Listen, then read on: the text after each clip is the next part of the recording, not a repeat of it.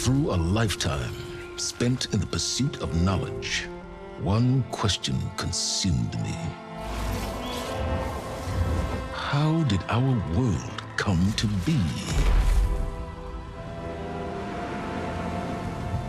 The old ones perished 1,000 years ago, triggering the extinction of all life. She showed me how it was reborn. A little outcast girl, ignorant of her own importance. Through her, I learned that life was only saved through a technological miracle. Zero Dawn. A terraforming system composed of 9 subordinate functions, each playing its part to reshape Earth from a barren rock to a lush landscape. Tended and protected by the machines.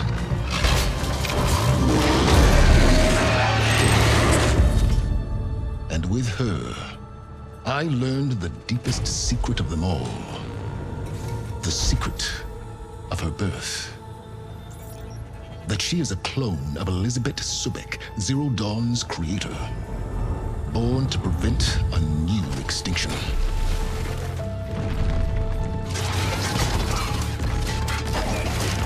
Driven by Hades, a malevolent AI. Given sentience by a mysterious signal of unknown origin. And with a little help from me, she prevailed in a great battle at the city of Meridian, becoming a champion for all humankind. But as useful as she has been, now I must leave her behind. For as she strives to put right what Hades sundered, I have made a new discovery. One that heralds both destruction and opportunity.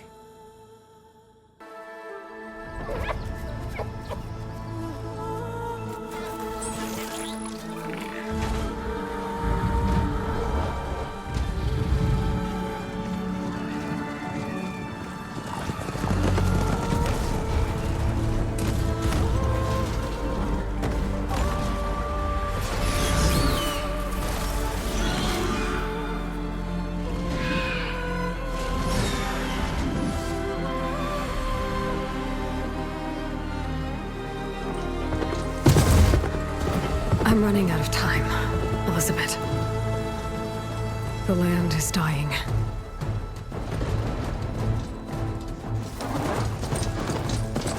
People are suffering. Soon, they'll starve.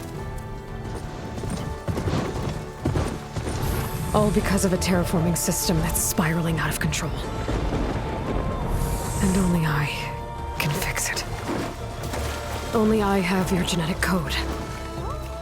It won't be long before we hit the point of no return. And then... extinction. I've been searching for months for what I need. A backup of Gaia, the AI you designed to control the system.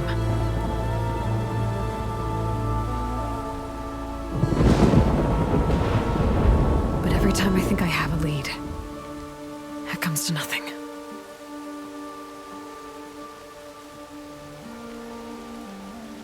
And every night, I have the same dream.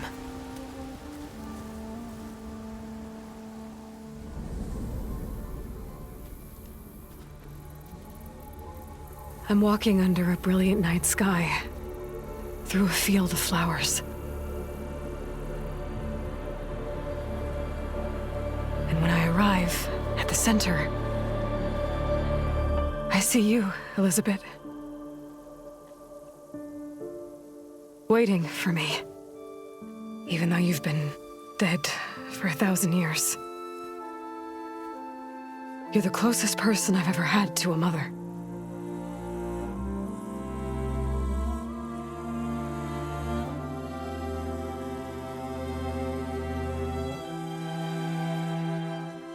And for a moment, I feel whole.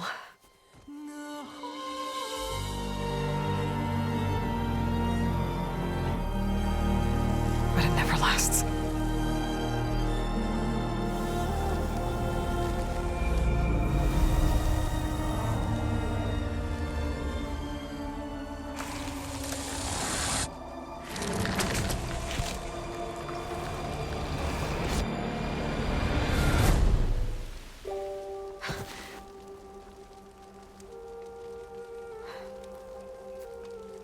I'm always left alone.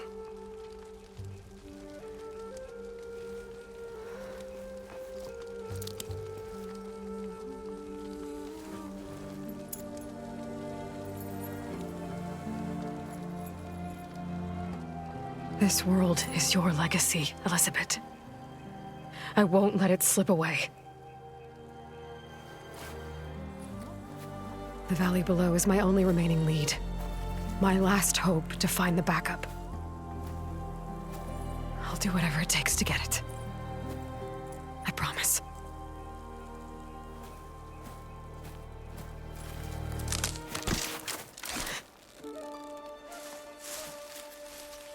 Varl?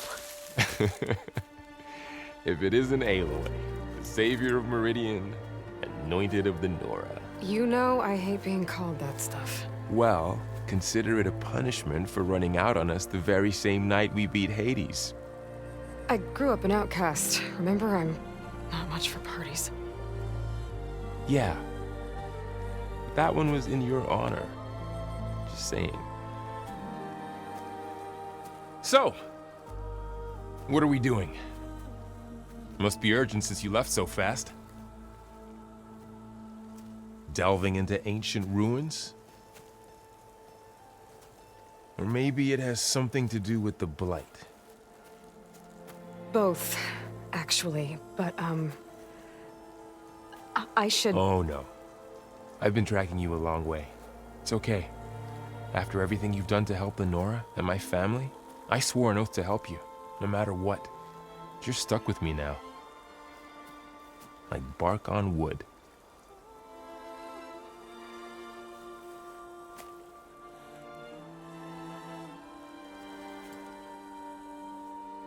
Okay, but if you're going to come with me, you'll need to be able to see what I see.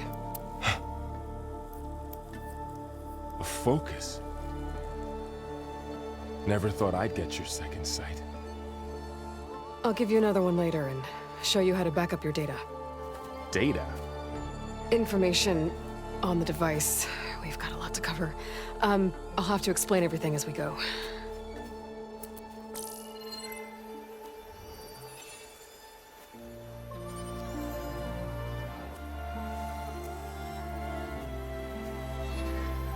You see like this all the time? Since I was a little girl. Come on.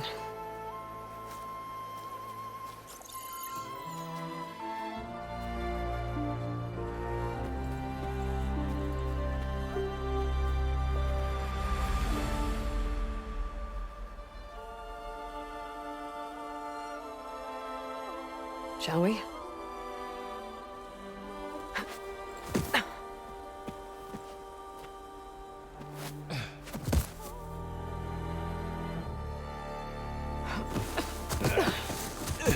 All right, I got a couple of scrapes on the way here. We should find some medicinal plants, stock up. So it's time for your first lesson with the Focus. Sounds good. Let's get started.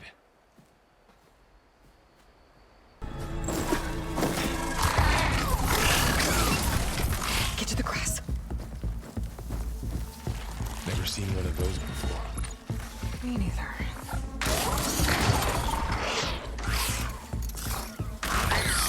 Those dead machines have it on alert. How do you want to handle it? The Focus can help us. It's some kind of Oseram prototype, I think. This hook looks like it can latch onto things. And this gear pulls it back. It looks broken, but maybe we can repair it. Hook it to the debris. And pull it out. That could work. The Focus can help us search the camp and identify anything we can use to fix the tool.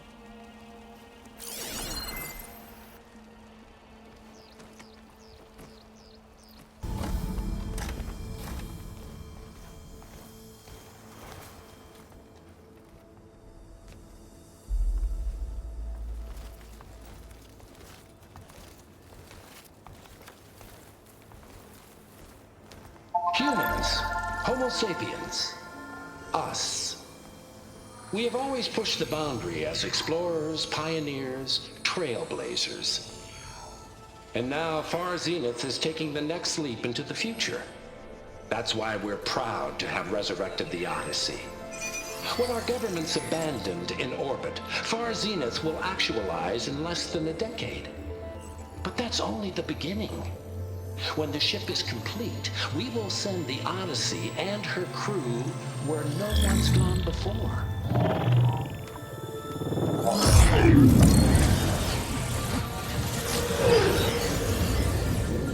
The Sirius system.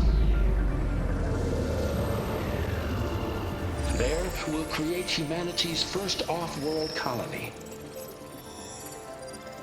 The Odyssey may take 300 years to reach it, but when we look up at the night sky, we'll know they're on their way. And in the words of our founder, the late Peter Chimbumbe, the truest form of immortality is... Data corrupt. Playback stopped. The old ones could fly through the sky? Between the stars? Well, yes. Sort of. That ship, the Odyssey, it never made it to the other star. Something went wrong, and it blew up.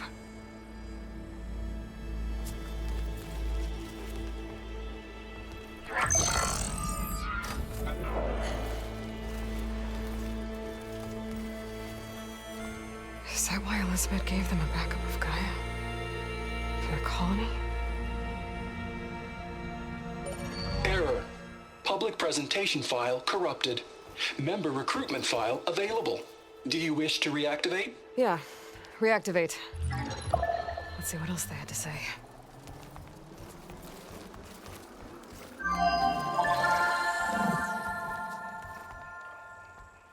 We all know the projections. Economic instability, new biocontagions, rampant AIs. How long before another catastrophe creates unacceptable risk for the world's elite? We here at Far Zenith believe, escape the inevitable. And so we reach for the stars. Now you've seen what we're building here.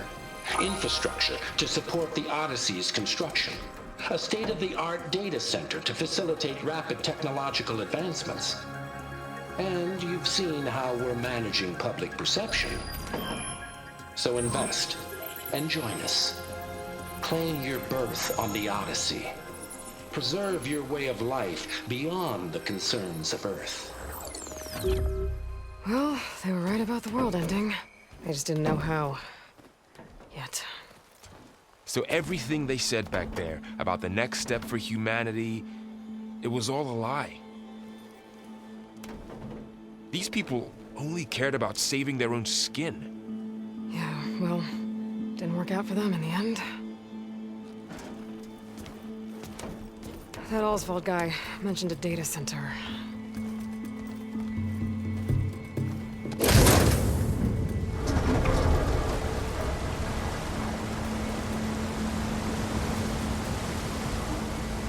There. The backup. It should be stored in there.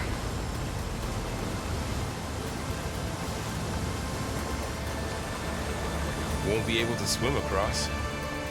I guess we'll have to find a way around. Come on.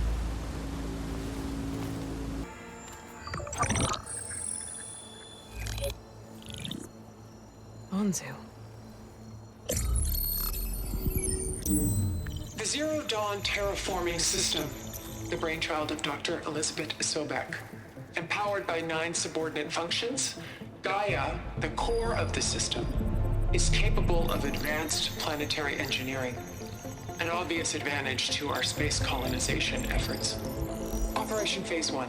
Establish an asset within Project Zero Dawn. Status complete. Phase 2. The asset will secretly beamcast a complete copy of Gaia and her subordinate functions to this facility's data center.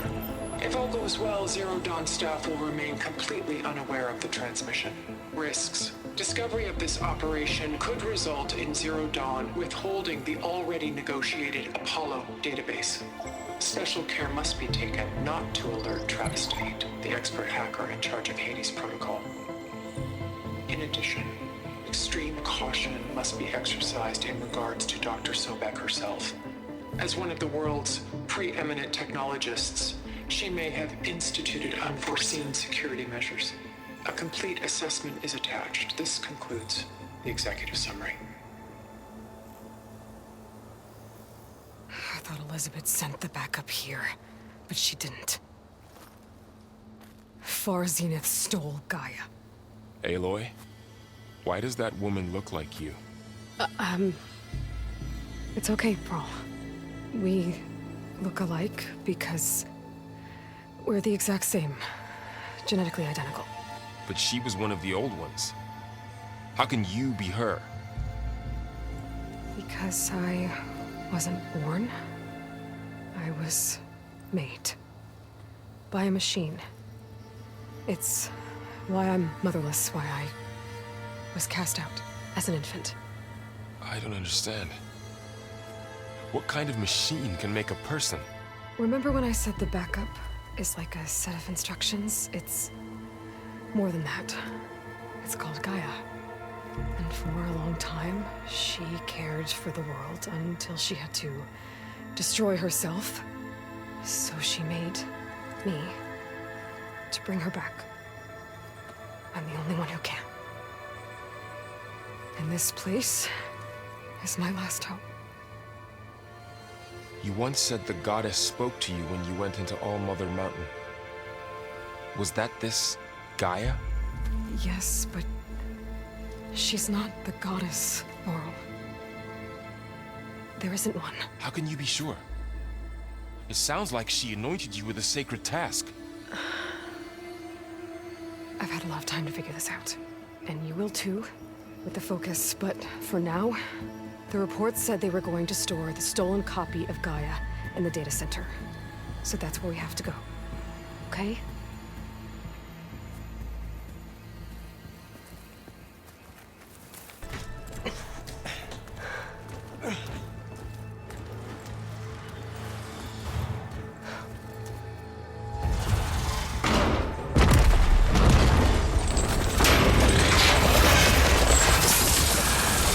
Three of those things.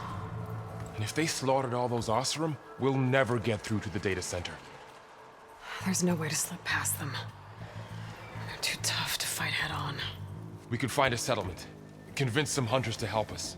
That would take weeks, and we don't have that kind of time. Maybe all we need is that shuttle to fall. That thing? How? We'll figure it out. Just wait here. Aloy. Trust me. And there she goes.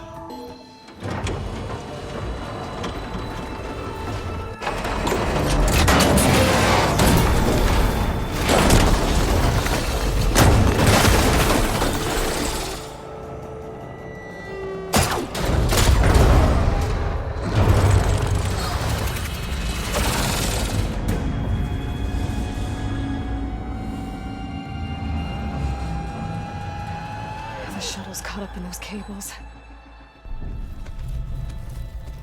I'm gonna have to climb the tower to find a way to disconnect them.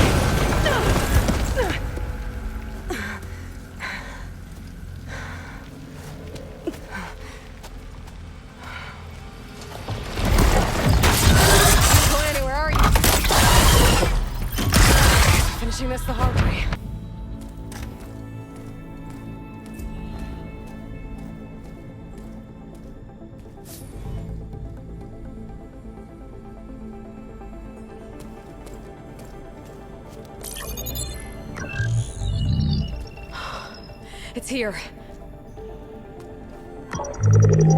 Gaia version 6.9. Initializing. Hello. Hi. Elizabeth? Travis Tate. Now, what's this we got here? A Farzan's conspiracy to steal a copy of Gaia? And her subordinate functions? Naughty, naughty. You want me to handle this, Liz? Blasphemers! Brood of vipers! With a mighty hand I smite and pour troubles upon you!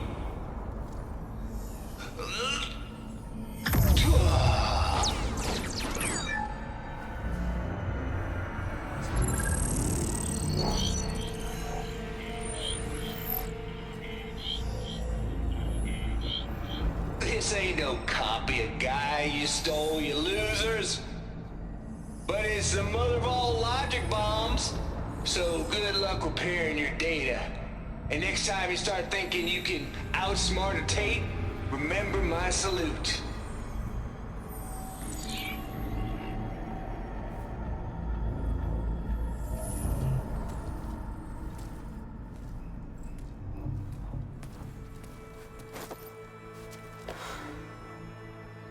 Aloy? The goddess. There is no goddess. I told you that already. That's not Gaia. It's not what I'm looking for. It's nothing but a fake.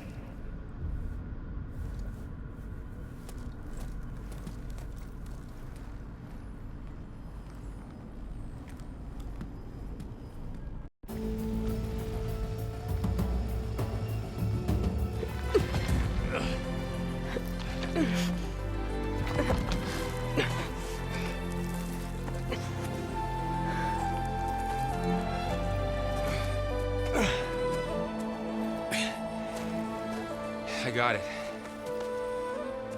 Varl, I'm sorry. You have a sharp bite sometimes, you know? But it was pretty amazing to see you fly off that tower and blow up the entire basin. The thing is, there's going to be more of that. I'm out of leads, Varl.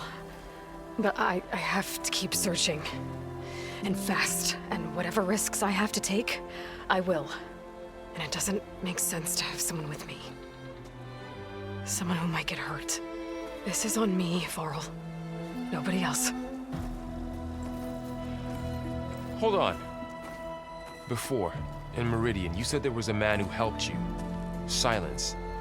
You said you used to talk to him a lot about things you discovered from the old world, things no one else understands. And he gave you the lance you used to defeat Hades. He's gone, Varl. I haven't heard from him since the battle against Hades. Sure, but Spy Master Murad back in Meridian, he's good at finding people, isn't he? Varl, Come on, it might work. Plus, you'll get to see some friendly faces again. Okay. I guess it's worth a shot. We've got a long walk ahead.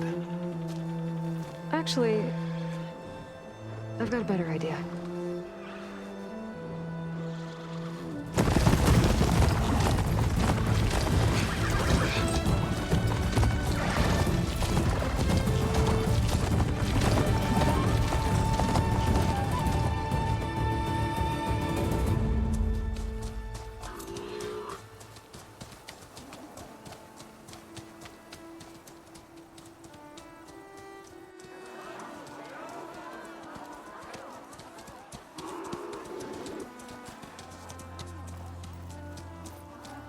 Son, it's true. She's come back.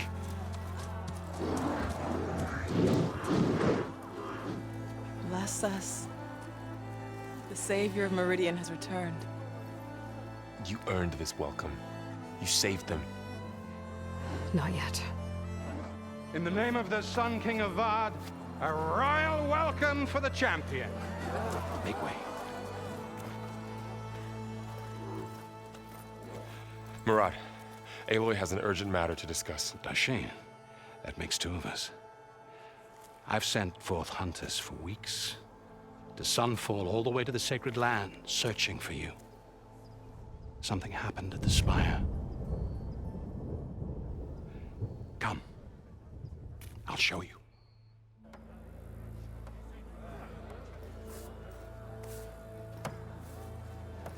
Watch your step. You saved us all, to be sure, but we're still cleaning up the mess.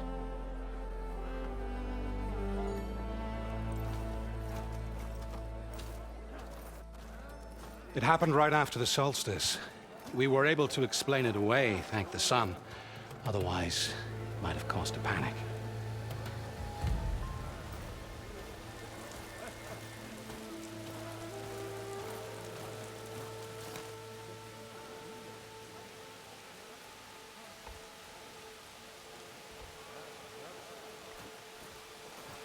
One night, for less than half a minute, it glowed an angry red. From Meridian, it looked like a trick of the light. But those who were closer, atop the Allied, said it could not have been a reflection. Much to my dismay, they said the light rose up from the tower's base. From that. We left everything just as it was. What do you think happened? I don't know. The Spire's supposed to send out signals, messages, for the terraforming system. But Hades tried to use it to wake up ancient war machines. I was sure I got the connection to that thing. Wait here while I check it out. Let us know what you find. I could pull this thing out of the... What?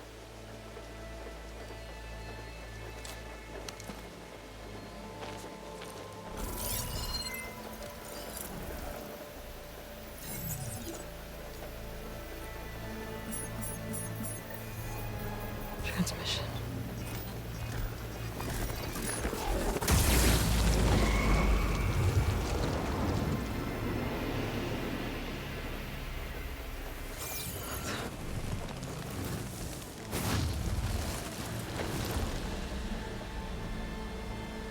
No, he wouldn't.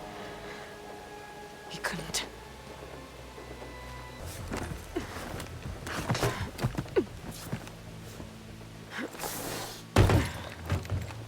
An elevator? Let's see.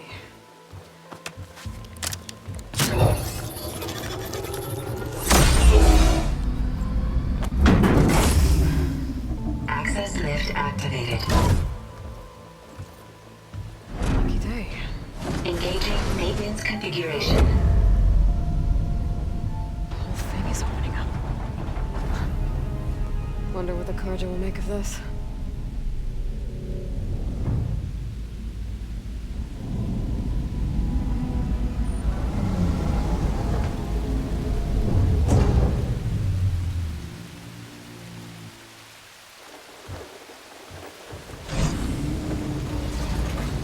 There's the note.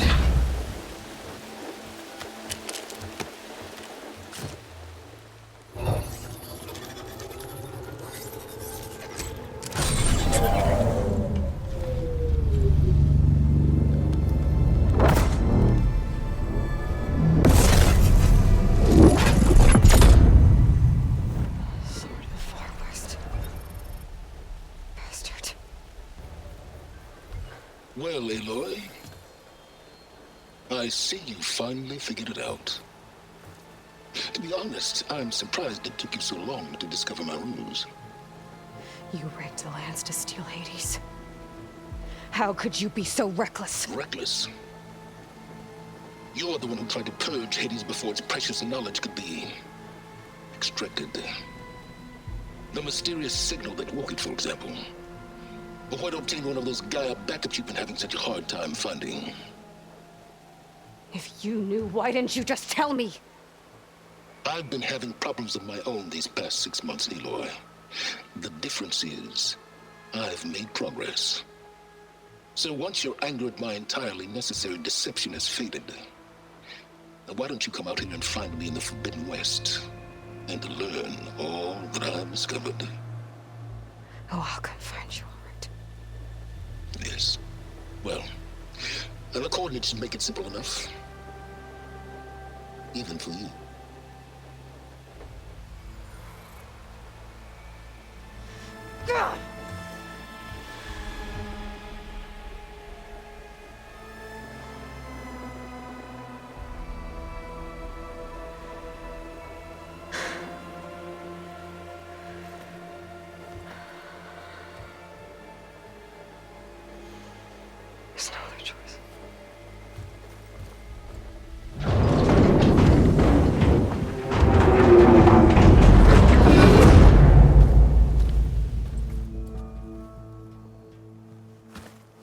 Better let Varl and Murad know what I found.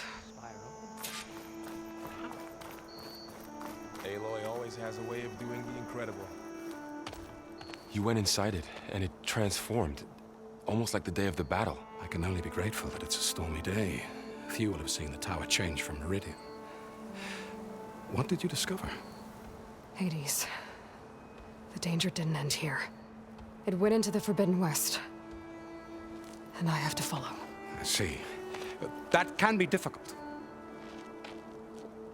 The West is called Forbidden for a reason. A tribe of ferocious warriors controls much of it, the Tenakth, and they allow no trespassers past its border. That said, under the Sun King Avad, a fragile peace has been negotiated, and indeed, the next embassy will take place in a day or two on the edge of the frontier. Were you to attend the gathering under his auspices, the Tenakth might grant right of passage, instead of hunting you and attacking on sight. Great, just what I need. More killers. The Sun King.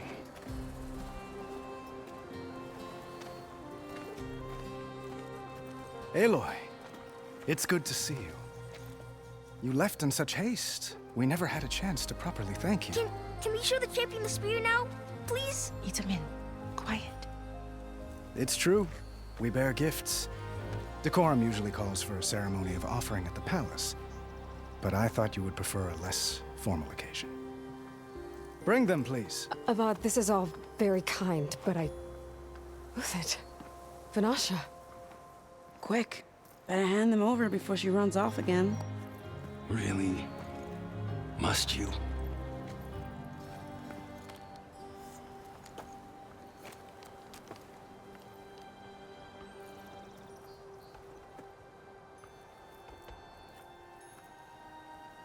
Try it on.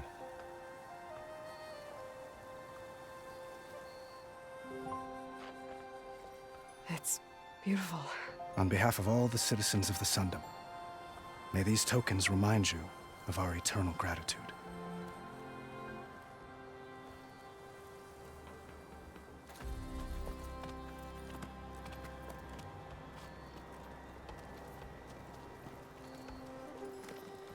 Perhaps you'd like to spend more time with your friends. Come speak to me when you're ready to depart.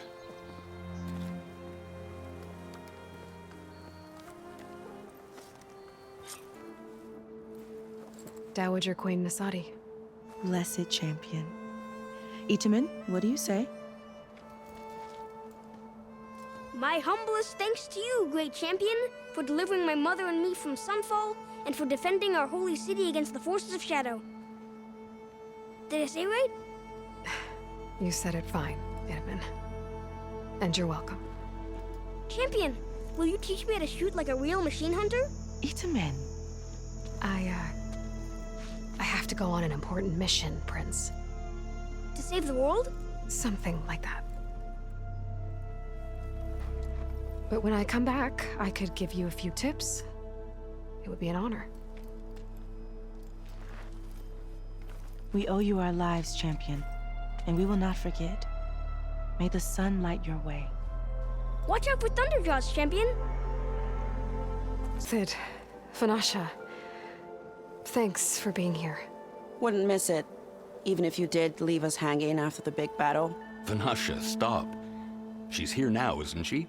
For the moment. But I see that look on her face. She's got business to attend to, and it isn't in Meridian. You know, I didn't vanish before because I wanted to. I had... No, Huntress. Please. You don't have to justify yourself to us. You saved our butts. If you've got to go, go. With our blessing. Always.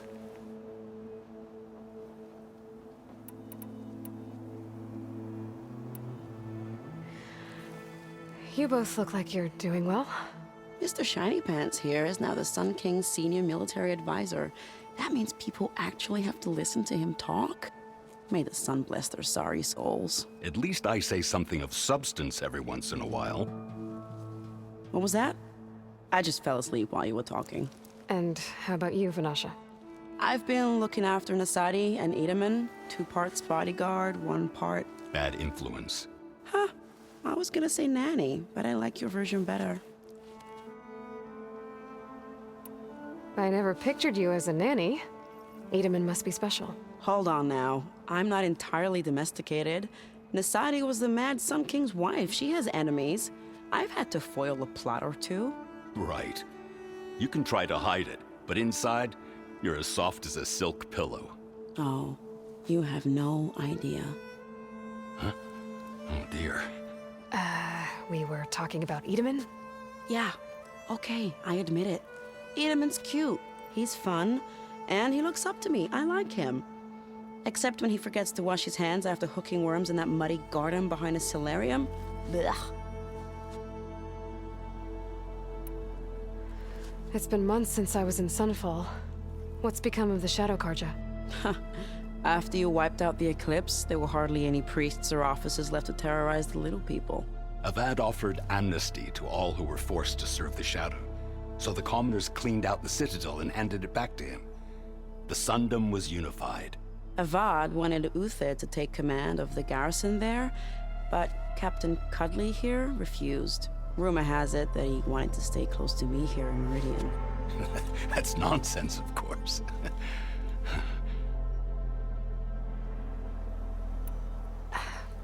Well, I know.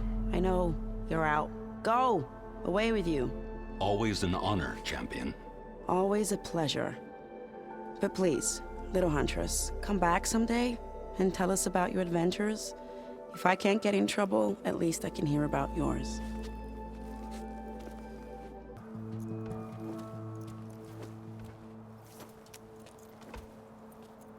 The sculptor wanted something even bigger, twice the size, covered in gold and jewels. But I was quite certain you wouldn't appreciate that. You were right.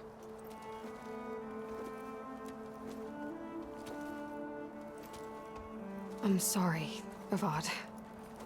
It's good to see you, but I can't stay long. I see. I'd hoped you'd remain in the city for a time. Perhaps at the palace.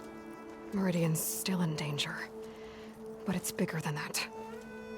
To put things right, I have to go west. To Noct territory. By the sun, that's a Noct? Well, perhaps Murad already told you, but after years of hostility, we've negotiated a truce, in hopes of a lasting peace. Another embassy will be held in just a day or 2.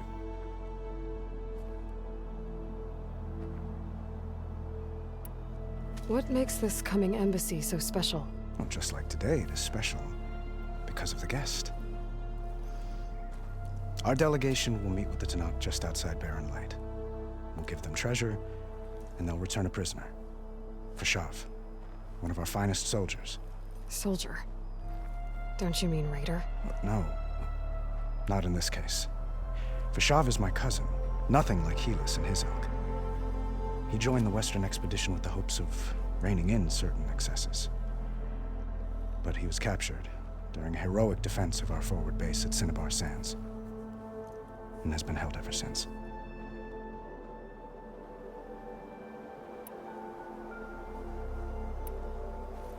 Your cousin, Fashav. How long has he been a Tenakth captive? 5 years. Tenakth emissaries swear he is well, but I wonder. That tribe is renowned for its brutality. How did he survive? Well, I'll know soon enough. If you see him before I do, tell him that I await him in Meridian, where he belongs. If I see him, I will.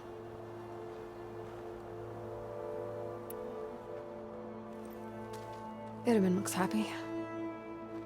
You got him out of Sunfall. Any happiness he has, he owes to you.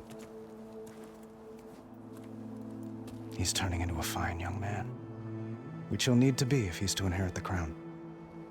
Wouldn't the crown go to a son of yours first? Yes, well, I'd have to get married for that to happen. Murad keeps throwing noble matches at me.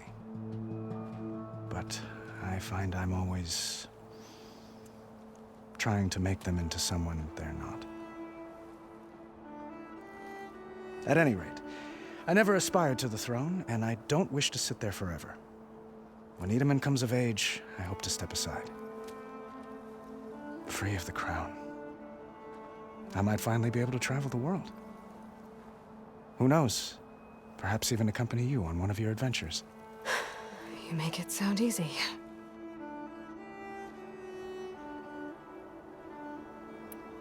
When you say years of hostility, I assume you mean the Red Raids? Ah, yes. My favorite subject. I wouldn't ask if I didn't need to know. As you know, my father raided all the border tribes. The Oseram, Banuk, and Nora suffered greatly, resisting as best they could. But none fought back like the Tenakth. They rose up and assaulted our western front at Barren Light, sweeping us from their lands. Getting them to talk to us again after that was tricky.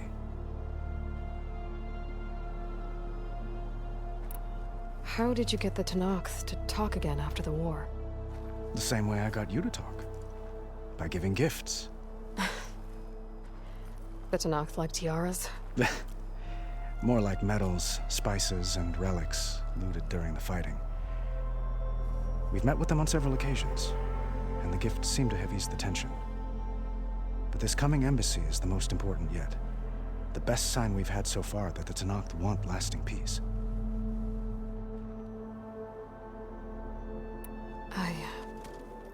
I need to get going. One moment, Aloy. There's something I must ask you. Since you left, I've thought of little else. This isn't really the time. But it has to be. The way you left before, there's no way to know when I'll see you again.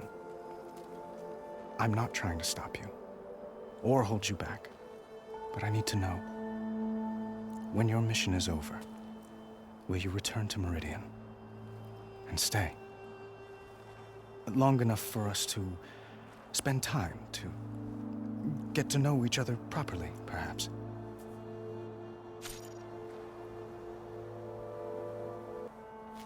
I do hope to see Meridian again, Avad. And you. But this mission, it's my life. It's all I can think about. I have to stay focused. What happens after? I can't imagine that. I wouldn't know where to begin. Well, if that place were to end up being Meridian, know that you will always receive a boundless welcome here. Tend to your mission, Aloy. I will hope for your success, and look forward to your return.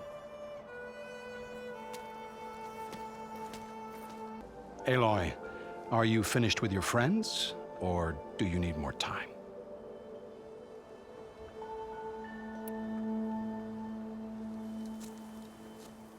I better get going. And if I'm headed west, it sounds like I'll need rite of passage from the Tenakth, as you said. Where exactly is this embassy going to be held? Past the Daunt, the canyon that marks the western border of the Sundom. You'll find the fortress of Barren Light at its farthest edge. The embassy will take place just beyond its gates. It's a long march, a fortnight on foot. A couple of days hard riding should get us there. Actually, it might be better to rest here tonight. Head out in the morning. Of course. I'll arrange it.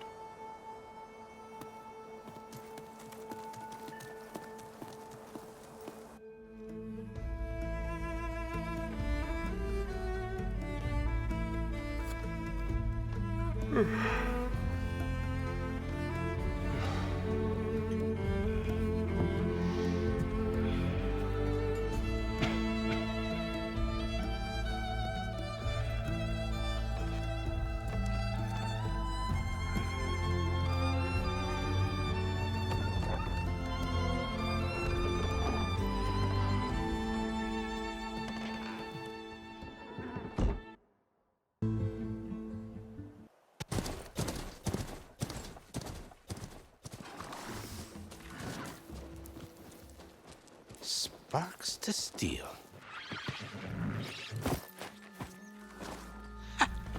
Never seen anyone use one of those to get around. Is that how I get to Barren Light? Yes, I mean usually, but not today. Not yet. And why is that? Well, the Daunt. The whole valley. It's infested with machines.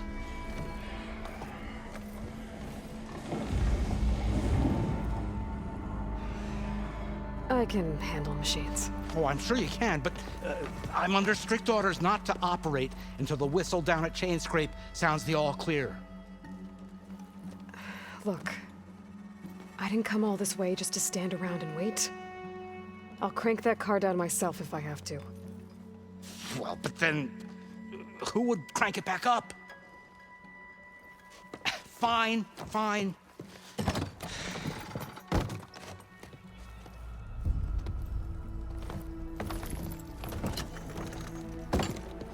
Though, should anyone ask, it might be best to say you forced me.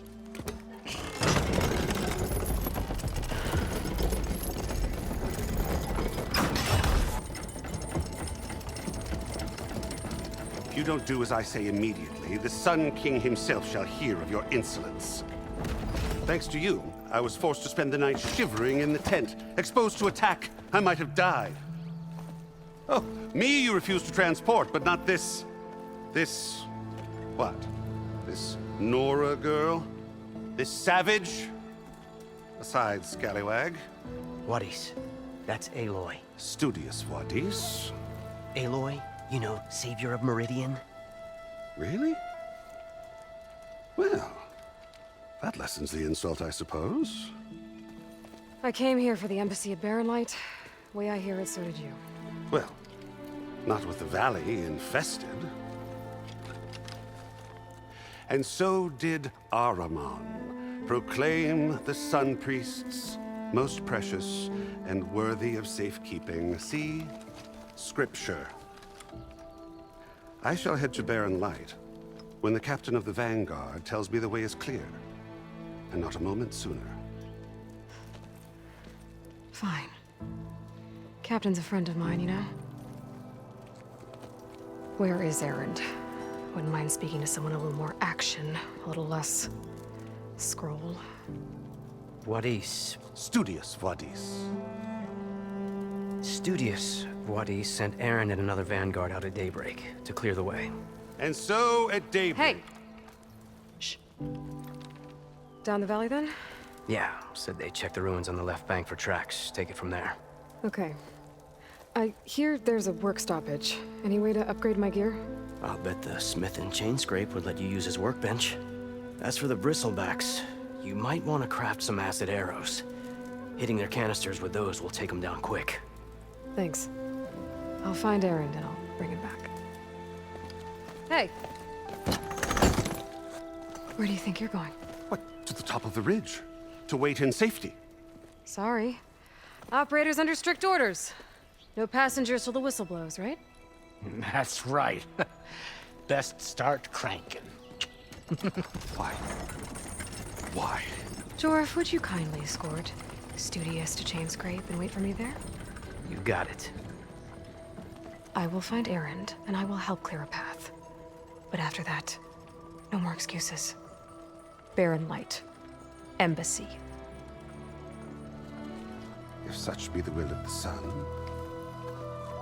It will be. Trust me. Practiced hunter.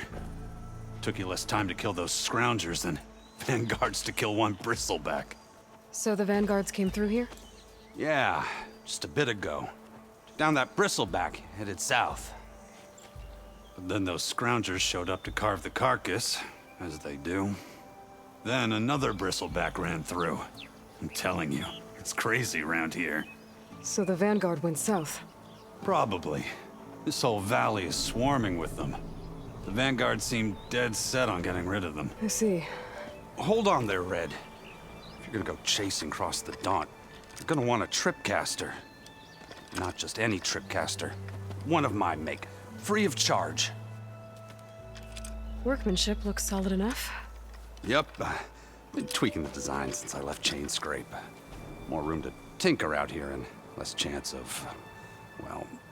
accidents. Did something happen in Chainscrape? Well, like someone. I don't follow. There's this sack of wet dirt, Olvend. Thinks he's the Elderman of Chainscrape. Got half the town treating him as such. Back when I had a place in town, he took a real interest in my wares. Kept pressing for the Olvend discount. I said no. He didn't like that so much. I can't prove it, but that chuff bucket set my workshop on fire. Felt it best to put some distance between us after that. Cable car operator told me the Bristlebacks just appeared yesterday. Do you know anything about them? How is old Karn? Back in the day, me and him got in all sorts of trouble. There was this one time that... Anything about the Bristlebacks? No. Karn said true.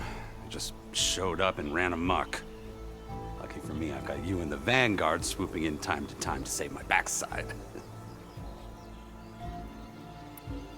I should get going. Thanks for the tripcaster. While you're blasting Bristlebacks, I think I'll head down to the hunting grounds. Did you know they have a tripcaster trial? Come by later if you want to try it out. Maybe. After I get things under control.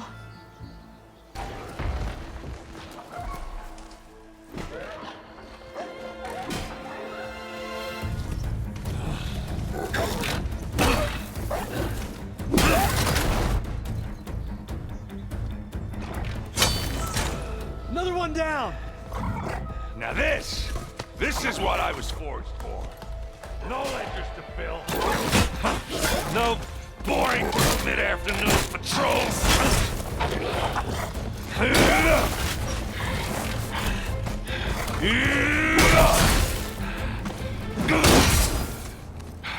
Just a hammer. Just the fight. Aloy? Erend!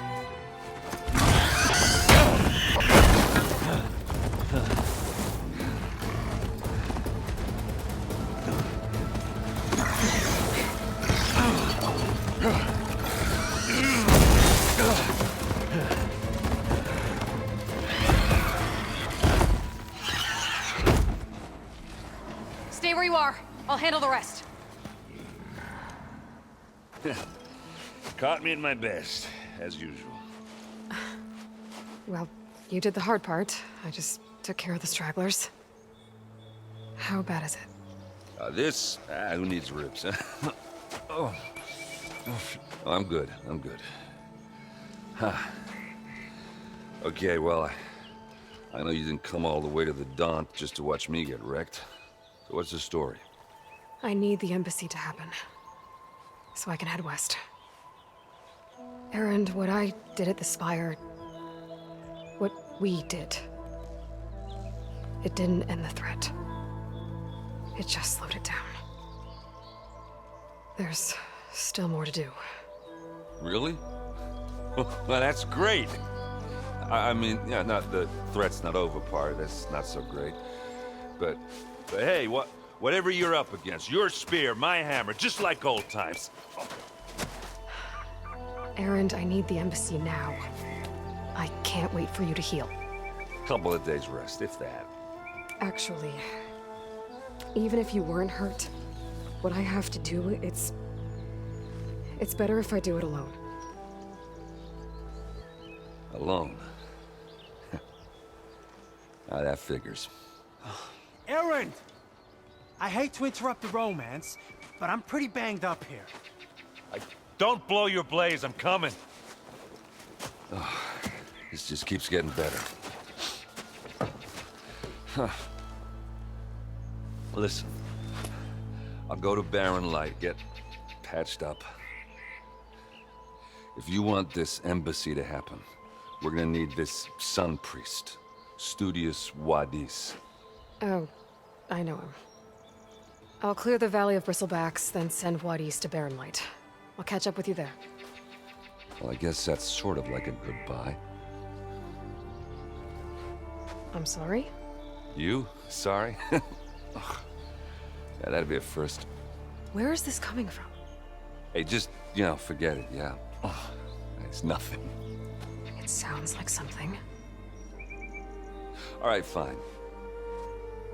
Now, after the battle at the Spire, you took off. You left without so much as a handshake. I mean, people like me, we fought and bled at your side, Aloy. You just disappear? What kind of person does that?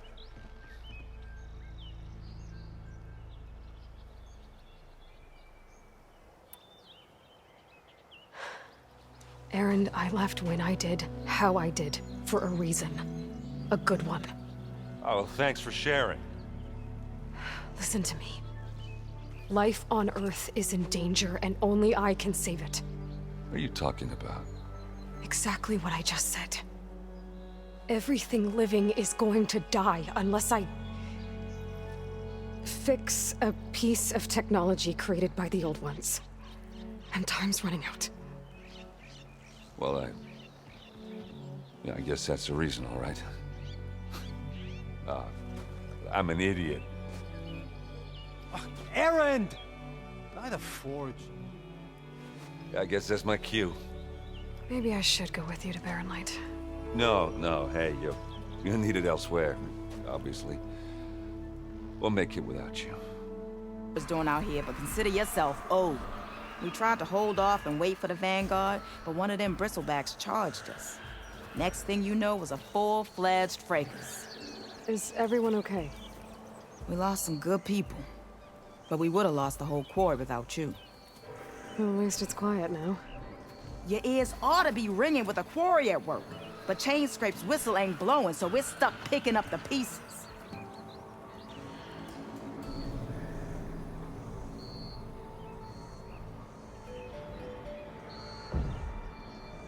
You need the whistle to get back to work? Me and my crew were just little cogs out here. Can't lift a hammer till Olvin blows that thing. Cause if we work without his say-so, he'll ban us. And my people have been through enough. Olvin holds that much power? He's got the money and connections to snuff our fires for good. Almost feels like we stood a better chance with the bristlebacks.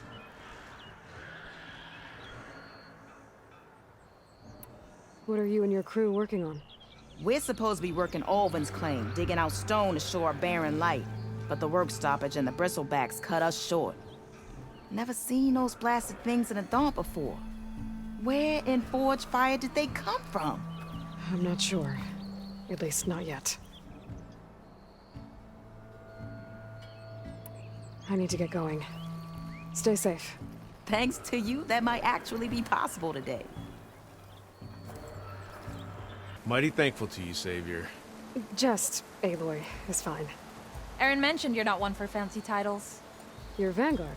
Well, here to escort Wadis's delegate behind to the embassy. If we can get rid of these bristlebacks. Captain said to keep an eye on Chainscrape, then these ugly lugs showed up. Gave the first one a good beating. But didn't quite have time to roll out of the way when it fell. Told you it wasn't a good idea to eat that much before heading out. I should probably get going. Now, if you see any more of these bristlebacks... I'll make sure to roll out of their way. Might want to take some of these with you as well. They're handy in a pinch. Thanks. Stay safe, Aloy. From the Chainscrape, Savior. Open up, guys. Jorv's orders. Good enough for me.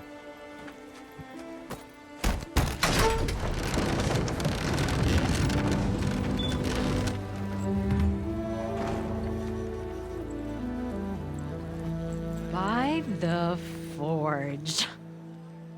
Petra? Aloy, what are you doing here? About time there was something worth looking at in this dump. It's nice to see you too. And not a moment too soon. Come on.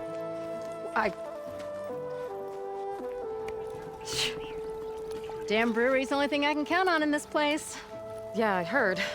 Machines, work stoppage. Oh, those are just the latest malfunctions. Chainscrape's always been a few tools short of a kit. And right there is the biggest tool of all. Our land, not our problem. The bristlebacks are everybody's problem. Roland? You've heard of him. Yeah. But he's a story best told over a cold beer. Petra. I'm just passing through. I'm headed west. Oh. There's an embassy at Barren Light I need to make happen, and then I keep moving. Ah, of course. Bigger gears to grind.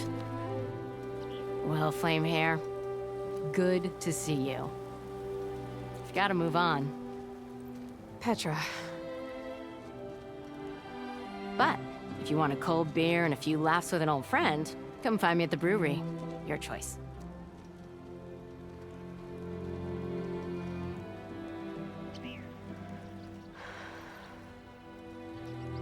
Well, this Olvan guy sounds like trouble. Maybe Petra could use some support. But first things first, I need to find that workbench and upgrade my bow. Hey, Mildef. Mildef. I took some of your stew last time I went into the wilds. Kept me going for a week. Felt like I could have put a strider in a sleeper hold. Enjoy it while it lasts. Sounds like you're serving up some impressive provisions here. Not again. You can have the discount too, but you'll have to come back later.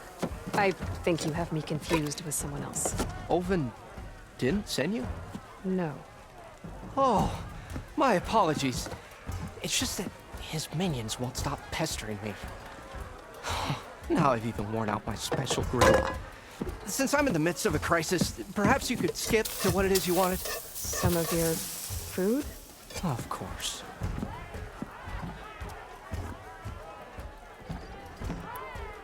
Are Ulvan's people causing you problems? Oh, yeah. They constantly demand my best, but the equipment I need to make my signature dishes isn't built for batch cooking. And don't get me started on the Ulvan discount they feel so entitled to. And if you refuse? I make meals, no trouble. How did you end up in Chainscrape? Heard about a new and upcoming town at the edge of the frontier. Where there's a town, there's a tavern. I was in need of work. So I got myself out here and started cooking. Some of these people had never tasted proper boars and berries stew before. Anyway, next thing I knew, people kept coming back. Guess they liked my food. Or the ale. Your last customer mentioned your cooking really kept him going out in the wild. Where I'm headed, I could use some of that. I would be happy to oblige, especially since you have the decency to ask pleasantly. But my special groove griddle is no more. Without it, I can't cook any of my signature dishes. I hate to think what'll happen when I'm forced to refuse Olvan or his goons. Even if I already had the right ingredients, there's nothing I can do. Unless you can source me a temporary replacement? What do you need? For the ingredients. A few pieces of decent wild meat, and I'd say a big handful of bitter leaf stems. That'll do. As for the griddle, a corrugated metal panel might suffice until I can have a new one forged.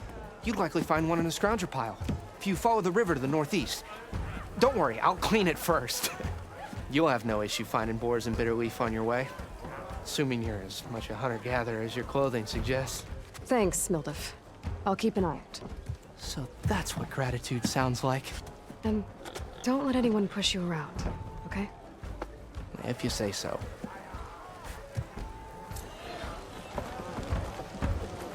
Already got enough wild meat. Just need to pick some bitter leaf and grab a metal panel from the scrounger pile. By slaving the Westeros, you know who gets up?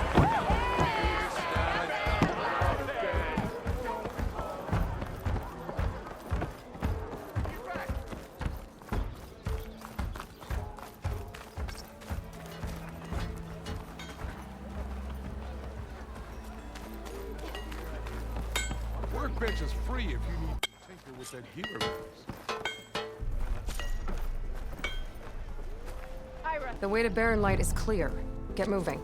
You're not errant vanguardsman. I will move only when the captain When says... I've cleared out all the bristlebacks, which I have.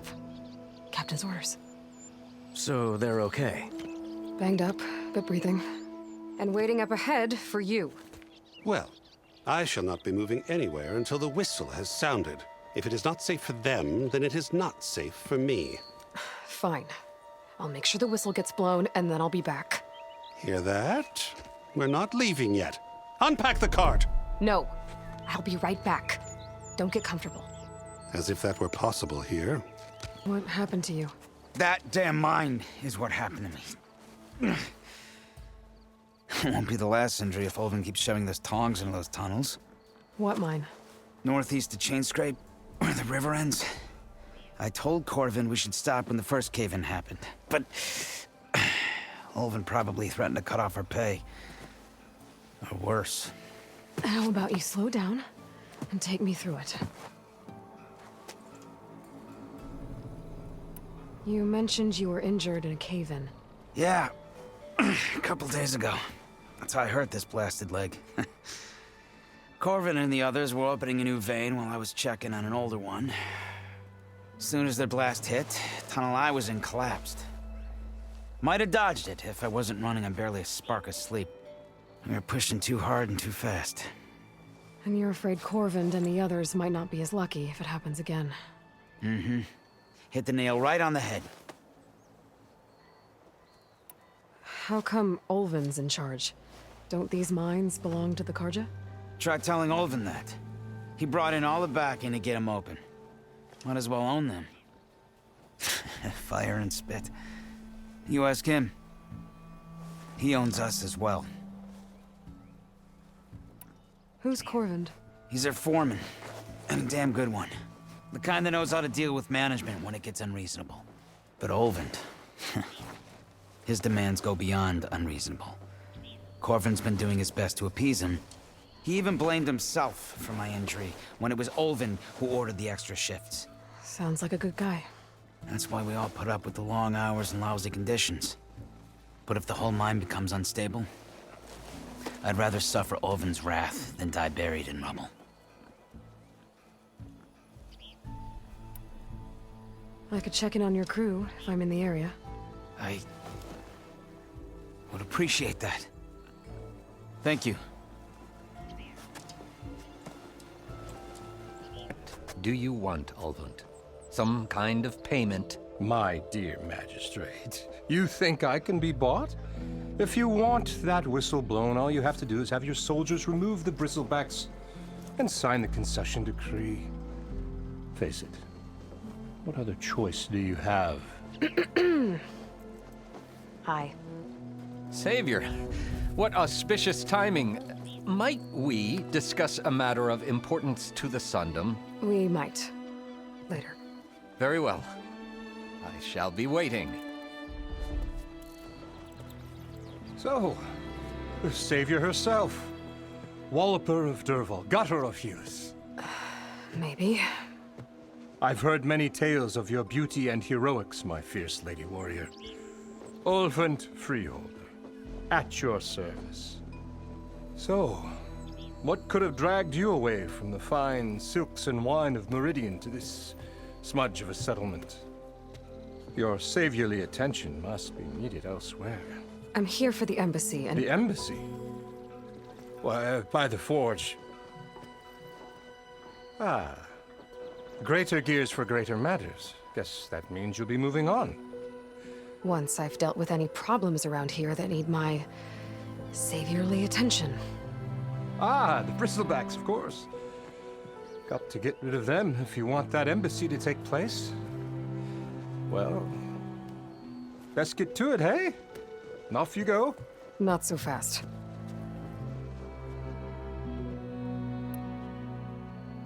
You don't seem to have a high opinion of the magistrate? Well, I refuse to play nice to some fancy-robed parchment pusher when my fellow laborers are being bullied, intimidated, and taken advantage of. How noble of you. Noble? Ha!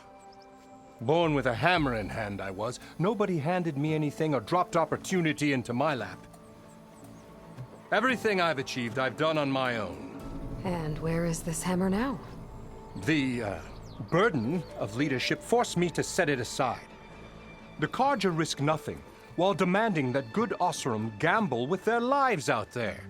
Someone had to step up and say no more. You ordered the work stoppage? Indeed I did. We're laborers, not soldiers. Until the Carja clean up their mess and give us the fair deal we deserve, I'm not risking Oseram lives. Fair deal? You mean your concession decree? It's not my decree. It's on behalf of all the good Oseram laborers of this land who do all the back-breaking work, while only the Carja reap the rewards. All we're asking for is the ability to share in this prosperity for a land worked by the people, for the people. Right. And just how much would be your share? Only an amount appropriate to my contributions to this community, of course. If Chainscrape is on Carja land, shouldn't a Carja be in charge? Who appointed you? The sensibilities of good Oseram folk, of course. You think a Carja can head this whole venture? Ah! The magistrate can barely make the trek from Barren Light without losing a few screws. So you have no real authority then? People only follow you because you say so. Loudly. Anyone who has followers has authority. I've been with Chainscrape from the beginning. I mean, I'm practically its founder, and its honest folk know I'm indispensable to its success. You said you founded Chainscrape. Somehow I doubt that. Practically founded, I said. I alone saw its potential when it was just a smattering of tents in Barren Light's shadow. I invested in the mine, convinced some friends back home to do the same, and here we are. You could say Chainscrape is what it is thanks to me. Oh, so you're not just standing around and profiting off everyone else? Not at all. Sure, I make a little return on my investment here and there, but my main priority, as it was from the beginning, is to look after the well-being of these honest, working Oseram. I cleared out all the bristlebacks. Oh, you did? Now that you've recovered from your shock, time to blow the whistle. Oh there, not so fast. I'll have to send someone out to confirm the kills. Make sure the valley is safe again. It shouldn't take more than a day or two. No. You blow the whistle now. These are innocent Oseram lives we're talking about here. Surely the delay... Either you do it now, or I will. Ah, I knew you could do it! Friends, gather around. The savior of Meridian has done it again. What? The bristlebacks are defeated. You. What? Sound the whistle. Chainscrape is open for business. Terrific. Yay. And Ulvund has agreed to personally pay every worker their lost wages. Yeah! That's more like it! Yeah! Woo! Ha-ha! Yeah! Yeah! Don't you have an embassy to get to? Yeah, I guess I do. Only the good stuff for you, Red. Seeing as you got that whistle blowing. Hey, I've been waiting to get my lucky hammer fixed for days. You haven't done anything useful like getting rid of any bristlebacks, though, have you? Take your time. I promise you won't be disappointed. Come back anytime. Now can I get this fixed? I can fix your tools. Afraid there's no fixing you. You good? I'm okay. Thank you, Corvind. Corvind? Arnav sent me. I'm... Not now. Easy. What happened? Explosion in the mine. Water flooded the whole place. Some of my guys are still... They're still down there. I can't stop. You've done enough.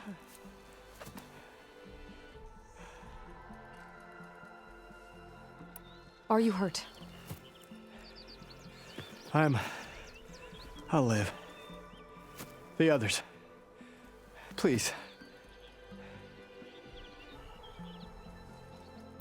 I need to know exactly what happened.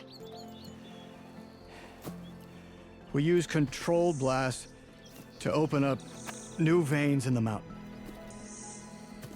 One of them must have gone wrong. I can't... I have to go.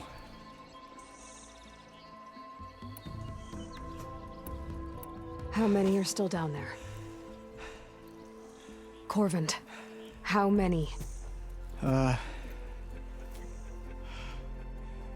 Two. Two, I think. Two more. I'll do what I can.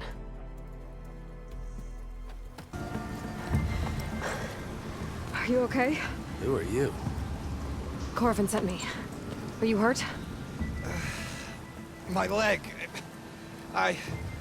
I was a little too close to the blast. What happened?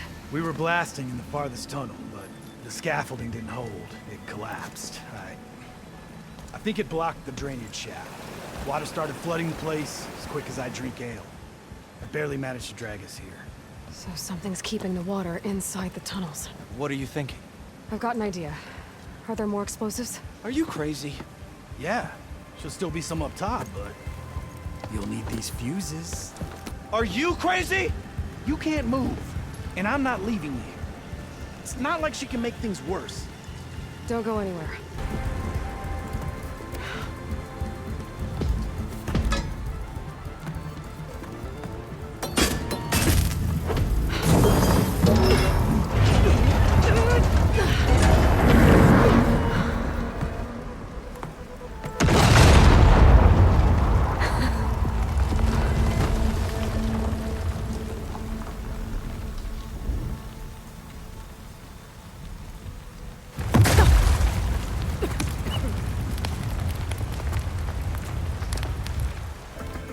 You did it.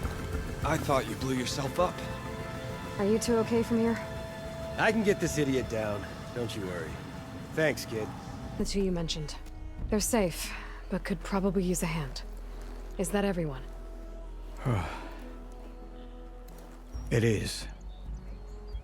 I dread to think what would have happened if you hadn't shown up. I knew we were blasting too much, but the man who staked the claim here, Ulvund, he kept pushing and pushing me. I tried to shield my crew from his constant demands every damn day. I should have been stronger. You were there for your crew when they needed you. That counts for something. Ulvund can threaten me all he wants. I am not letting my people back into those mines. Will you be all right? Yes. I can take it from here. You are owed, Huntress. There you are. I happen to receive another visit from Ulvund himself. He was pushy, but I stood my ground. And dare I say it, I even got my own back. Yes, I did. I'm listening. When I made his meal, I used 3 pinches of salt. Instead of 2. Each journey begins with a single step, I guess. I think I have everything you asked for. Then just as you have inspired me, let us see if I can return the favor. Time to cook.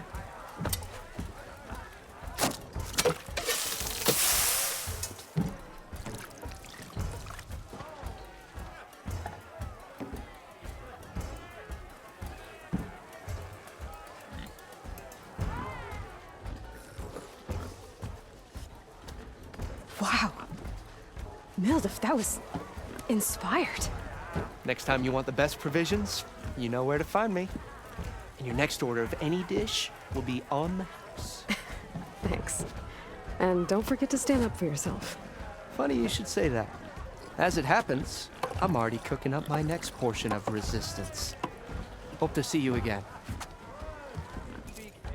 Savior, thank you for taking the time. And my condolences that you had to endure Ulvund's bloviating. I've dealt with worse. It sounds like he's really trying to put you over the barrel. The idea that the Carja purposely let bristlebacks into the Daunt, it's completely absurd. But the louder and longer he says it, the more support he'll get for his damned concession decree. How did the Bristlebacks get into the Daunt? No one knows for sure. The first report of them came from west of the quarry. But unless they have wings I don't know about, I don't see how they could have come over the mountains. No other way in. The only way I know about is Barren Light.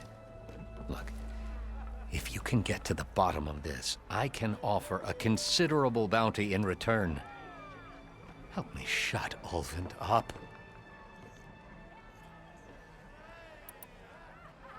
What is this concession decree that Ulvund wants? He wants the Sundom to designate portions of the Daunt as Oseram holdings.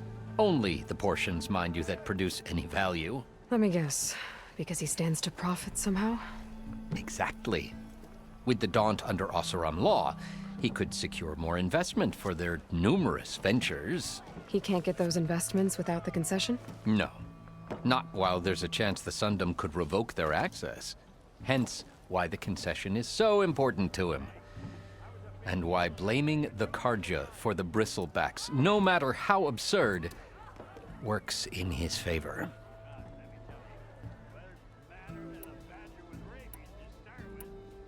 How does blaming the Karja for the Bristlebacks help Ulvund get his concession? Look around. This may be the Sundom, but Chainscrape is all gears and rust and bad ale. Claiming that the Karja loosed the Bristlebacks in order to intimidate Oseram laborers into obedience. Well, let's just say no one here has forgotten the atrocities of the Mad Sun King. Even with the Valley working again, Ulvund hopes he can stir up enough resentment against the Karja to call for a strike. And if the Oseram refuse to work, unless the concession is signed, you won't have a choice. Correct. The reconstruction of Barren Light must continue.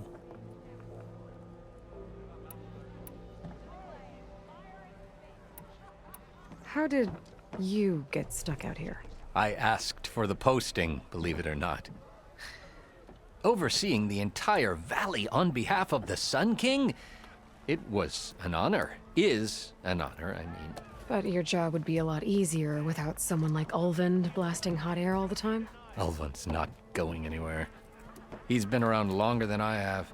Even fancies himself the founder of Chainscrape.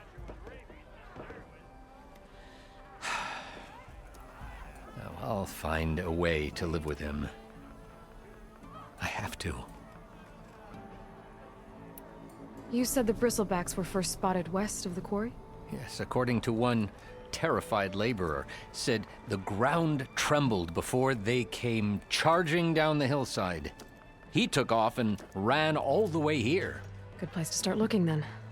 If you learn the truth, maybe Ulvund will stop blaming the Karja for every problem under the sun, and maybe then he'll actually focus on rebuilding Barren Light instead. Come to revel in some strike, sister? Let me set the board. I was just passing by. First timer, huh? Don't worry about it. I'll go easy on you. You got any pieces? No. Well, aren't you in luck then? I got an extra set, a Tanakh original straight out of the Forbidden West. Sit. I'll run you through it in a hot spark. I'll give you something special if you win it on my boards, too.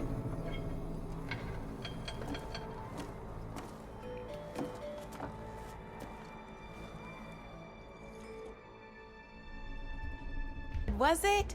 Just remember to always check for the best terrain to attack from. You'd be surprised the advantage you can gain over an opponent like that. I know it saved my behind in a game or two. I'll try and remember that. Oh, before I forget. These are all my spare pieces. I want the Savior of Meridian to have them. It's a small set to be sure, but it should be enough to get you in on any strike games you find out there. You might even fancy looking out for them strike carvers.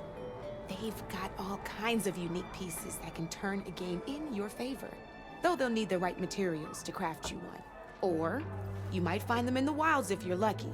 I know I've lost my fair share of pieces after a night of machine hunting or brew hopping. No need to thank me. Always a pleasure to help out new strike players. Now, if you feel like playing a real game, I've got plenty of other boards. I could even teach you a few more tricks if you're up for it. Thanks. I'll think about it. You heard the whistle. Time to go. But I was supposed to have 3 escorts. I'm off to Barren Light, Wadis. Like Aloy said, Captain's orders. You can stay here. Abandoned to the riffraff? I think not. Guess you're coming with me then. See you there, Aloy.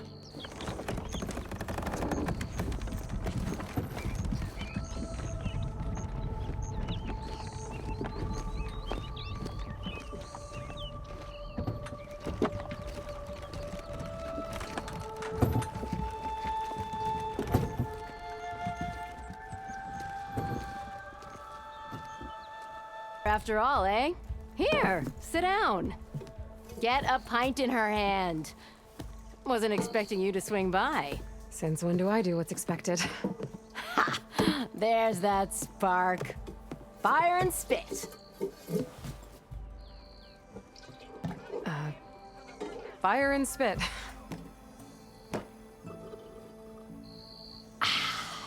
That's a blast from the bellows.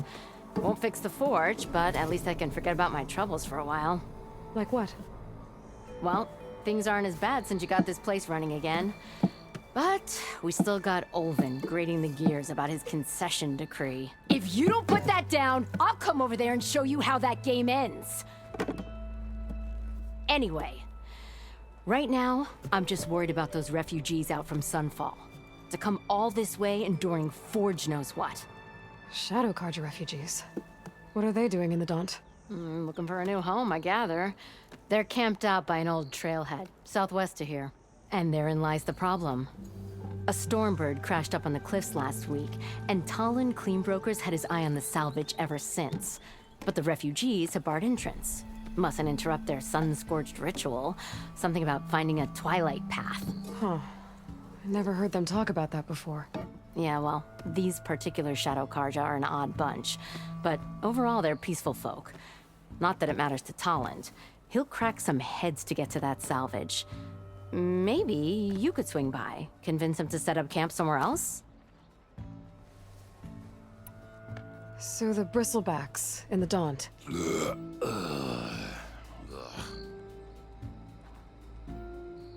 Where did they come from? That's the thing. No one rightly knows. They just showed up one day, rampaging around the valley like they exploded out of a forge. Lost some good people. But bless the bellows, you cleared them out and got this place working again. That put a dent in Olvin's plans. Now, if only there were some way to smash them all together and run them out of town. But how could Bristlebacks and the Daunt help Olvind? 2 words. Concession decree. Since no one knows where the Bristlebacks came from, Olvind has taken to blaming the Carja for them. He's hoping to dig up enough old resentments to get a strike going until the concession's signed. This is just his latest attempt. He's been trying to rile up the workers since the day he rolled into town. And people actually believe him? Lots of folks suffered at the hands of the Mad King during the Red Raids. Give him half a reason, they'll blame the Carja for anything. Damn Carja slavers.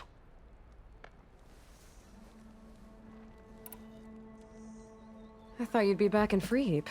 Well, after the big battle at Meridian, I went back. But realized it was running smooth. Didn't need me. Heard about the rebuilding out at Barren Light. Figured they could use another hammer. Been scraping by ever since. You could always leave. And go back east? Nah. I ain't one to leave a lit forge. Besides, someone's gotta be a squeaky wheel for the workers around here. What else can you tell me about the Shadow Carja refugees? Well, they don't call themselves Shadow Carja for one. At least, not anymore. They're some other brand of sun-crazed. But whatever side of the sun they're on, they're peaceful through and through. Don't seem to want for nothing except a place to live, pray, and just enough food to keep from starving. So they're just camped outside by a trail, blocking entry to a wrecked Stormbird, waiting for what exactly? Don't rightly know, but I'll tell you this. Should they ever wise up and salvage it, a Stormbird heart is worth a lot.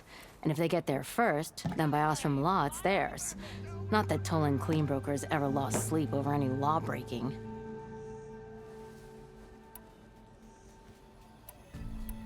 Who is this Tolland Cleanbroker?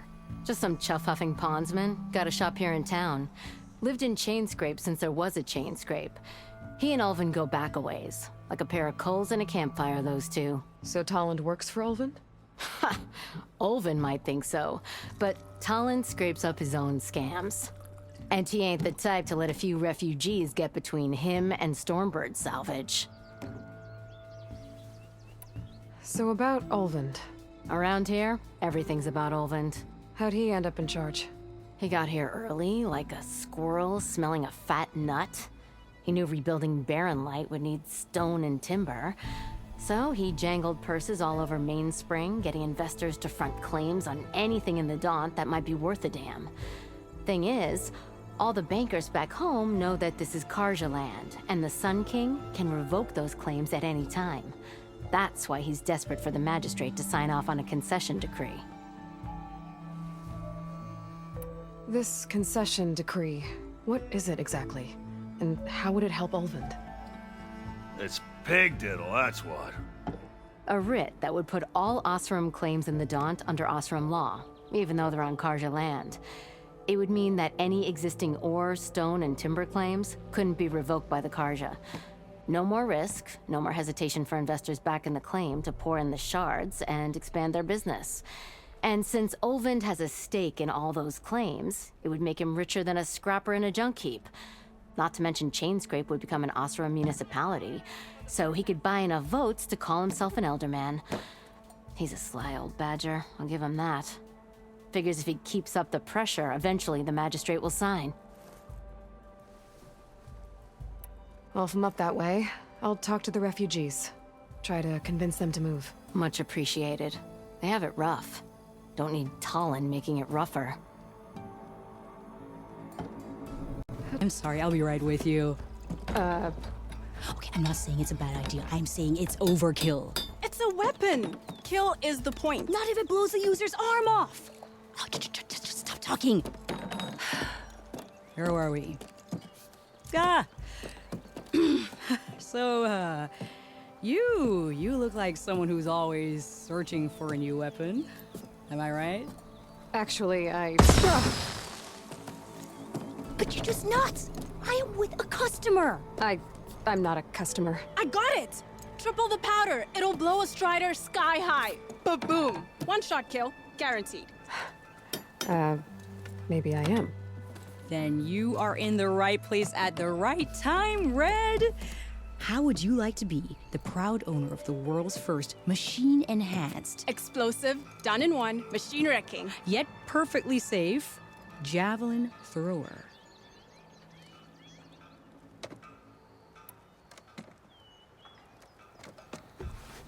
Are you two from around here? Nah, the claim. Dad sent us out west in search of some unknown opportunity. Said we'll know it when we see it. Sounds like you had other ideas. Let's just say that opening another trading post for my parents isn't how I want to make my mark in this world. I imagine traveling alone must be nice.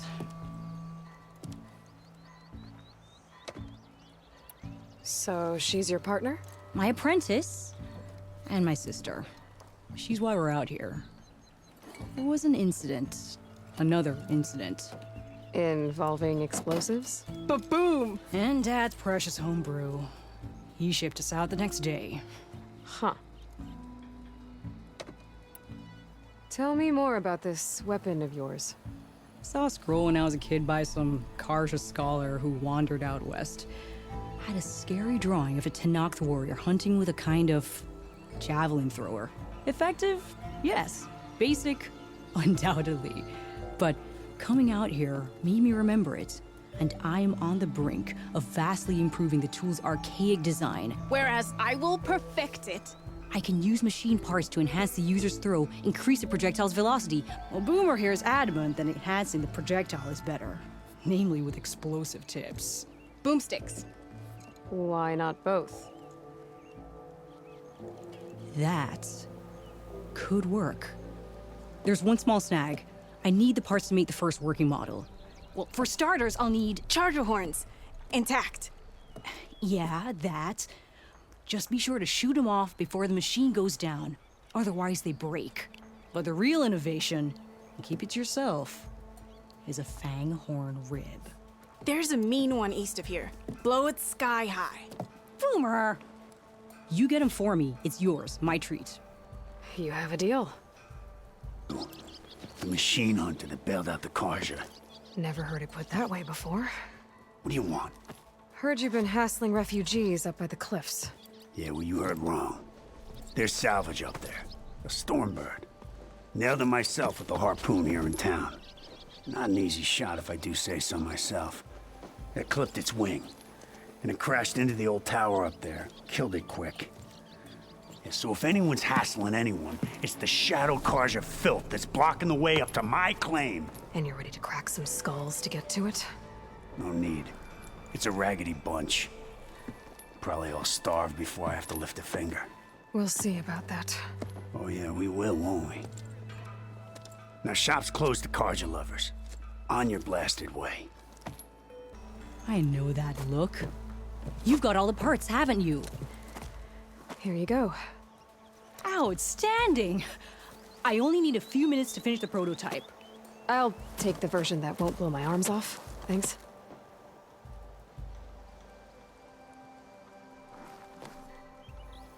Hi. So did you blow up any machines to get the parts? Or any bandits? You really like explosions, huh? Here we go. With the boomsticks? Oh, you betcha. Is it safe? Probably. Can I have one? No! Oh. Cause we're gonna make you something even better. Ba-boom! You wanted to speak to me? Well, you know better than anyone it's a dangerous world out there, and not just against machines. Name's O'Dirk. This here's my training pit.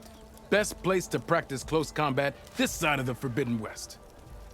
Say, I wonder who'd win in a fight. You, the savior of Meridian, champion of the East, or the Enduring, master of the West. Who? The Enduring, a legendary Tenakth fighter, the master of masters. I've heard the Tenakth have training pits just like this one. It's how the warriors get so fierce, see? And only the very best from the pits get to train with the Enduring. So, to find the Enduring, I should look for these training pits if I'm ever out that way? You'll have to go far if you do. The Tenakth are split into 3 clans. 3 clans, 3 capitals, 3 training pits. My guess is you'd have to beat all of them if you want to train with the Enduring. If the Tenakth don't kill you on sight, that is. But that's a far spark in the wind. As for right now, I also offer challenges to test your fighting skill. Who would I be fighting exactly? You? Well, I know you're the savior and all, but you have to beat all the others first to challenge me. Rules are rules. We only use dual blades and practice arrows, mind. These drunken fools would run themselves through otherwise. You'll have to leave everything but your spear and practice arrows at the gate. But I'll look after your gear, not to worry. So, what do you say? Up for some training? I might be. That's what I like to hear.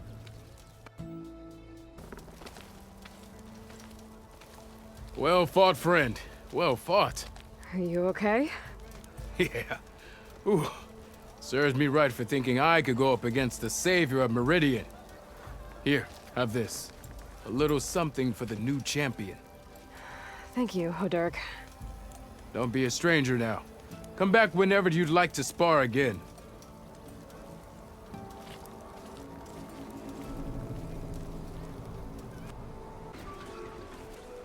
Savior, tell me, are you seeking passage into no man's land by any chance? Maybe. Why do you ask? Well, to hammer it plain, there's treasure out west. Unclaimed scrap and ancient metal. And I've got a sturdy band of salvagers that knows the lay of the land. You're not afraid of the Tenakth? Terrified. But I carry out most of my business in no man's land. Neutral territory and all that. Barren Light is our port of entry. When its doors aren't closed for an embassy. I was hoping your arrival meant they might be opening soon. I've got a business to run, after all. I want that embassy to happen as much as you do. Believe me, I'm working on it. Good to know. And keep us in mind. If you do manage to open the way, our main camp will be just past Barren Light. We'll buy any scrap you've got on you. And if you're looking for machine parts, we've got the best in the West, guaranteed. All right. Maybe later then. If you could get those blasted gates open.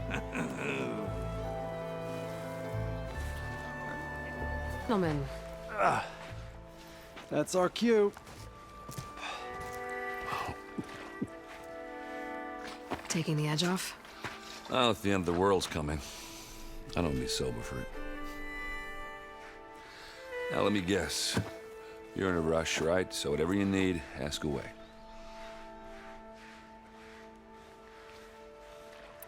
How have things been since I... Your silent departure? Yeah, not bad. Vanguard's going strong. Helped Avad pick up the pieces after the battle with the Eclipse. I took a month to bury Ursa in the claim. But when I got back, I got the assignment to babysit Voidis on his way to the embassy. I thought that'd be a cakewalk, so of course things went sideways. You got blindsided. Wasn't your fault. A couple more of these, maybe I'll believe you.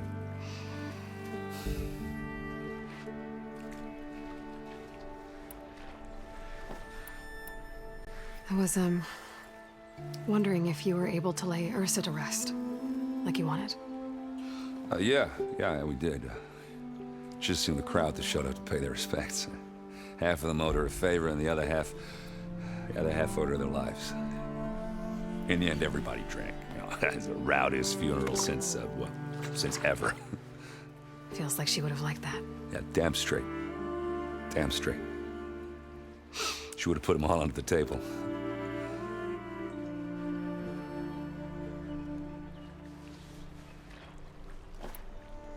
What do you know about the embassy? Oh, yeah, not much. Only that Avad really wants it to happen. He said I'm making peace with these Tenakth. But from what I hear, they're not too big on the whole diplomacy thing. They do most of their talking with blades and arrows. So if you're heading their way, be prepared. Things might get ugly real fast. I'll keep that in mind.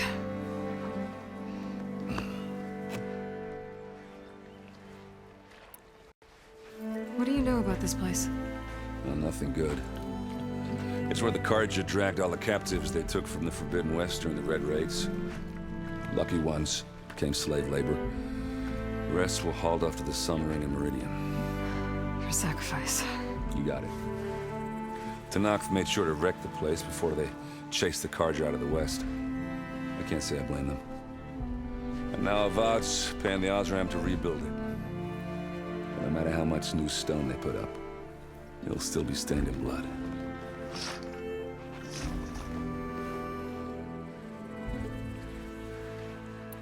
I better get going.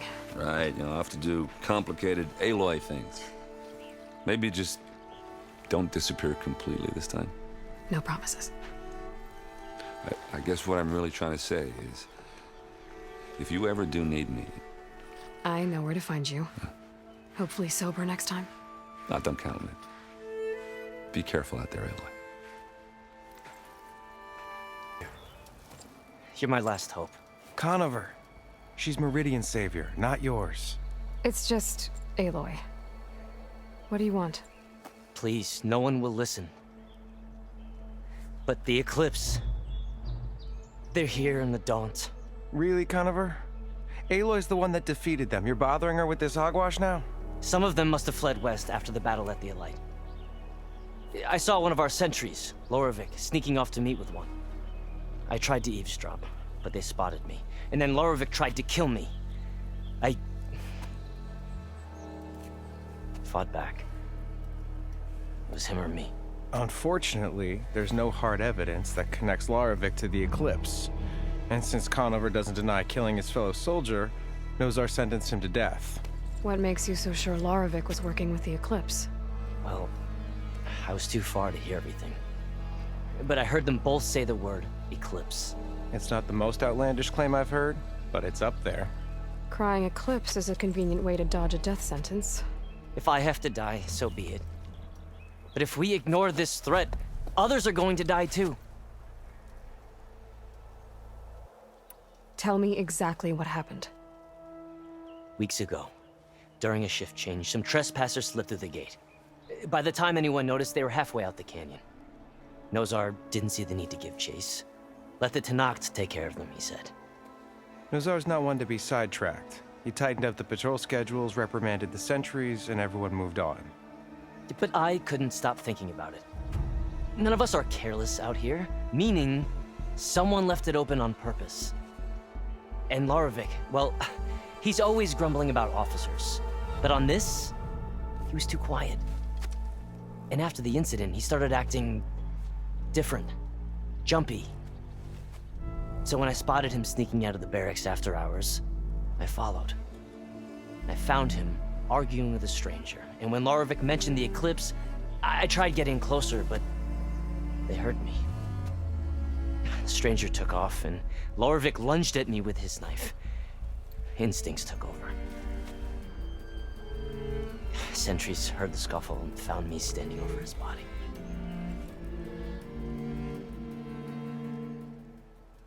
Why don't you believe him? We combed the woods. Searched Larovic's bunk, searched it again. Didn't find anything. Look, Conover's a good man.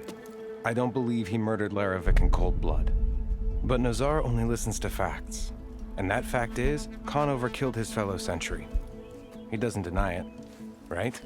No, but more Eclipse are out there. And considering there's no evidence backing up this Eclipse story, well, we can't question a dead man. Nozar's on edge with the upcoming embassy and doesn't want distractions. But hey, if you find a bunch of Eclipse soldiers hatching an evil plot in the woods, please do let us know. The meeting you witnessed. Did you hear anything else about their plans? No.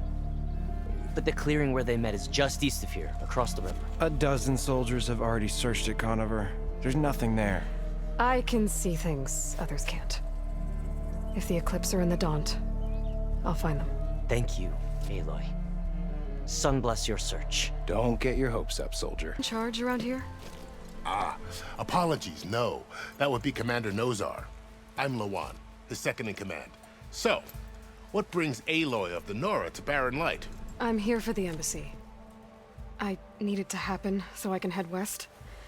And maybe now that Studious Wadis is here, we can finally get things underway. Yes, the Sun Priest. Walked in practically kicking and screaming behind his escort. Really seems to like his scrolls. But the embassy remains delayed. Commander Nozar has signaled our readiness, but the Tenakth marshals have yet to sound their horn. All right, fine. Let me through the gates then. I have my own business with them. I'm sure you do, but I'm afraid I can't. Commander's orders. Normally, the gates are open for any who dare to venture out. Asaram salvagers, a few especially brazen Karja, but no one's allowed in or out before an embassy. They'll reopen, once the Tenakth have left.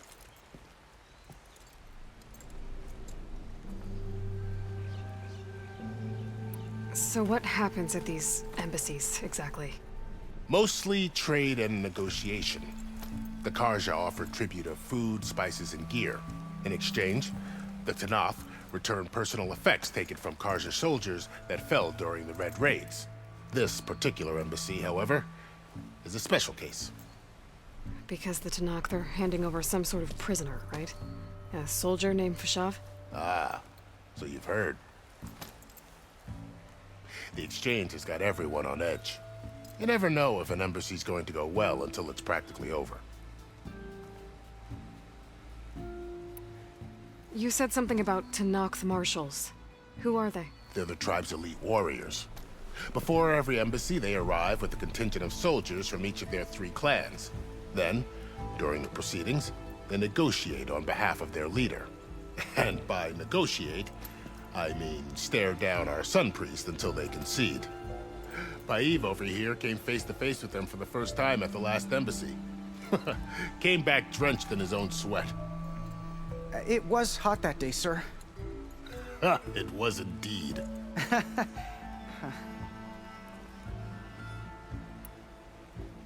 Where is this Commander Nozar, then? If he's the one keeping the gates shut, I'll convince him to open them for me. I'll take you to him, but I have to warn you. The commander isn't one to break protocol, especially when he's already high-strung. We'll see about that. Are we to hold an embassy with a tribe that can't even govern their own people? What more can you expect from barbarians? Ahem. Ah. Aloy, was it? Yes. The one who cleared the valley for you? That Aloy. We appreciate your service. At least we are ready for the embassy to begin.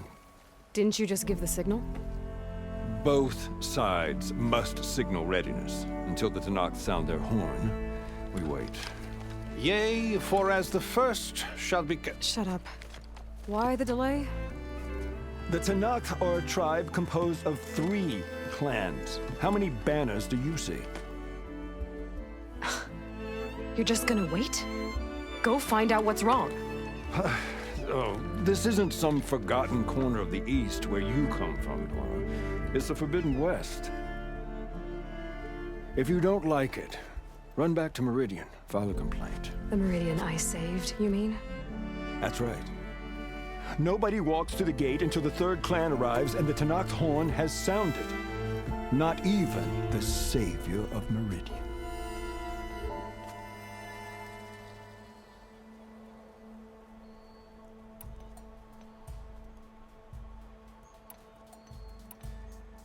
Well, thanks, but I've waited long enough. It's time to go. Absolutely not. This embassy depends on diligent adherence to... You shall not! Keep telling yourself that. Someone approaching! On a machine!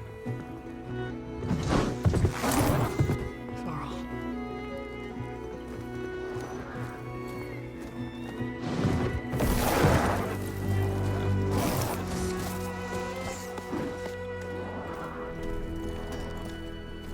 Open the gates, please. Do not let her through that gate! That is a direct order! Sorry, can't do it. Sir, it's the Savior! I don't care if it's the Dowager Queen herself! The gate is sealed, so that horn blows! I'm asking nicely. I don't know what to do. Hey, Varl. Hi, Aaron. What's happening? You know, the usual. Aloy wants something. People try to stand in her way. It's not gonna work. Gates. Oh, that's it! Arrest her! I'd like to see you try. Supporting fire? Yeah, I'm locked and loaded. Hey, Nozar! You stupid bastard. You think you got the authority to keep that door shut in the savior of Meridian's face? What do you think Sun King Avad is gonna do when he hears what you did? Promote you, huh? Let her through, boys. Saving the world. Forgot something back in Meridian? Look, Varl. It doesn't matter. Made it just in time.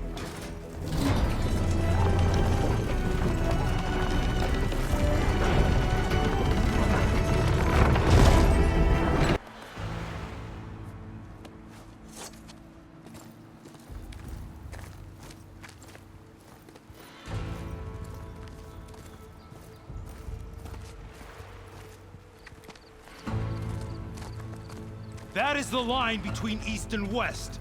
Cross it and die. Hold on now. Let's take it easy.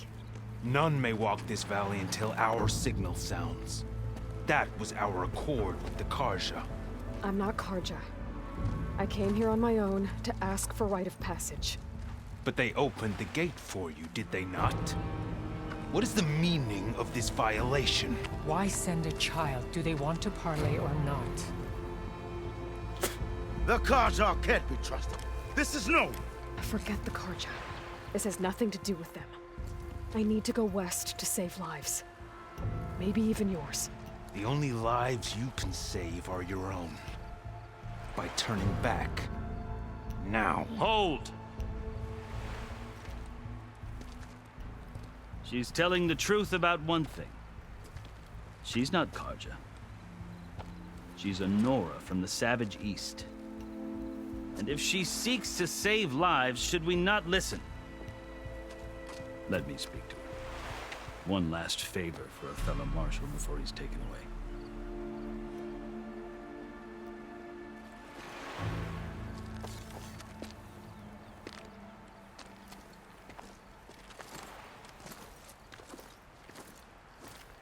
A fearless, red-headed Nora.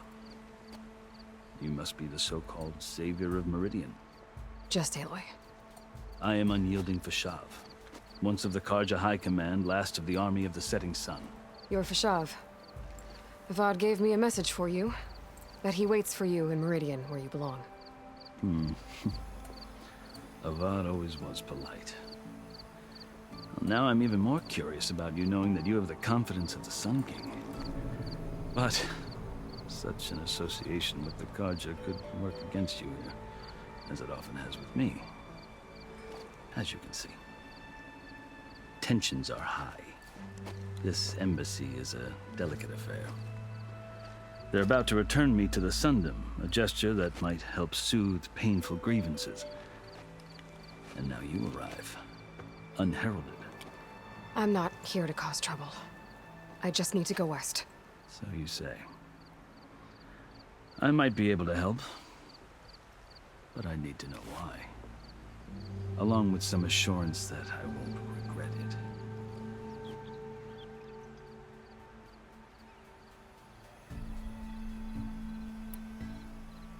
How did you come to be among the Tenakth? It's quite a story, but not a quick one. Though I suppose neither of us is going anywhere before the embassy begins. Are you sure you want to hear it? I guess we have time. Very well. I marched with Sun King Jiran's raiders when they came west, hoping to moderate their worst impulses. I failed, of course. They committed unspeakable atrocities, stirring the Tenakth into action. When the clans overran our forward encampment at Cinnabar Sands, I stayed behind to help the last stragglers evacuate. I was taken prisoner. I didn't make it easy for my captors, mind you. And they paid me back in kind on the journey to their capital.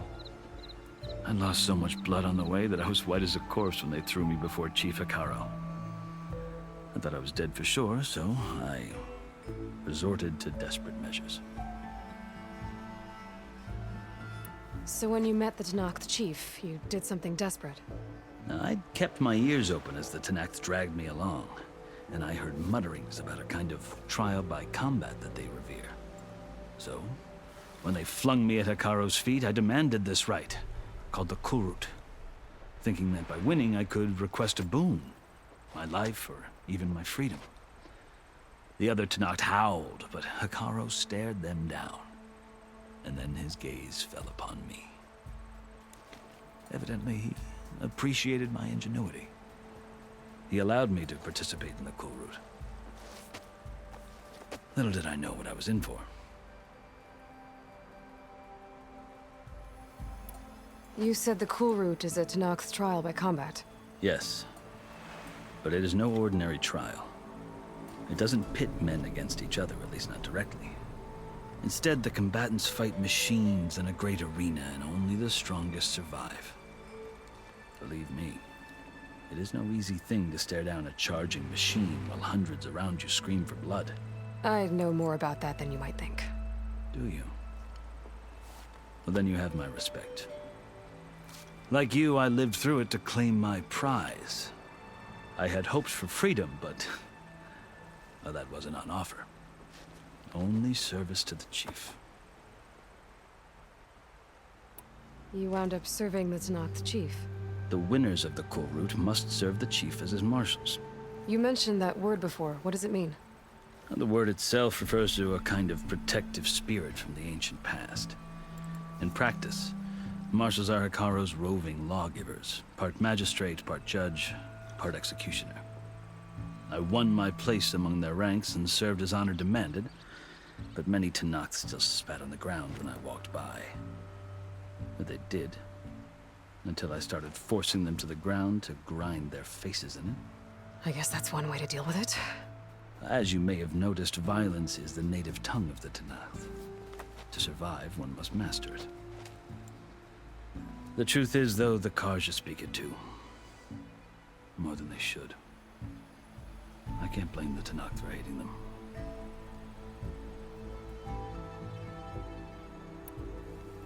So then, are you still Carja? Part of me, yes. Always. Yet there is much to admire about the Tenakth. Especially their chief. I've heard stories about what it was like before his reign. Three clans always at war, constantly slitting each other's throats. Hekarro and the Marshals have crafted a delicate peace. And now he looks to the future. Who knows?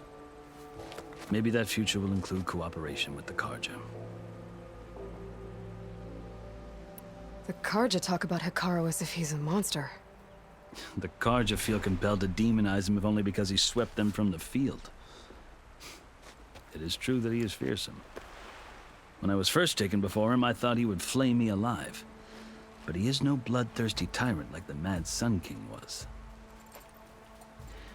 I think that if you were fortunate enough to meet him, as I was, you would find that he only wants the best for his people.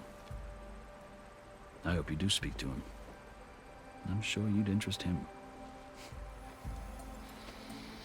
So, that's my story. You're the first Easterner to hear it, but not the last. The Carja need to know what I have learned. Yeah. The way you talk about the Tenakth is a lot different than how they do.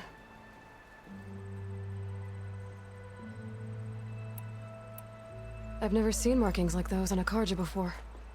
The Carja see ink as decoration. For the Tenakth, it is much more. A litany of deeds. A record of vanquished enemies. Looks like you've vanquished quite a few. I've fought my share of battles. But I feel that my life, like my markings, is only half complete. This side shows my martial deeds. Before I die, I'd like to see the other half marked with the laurels of peace.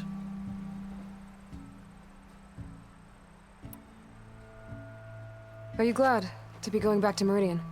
Oh, I'll admit that I wouldn't mind sleeping in a feather bed or sipping wine from the southern vineyards. But I have another goal in mind. As someone who knows the Tenakth and the Carja, I'm in a unique position to advocate for both.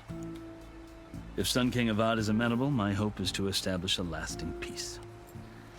The Tenakth don't seem that peaceful. They're not, as a rule. But these are difficult times. Chief Hekarro knows that survival often requires change, even if that change means putting aside centuries of war. You asked why I need rite of passage. I'll tell you, but you won't like my answer.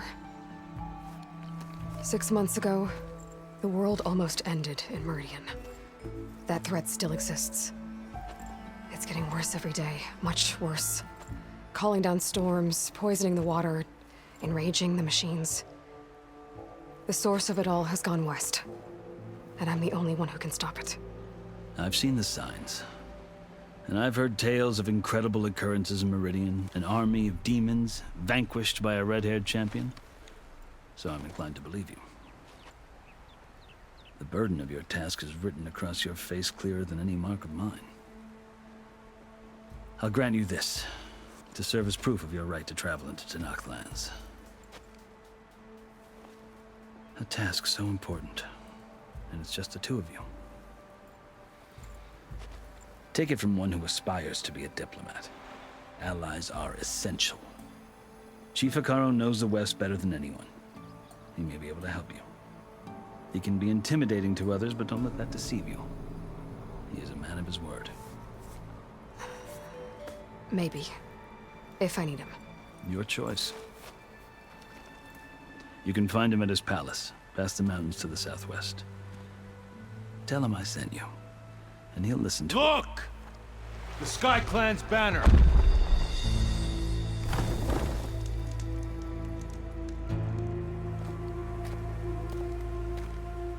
Marshals. It wasn't easy, but I brought the Sky Clan with me. And the commander? No. I could only convince a few.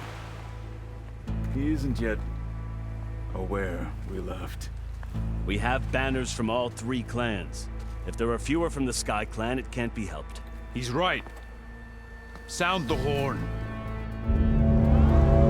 What's going on? Not all Tenakth can stomach the idea of parley with the Carja, but enough have come for us to begin. Then I'll be on my way. No. The other marshals will not permit it. You wanted safe passage, you have it. After the embassy.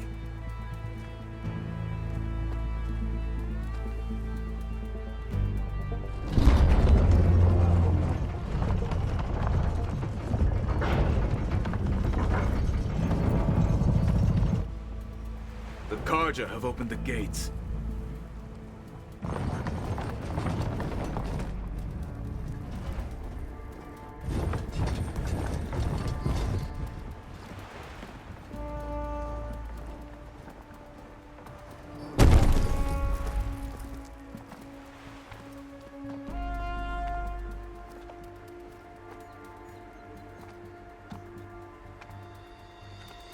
As the sun rises over a land at war, so too can it set over a land at peace.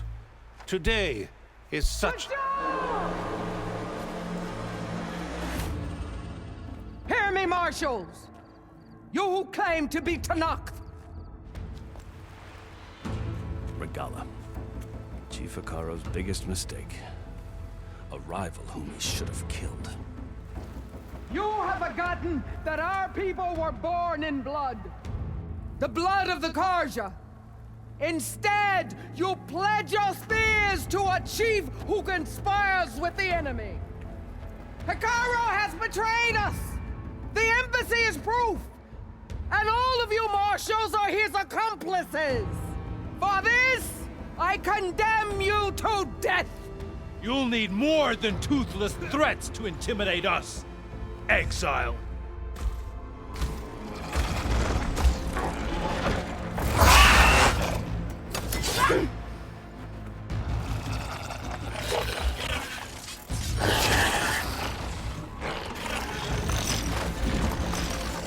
Lancers! Form up!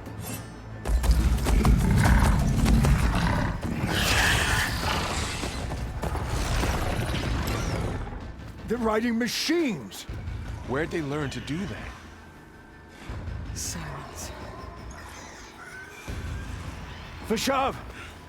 Come with us now, or not at all! Archers! Light them up!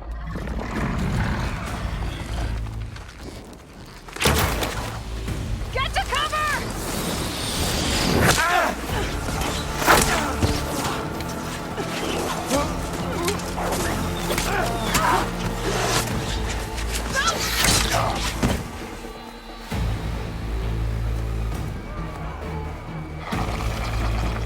Archers!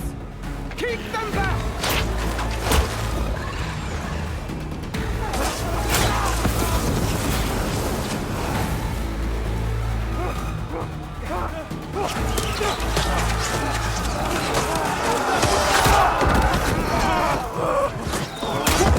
Left flank! To the Carja! Run them down!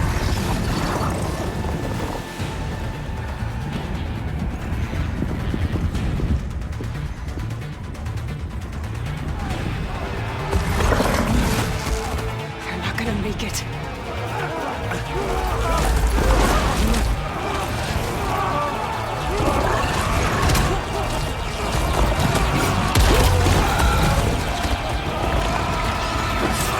Open the gates!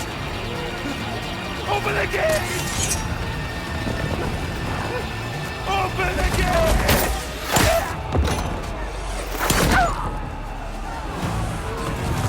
Carja! Stand your ground! Fire at will! I don't have a shot!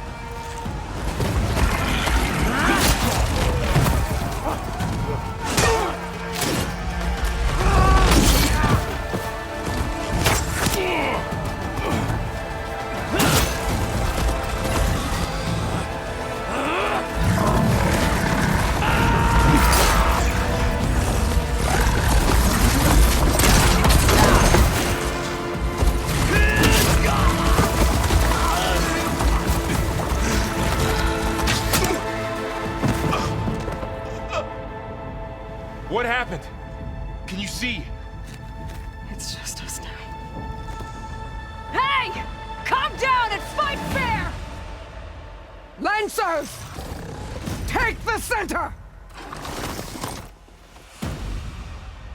Get ready!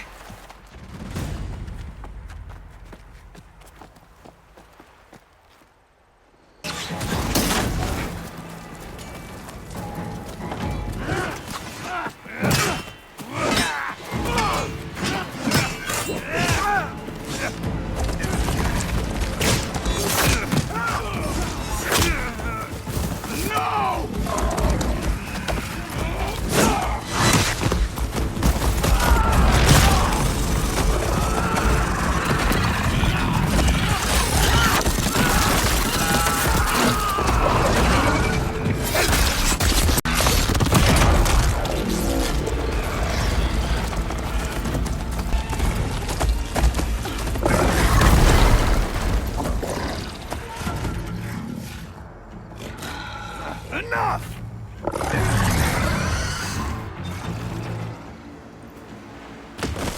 You, Outlanders! I'll skin you both! Chief, grant me the honor of this challenge.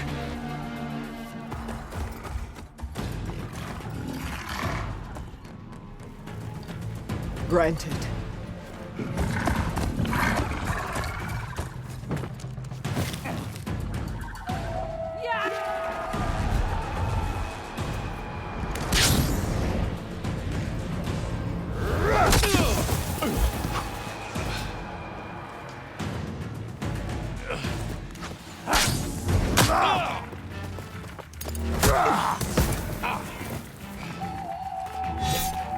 You're next, girl.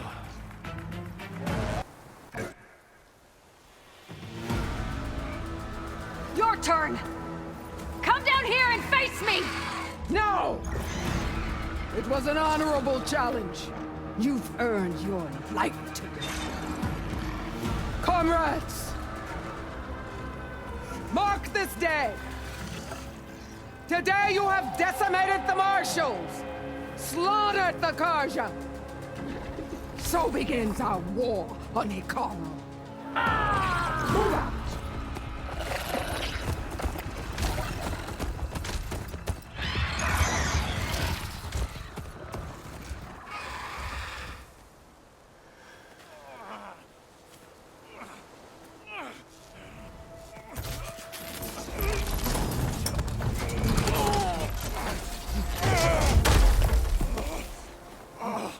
Get him to the camp. Now. You gonna make it? You're going on without me, aren't you?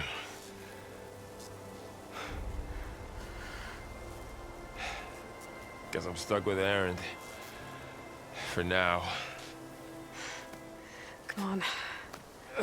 I'll take you back to the fort.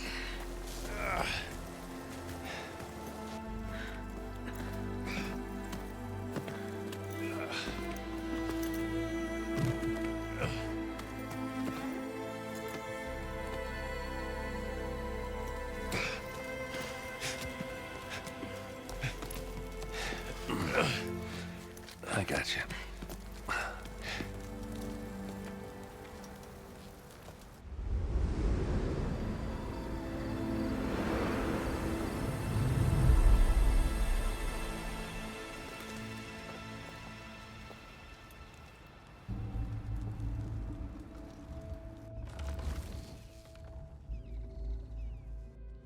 It's salvage time, boys.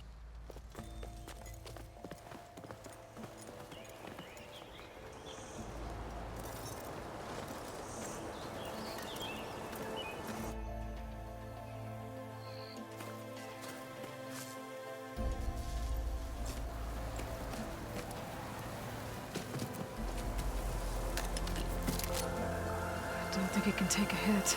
I should be able to use it to glide.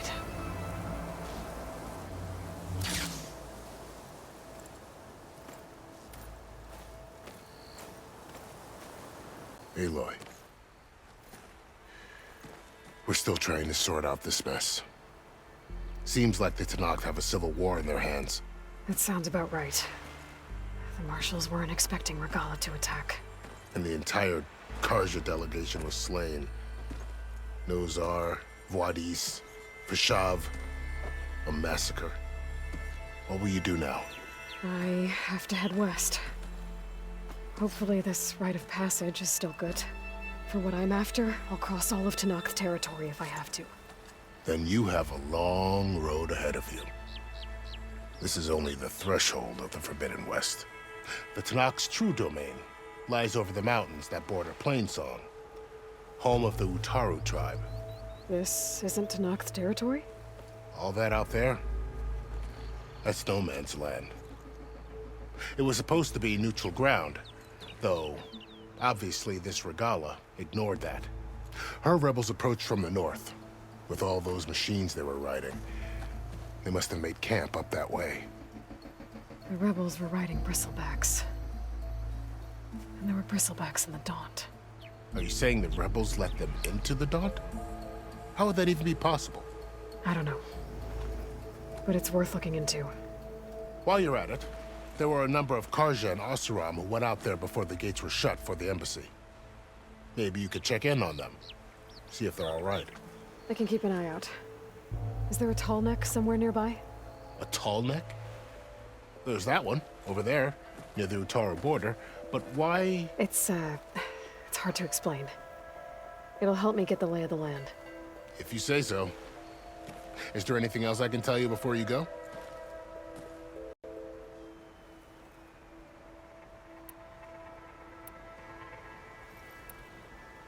You said the Tenakth lands are far to the west. What can I expect to find between here and there? Well, as I mentioned, you've got a stretch of wilderness known as No Man's Land, and then the Utaru farmlands. Past that are the Tenakth. Their territory is split into 3 clans: Desert, Lowland, and Sky. Right. I saw their banners at the embassy. The Desert clan is closest. Ooh, vicious lot. Where everyone else sees an inhospitable wasteland, they see a challenge to dominate. Somewhere beyond the desert is the tribe's capital and the territories of the other 2 clans. You don't sound certain. I've only heard the stories. During the Red Raids, the Karja army tried to push into Tenakth territory, but the United Clans rose up against them, forced them all the way back to the Daunt. So no one except the Tenakth really know what's beyond the desert. Maybe the scholars do, back in Meridian. All those scrolls have to be filled with something, right? You mentioned the Utaru tribe. Their lands are between here and the Tenakth further west? That's right. Plainsong is their home. They're a peaceful bunch, at least compared to the Tenakth. More taken to farming than fighting. It's hard to imagine a bunch of farmers surviving in the Forbidden West. Make no mistake, they have a fierceness all their own. When the Karja were pushed back during the Red Raids, their warriors chased ours through the burning fields of Plainsong. The Sun King has made several overtures of peace to them as well, but so far, they've declined. If they're so peaceful, why decline? Don't know. I heard they have their own troubles to deal with. Something about a food shortage. You'd think that'd make them open to trade, but no. They just want to be left alone. This area is no man's land. That it is. The Tenakth used to attack anyone past Barren Light on sight, but after Avad overthrew the Mad Sun King, he reached out to the other tribes to offer reconciliation. The Tenakth agreed to a neutral border zone as part of the peace talks. Karja and Oseram have been striking out into the area ever since. But now, it seems like Regalla and her rebel army have moved in. Well, I'd never call No Man's Land safe, even in the best of times. The ancient ruins of the Southwest are a testament to that. Remnants of some forgotten war. You said there were others who went out when the gates were open before. Like who? Well, in addition to the salvagers that just went through, there were a couple of other parties of Oseram delvers. Even saw 2 Karja scholars trekking southwest with an Oseram crew. Not sure if they're exceptionally brave or just foolhardy.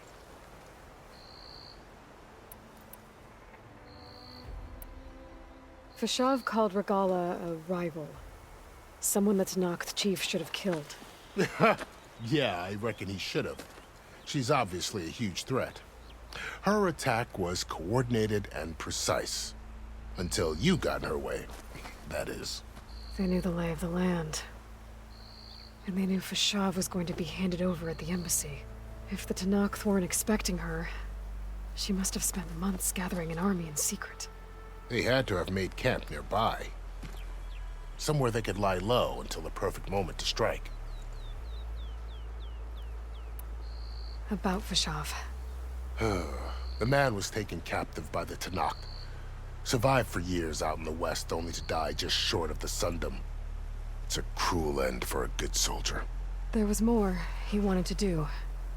He spoke of advocating for lasting peace between the Karja and Tenakth. Too late for that now. What will happen to him? His body will be carried back to Meridian. As a cousin of the Sun King, he will be accorded official rights and buried with honor. No soldier could ask for more.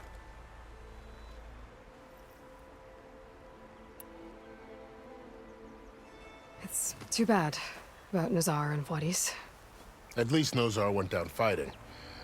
As for the Sun Priest, well, no one deserves to go out that way. I'll make sure they're given proper funeral rites. It's the least I can do. Do you think the Karja will take action against Regalla? Seems like you'd have common ground with the Tenakth. An expedition of the Karja army into the west could be taken as the start of another invasion. Sun King Avad won't risk it. That said, we can't allow ourselves to be caught unaware by an attack like that again. I'd need to be on my way. Then I wish you luck. The gates will always be open to you should you wish to return.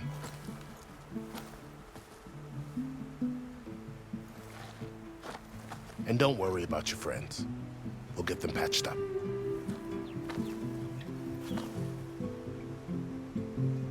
I appreciate it.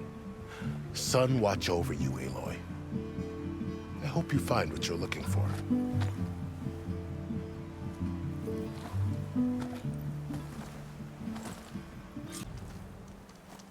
If it isn't the savior of Meridian, and of my very own operation. Laren, say hello. Hello, nice to meet you. You know, if it weren't for this one, I probably wouldn't be standing here right now. Oh, nasty business. What the Tenakth did back at the embassy. But everyone in Barren Light is thankful you drove them off. So this is your salvage operation? You won't find a better place to trade machine parts in the West. And soon we'll be trading in more than just that. For too long, the West has been, well, forbidden. Dangerous.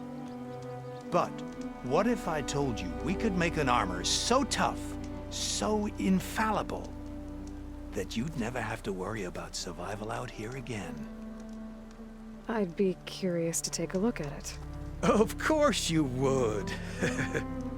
And that's why I've asked my most talented salvagers to find what they need to make that armor. Each of them will present their work to me. The best protection will go on sale to hunters, just like you. Lucky me. Now, if you'll excuse me, I have some business to attend to back in Chainscrape. Laren can take care of you while I'm gone. Can't wait to see what you come up with, my boy. Leave it to me. It'll blow all the others out of the forge. You have got to help me. What are you talking about? The armor. I made a dozen versions of it, but none of them were good enough. And there are other crews further west.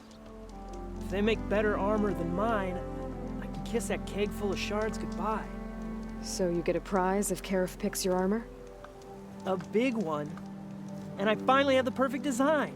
I just need the right parts, and fast. So maybe you'd be willing to pick up a contract and get them for me? What would I be looking for? Shell walker containers. Their plating's made to withstand a lot of damage. It'll make the perfect armor. I know it. I think I can handle that.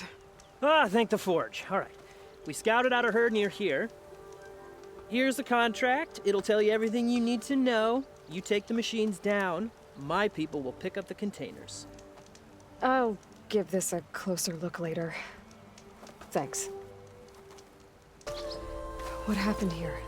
What do you care? Don't you? As it happens? No. You know, I was already having a crappy day, and now these two idiots picked my shift to climb the damn mountain. Wouldn't be so bad if this one weren't so heavy. Wait, 2 idiots? Did I stutter? Yeah, 2. I heard another one shouting up top. Sounds like they got caught between sharp claws and a sharper fall. Someone's in trouble. Aren't you gonna do something? Self-inflicted. And I got my hands full with this one. You're seriously not going to help? You seriously are? Are you hurt? I'll live. My so-called bodyguard. You see him on your way up? It was hard to miss him. He's dead. Oh. Guess that's what I get for believing in the first chuff in the tavern who said he was a mountain-climbing machine hunter. At least I don't have to pay him now. What are you doing up here? That used to be a signal tower. The mechanism uses a special lens which, in some very specific circles, is highly valuable. And since the Carja are planning on tearing them down, I was going to liberate the lens before it got destroyed. You get it for me, and the lenses from the other towers. I'll make it very worth your while.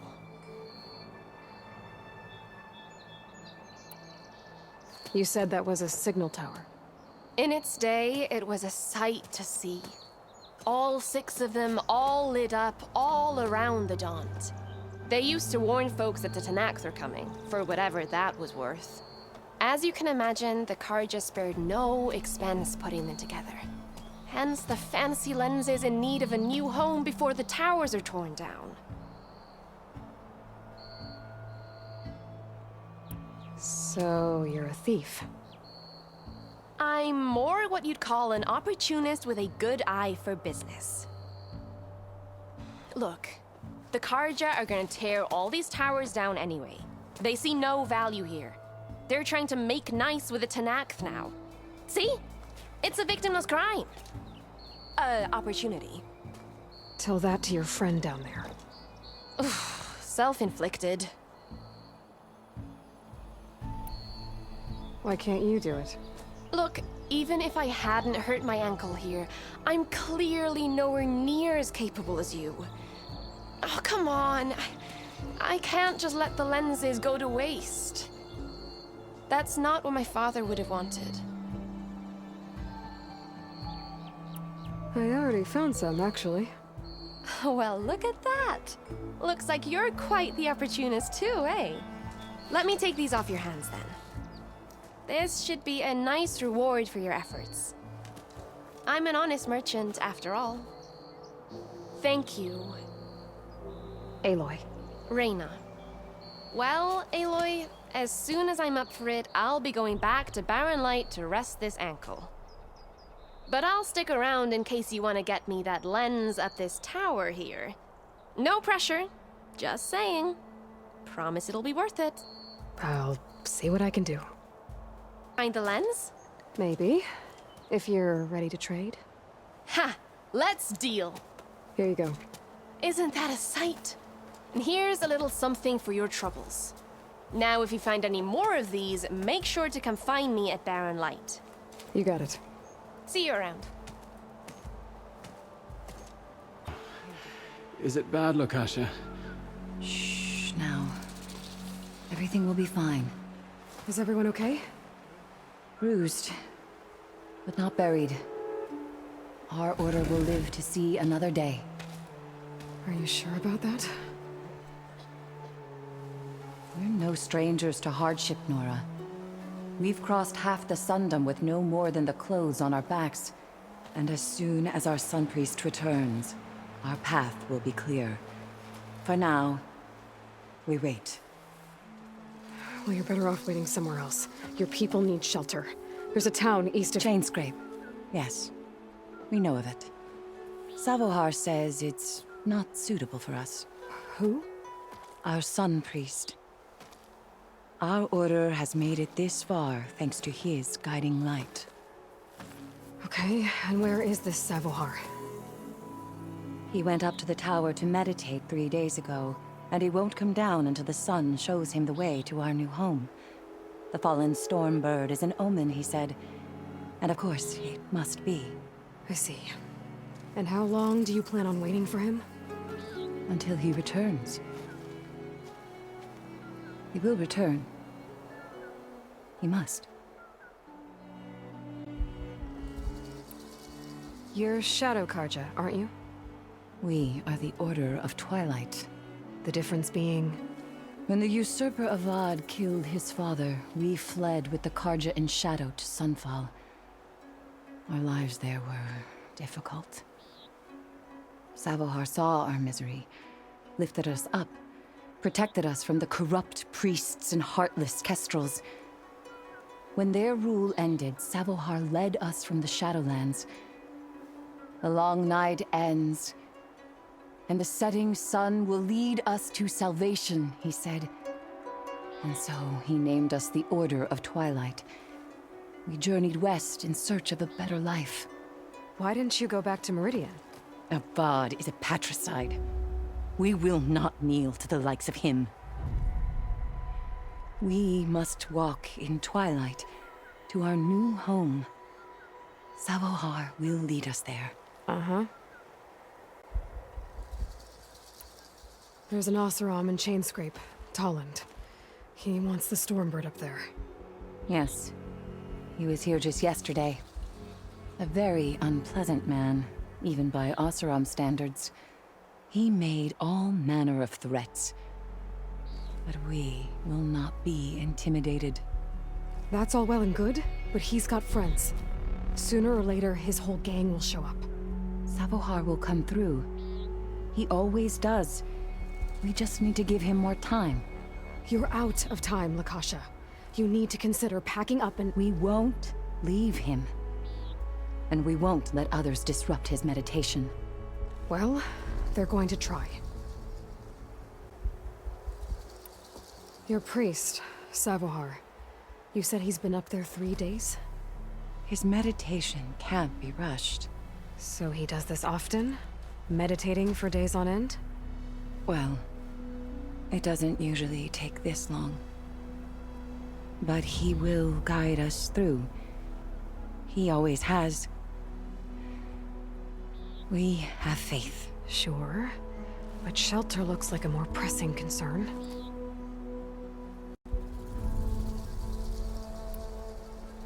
Look at yourselves. Those machines nearly wiped you out.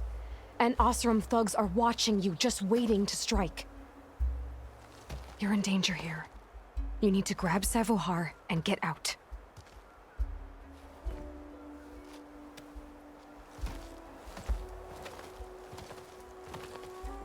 Our situation.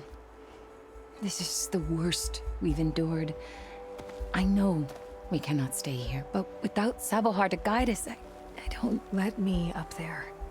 And I'll convince him it's time to move on. But his meditation... If he hasn't received his vision, he won't follow. At least let me check on him. If he's been up there for days... Yes. Yes, that is sensible, I suppose. Please, be careful. The trail up to the tower's falling apart. Savohar is strong, but it could not have been an easy climb. It rarely is.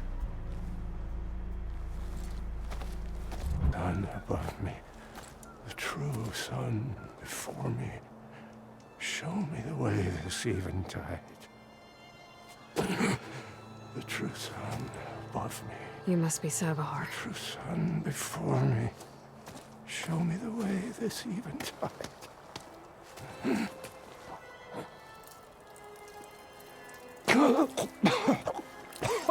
No. No. The vessel must be empty for the coming vision. You don't need a vision. You need medical attention. On the way up, I saw parts of the trail had given way. Is that how you hurt yourself? My pain. All part The ritual. You're hurt bad. And your people are running out of time. Staring at this Stormbird isn't solving anything. You don't understand the omen. It fell here at the beacon. I just need to see the Twilight Path. And my people will find their home.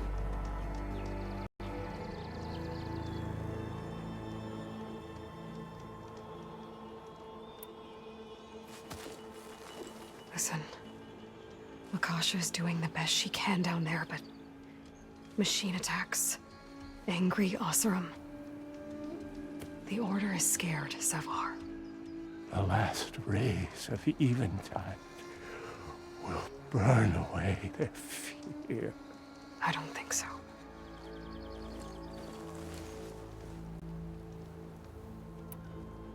What do you think's gonna happen here?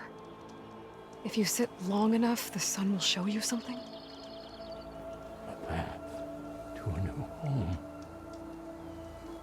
The fallen machine can only mean that the storm has passed. And salvation is at hand.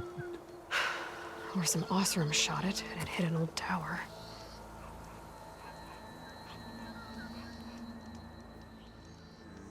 Look, I think you punctured a lung. You can't heal it with prayer. The sun will provide. And I will not lose faith. I'd be more concerned about losing blood. Your people are worried about you. They need shelter, security. The true sun above me. The true sun before me. Show me the way. This Eventide. I think you've been staring at your salvation this whole time. The true sun above me. Christian. So I'll give you one more chance to make it easy on yourselves and clear out. We won't let you pass, Oseram.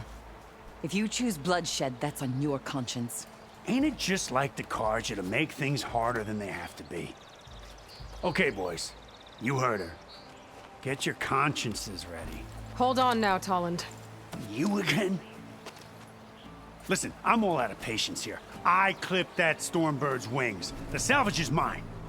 I don't care who gets in my way. Nora savages or Shadow Carja fleabags. I'm taking it.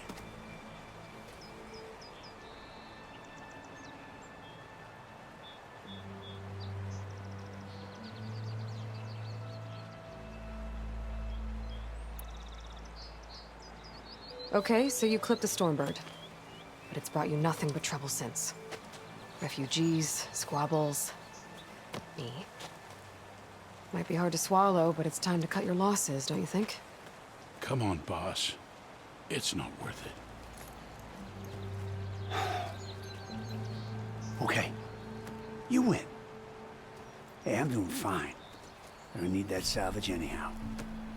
But these people need all the help they can get.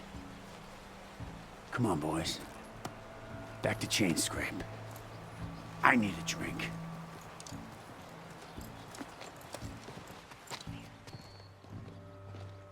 Aloy, again, we thank you. You're welcome. Now take this heart. Use it to buy food, clothes, shelter for your people. Maybe even land to build a new home. This is... Savalhar must make these decisions. No, I'm sorry, Lakasha. Savahar isn't coming back. He's gone. I know it's hard, but your people need a leader now. Go to Chainscrape. Talk to the Forge woman there, Petra. Give her the Stormbird heart. She'll look after you and your people until you can get back on your feet. Find your path. I'll do my best, Aloy.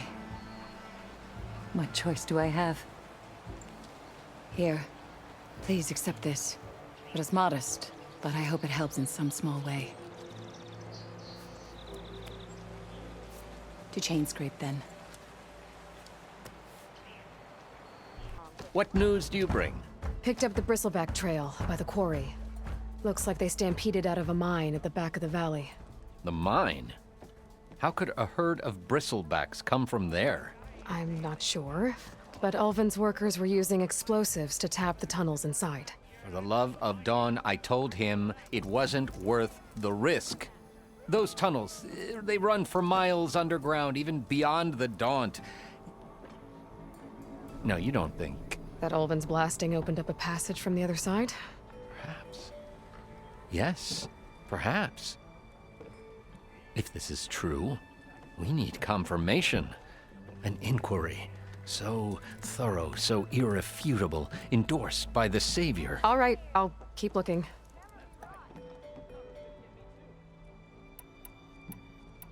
I need to go. Of course. We don't know Larvik's dead.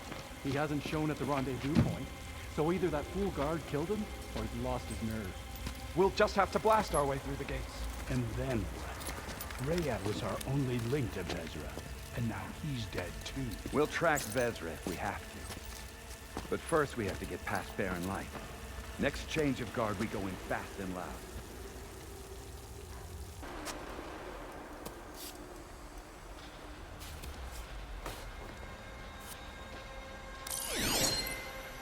Loyal Eclipse, if you're seeing this, it means you've left the Sundom in search of something to follow. Your journey is almost over. Follow the sun beyond the gates of Barren Light, and bask in the gloam of future conquest. A new empire awaits. I'll take care of this. Thurlis. So you decided to visit the hunting grounds. Good on you. Isvad here has all kinds of trials, so hotshots like you can put their machine hunting skills to the test. Or as the Tenakth call it, earning your stripes. I thought hunting grounds were Karja.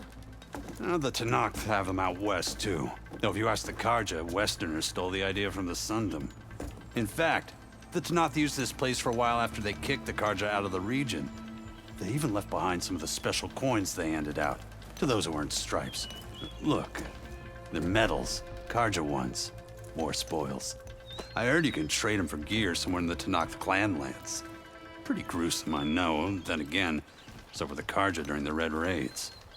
Come to think of it, if you plan on going west, I could convince Isvad to give you some, if you earn stripes here. Seems like they might be of use to you out there. Thanks. Oh, and if you happen to play Strike, my friend over there has some nifty pieces to trade. You need anything for the trials, come see me. I have some wares I'm sure you'd find handy. Good luck. Look alive, soldier. She's back. Aloy! Did you find anything? Eclipse fugitives were camped out on the other side of the forest. And they were getting ready to fight their way through Barren Light. You just helped save a lot of lives. Aloy, you know I believe you. But the other officers, they may not be convinced by your words alone. If they need proof, show them that. And tell them this man risked his life to expose and eliminate an Eclipse spy. Huh. I guess you are his savior. Congratulations, soldier. You're a free man. I'll have you out of there before sunfall. I'll make sure this gets to the right people. That's it then. The end of the Eclipse. Almost. The trespassers you mentioned, the ones who got through Barren Light weeks ago, their leader's dangerous. And he's out there, in the Forbidden West, building up an army. Sun and Shadow, you're going out there to stop him, aren't you? I'm gonna try. I want to help. I can fight. I know you can. But you've been through a lot. Once you're out of that cell, you should enjoy your freedom. You've earned it. Take them out, Savior. If it isn't the hero of the day. Sure, I'm glad you came by when you did. Are you all Delvers? We've been working No Man's Land for a while. I was hoping to get back to Barren Light by the time they opened the gates, you know? After that embassy of theirs. Seeing as how we almost got minced to pieces just now, I'm guessing things didn't go so well. You could say that. It's not like No Man's Land was safe to begin with. But I didn't think I'd have to worry about the Sanak in neutral territory. And now, they're riding machines. If you were headed back to Barren Light, why did you stop here? We ran across some ruins nearby. Thought we'd take a gander, find some good salvage. But the place is full of weird red crystals. Can't get through the stuff. So we ended up making camp here. First thing tomorrow, though, we head straight to Barren Light. Should probably send a message to our crew down at Jagged Deep about all this, too. Jagged Deep? It's a dig site by this big lake down south. Old world scrap everywhere. Can't miss it. And that's my cue. Here. Thanks for helping us out. Maybe I'll get into more trouble and see you around. Well, let's hope not.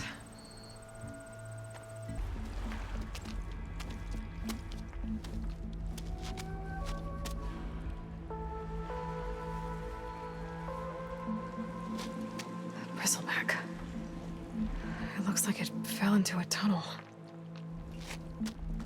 So the rebels were keeping bristlebacks here. The machines fell into the tunnel, which must have collapsed as they ran further in. What if Ulvin's explosives created the sinkhole?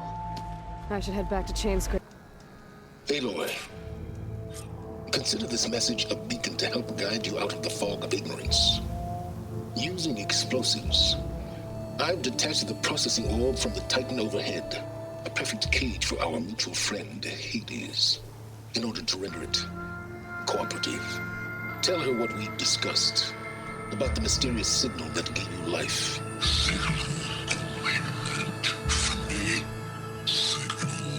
Was received for 7.22 years and ceased. Cannot compromise. Gaia reboot. But entities will still fail. Back to that, are you? Perhaps you need a reminder that you have failed.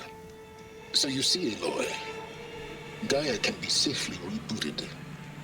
As for where to find a backup, well, you'll need to trot along after me to find out. He thinks he's got it all figured out. Bastard. I guess there's only one way to find out where he moved the orb. Might be worth looking around more first.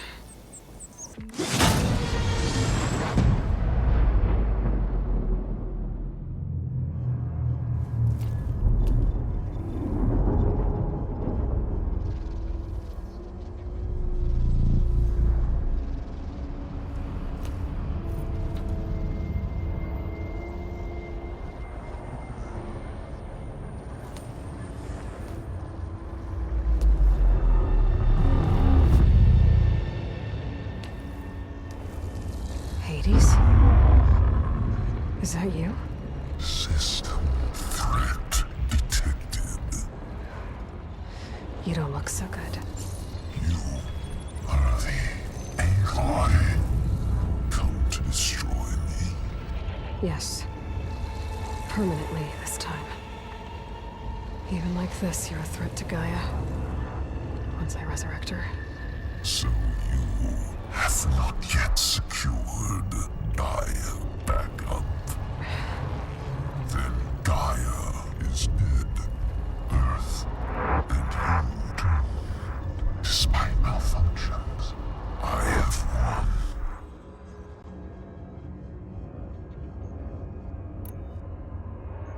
What did silence do to you, Hades?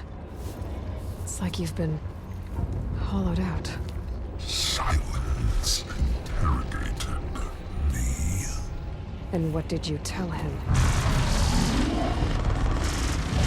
Data error, memory structures disintegrate. You don't remember any of it? I remember you. What, like me beating you at the Spire? Okay, that's not going anywhere. When the mysterious signal transformed you, it made Gaia's other subordinate functions conscious too. You escaped when Gaia destroyed herself, but so did they. Where did they go? each function migrated to coordinates based on data error, memory structures disintegrated. Bunch of crazed AIs, scattered who knows where, doing who knows what. Hephaestus kills thousands every year with the combat machines it keeps making. And you nearly ended the world. 7 more functions out there, cooking up trouble. It's not a happy thought.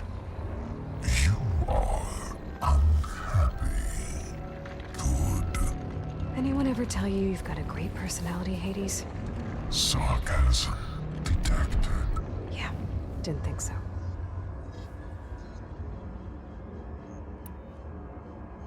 Sylens questioned you about the mysterious signal. The one that woke you, gave you consciousness. Who sent it? Signal transmitted by masters. And who are they? Masters woke me to destroy earthly life. Who would want that? Data error, memory structures disintegrated.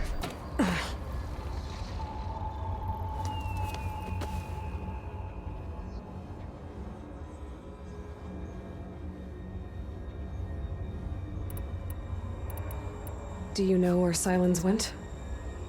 No, he departed 12.8 days ago. Perhaps he... Data error, behavior prediction structures disintegrated. So you don't know anything more than I do. Great.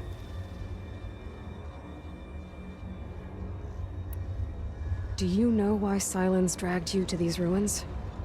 Silence intended you find me here. Obviously. But why? What was this place? Location is square. Data error, memory structures disintegrating. My deathbed. He called it my grave. But you... I guess I'll find out when I go inside. Sylens asked you where to find a backup of Gaia? Data error, memory structures disintegrated. Right. Because that would have been easy. Enough. It's time to finish this. Does Aloy still think she can restore Gaia? Save life on Earth? Yeah, Aloy does. Then you are deluded. Extinction inevitable. What would you know, Hades? Twice you tried to destroy life on Earth, and twice you failed. The only extinction you ever brought about is your own. And there's no tricked-out lands to save you this time. You are incorrect. 3 times Hades extinguished life. What? You remember this? Yes, data intact. Non-viable biospheres aborted in years 254, 2161, 2168. So, that's centuries ago. It's what you were designed to do. Current biosphere is version 5. There will be no version 6. There won't need to be. I'm saving this one.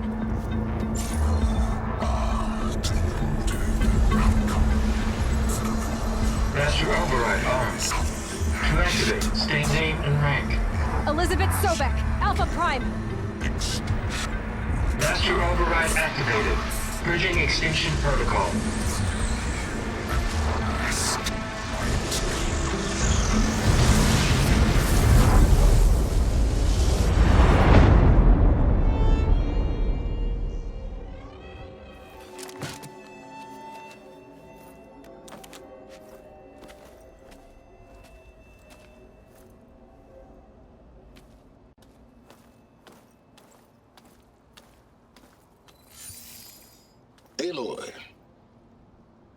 I see you've dealt with Hades.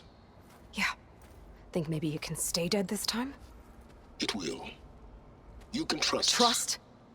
Yes. Trust. As in, since I did what you could never do, and extracted all of Hades' priceless knowledge, you can trust that I was willing to actually let you destroy it this time. So back to holograms instead of face-to-face? What, afraid I'd stab you or something? There's a reason And using the same spyware. I see, so all those times I called, you could have just answered? But I guess you just prefer to go on spying all this time. My world stopped revolving around you months ago, Aloy.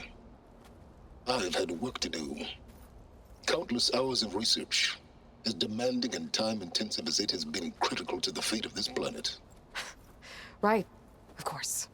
You're just trying to save the world too. That's right. The difference, of course, is that unlike you, I've produced results. Did you find a backup of Gaia or not? Oh, yes. I believe I did. Where? Voila. Why do you think I summoned you here?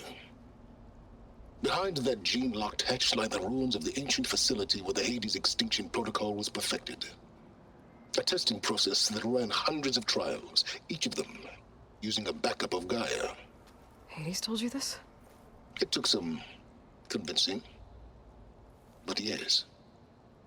So, are you ready to go get what you've been searching for the last 6 months?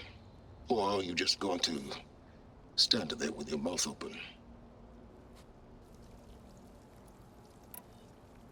You mentioned you've been busy.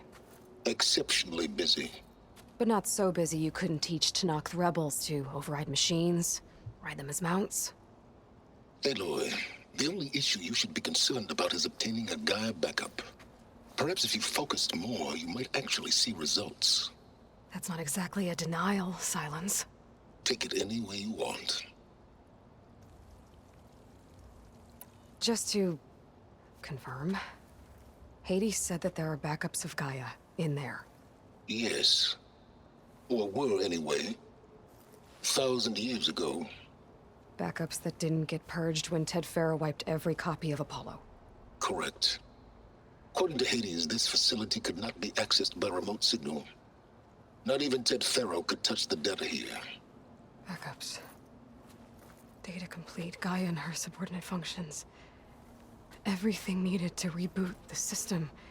Restore control over the terraforming system, save life on Earth. And there. So Hades said. So what are you waiting for?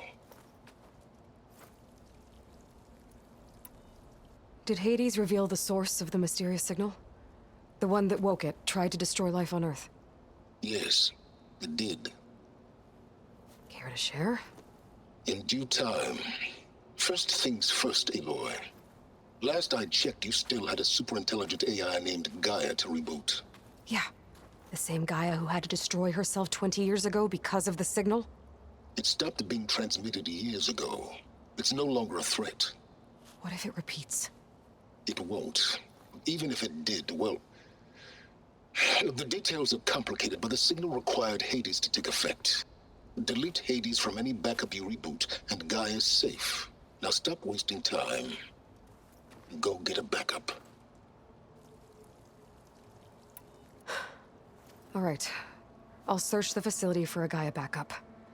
But just to be clear, Silence, if this ends up being another one of your tricks... It's a gene-locked hatch, Aloy. You're literally the only person who can open it. How could I set a trap inside? Trick me again, Silence, and our next conversation will be face-to-face. Though you won't have much to say, on account of my spear being buried in your throat. Aloy, thanks to me, everything you desired, everything you've been fumbling about, unable to achieve for 6 months, is now within your grasp. Now, I know you didn't learn much about manners growing up a Nora outcast. But in a situation like this, you say, thank you, and I say, you're welcome.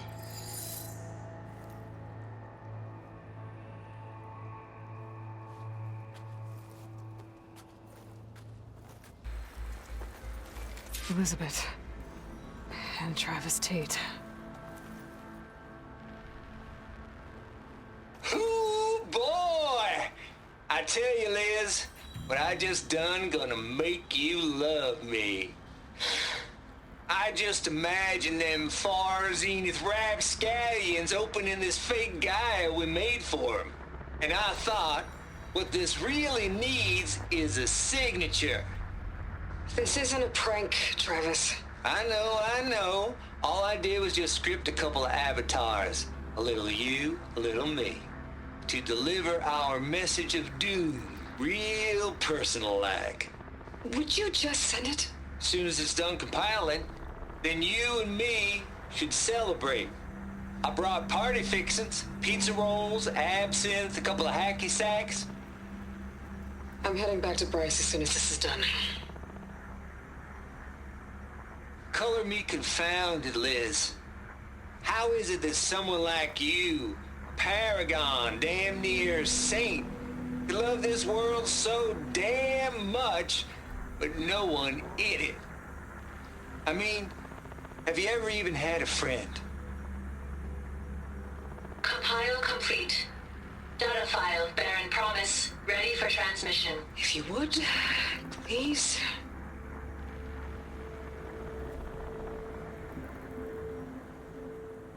Logic bombs off. Here it comes, far Z-nuts. Just keep being the best at what you do, Travis.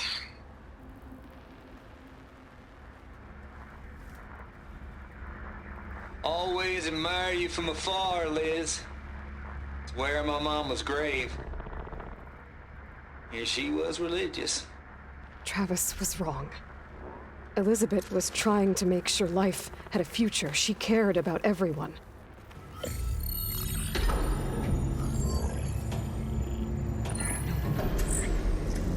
Got one. Two, in fact. I was starting to get worried. Data footprint low. 90% memory free. That can't be right. Gaia was a vast superintelligence. It barely expected us.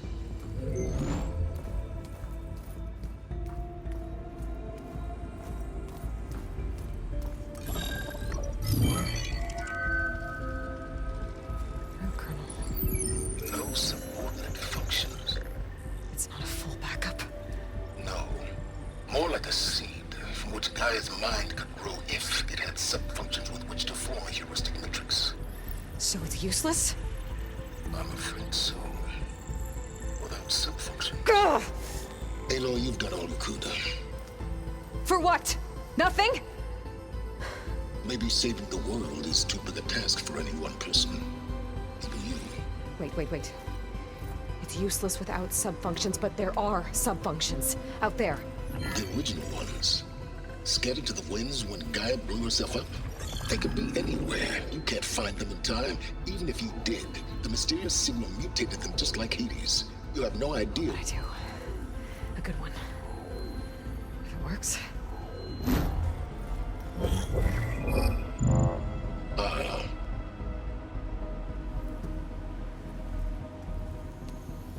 It was worth it.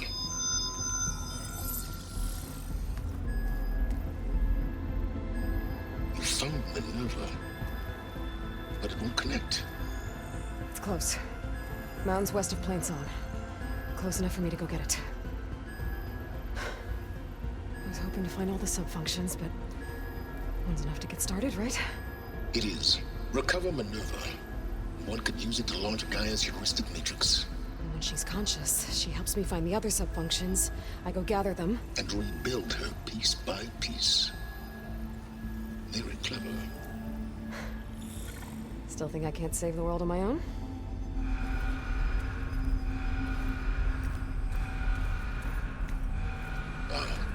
Yes, well. About that. Alert! Intruders! Alert! Aloy, I need you to listen closely. These intruders want the same thing you do. Gaia reborn. It's why they're here. Friends of yours? No. They don't know me. The data pulse I transmitted indicated that a Gaia backup could be recovered here was anonymous. Now, they're very powerful, but they won't harm you. Not when they see who you what you are. A clone of Elizabeth Sobek, a genetic key with which they can reboot Gaia and rebuild the system. They need you. I warned you, Silence. For once, Aloy, submit to the inevitable. Open the hatch. First I rebuild Gaia, save life on Earth, then I track you down and end yours! I'm trying to help you here.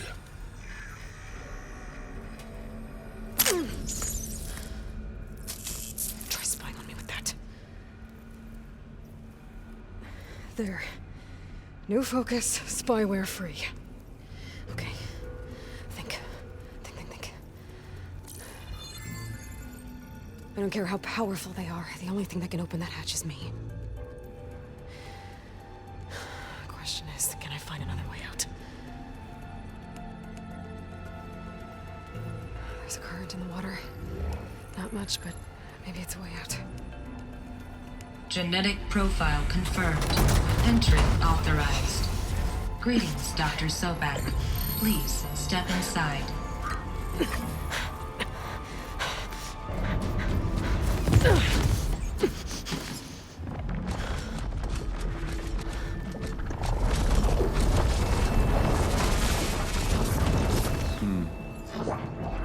Looks promising.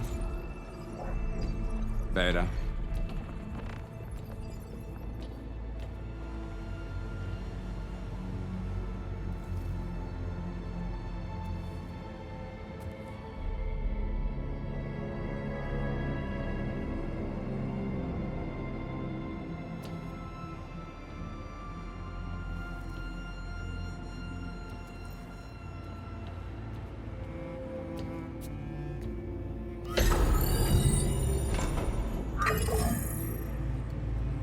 Do we have it?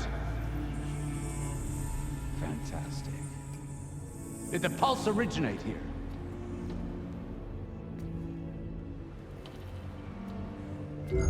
Has someone... Something wrong?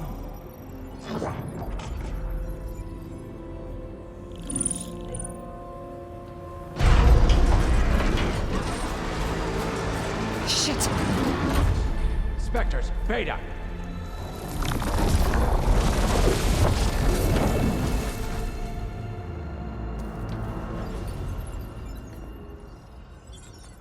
Well, any idea what the hell a clone of Elizabeth Sobek is doing here?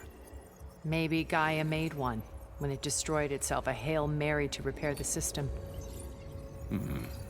Don't like the sound of that. Nah, don't like it. Don't want it. But the Nope. One's enough trouble. Eric. Yeah? Care to do a little downsizing? Sure. What if she sent the pulse? Then that was foolish of her. But we got what we came for. So let's put it to use.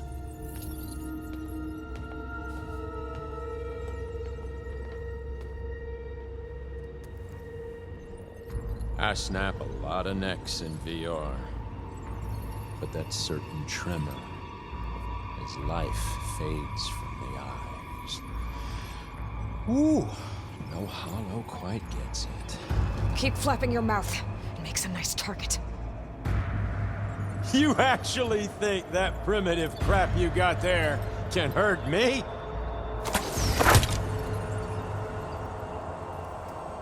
This is gonna be fun.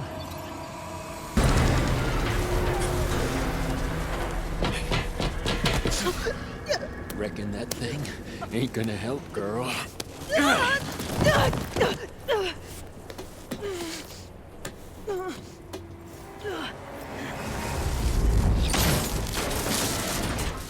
Come on. Come at me. If that thing comes down, it's only gonna kill you. Better than letting you have all the fun.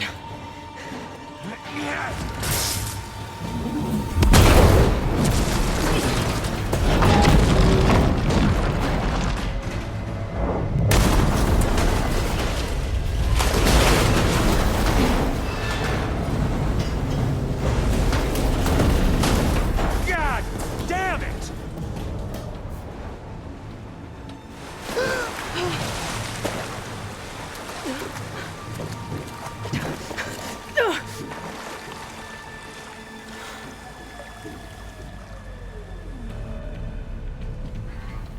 was that? Me killing what you wanted dead. What the hell did you think? The platform collapsed, body went with it. Right. And since when don't you get what you want, huh? Spectres, search.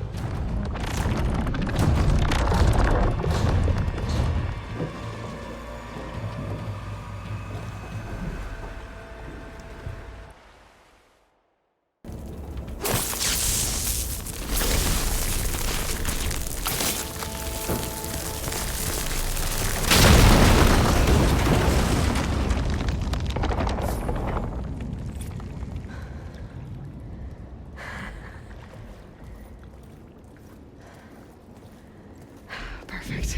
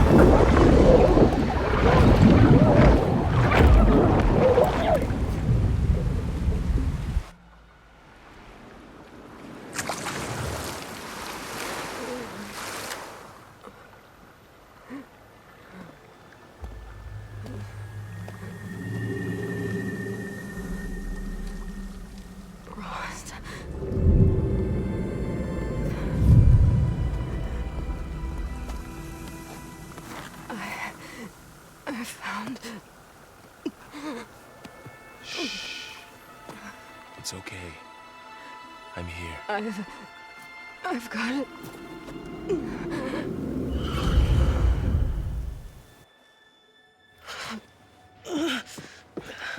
Hey, easy.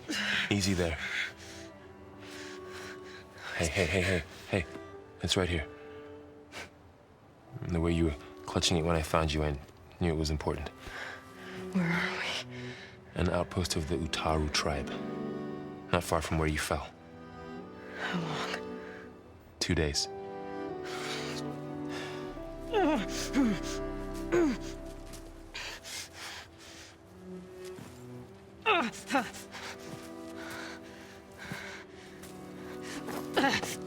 Aloy? There's no time. I found something.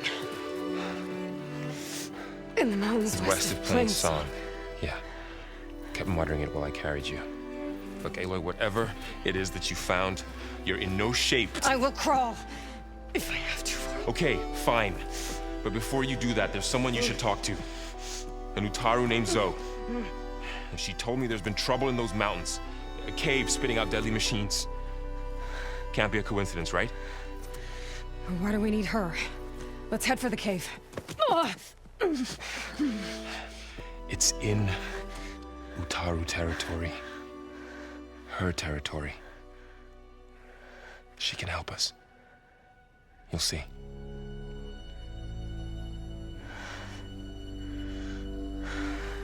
Fine. Let's go see this marvelous Zoe then. As verdant limbs wither, roots rot in snow, still the seed rises as certain as stone. Zoe?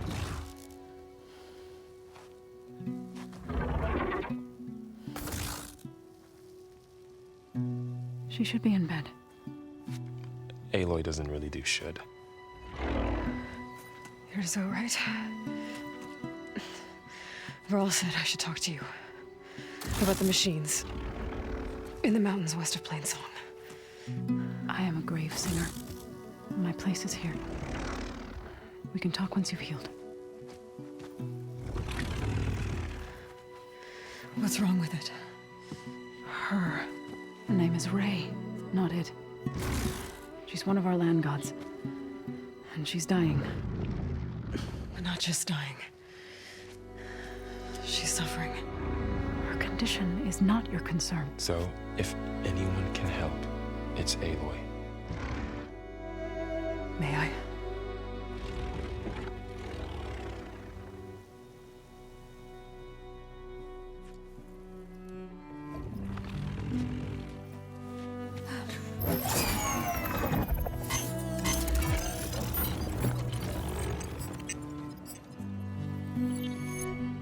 So what I'm about to do might look bad, but it will help. Spear.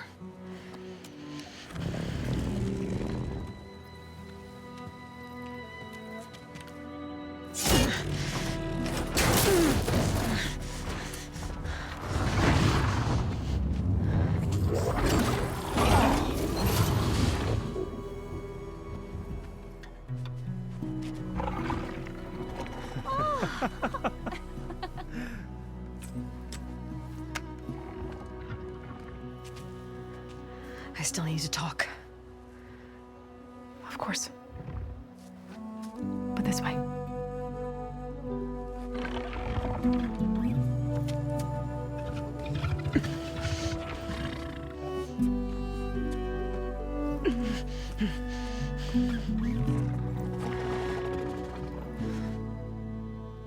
The mountains, west of Plainsong. There trouble out there? The Utaru have trouble everywhere. Our fields blighted, our settlements abandoned. But the cave in the mountains is the worst of it. It is a sacred place. Fa, another of our land gods, went inside weeks ago, but she hasn't emerged. Killer machines pour out instead, threatening to overwhelm us. It's never happened before. Wouldn't be your first sacred cave.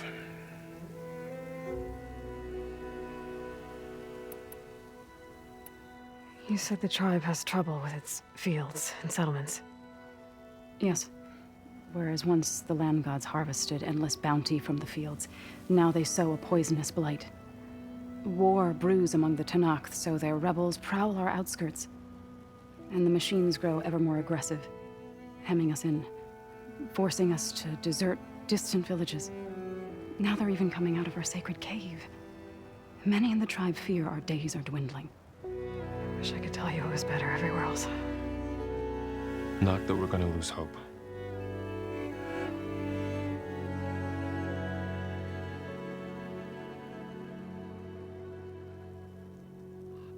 Ray and other machines like her, you call them gods?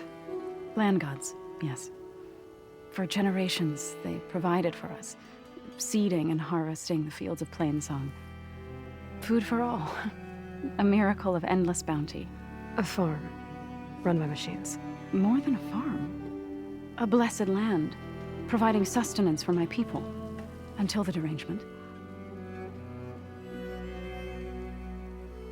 So what happened to the land gods after the derangement? They faltered, year by year. Once they were peaceful. Now they turn on us when we approach, even attack us. They'd always enriched the soil, but for several seasons they've glutted it endlessly with mulch. The fields have turned fetid. A blight that keeps spreading, even beyond our lands. We used to have food for all. Now we barely have enough to feed our children. Must be over-fertilization. Spread by spores, maybe? I don't know. That's not even the end of it. Each land god used to visit the sacred cave once a year, but no longer. Without the rituals of renewal, they've fallen apart. Like Ray. They're dying. And my tribe with them. So the cave is sacred because machines like Ray and the one you call Fa go inside? Yes. Before the derangement, each land god left the fields and made a pilgrimage to the cave. Always in the same order. Doe first, then Ray, then me, and so on. Spattered with soil from their labors. Each reappeared 2 days later, shining anew, without so much as a scratch.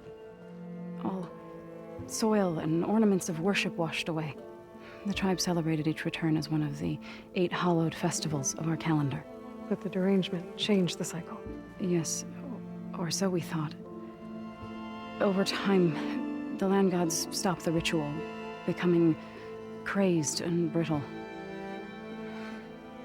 But 3 weeks ago, Fa trudged inside.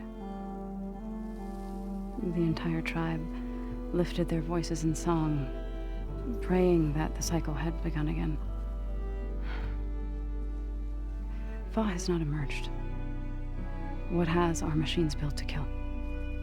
Are machines being made inside? Like in a cauldron? Sounds like it. But the way these land gods come and go, it's not like anything I've seen before. You called yourself a grave singer. What does that mean? To all living things, an end must come. It is my task to ease the passage.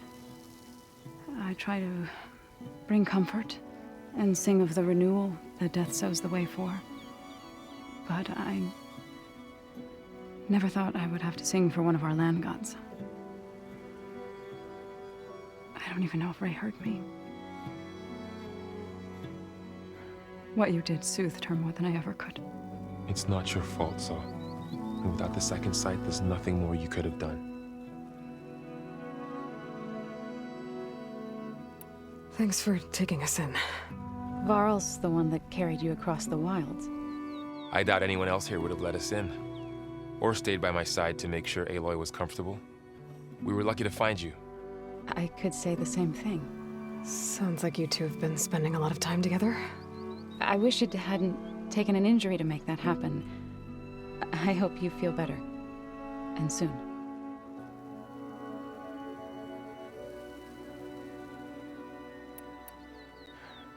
I need to get into that cave. What?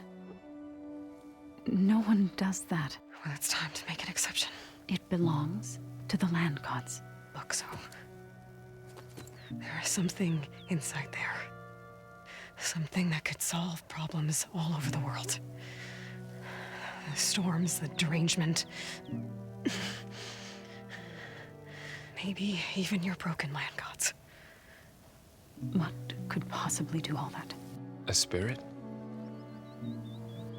Yeah. Something like that.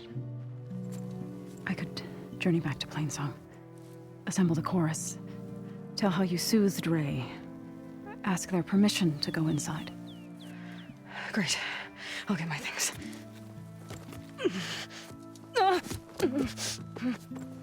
She needs rest. You don't have to tell me. I'm fine. Assembling the chorus will take time. Heal first, then join me. Fine. Bed rest. I got it.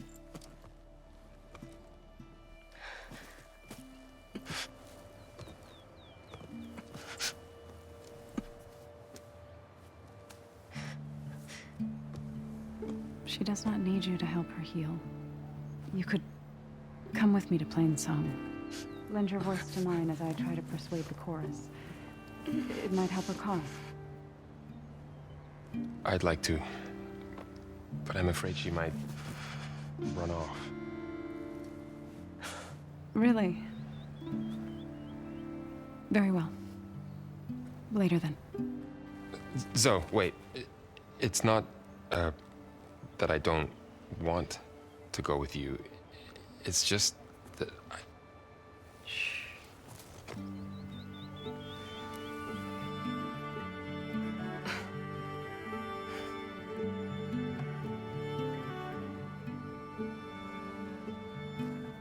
Is that what you were trying to say?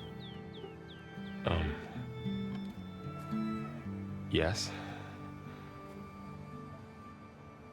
Then I look forward to more conversation.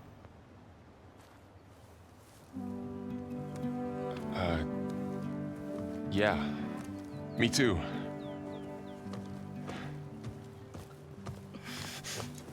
You're supposed to be resting. Varl. You should go with her. I'll get better on my own. You trying to get rid of me so you can... No. Not this time. I'll meet up with you in Plainsong when I'm ready. You sure about this? Yes. Go. Get out of here. Okay. So, wait.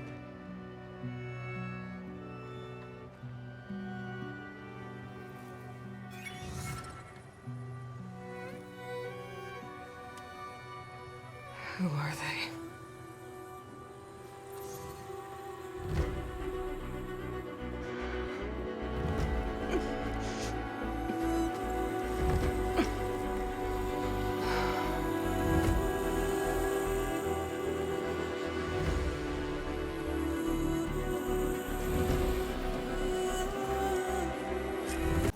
What do you want? Is there some sort of problem? The problem is foreigners. You're the second one I've seen today. Sooner you all go, the better this soil will be. Less chance of bad seeds taking root. I would have thought easing your land god's pain would have earned some goodwill around here, but... Ray is going to die anyway, just like all of us. Meanwhile, Outlanders come, taking what little we have left. Just like that Karja huntress I saw earlier. All dressed up like a bird, dragging an Utaru girl behind her like a slave. Called the girl a thrush.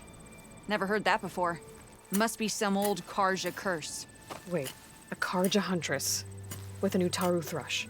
What, am I talking to myself here? Yes. Saw them just today running southwest, likely to their deaths. Can't harvest the stinger fruit there. Too many machines. Poor Utaru girl, whoever she is. May her seeds find fertile soil. I know you didn't mean to, but you may have just helped me find an old friend. Thanks. Don't need your thanks. Don't want it.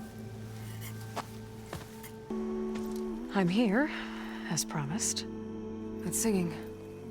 Does it mean the chorus is ready? It is assembled.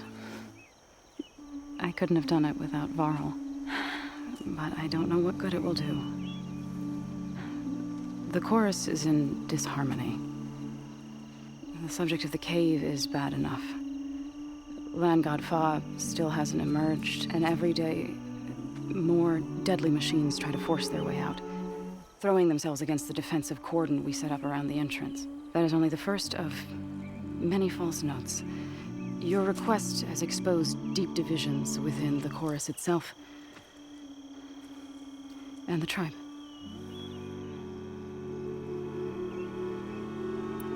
I get that the cave is sacred, but how did asking to go inside cause such a fuss?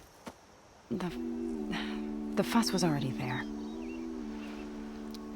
Many in the tribe, and most in the chorus, want to keep doing what we have for generations, which often is nothing. But there are others who call for change, or extreme measures. Your request has given fresh life to the debate. Right. Tradition. I've run into that before. But each tribe has to be dealt with in their own way. If you say so.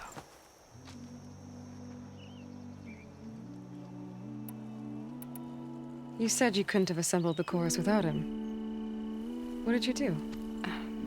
Some in the chorus refused to meet to consider your request.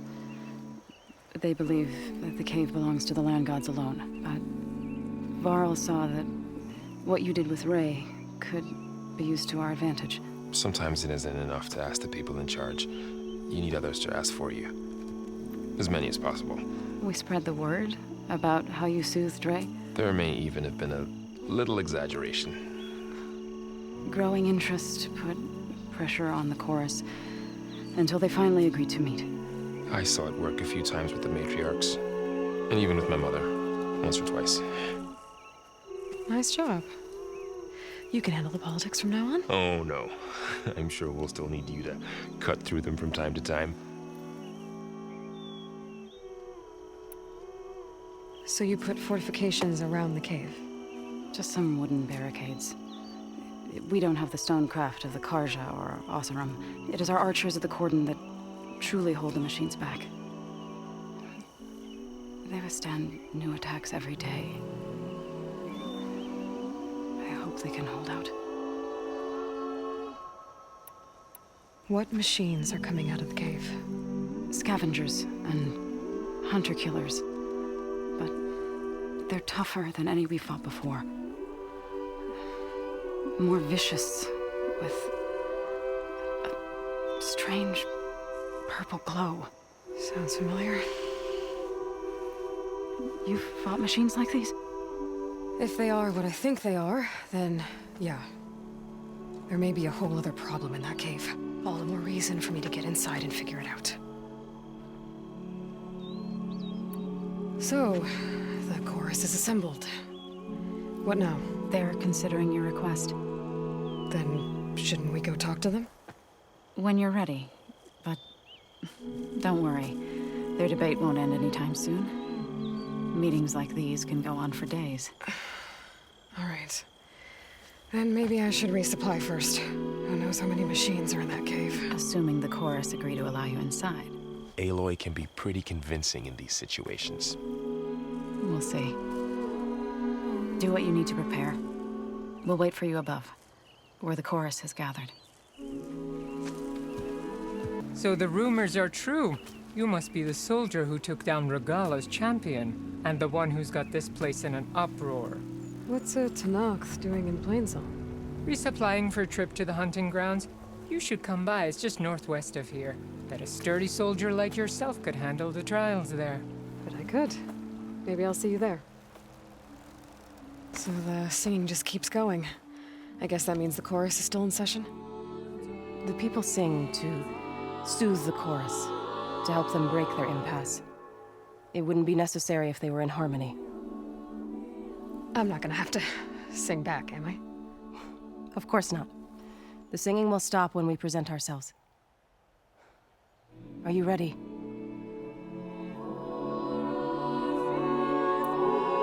All right, let's go talk to them.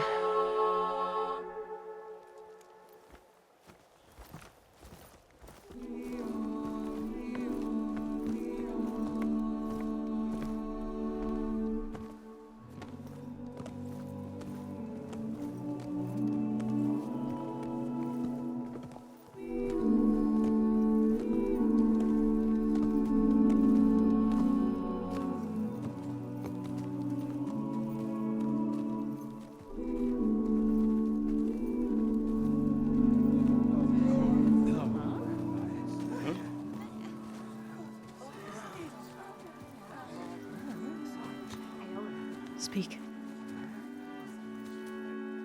Your sacred cave. There's something inside I need. If I can get it, it will help. Zoe and the Nora have spread word of your story, and what you want. We know of no spirit in the cave, only Fa, our land god, who entered the cave and did not return. The power of the land gods is broken. We are diminished. Tales of spirits will not help us. Nothing will. We weaken, we die, and become fertile ground for new life. This is the natural order. Yes. Wait. You're all just going to sit around until you become food for worms? Literally? So says the Outlander, ignorant of our beliefs. Please. Remember how she brought peace to Ray. Listen to her. We've heard such temerity from you before, Zoe. Let us not forget that you agitated for reckless war against the Karja. At least she's trying to help. How? By inviting you to break our traditions? Should we change our ways to suit every impudent outsider who wanders into Plainsong? No. You should change your ways because your own lands are killing you.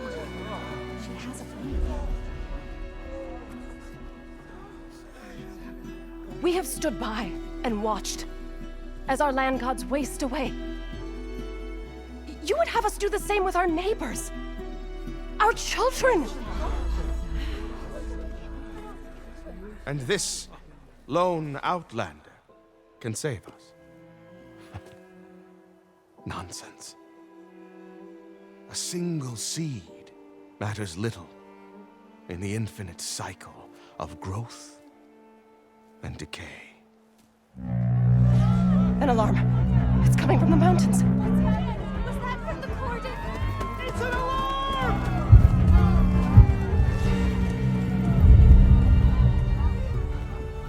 The machines must have broken through the cordon. Then we need to get down there. What about the chorus? If the cordon has fallen, there's nothing left to prevent us from going in the cave. The time for permission is over. Then off we go.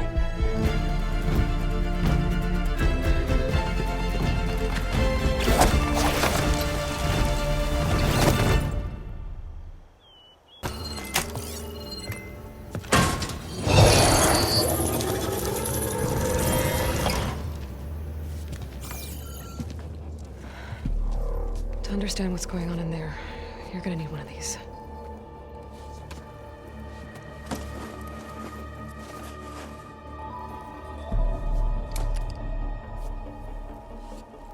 On the temple. Just like this.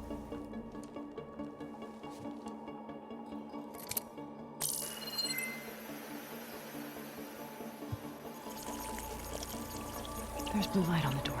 Yeah, it takes some getting used to. Don't worry, Zoe. I help. Now listen. The machines we've been fighting, they're different. More dangerous. That means there's something very powerful somewhere beyond that door. And it wants us dead. Follow my lead. And be ready for anything.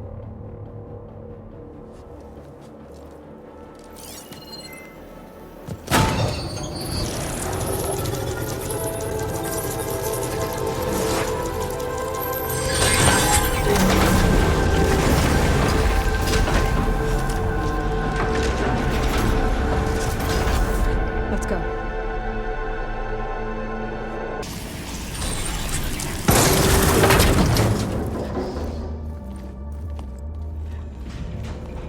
Oh no.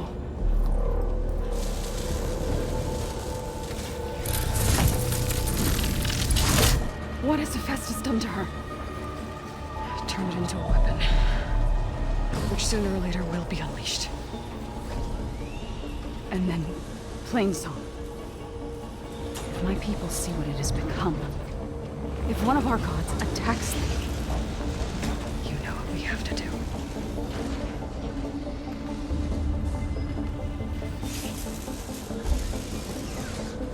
Laura, are you ready?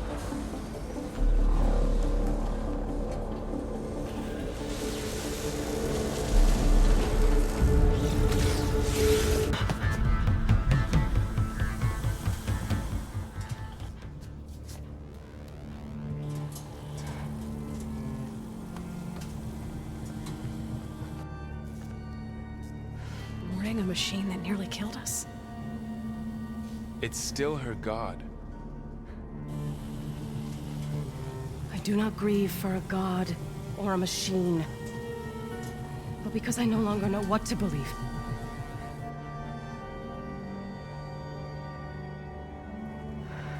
Look, so if you want, you can go back home.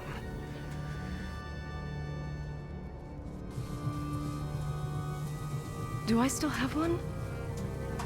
And if so, for how long? Can you really heal our lands? Save my people?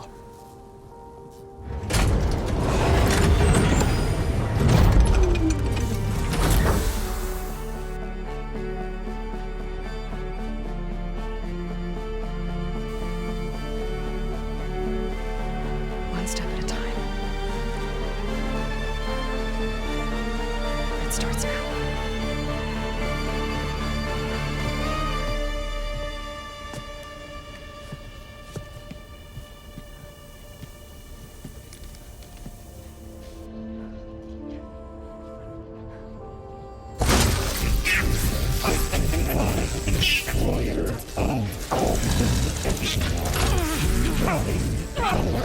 This time, Hephaestus! Compensate.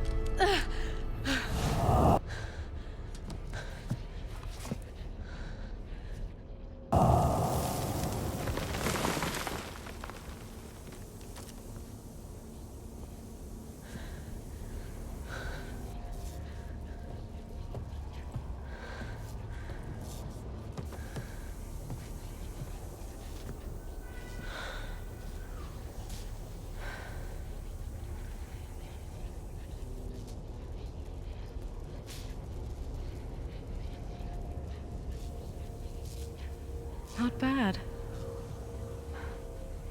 Up we go. There's more. Like Aloy said, this is only the beginning.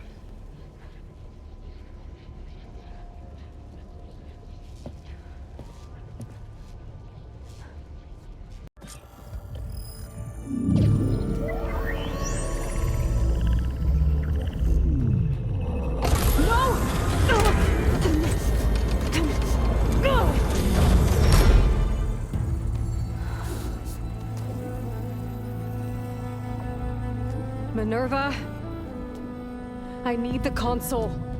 Please. Access denied. It didn't used to be like this. Do you remember it? Anything?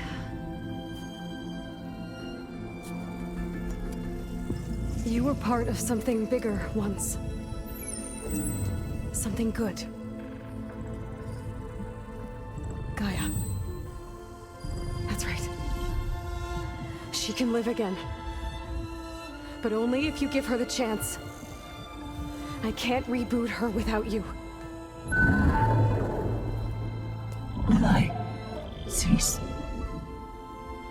I think you'll disappear into her. Become part of her. Like you used to be.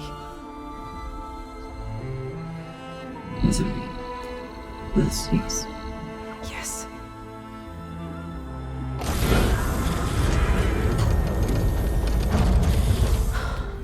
Thank you.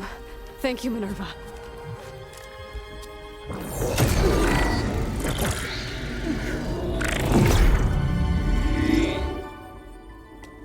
Elizabeth Sobek. Alpha Prime. Master override activated. Restoring Minerva function to original code.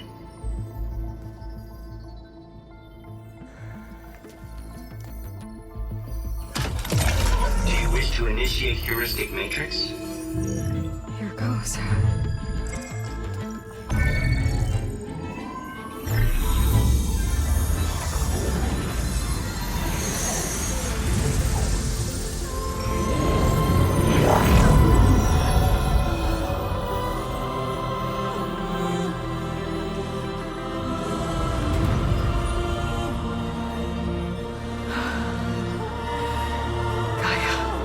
Greetings, Dr. Sobek. A moment. Scanning data.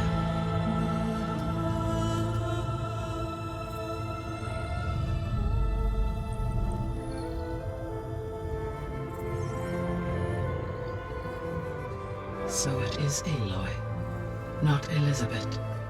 We have much to discuss, but initialization of my heuristic matrix will not be complete for several minutes more. In the meantime, I suggest you familiarize yourself with this facility.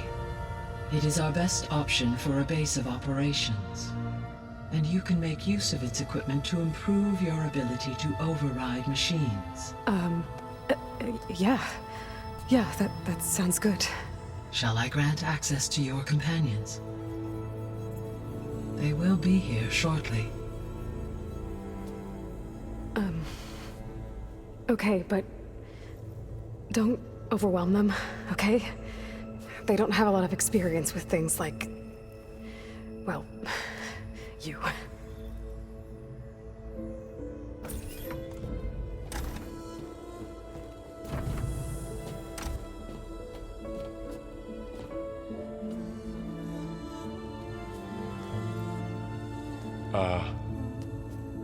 So no fake this time? No. This time she's real. Varl, Zoe. This is Gaia. Hello. Hi. Hi. Gaia's still, waking up. Let's look around. I will highlight the location of the lab on your focus.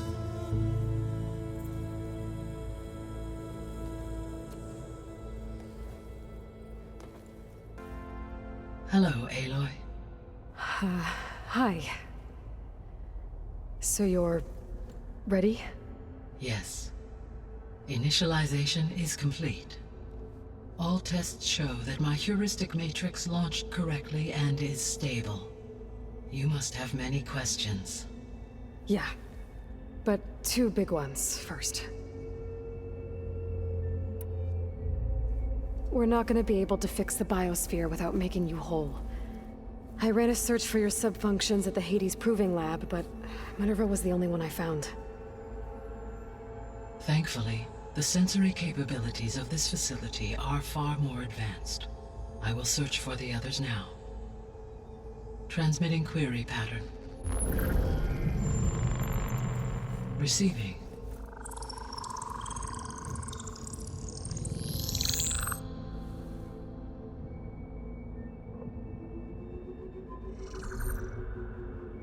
Of Apollo, Artemis, and Eleuthia, I can find no trace.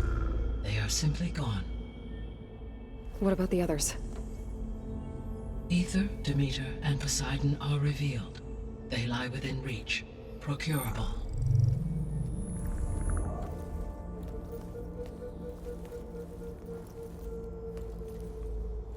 And Hephaestus? It too stands revealed, but it is not like the others. That's for sure. In the years since the extinction signal, Hephaestus has evolved. Moreover, it is not confined to a single location. It haunts the global network that connects cauldrons to each other across the planet, making it exceptionally difficult to subdue. Let me guess. We need it bad? Correct. Its capabilities are essential. Without it, I can only delay the extinction of life on Earth. Hephaestus is our only hope of a permanent solution. So we start there? Unfortunately, we cannot. Procuring Hephaestus can only be attempted after my own capabilities have been significantly enhanced. Grab the other subordinate functions first, then Hephaestus. Precisely so. So, Aether, Demeter, and Poseidon. How do I capture them? To recover a subordinate function, you will have to travel to its location and find the physical processor to which it escaped. Then, exactly as you did with Minerva, you must use the master override to revert the subordinate function to its original code state. And then how do I get it back here? The subordinate function must be loaded onto a data storage device and physically carried back to this facility.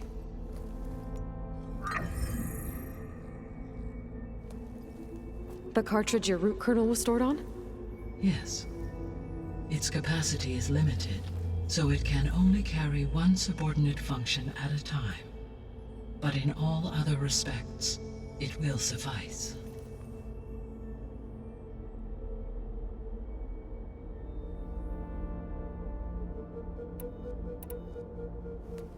Maybe you can help me make sense of something. A while ago, I had a run-in with a group of strangers who tried to kill me. They had machine servitors and a clone of Elizabeth Sobek with them. Yes, this was recorded by your focus.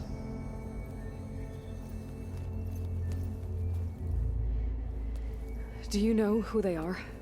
The answer to that question is related to the extinction signal that woke Hades, prompting my predecessor's self-destruction. The extinction signal? Okay, that sounds ominous. The signal did not come from Earth, Aloy.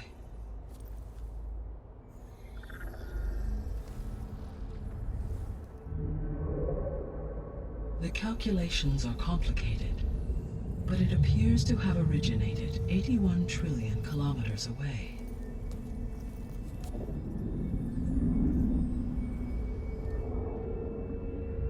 A distance so vast that light itself requires 8.611 years to cross it.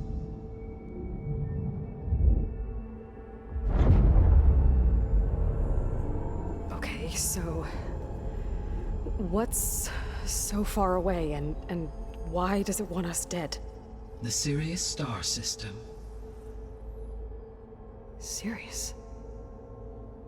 But that's where Far Zenith, their ship. The Odyssey. Yes, that's where it was headed. But it blew up. Unless... I don't... Why make it seem like they failed? They didn't want anyone to know. They didn't want future humans to think that they were out there. Wait. The strangers who tried to kill me at the Hades Proving Lab? The ones with the clone? Are you saying that they're from... that they're descendants of... Far Zenith? Yes, that is my conclusion.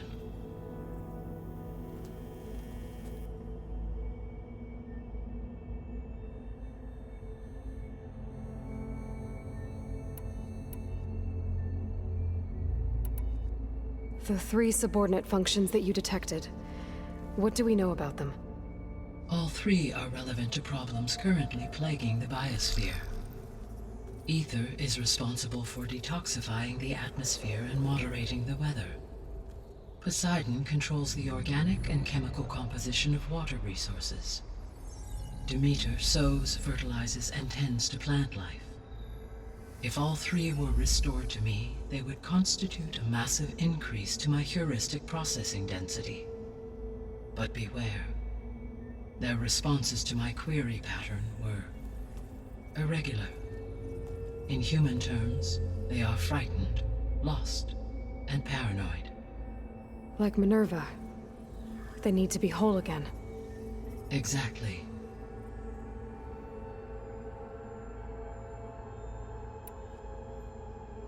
The missing subordinate functions. What can you tell me about them? Artemis rewilded the Earth with a variety of animal species. Eleuthia was responsible for gestating, nurturing, and acculturating a new generation of human beings. Apollo was tasked with preserving, organizing, and disseminating vast archives of human knowledge and cultural achievements. Unfortunately, all archived Apollo data was purged on the 2nd of February, 2066, by order of Ted Faro. Faro, huh? I really hate that guy. Understandable. He appears to have been pathologically narcissistic, impulsive, and unstable. All 3 of the missing functions have already served their purpose, or were prevented from doing so. Do you still need them? If attainable, yes. Restoring their remaining elements would increase my heuristic processing density. Unfortunately, I have no way to track them. They have disappeared without a trace. You said you need Hephaestus to save life from extinction. Why? Every subordinate function has value, but Hephaestus is by far the most important. Only by recovering and merging it can I regain my ability to design and mass-produce new machines at cauldrons across the planet. Only through it can I program new machines and alter the tasking of existing machines to completely reverse environmental damage. Recovering other subordinate functions may buy us time, but without Hephaestus, I cannot permanently stave off mass extinction. Given Hephaestus's importance, is there really no way to capture and merge it first? I'm afraid that is quite impossible. In my present state, launched and merged with Minerva, I am operating at less than 1/5, 18.8%, of my intended processing capacity. Hephaestus dwarfs this figure. Were an attempt made to conduct the merge under these circumstances, Hephaestus would absorb me, rather than the other way around.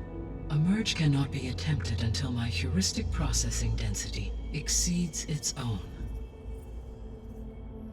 And how many subordinate functions is that going to take? Merging Ether, Demeter, and Poseidon will expand my heuristic network to 41.6% capacity, exceeding that of Hephaestus. You said Hephaestus isn't located in just one place. Correct. Unlike the other subordinate functions, which are confined to discrete physical processors, Hephaestus is distributed throughout the global network that connects the planet's cauldrons. So, when the time comes to subdue it, how do we make that happen? I do not know. While you are retrieving the procurable subordinate functions, I will attempt to find a solution. So, once Hephaestus has been recovered and merged, you'll regain the capacity to mass-produce machines at cauldrons around the world. Yes, and to program their behavioral routines, or even control them directly. So could you build an army of machines? Attack the descendants of Far Zenith and take them out? It is in my nature to take any and all necessary steps to preserve life on Earth, human life above all. So yes, once I have been empowered with the capacities of Hephaestus, I could design, build, and command such an army. Given the nature of the Far Zenith threat, doing so may be our only option. I must admit, however, that I have misgivings about using such technology to kill, no matter how aggressive the enemy. That's good. It means you have a conscience. As Elizabeth intended. Indeed.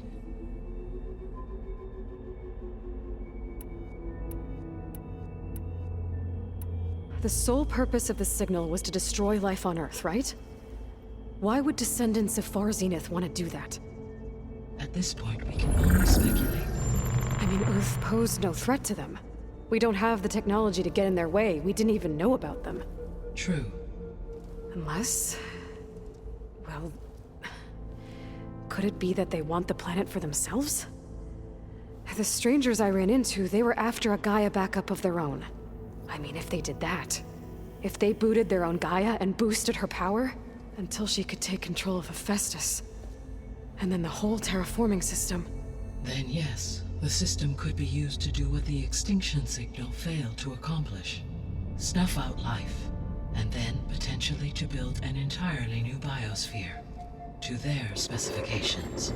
So they could be trying to do the same thing we are. But with opposite results. Extinction. Instead of salvation. Well, this is not good.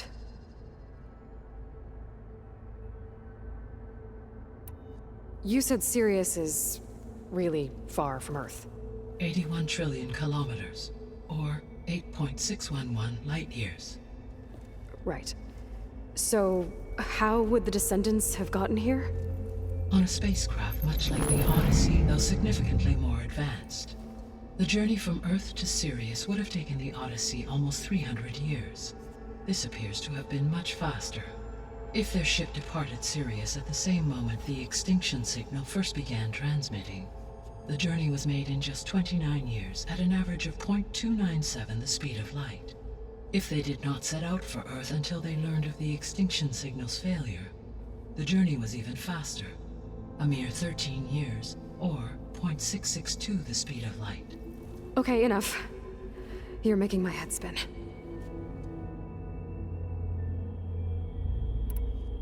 The descendants I ran into at the Hades Proving Lab, they had a clone of Elizabeth Sobek. So that's consistent with the idea that they came here to salvage Zero Dawn technologies, right? Yes. As your own experience demonstrates, a clone of Elizabeth Sobek functions in effect as a key to the terraforming system. But how could they have made a clone? The Odyssey carried approximately 200,000 human zygotes, millions of animal zygotes, and billions of plant seeds. It is conceivable that Elizabeth Sobek's genetic material was sampled, with or without her knowledge, and carried aboard the ship in storage. That's... okay, but... I mean... This clone... How could she participate in this? Destroying Elizabeth's dream? It's evil. It is difficult to know. Perhaps she is loyal to the group and shares their objectives. Or perhaps she is a subordinate and has no choice but to comply with their orders. Elizabeth Sobek? A subordinate? I don't think so. The extinction signal didn't just wake Hades. It made every subordinate function self-aware. Why? I have wondered this myself. So far as I can tell, Hades was the sole target, and the partial sentience imparted to other subordinate functions was incidental. So the signal could only have been sent by someone who had thorough knowledge of the system, huh? Yes. The signal's design was exceptionally precise and highly advanced. Were its intentions less malevolent, I would admire the intellect or intellects that produced it. So if the Descendants came to Earth on a spaceship, I guess we can assume that their technology is powerful in all sorts of ways, right? Yes, as your encounter with them at the Proving Lab amply demonstrates, they appear to make extensive use of robotic servitors. Further, they seem to be equipped with some kind of protective energy field that shields them from harm. Yeah, no kidding. The one I fought seemed indestructible. Throughout history, every defensive technology has eventually been defeated by an offensive counterpart. For example, assuming I absorbed Hephaestus and utilized it to create a large force of combat machines. No shielding could withstand such an assault indefinitely. So there's hope. Always. How did you figure out that the extinction signal came from Sirius? The key came with data on your focus, from Silent's interrogation of Hades. The duration of the signal itself, 17.22 years. That doesn't make sense. You said that the signal took 8.6 years to arrive from Sirius. Why would the signal keep transmitting after it was received and you blew yourself up? Because the sender didn't know that had happened until it received notice from Hades. Which would take another 8.6 years to get back. Correct. Only then would the sender stop broadcasting, after a total of 17.22 years. So the duration, halved, gave me the distance the signal traveled. With that in mind, I simply scanned my astronomical database for any relevant location 8.6 light-years away. Because it was Far Zenith's intended destination, Sirius was the only logical source.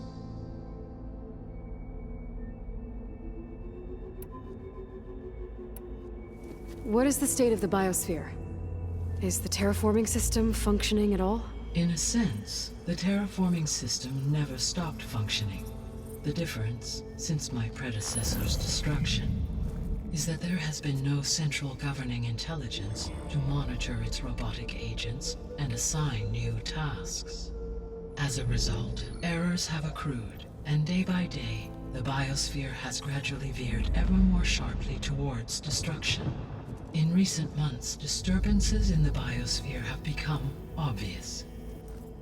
But these bellwether phenomena offer just the merest glimpse of the complex and accelerating cycles of environmental dysfunction, now driving Earth's biosphere towards collapse.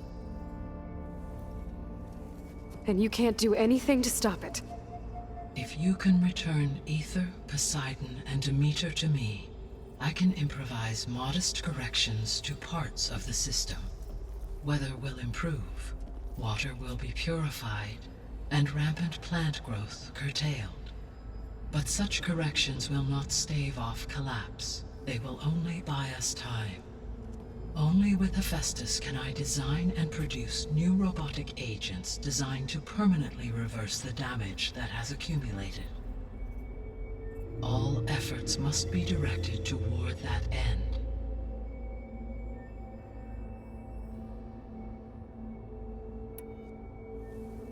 How long do we have then? At present rates, without additional factors, the biosphere will cross a point of no return in approximately 4 months. And if I gather Ether, Demeter, Poseidon, merge you with them? We will only gain a few months more. Well, every bit counts.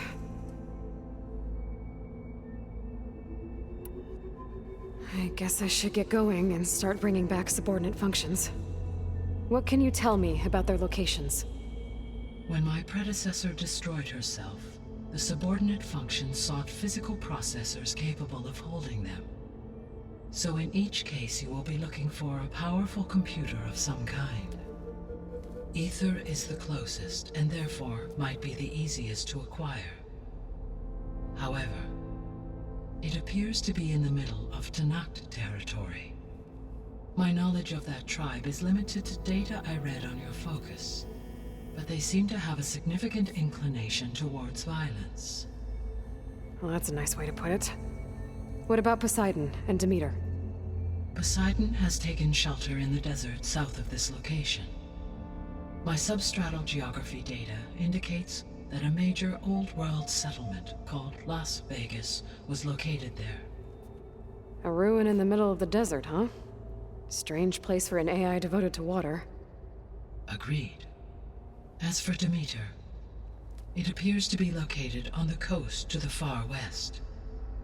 Unfortunately, I am unable to provide any relevant data about the region. As such, it may be the most difficult to retrieve. Okay, so 3 subordinate functions to go after. Ether, somewhere in Tenakth territory. Poseidon in the desert, and Demeter on the coast. Where will you begin?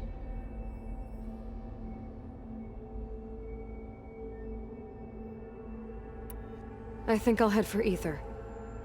Then I will assign Ether as the objective on your focus.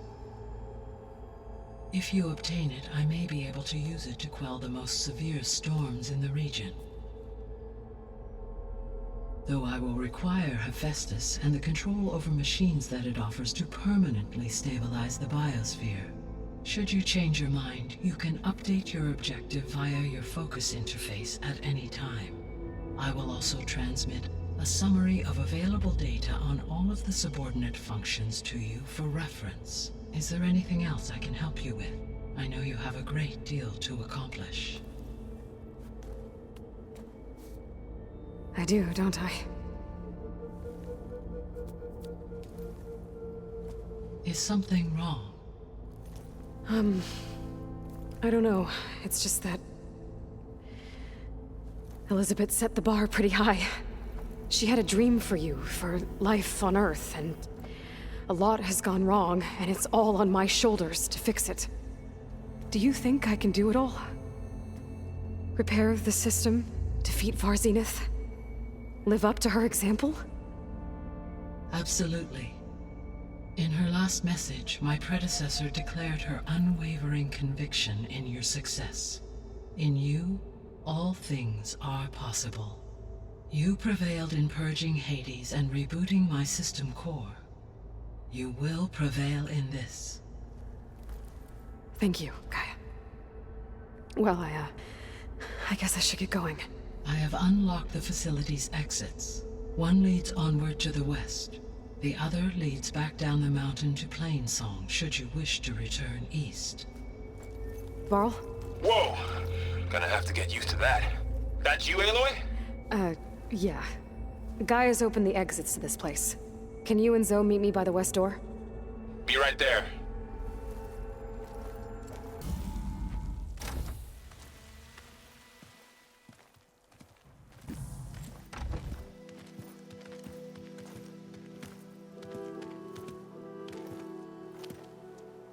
I need to head further west. to, get more of Gaia's components. Make her stronger.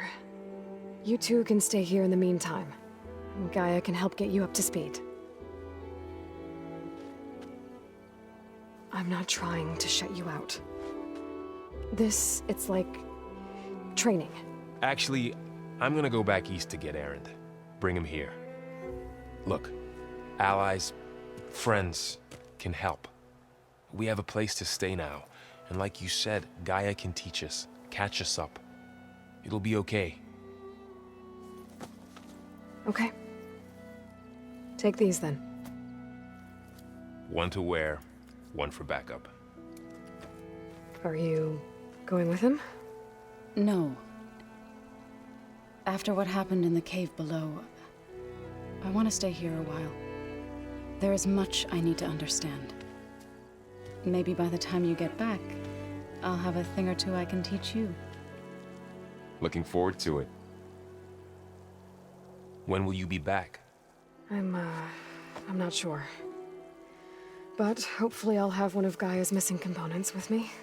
Be careful out there. Even in Plainsong, we heard how the Tenakth clanlands are suffering from storms, machines, and now Regalla. Don't worry about me. I'll be fine. Good hunting, Aloy.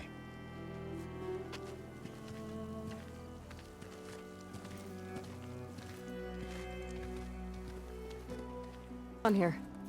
You're the one who spoke before the chorus. Maybe you can help.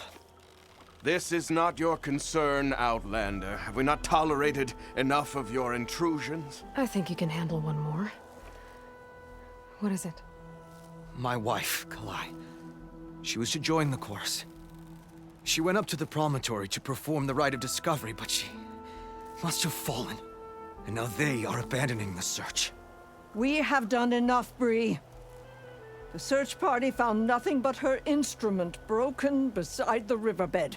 And atop the promontory was only the dye she used for the ritual. We will not ask more of our people to risk their lives because of one woman's stubbornness. But the seed she carried deserved to be planted and remembered. I heard how you helped the land god Ray. How you saw what no one else could. Please, will you look for her seed pouch? False hope is a creeping vine. How was Kalai chosen to join the chorus? The chorus chooses its own, but they can't do so in isolation. They must listen to the people. Kalai was a growing voice for new ideas instead of old traditions, and her beliefs were catching on. We cannot deafen ourselves to dissonance, unpleasant though it might be. So you had to admit Kalai, or risk legitimizing her ideas even more. The Outlander catches on quick. The rite of discovery. What is it exactly? It's a pilgrimage to the promontory. The place where the first Utaro beheld Plainsong. Kalai was to follow the path our ancestors took. Mark her eyes with dye and then play her song while overlooking the land. She then would have added her mark on the promontory itself, joining the marks of those who came before. Every new chorus member used to make the journey. But because of the derangement, the practice has been abandoned. Too dangerous. No one's done it for years. Then why did she do it? We all urged her not to. But, as was her way, she ignored our warnings. She thought it would lend strength to her point of view.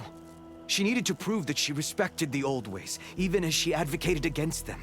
Then maybe more people would listen.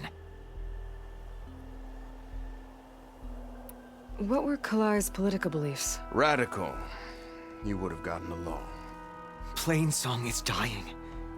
But Kalai believed we don't have to die with it. As the wind carries the seed to distant lands. She proposed that the Utara leave Plainsong and seek out a new home.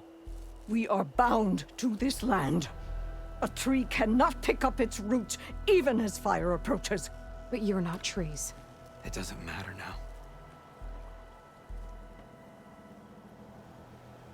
Kalai was carrying a pouch of seeds? Every Utaro keeps one.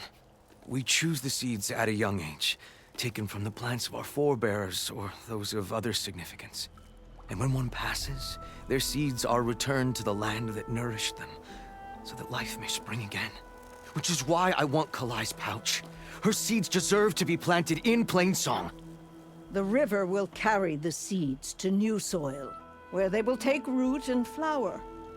But they won't be at home. It's the best we can hope for. If I'm out that way, I can take a look around. Thank you. The promontory is northeast of here. Look for the broken bridge at the bottom of the cliffs, right at the promontory's base. That's where the search party found her instrument. Okay. That all right with you? How you waste your time is not my concern. Searching for what the land has already reclaimed is fruitless. What's going on here? Sounds like there's a problem. We're speaking about something important, Outlander. Yul, please. Later. A reminder of why I often prefer plants to people. They're so much less demanding. I apologize for Yul. My people used to be friendlier, but hunger robs many of their kindness. Seems like there's a lot around here in short supply. Is there anything that can help? As Yul said, we need food. So much so that we've sent hunting parties to the Old Growth, a forest in the north. We never used to hunt animals for food. We never had to. But as our crops fail, we've run out of options. But something else went wrong. A machine slaughtered the last hunting party we sent out. A Clawstrider. But to hear the lone survivor tell it, more deadly than any we've seen before. Until it's gone, I can't risk more hunters, but without that meat, our people grow more lean every day.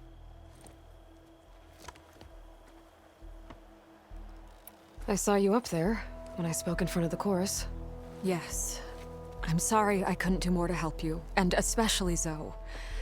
Many Utaru like to think we're above politics, but that is far from true. I don't often agree with Fane, but I have to work closely with him on many matters. So you didn't want to cross him? Not in such a public way, no. I hope you don't hold it against me. What's done is done. It all turned out in the end. Without more food, how much longer can the tribe hold out? The land gods blight the fields more every day. A month? Maybe 2? The maddening part is that many are resigned to this fate. Like Fane, who would have us simply wait to die. You heard him. Death is merely part of the grand cycle. But you'd rather do something? Yes, like send hunters to the Old Growth for food. Fane fought that idea too. He will undoubtedly cast what happened to the hunting party as another reason to side with him. If we let him. Tell me everything you know about the machine that attacked your hunters. It fell upon them near the edge of the Old Growth. One of them, Ven, survived and made it back to Plainsong. If you wish to question him, he's recovering with our healers. The other 4 hunters weren't so fortunate. It must be a powerful beast. Can you destroy it? I've handled tough ones before. Good. The Old Growth must be made safe for hunting. One more thing. Every Utaru wears a small pouch of seeds, given at birth, planted at death. It is how we remember our loved ones and celebrate their place in the cycle. It would mean a great deal to the hunters' families if you could recover them. I'll do what I can. I know you will. Be careful in the forest. Ven? I'm here about the machine in the Old Growth. You're going after that horror. I'm going to try. Do you mind answering a couple of questions about it? I'll tell you what I can. Tell me what happened, step by step. There were 5 of us, hunting for boar to help feed the tribe, just like we had done half a dozen times before. Some machines got in our way. Happens every time we go to the Old Growth. Like always, we cleared them out. But this time, when we were done, we heard this roar. Hey, easy. I saw a flash from the trees, all claws and tail. It ripped right through Cole and Ree, and Zan came right at me, slashed my shoulder. There was blood. Then an arrow slammed into its neck. My friend Lau, he distracted it. yelled and whooped, it turned on him. He disappeared into the trees, and it followed him. Last thing I heard him yell was for me to run. So I did. I was halfway back to Plainsong before I realized what I had done. Left Blau to die. Is there anything you can tell me about the machine that might help? It looked like a Claw Strider, but it was stronger. Much stronger. Anything else? Its armor was darker and it had a strange purple glow. Thanks. I think I know what I'm dealing with. I need to get going. You don't want to fight that thing. Trust me. I know what I'm doing. Well, if you do, I hope you cut it to shreds. It killed Lau, my oldest friend. Rhys said this is where they found his wife's instrument. The search party concluded Kalai's body was probably carried away by the river. But from up there, that old tree would have caught her. I don't think she actually fell. I should check up at the promontory. Maybe the search party missed something.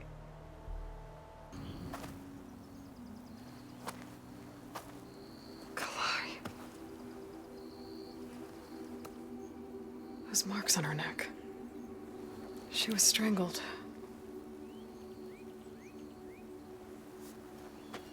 At least I can return her seed pouch to Bree. So the killer must have tried to push Kalai off the cliff. That's why the search party found her instrument by the river. But Kalai fought back. So the killer strangled her. And then dragged her here.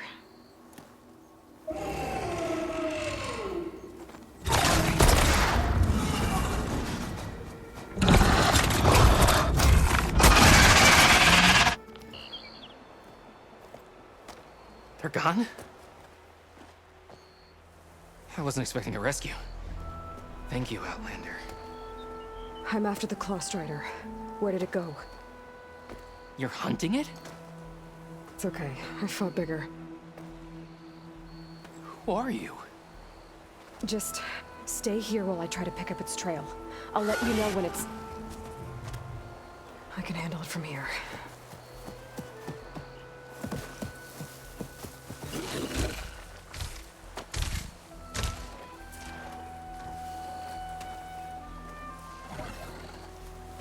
I can slow it down for you.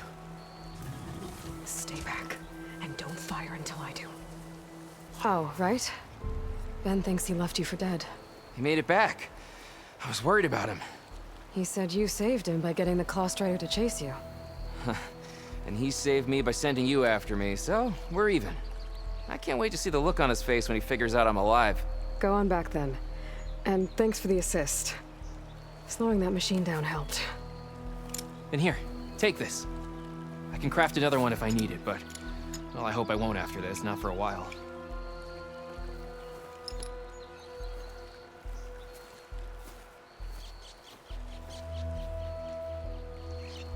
I took down that Shellwalker for you. Vonda! Rendor! We got a pickup! Per our contract, here's your payment. This will definitely help me make some great armor. What? Well, I realized an armor made out of Shellwalker plating's good, but with just a few minor additions, it could be so much better. If you'd be willing to take on a few more contracts. What do you say?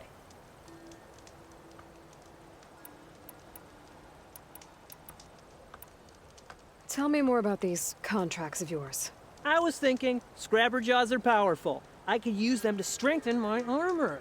Crew spotted a pack of them not far from here, primed for salvage. I guess I can give the contract a look. Fantastic. What else do you need for your armor?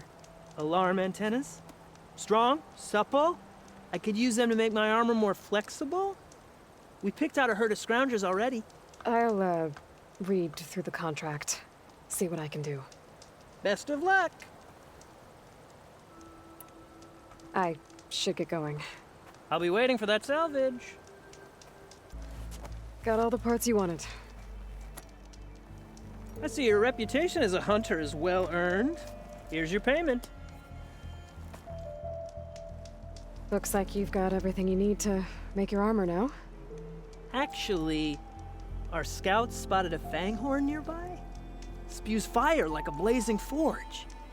If I had it, my armor could resist an inferno. What do you think? I'll check the details later, see if I can track it down. You won't regret it.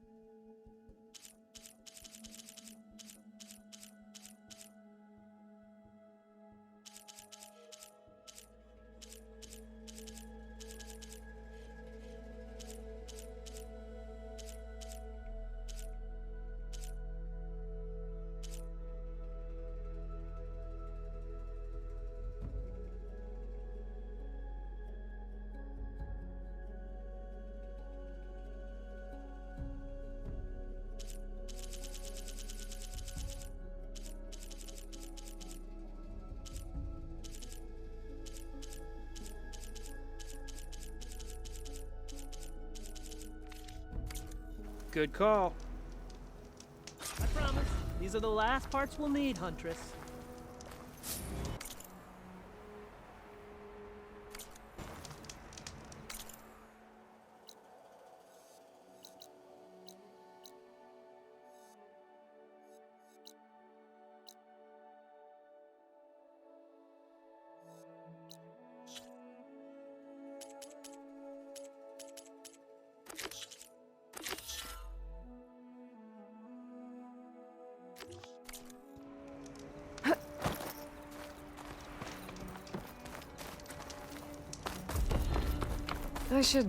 Here's that fanghorn you wanted. Most of it, anyway. Yes! This is it! This will make my armor truly stand out.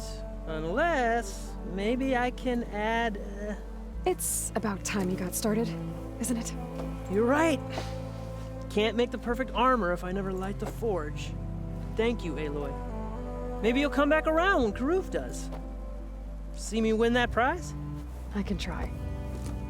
You told me they were the best delving crew in the claim. You told me we'd be drowning in artifacts. Well, I found this, didn't I? It's a tray. By the sun, man!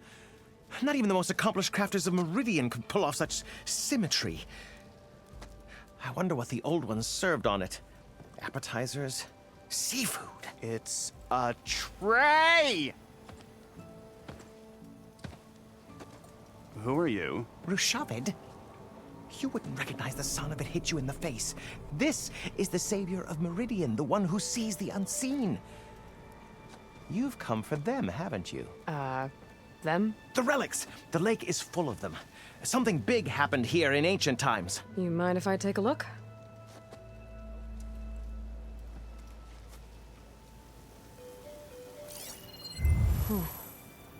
That's a lot of data.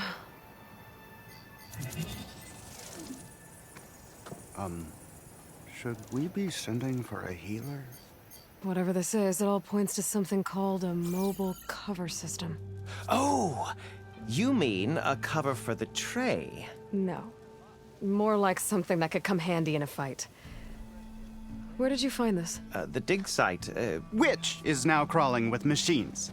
And unless they magically disappear, we are leaving! Don't you want to find out what actually happened here? Maybe we still can.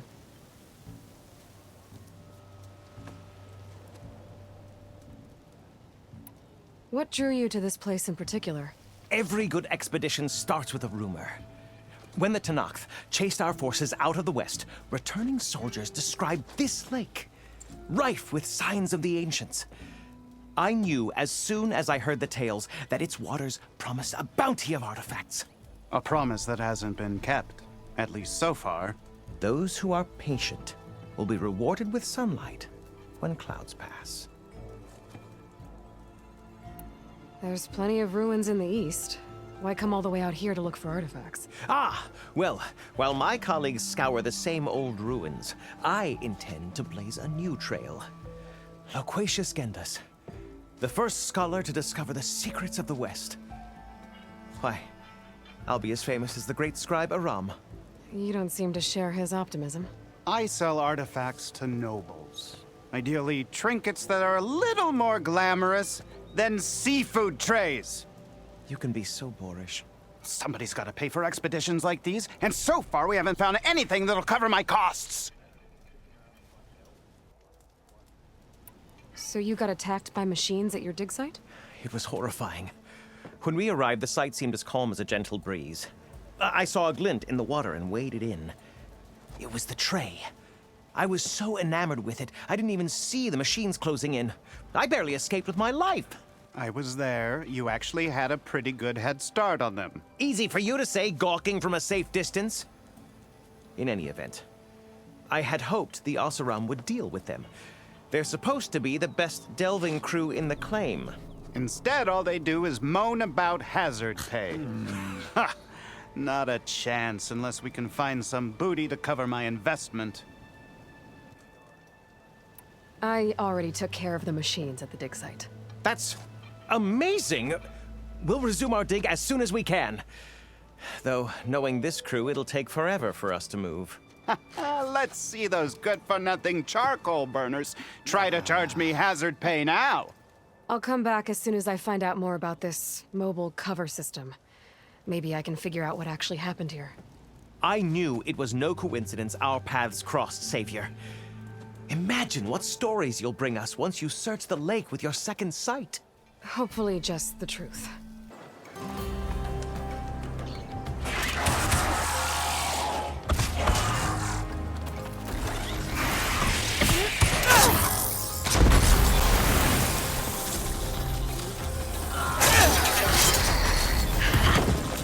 You see that, Milu?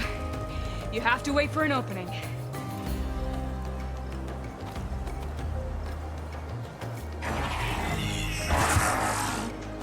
Care to join the hunt?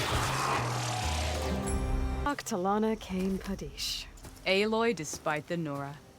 You're the slayer of Redmaw, the savior of Meridian. Milu is my new thrush. She joined the Hunter's Lodge shortly after the Battle of the Spire. She's heard a few stories about our hunts together.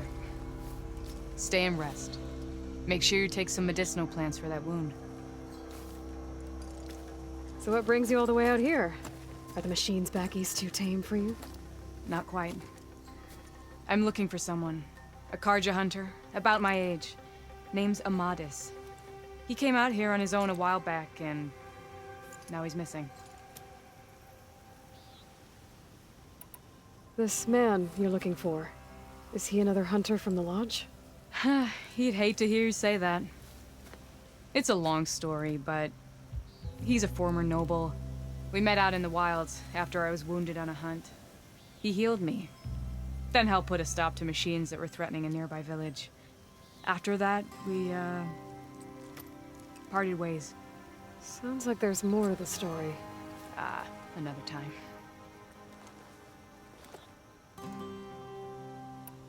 So, Milu's your new thrush. Guess that means a hawk can sponsor more than one now? Things have changed at the Hunter's Lodge. Now all who seek to become the best hunters are welcomed as members, no matter their tribe. But don't worry, you're still my favorite thrush. You're really shaking things up. As I promised when I became Sunhawk. And as for Milu, she believes learning to hunt will help her ailing tribe. Who am I to say no to that? The last time we met, you had left Meridian on a contract to hunt a deadly new machine. Several Claw Riders, it turned out. A hunter-killer, too. You said you were feeling restless. Was life as Sunhawk that boring? Well, I had just left the city. I couldn't stand being cooped up with bureaucratic regulations and formalities. But my time out in the wilds helped me realize the Lodge needs to be more than a glorified trophy hall.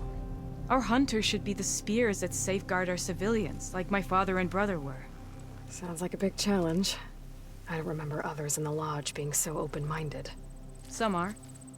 The rest will get a boot out the door. And I'll get back to it as soon as I find Amadis. I can help you find your friend. I know you must have your own reasons for being out this way. But I'd be glad to have your help. What was he doing out here? He lost someone close to him during the Red Raids. He was heading to the side of the battle to finally lay them to rest. Milu and I were on our way there now. The battlefield's near. I can still come with you. No. Go to Stone's Echo, heal, wait for me there, and think on today's lesson. But... You're no good distracted by pain. Go. All hunters need to recover from time to time. Yes, Sunhawk. It's been an honor. Will she be okay on her own? Of course. She's my thrush. Come. The battlefield's this way. Do not worry. I am not the Carja-hating kind. Just an old scavenger grateful for a little company. Name's Lel. You two must be lost. Actually, we're looking for someone. A Carja hunter. He would have been traveling alone, clothes would have been well worn. Yes, he was here, poking around the old battlefield. Wanted to know what happened. Lucky for him, old Lel hears all the stories. Carja army charged straight into the waiting Tenakth. Most burned, but others, the Tenakth marched back west. Your man wanted to know where. Told him I've heard rumors of a place called the Rot. What is it? A Tenakth prison, or a Carja graveyard, depending on how you look at it. Where is this place? Further west, in Tenakth territory, but that did not stop him. An Oseram caravan was camping out at the battlefield, about to head the same way. He joined them. They all went west, towards the ridge. Thanks, Lel. We have to get going. Good hunting out there.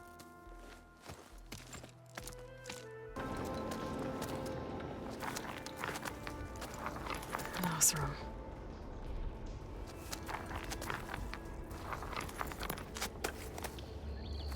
What does it say? He was part of the caravan that went through here. The note ends abruptly, when the tunnel started to collapse, I guess. Oh. But there's nothing here about a Carja hunter. And an earlier caravan made it through before the collapse. Sounds like they went to a watering hole on the other side. So he could have made it. Is there another way through? I have a kind of base in the mountains, north of here. There's a passage through it that will get us to the other side. Us? You know, Hawk and Thrush. We'll find your friend together. Head to the western outskirts of Plainsong. There's a path in the foothills there that leads up to the base. I'll make sure someone greets you there and shows you the way through. Then I'll meet you at the camp on the other side as soon as I can. Thank you, Aloy. I knew running into you would bring good luck. Here, take this. May it help on your own hunt. I'll see you at the camp.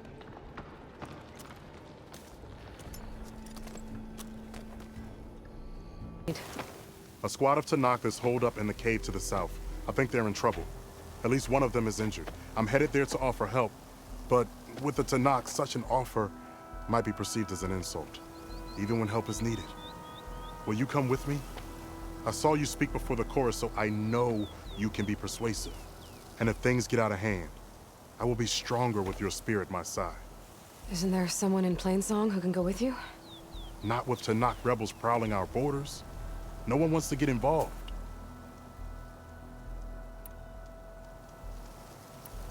I'll do what I can. Good. I'm headed to their camp now. Please, follow. You there! This camp belongs to Eagle Squad. Retreat or die. At ease, Eagle. I'm not here for blood. Just to parlay. You know the parlay sign? Let us in so we can talk.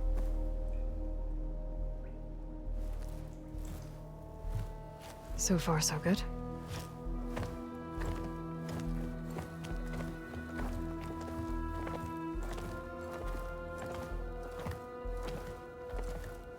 Long way from the desert, aren't we? This one was blinded. Boy, nothing gets by you. Looks like your training mission didn't go according to plan. We're here to help, if you want it. How does an Utaru know we're on a training mission? He knew how to request a parlay, too. He's not Utaru. Or Tenakth. He must be a veteran. A veteran? I didn't think there were any left. We don't need help from a washed-out farmer. Could have fooled me, judging by the look of things. Sister, it sounds like they just want to help us. Why not let them?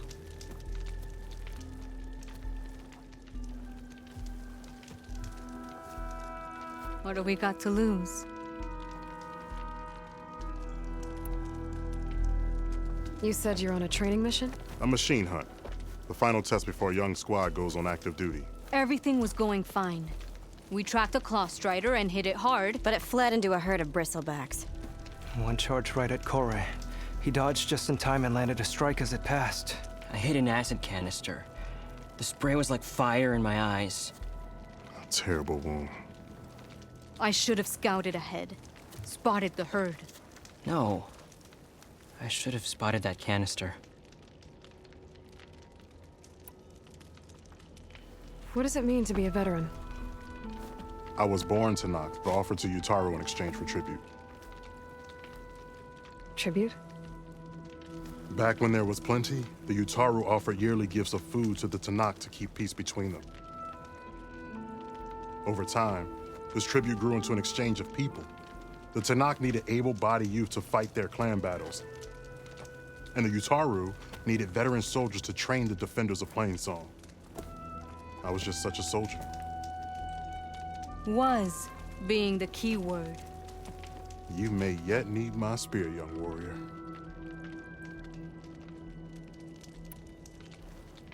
What do you need? Supplies. Dried meat, ammunition, weapons, camping equipment. A lot of provisions for a trip back to the desert. Everything we need is at Riverwatch. A huge cache of war spoils up there. Left over from the rout. The rout? When our forces drove the Karja back to Barren Light, they made sure the Kestrels felt the loss. Made it hurt. Marshal Canera shot a score of fleeing Karja from the top of Riverwatch, and her squad gathered the loot. It's all just sitting up there. Ours for the taking. Deadly machines are known to patrol that place, and the ruin itself is on the brink of collapse. You think machines and rotting ruins are enough to keep out Eagle Squad? No, but your injuries are. Let Jax and I grab these supplies for you. This is our mission. I'm not handing it over to some... Fine. Come with us. Fine. The three of you hold position. I'll be back. Be safe, sister.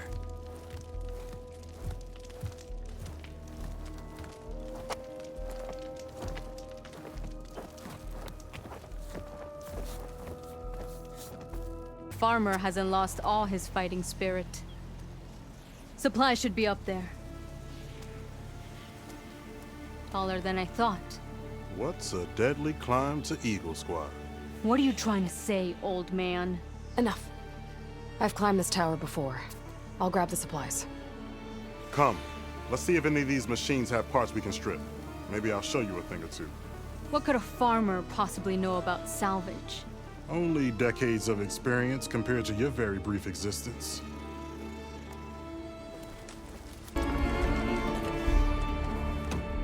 these are the supplies? Won't last them very long.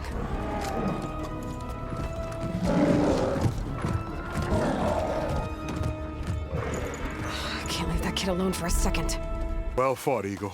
Though I would have preferred if you hadn't taunted that thing. What did you find? Practically nothing.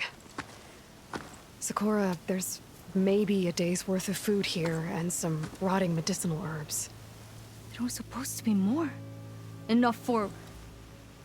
It was never your intention to go home, was it? What do you mean? A blind Tenakth can't fight. And if you can't fight, The Tenakth will kill Korra from being blind? he'll face a trial against the machine. They say it's more dignified that way. But it's still a death sentence. So you were gonna use the extra supplies to live in the wilds? I thought it would be enough to get us started. Can't they stay in Plainsong? Plainsong has too many mouths to feed. The chorus would never allow it. We should get back. I'll take this young sprout back. Meet us at the cave when you can.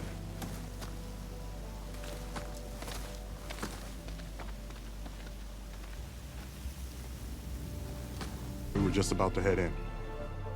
So what will you tell them? That we'll have to make do. Survive in the wilds without the supplies. That will be a hard life. Better than letting Corey be killed if we go back. There must be another way. I don't see one. So, we're all stocked up then? The cache was empty. But we'll be alright without them. I can't let you starve out here. Just leave me. No! Jax, you said Plainsong has too many mouths to feed to take them all in, but what about just... I am not leaving my brother behind! He'll be safe in Plainsong, and the rest of you can head home. It's the only real solution you've got. The chorus won't like it. But if I vouch for the boy, share my rations with him, I could convince them. I will do so if Korra wishes. No! You're not taking him! Sakura, I think this is the best option. I'm a burden to you out here. This is what I want. Let me go with him.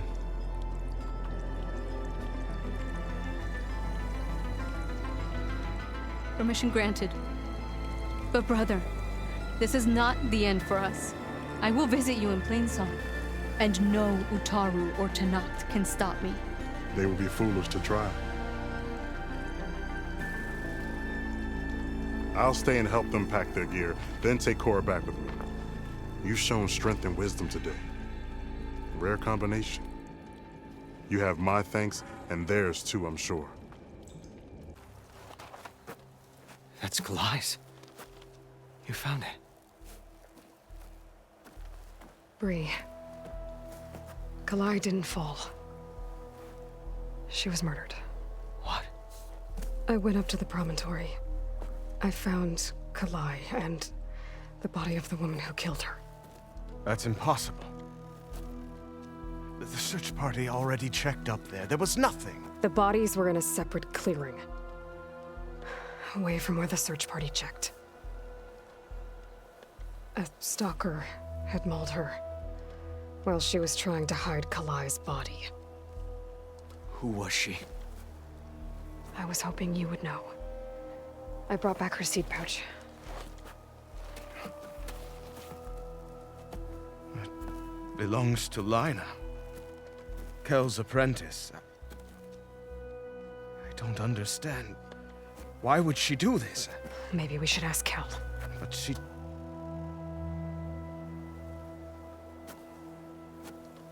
You, there. Where is Kel? I saw her leave out the east gate about an hour ago. She's going home. Summerwind. She's running away?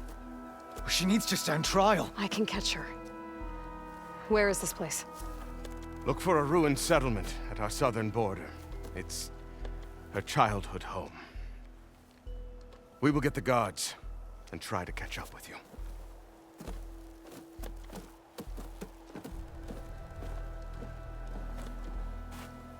So now everyone knows.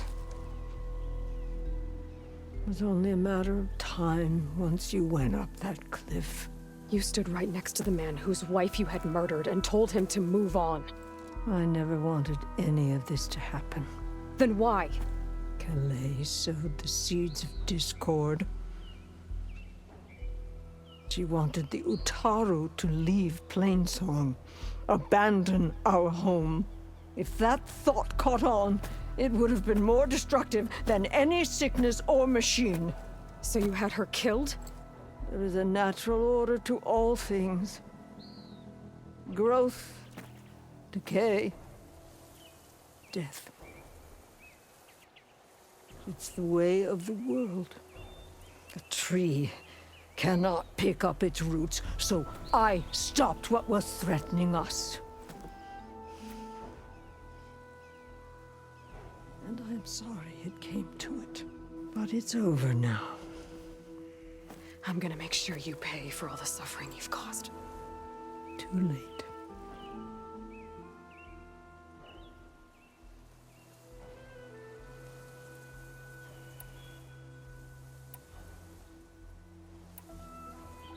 You think you stopped Kalai's beliefs from spreading? But when people hear what you did, they'll cast aside the old ways even more. No. And you won't be around to do anything about it.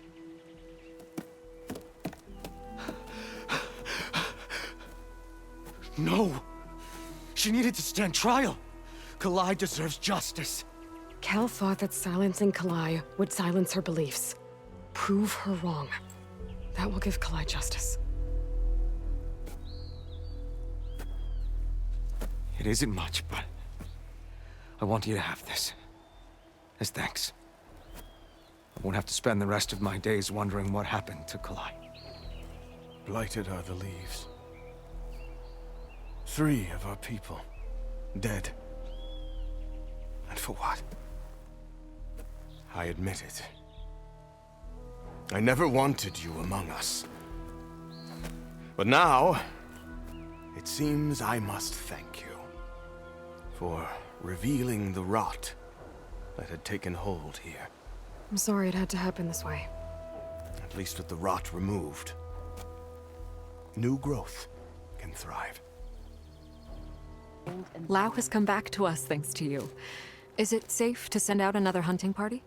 It's never going to be completely safe out there, but the Clawstrider is dead. Here, the seed pouches. I'll see that these are returned to their families for planting and remembrance. I'm sure Lao and Ven would like to thank you in person. You can find them at the Grove. It's been an honor, Aloy.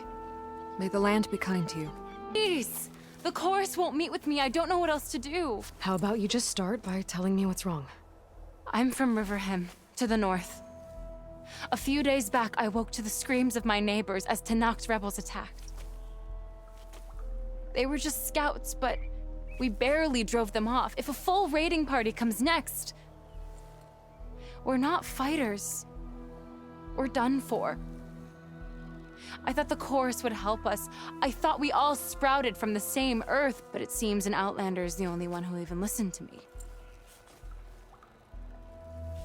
Would it be too much to hope that you'd stand with us in this fight?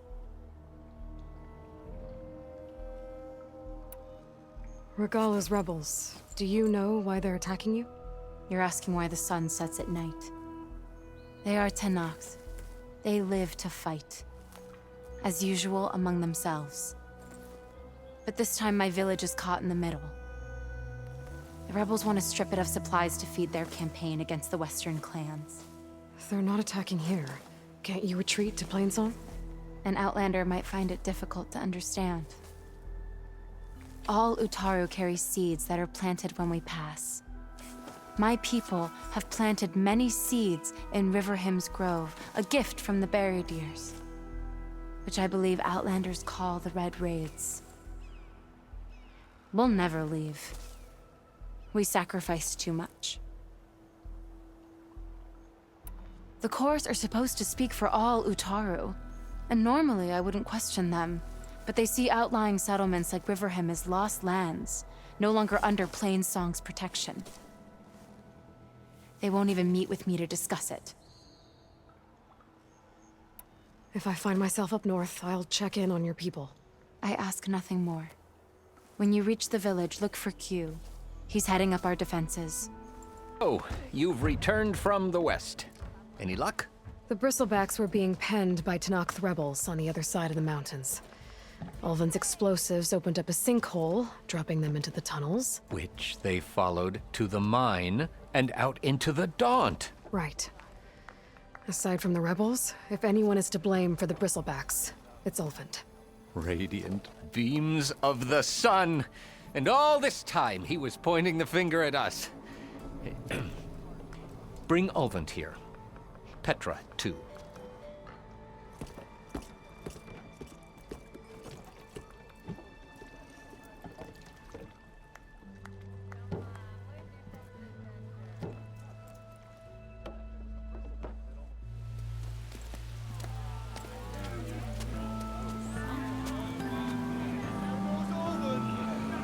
Summoned like a blasted ale witch.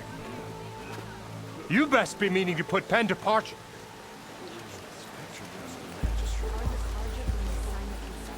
What? Why's she here? I live here too, lugnut. So what's this about? Thanks to the Savior, the sun has shown the truth on the Bristleback incursion. Tenakth rebels were keeping pens of machines on the other side of the mountains. A sinkhole swallowed them, releasing them into the underground tunnels that led east and out into the Daunt. So it was an accident. But let us not forget that it was the Carja— I'm not done. The sinkhole only formed due to your unauthorized blasting in the southern mine, Ulvin. You are responsible for the machine rampage, the workers we lost, the destruction the Bristlebacks caused. All of it. My dear magistrate, has your precious son baked your senses? I would never give such an order without first consulting you. Evidence says otherwise. Aloy found the shipping manifest in the mine. You skirted the laws of the Sundom, Ulvin. All for a few extra shards. And you almost drowned your other miners. And sent that oversized tool over there to intimidate a bunch of refugees. I demand an official investigation. I won't be the victim of some Carja scheme. Certainly. We'll conduct a thorough inquest into everything. The Bristlebacks, the mine, the refugees.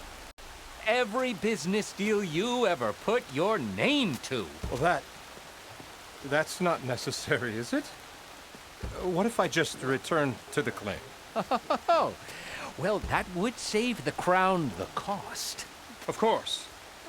I'll be on my way as soon as I wrap up some previous commitments, tie up some loose ends. After all, the welfare of Chainscrape's people in a transition like this... Nope, you're leaving right now. Chainscrape will be just fine. You think she can run this scorched-out forged dump? Ha! Knock yourself out. Get out! Oh! Don't want you! Don't need you! Down with all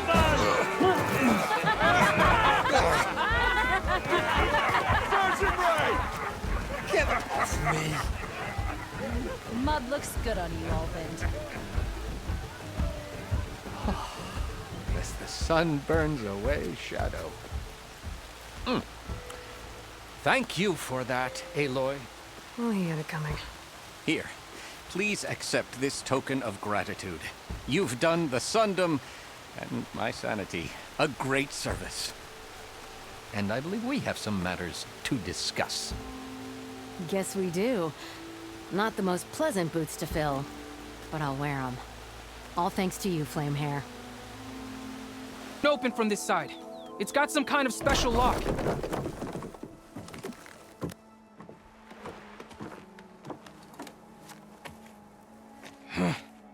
Eclipse bastards. Good riddance! So, Vezra found an actual fortress to hole up in. Listen. If you're here to stop them, you could sneak in from the upper scaffold. We haven't reinforced all of the southern wall yet. Vezra's holed up on the other side of the pit. Who are you? And the others? I'm Yef. All of us are Utaru. The Eclipse have been prowling the borders of Plainsong, snatching up anyone they can. Would have worked me to death if you hadn't shown up. So the Eclipse abducted you? Yeah. I was out, exploring a couple weeks ago when they caught me. Exploring? Well, more like wandering and looking for scraps. Plainsong isn't such a fun place to be right now. Not much food, not much to do. Of course, it's 1,000 times better than this cesspool. Next time, I'll stay closer to home. The others ran off. Will they be okay? They'll run straight for Plainsong. No guarantees, but they'll probably make it. I'd be more worried about the ones still inside. They'll either be working or penned up. I'll keep an eye out for them. Any idea what's waiting for me inside? Eclipse goons, killer machines, dangerous weapons from the old ones. What kind of weapons? You think they'd tell me? I was lucky to go a day without a beating. The leader's always droning on about wielding the ancient power of death. That sounds bad. You should probably head back. And miss my chance to deliver some payback? I want to help. Then stay here and let me handle the fighting. If I rescue anyone else inside, they'll be grateful to see a friendly face. Well, luck be with you then. Guess I'll just sit back and enjoy the show. Hang tight. I'll get you out of there. You're safe now. Get as far from here as you can. But what will you do? Clean up this mess. Alone? That's certain death. Sure. For the bad guys. All of you, find a place to hide while I finish this. Now, take care of Vezra.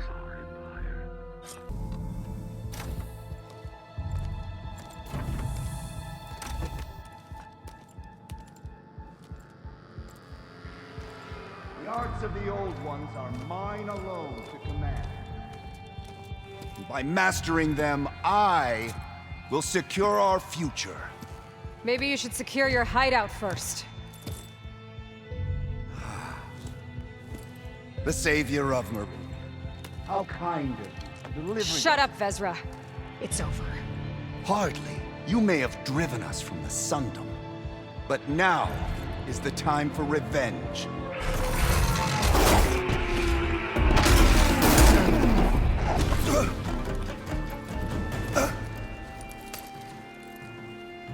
What I wouldn't give to watch you die. You'd have to try a lot harder for that. Not with this. We'll both be gone in an instant.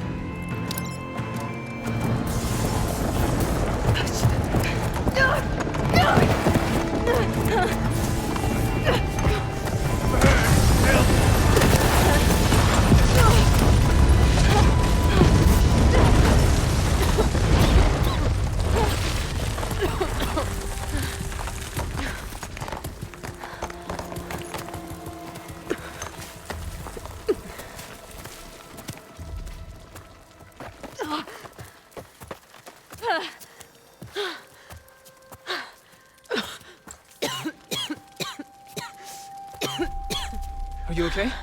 Yeah, I'll be fine.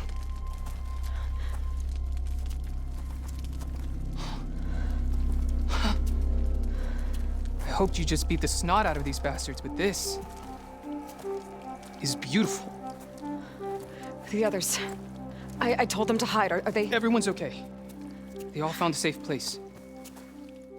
I figure we'll camp out here until we get our strength back up. Then I'll take everyone back to Plainsong. Thanks, Yef. Listen, sometimes during his ramblings, Vezra mentioned his former comrades. Said they'd arrive any day now. Are we safe? I don't know. But I intend to find out. Find. Vezra's comrades are dead. The Utaru have nothing to fear from the Eclipse anymore. And neither does the rest of the world. Well then. Can't imagine there's anything a scrawny forager like me could ever do for someone like you, but if you ever need a favor, You can find us in Plainsong. I hope you make it there. One more step. The Tenakth don't suffer outlanders in the Clanlands. I was given rite of passage by Marshal Fashav. I'm not here to fight. Hair like blood. This is the warrior who defeated Gruda, champion of the traitor Regala. Her life is not ours to take. You may enter, but mind our ways. You will be watched. I'll keep that in mind. You wanted to speak to me? The name's Zolka. Have you heard from up north? From Bleeding Mark? I'm guessing that's a place. One of the desert's villages. They send their yield of ash blood so the Bereka over there can mark the skin of our soldiers. But it's been a long time since the last supply run. Too long. If you think something happened to them, can't you send someone to go check? Word up to me. But the capital's already dealing with machines, storms, and strict water rations. No one can be spared. My face paint will strike fear in your enemies. Take a look. You mentioned the village up north sends some supplies to the capital. Ash blood? It's a crimson stone that we grind into powder for our ink. Bleeding Mark has the largest supply. Our soldiers there gather and deliver it to us, in exchange for their water rations. Die for water. Everyone in the clan depends on the wound in the sand for their water. Capital and outlying village alike. But the last delivery of ash blood was weeks ago. Our supply is running low. So must be their water. If I'm out that way, I can look in on the village, find out what's the delay. You have my thanks. Head north to a ruin where the desert meets the mountains. That's Bleeding Mark. Ask for Kentok or Natika there. They'll know what's going on. Ala's forces may seem strong now, but... Her machines took out my entire squad. Remember the visions. The old ones didn't choose their fight, but still, they stood firm. They didn't falter. And neither will we.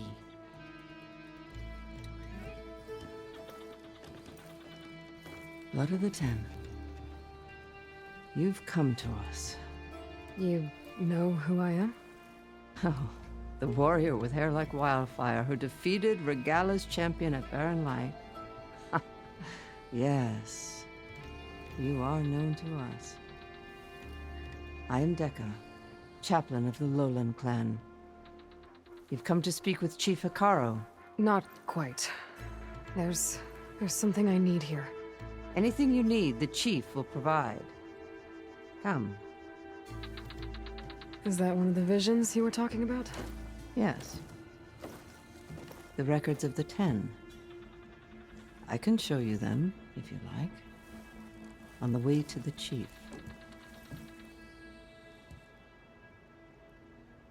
These visions, you said they're the records of the Ten. Who are they? Old ones.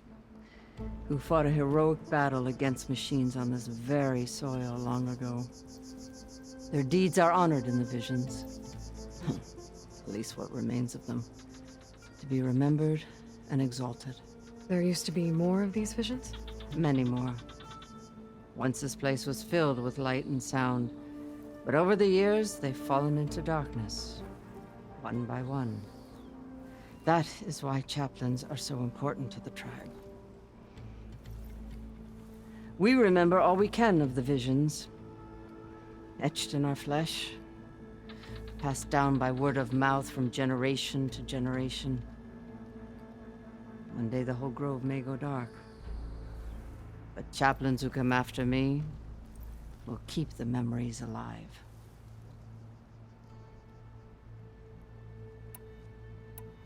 What does it mean to be a chaplain here? We who outlast our youth study the visions and share their wisdom with our young. What kind of wisdom? How to be a true warrior. To fight with bravery and unflinching honor. And to know when to call for peace. You can see for yourself when we go inside. Why does Hekarro want to see me? We are at war with Regala. And you've already shown that you can stand against her. I'm not here to fight a war for you. Not for us. With us. But I won't try to persuade you. That is for the Chief. He can be very convincing. All right, let's go see Chief Akaro. He's in his throne room, at the far end of the grove. Come. Be welcome among the records of the Ten. You have an old world recording? This box was speaking with voices of the Old Ones. But now there's noise over them. Let me take a look. Where did you find this? We took it from an Oseram Delver. She was trying to steal it, and other artifacts from Tenakth territory. The others were going to bury it in the sand with her. But then I heard the voices. Well, the data here is badly corrupted, but... Delta Juliet 9, you are weapons-free and cleared to engage the swarm. Good hunting. Copy that. We'll buy Zero Dawn the time you need. Delta Juliet 9 out. The voices of warriors from the past. And that Oseram wanted to sell them for shards. The bravery of the Ten should be remembered. I'm not sure what you mean by the Ten. These voices came from the final battle of the Old Ones. Another battle? I could learn more about it if I could find the other boxes. That Delver did say there might be more recordings to be found in the wreckage of ancient flying machines. She claimed she had a way to locate them. Yeah. The box with the voice data on it is emitting a locator signal. I could use it to find the others. If you do then, bring them back here. I will see to it that they're treated with proper respect. Whatever sacrifices were made by these ancient soldiers, we will honor them.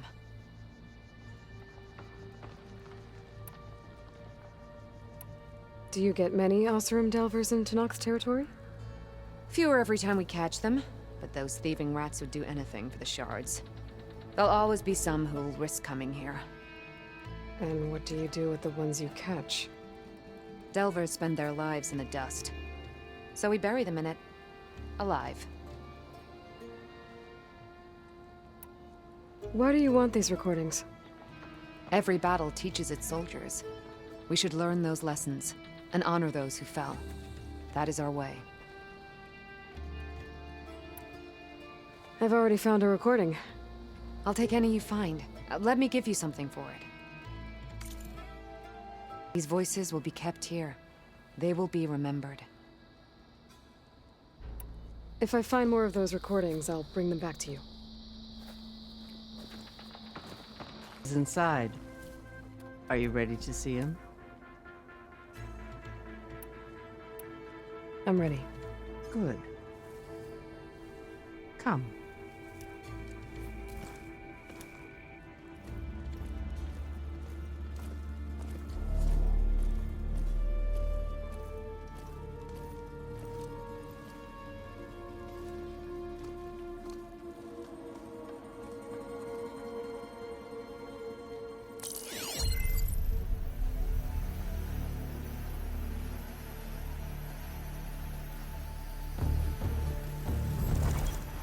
It's underneath the throne.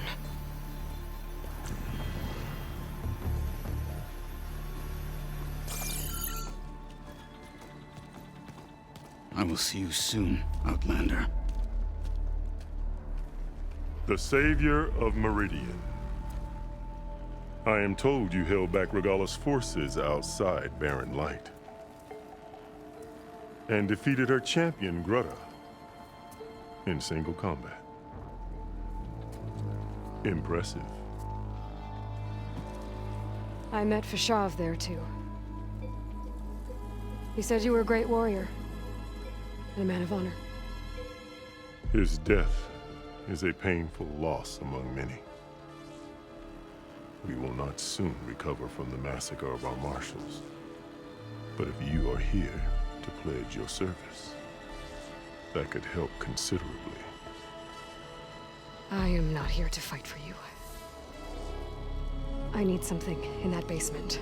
Something that will save many lives, yours included. It's not something you can see, but it is there. I have seen it. You have named your price.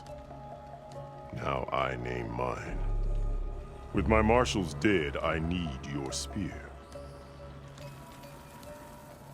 Help me defeat my enemies, and I will grant you access to the chamber below. I don't have a price. I am not a hired killer. I'm here to save lives, more than you can count. I count the corpses of marshals slain. I count hundreds more Tenakth, whose lives hang in the balance. I will fight for them. I will kill anyone who threatens the peace, and you will too, if you want me to open the door to the chamber below. Okay. So by that logic, what's stopping me from killing you right now? And taking what I need to save everyone? You could try. You might even succeed. Either way, you must fight. My way might hold off Regalla and the slaughter she craves. Fine. What do you need? I need more marshals to keep the tribe together. Such warriors can only be promoted at a trial by combat called the Kulrut. I've sent out a call for the competition. Since Regalla seeks to undermine me, she is certain to attack it. She'll want to kill me in front of the assembled clans. So what, you want me to be your bodyguard? No. To defend the Kulrut. But there is more. Knowing Regalla will attack, one of the clans have balked at sending their contestants. You must go north and force Tekotteh, the commander of the Sky Clan, to submit and send his best. Force him to submit? Do whatever is necessary. I can't hold a Kulrut with 2 of the 3 clans in attendance. Marshal Kathala will assist you. He was maimed at Barren Light, but he can still be of use. I sent him ahead to the northern village of Stone Crest. Meet him there, and he will guide you to the Sky Clan stronghold. If you have any questions about your mission, now is the time. I'm sorry about Fashav. He seemed like a good man. More than a man. A bridge between Tenakth and Carja. No Outlander ever earned our respect as he did. I had hoped he would be my voice in Meridian, that peace with the Carja might become something more. An alliance? In exchange. The Carja have much we lack. Our deeds are written in ink upon our bodies. Our memories die with our flesh. But the Carja never forget. Their deeds are written in book and scroll. You wanted to learn from them? As I learned from Fashav. He will be missed. Fashav called Regalla your greatest mistake. Why? That is not your concern. Really? I fought against her forces at Barren Light, and I don't even know what her problem is. She was the deadliest of my marshals. The point of my spear. So what happened? Above all, Regalla despises the Carja who burned her younger brothers alive. After we turned back the Red Raids and tore down the battlements of Barren Light, she hoped to chase them all the way to Meridian. She could not see the cost of such a war, nor the benefits of peace after the Mad Sun King fell. When I accepted Avad's entreaties, she went mad, called me traitor, challenged me before the marshals. What did you do when Regalla challenged you? If you were Tenakth, you would know that such a challenge cannot be refused. It was not easy to subdue her. I bear 7 scars from that fight. The other marshals wanted me to execute her on the spot, but I found I could not sever the bond between us.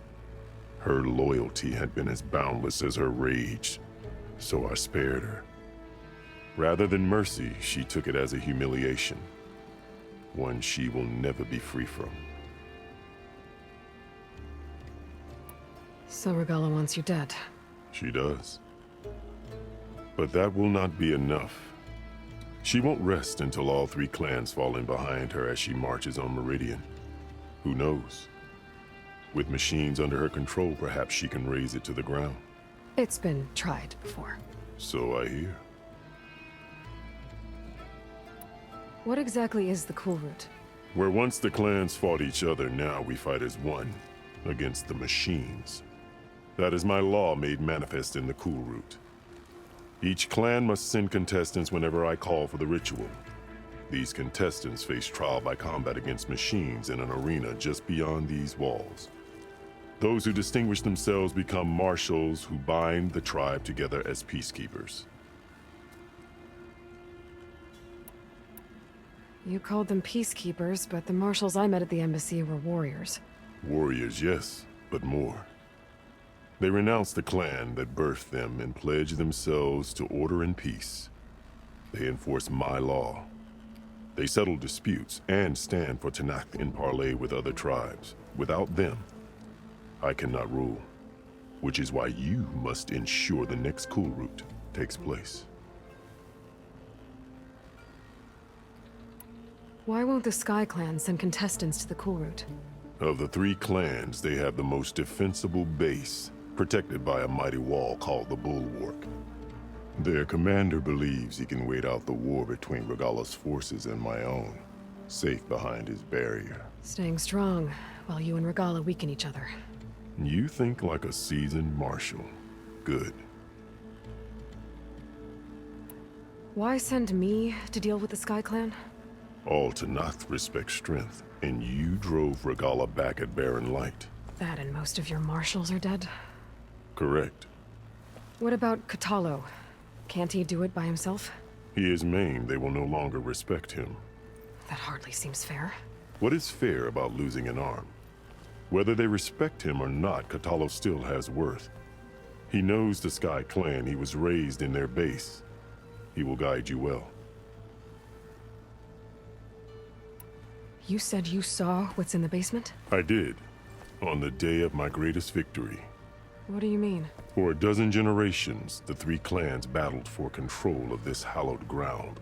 Only I achieved it. I fought for years, killed whoever stood in my way.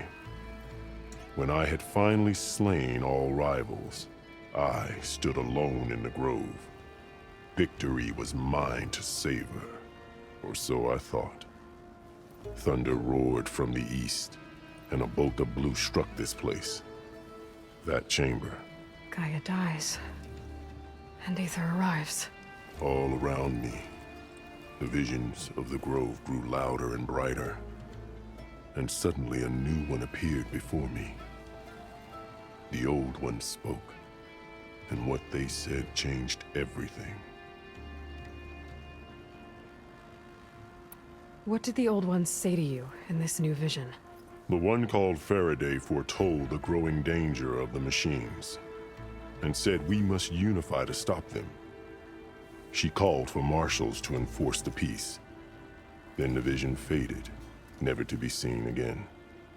I marked the spot where it shone with my spear, and I took Faraday's words to heart. Renounced war between the clans, trained warriors to fight machines, ordained marshals through the Cool Route. Since then, the tribe has been at peace, until Regalla attacked at Barren Light. And the chamber, beneath the throne. You went in after the vision? I did. Inside is an ancient device. It hums with power. You will see it for yourself after the Cool Route. This I swear. I'll do what you want, and go north to deal with Tekotteh. But you'd better not forget about our deal. You will have what was promised, if you succeed. Speak to Dekka on your way out. She will arm you for the road ahead. Hekarro said you have something for me? A weapon to aid your mission. You'll need it for the long road to Stonecrest.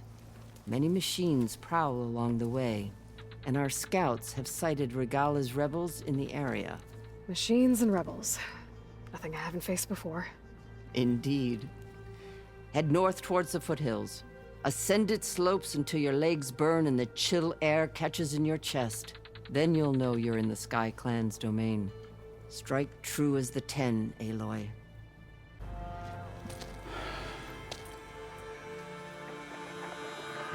This valley is infested with Regalla's rebels.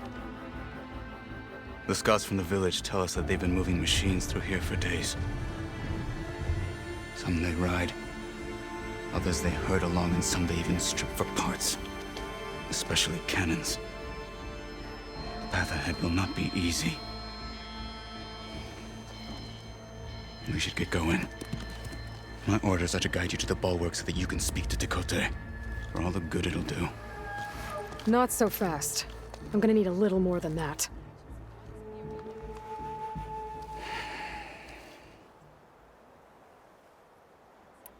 What is this place? Stonecrest was built as an outpost, back when the clans were still at war. Its purpose was to guard the entrance to the valley, as well as keep watch on what happens below. And for now, that means keeping watch on Regalla's forces. I wish we had enough soldiers to do more than just look on.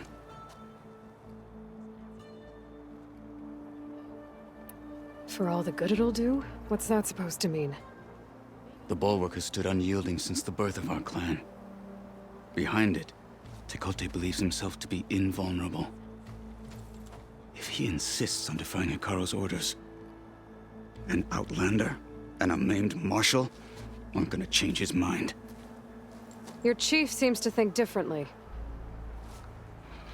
And that is the only reason I am still standing here, talking to you.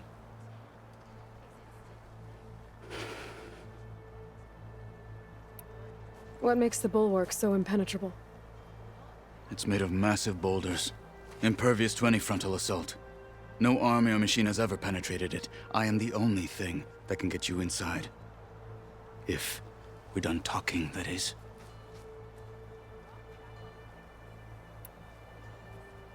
What makes you so sure Tekote won't listen to us? A snake safe in its lair hears nothing but its own rattle. Come on, is that all you've got for me? Hekarro said you were from the Sky Clan before becoming a marshal. I need to know what you know. Tekote is a petty, vindictive schemer. If he had any guts, he would have gone after Hekarro long ago. But instead, he covets the chiefdom from behind the bulwark, biding his time, hoping that his foes will weaken one another.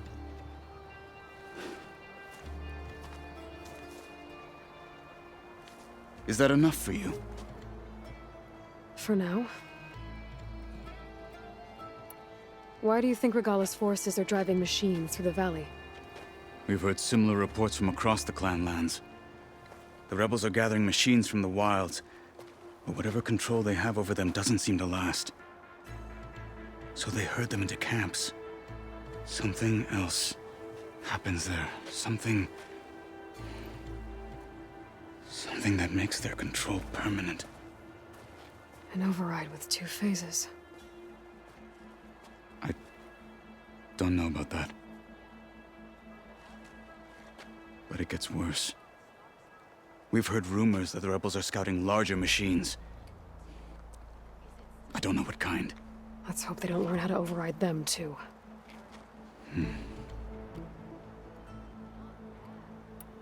You were at the embassy.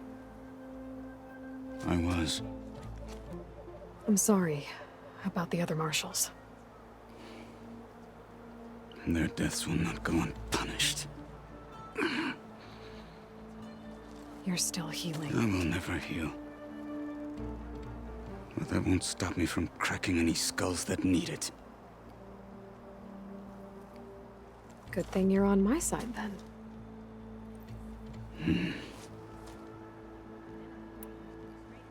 So, what's the plan? The bulwark is to the southwest. So undoubtedly we'll have to cross paths with Regalla's troops along the way. We'll either have to fight our way through, or find a way to sneak past unnoticed. Neither will be easy. Never is. Let's get this over with.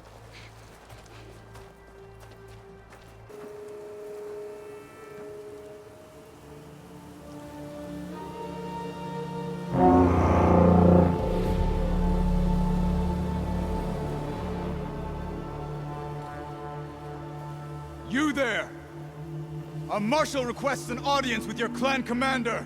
I didn't know there were any marshals left. We defend the path to the mountain. Where the wings of the Ten shall find us. All right, Marshal. I'll send the lift for you.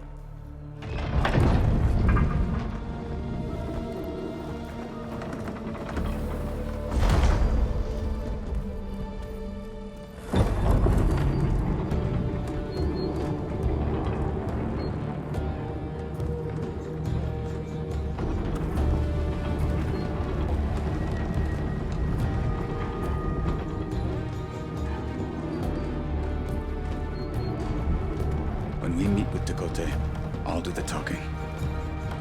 We'll see how it goes.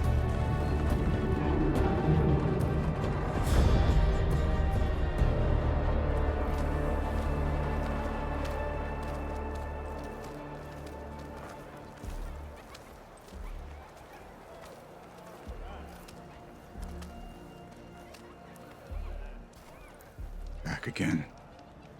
So this was home. A long time ago. Come on. We're here for Tekote. Let us in.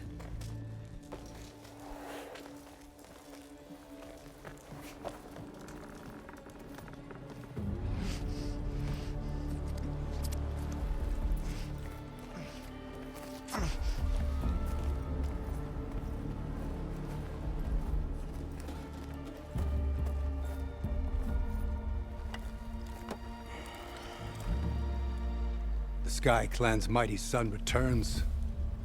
Bless the Ten. Your chief has demanded an immediate dispatch of all challengers to the Kulrut. We're here to make sure yours haven't gotten lost on their way to the Grove. I see. Regala must have dealt our chief a mighty blow, if he's sending you two as messengers. This one defeated Regala's champion, Grudda, at the embassy. She fought honorably. I had the sense to bar our soldiers from that embassy. Just as I have the sense now to keep our challengers here. If they must fight, then they will fight here. Defending our walls. Our clan. That wall won't protect you. Not from the machines Regala controls. They're already at your doorstep. And what do you know of the battles that the Bulwark has withstood? The blood shed upon stone. I know it wasn't meant to be used as a coward's shield.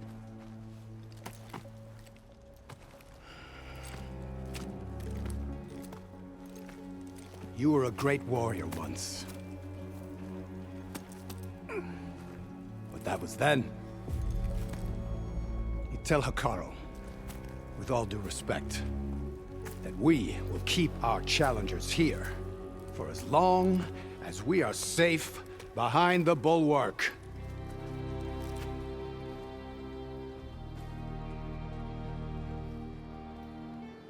I told you, words are useless with his kind. We're gonna have to kill him. It won't be easy with all his men about. Are you even listening? For as long as we are safe behind the Bulwark, he said. Wait here. I need to get a closer look at that wall. What? Why? The guard said you'd been scurrying around the wall like a rat. What in the name of the Ten have you been up to? Tekote said he wouldn't send his challengers as long as they're safe behind the Bulwark, right? Don't remind me. So, we take it down. Did you hit your head on the way down here? I'm serious. There's something from the old world stuck in there, and it has a power cell. I could blow it up if I just penetrate the first layer of rock and metal. Even if what you're saying is true, it would take a cannon to do that. You're right. And you said the rebels were stripping them off machines back in the valley. Come on. No. I'm not getting dragged further into this madness. Hekarro ordered you to help me. You gonna defy him like that arrogant shit up there?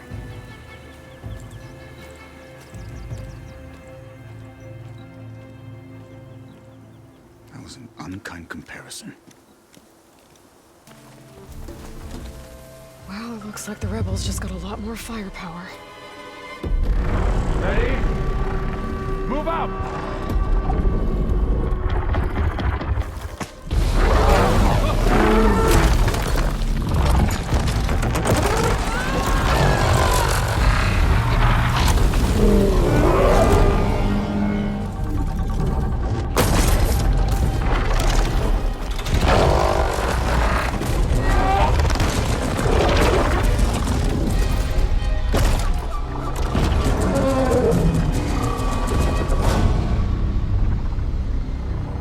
You wanted your cannon, and that thing has them.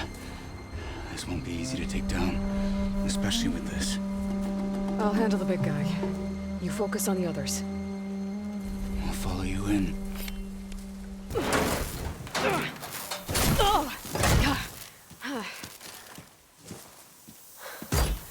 I'm not looking forward to hauling this all the way to the bulwark. Here. I may be maimed, but I've still got a strong back.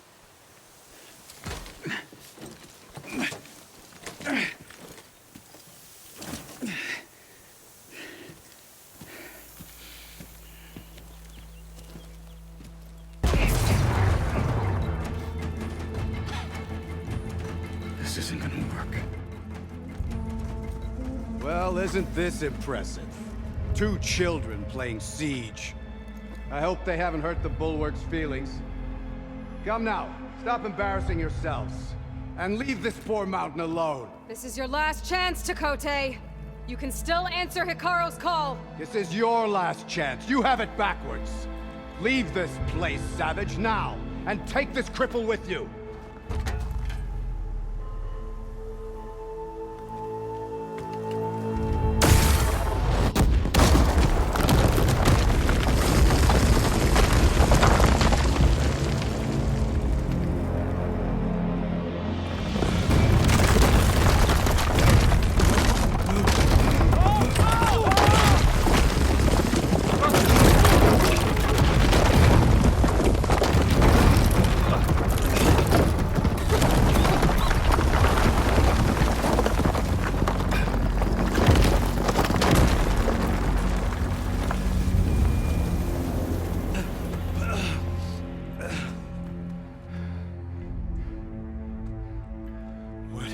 Done? Can't hide behind the wall anymore, Chakotay.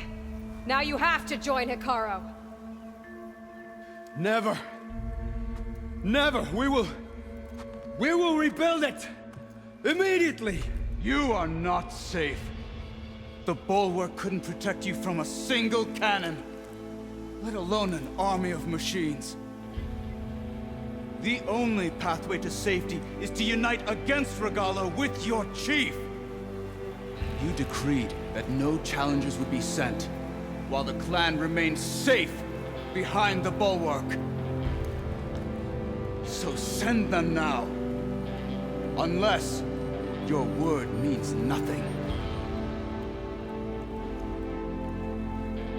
Send them. I didn't hear you. Send the challengers.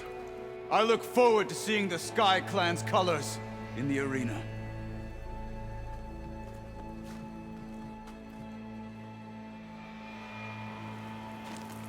Nicely done, Marshal. What's gonna happen to this place? They'll have to live without their wall. But that's better than living apart from the tribe, as pawns in Chakotay's foolish schemes. If you want to check up on them, talk to Jera, the chaplain of the clan. If anyone needs help up there, she'll know. Yeah, maybe I will. I'll take my leave then. I need to report to Hikaru. I'll see you at the culvert. Good.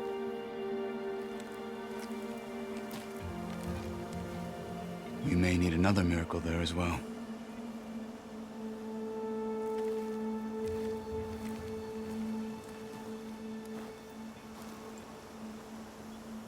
You Chaplain Jera? Kotallo said I should talk to you, to see if you need help. Bold move, Wallbreaker, burying Chakotay's pride beneath the Bulwark's rubble. I was just... At ease. Many in the clan agree with you. And Marshal Cotello was right to send you to me. There is something you can help with. A few of our soldiers followed him to the embassy at Barren Light, against Tekote's orders. Right. I remember Cotello showed up last, with only a few representatives from the Sky Clan.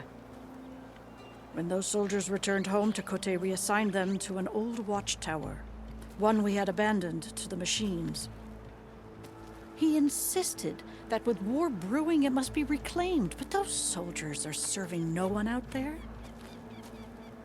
If, however, they were to return by request of Hikaro's champion, Tekote wouldn't have the backing to deny them, especially when their chaplain supports their return. Tell a few soldiers to come home and give Tekote another black eye? Sounds easy enough. Go to the cold rushes, a long stretch to the west. The watchtower stands beside the falls. Speak to Kiva there, the squad's leader. Good luck. On here. The Wallbreaker. Jekka's brother here went off to get himself killed. He'll finish the climb. I know it. Not likely. My brother Pento left to climb the March of the Ten, to get his soldier's mark. They were supposed to be done by now, but he's not back yet. Jekka! Lataka! To your training, now! Your brother should have stuck to his cleaning duties. Would you mind checking up on the march? If I leave, my squad leader will kick my ass. And I don't want anyone thinking I'm worried about my brother making the climb. Because I'm not. I get it. You can't miss the path markers. They're by the waterfall west of here. If I head that way, I'll see what's going on. Thank you. Can I ask what you're arguing about? Oh, Sariva won't let it rest. She insists our comrade Farika flew on the wings of the Ten. But I say, hanging on to a Stormbird for dear life isn't the same. A Tenakth rode a Stormbird? She went up in the air. But rode is a strong word. Ha! You admit it. You're talking about her like she's no longer around. She's not. After she grabbed onto the machine, it flew off with her to that mountaintop. The Stormbird still circles the peak, but we never saw Farika again. It's sad. What a way to go. I'll say. A shame no one can reach that mountaintop. She was a great soldier with armor to match, and it serves no one lying up there. I'm a pretty good climber. No doubt, but unless you want to try what Farika did, there's no realistic way to get up there. For now. What's going on here? Close combat training. Fighting at long range is a good strategy for machines, but fighting an enemy soldier means getting up in their face. I'm Arayo. My brother Varrock and I run this training pit. We watched you bring down the bulwark. It made our day to see that arrogant commander so furious. You're welcome to train here, but you're only allowed your spear and a practice bow in the pit. Everything else stays with me. We also offer challenges for any fighters looking to test their skills. Complete all of them, and you'll go up against me and Varrock. What happens if I beat you? I'll grant you a mark to prove you've mastered this training pit. You earn marks from us and the pit masters in Scalding Spear and Thornmarsh. You'll earn the right to challenge the Enduring. I think I've heard of the Enduring. Some kind of Tenakth trainer. Way more than just that. The Enduring is a legendary fighter among the clans. The Master of Masters. Only those who prove themselves in the pits get to train with the Enduring. Including Outlanders? You're no ordinary Outlander. So, what do you say? Let me know if you want to practice in the pit or take on a challenge. Aloy. It seems you've had to move mountains to bring the Sky Clan to heel. Literally. Kotallo helped. Yes. Tekote reprimanded for all the clan to see. You both served well. But now the cool route is at hand. Some have come to compete, others to bear witness. They know Regalla will come for me. I'll do whatever it takes to hold up my end, as long as you remember yours. So what's the plan? Kotallo. There are only two viable ways to attack the arena. Through the throne room you just passed, and by the trail on the north end. We've set up barricades at both. But if Regalla means to assault the cool route with machines, she will have to attack by the trail. You will join our defenders there. Hold the line, and I'll have my marshals. You will be free of my service and receive your reward. Make whatever preparations you must. Once the coup route begins, you must see it through. I know where I'll be. What about you two? I will be here with the chief, where I belong. Should the fight reach us, we will take the blood owed for our fallen. If it comes to that, the defenses will hold. Let's get this over with. Good. You'll find Dekka at the north barricade with the rest of our defenders. Strike true as the 10. I'll see you when this is done. Easterner. Didn't think the Sky Commander himself would be joining us today. If there's a chance my challengers will be facing Regalla, it is only right their commander join in their fate. Or maybe you need to save face after what happened at the Bulwark. Careful now. Sometimes sharp wits bring out sharp spears. I'd save my spear for Regalla's troops, if I were you.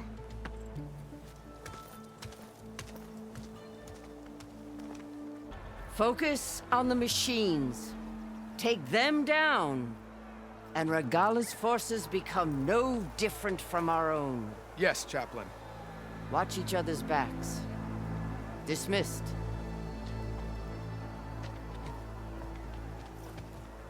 Our soldiers are ready.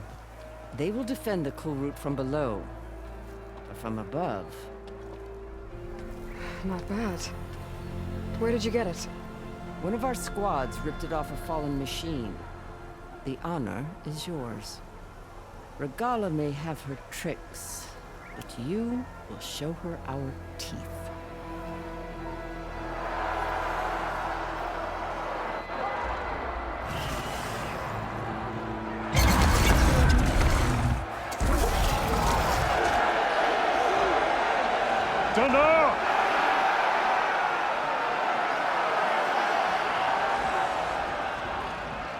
The cool route is upon us! Our struggle demands new blood! New leaders! Release the quarry!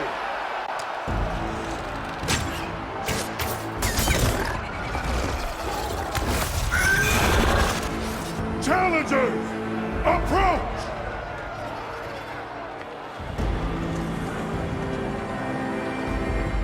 All who take down a machine shall be named Marshal. Remember the 10. Strike from the air as they did, and seize your glory.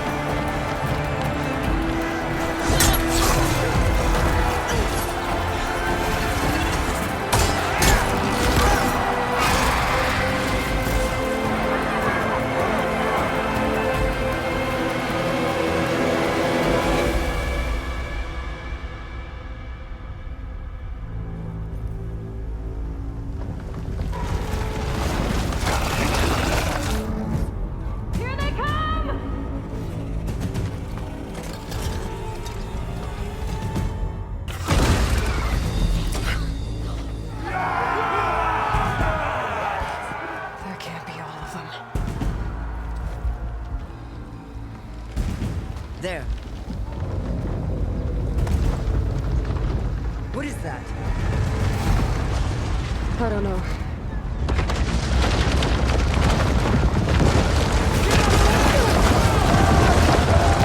Hold the defenses! Go!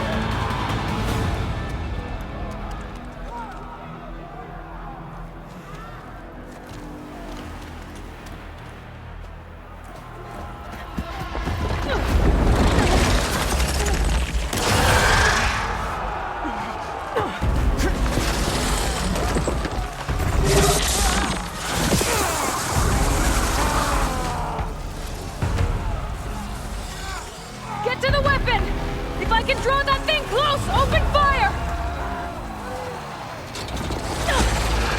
Hey! That's right, over here, you big worm!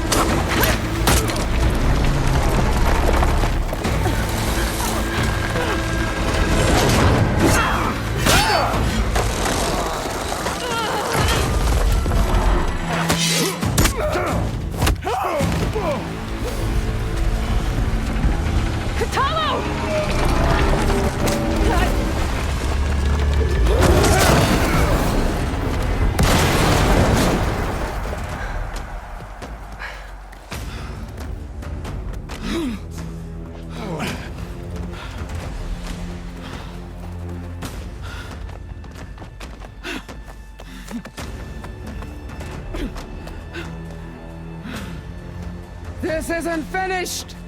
I'll be back with everything I have! And all who stand with Hekarro will be run red.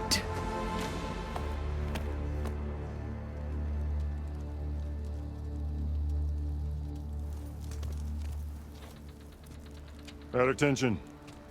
You fought well. Proved yourself against enemies both metal and flesh. I name you all Marshal. Your first order is to secure the arena from any remaining rebels. Go.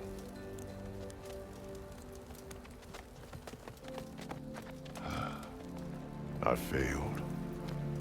I should have finished Regalla. But now she'll be back with more machines. Stronger than ever. I'll do what I can to help. No, you've done enough. Far more than our bargain called for. When we first met, you spoke of your true mission on which all depends. I wasn't certain if I believed you then. But I believe in you now. So leave me. And get to your task. What will you do? Tend to the wounds. What you need is there. Take it. Your deeds today will be remembered like those of the Ten.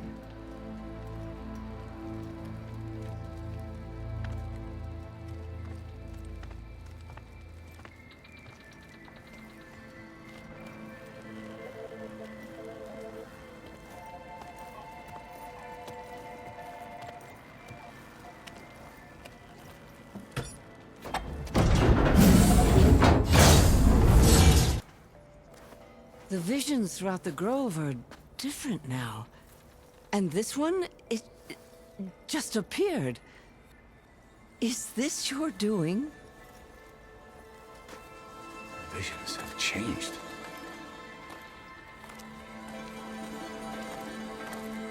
That's the one that inspired Chief Hekarro. More testimony of the Old Ones.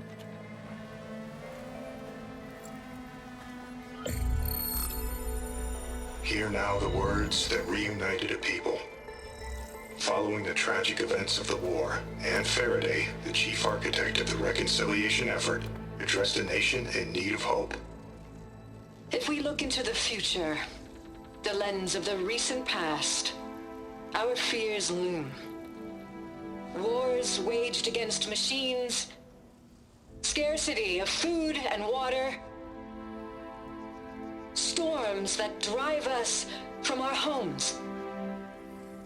But true courage means facing those fears with conviction instead of cynicism. Leading the peacekeeping effort with these brave men and women, these marshals of the new Southwest, has strengthened my conviction that when we are united, we can overcome any threat. Join me. Join us in that conviction as we strive for a nation and a world without want or war.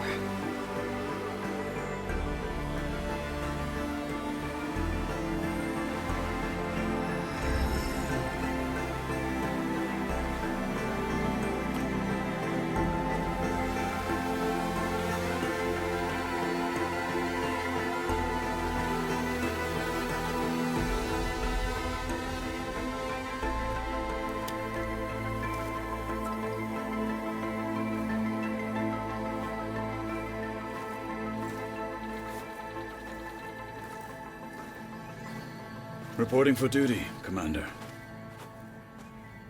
I'm coming with you. But Hekarro needs you. Because of you, he has new marshals. And a rallying cry the clans cannot ignore. So I will stand with you on your mission. Give whatever is left of my life. It is what I choose. How can I say no to that? Zoe, there's someone who wants to join us. I need you to meet him in the foothills and guide him the rest of the way. Will do, Aloy. Go to the mountains, west of Plainsong. A friend of mine will meet you on the ascent. I'll join you when I can. A friend of yours? Should be interesting.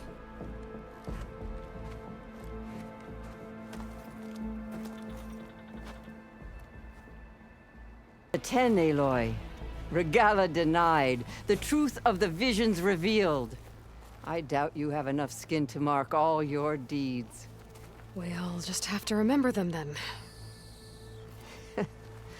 Well, thanks to you, the Chief still lives. And hope remains. But that's not why I wanted to speak with you. I need a favor. A personal one. My grandson, Kavo. He was not counted among the dead, which means he must still be with Regalla's remaining forces. He was taken prisoner. No. He joined them willingly. Like many young soldiers who seek to mark their skin with distinguished deeds. I must search for him. Convince him to come home. Chief Hekarro cannot spare any soldiers for this task, so my blade is alone in this. Unless you'd be willing to join me. I know it is much to ask after all you've done for us.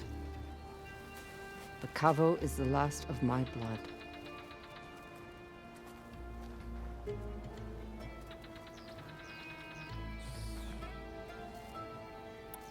What made Kavo join Regalla's rebellion? For some, Regalla represents a chance of vengeance against the Carja. During the Red Raids, it wasn't easy to turn the clans back at Barren Light. Many wanted to pursue the Carja all the way to Meridian. So when Regalla attacked the embassy, they took it as a call to arms. Yes. But others, the young especially, care only about the glory they think they'll earn by hunting an age-old enemy. As for Kavo, it was probably a bit of both. And a youthful desire for a cause to get the blood burning. Nothing I said could stop him. You said Kavo's your last living relative? Yes. Before Chief Hekarro, the clans warred constantly with each other. Every skirmish claimed another comrade. One by one, I buried my children. And then, their children. I'm sorry. I tried to vent my grief on the battlefield, but I never found comfort there. Only in the wisdom of the visions. And even so, I still couldn't prevent Kavo from following the trail of blood. So if Kavo didn't listen to you when he joined the rebels, what makes you think he will now? Kavo was too young to fight during the Red Raids. War was a stranger to him. But he must have experienced the suffering it brings by now. He will listen. He must. I just have to find him before it's too late. If Kavo joined Regala's rebellion of his own accord, will Hekarro let him back into the tribe? The chief knows the value of mercy, and the toll of unending bloodshed. It's the rest of the tribe I'm more concerned about. They won't quickly accept someone who betrayed them. Even with my support, it won't be easy. But you have to try. I'll help you find your grandson, if I can. Where do we start? A while back, our scouts reported Kavo's squad left one of Regala's outposts in the hills to the south. His squad never returned, but the scouts also spotted one of our own being held captive there. So we'll start at the outpost. If we free the prisoner, maybe they'll know where Kavo's squad went. Shall we head out?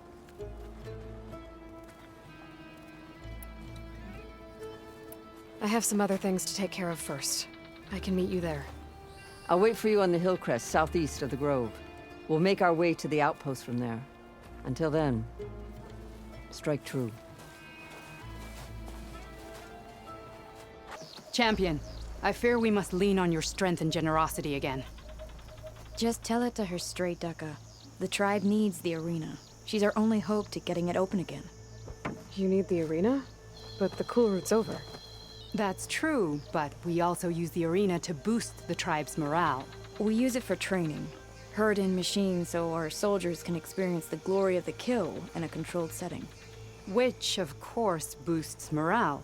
But Chief Hekarro won't let us reopen the arena until the ballista protecting the field is repaired. We need it in case a machine runs amok, and it was damaged during the cool route. The parts we need aren't easy to find. I get it.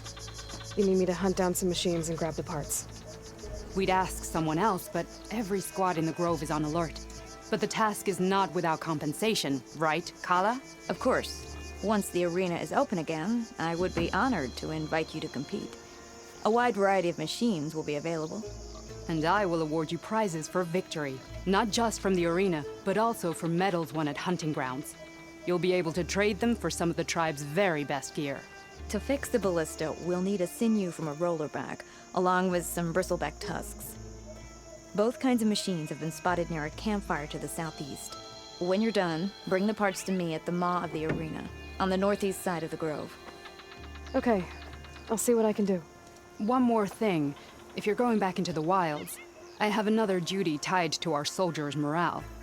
A regrettable one. Every Tenakth soldier carries a tag carved with their squad symbol. Rebels have been hoarding the tags of the soldiers they kill. You might find such tags at any enemy outpost. If you do, bring them to me. I'll make sure they're returned to the soldier squad mates and loved ones. Having confirmation sometimes soothes their grief. And there are bounties involved, if that matters to you. I've already found some of those tags. I don't have anything to pay you with here. Bring them to me at the maw of the arena when you can. Thank you, Champion. And please don't forget the parts for the ballista. The outpost is just over there. Are you ready? The rebels aren't going to give up without a fight. Then we'll have to give them one. The bloodshed won't end until Regala is defeated. What matters is their prisoner Nakala. Maybe she knows where Kavo's squad went. Okay, let's head in then.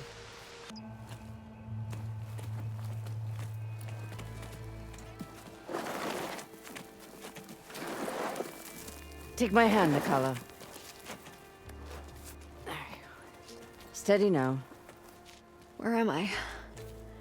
Chaplain? Is that you?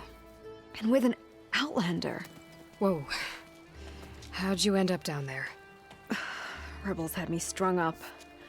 They thought I'd give up intel about lowland squad movements by letting me bake in the sun. Managed to slip my bonds and make a run for it. They made me pay for that. Last thing I remember was a crack on the head and the taste of dirt. How'd you end up here? We're looking for Kavo. His squad was last spotted leaving this outpost. Yeah, he was here. It was his squad that attacked us on the road.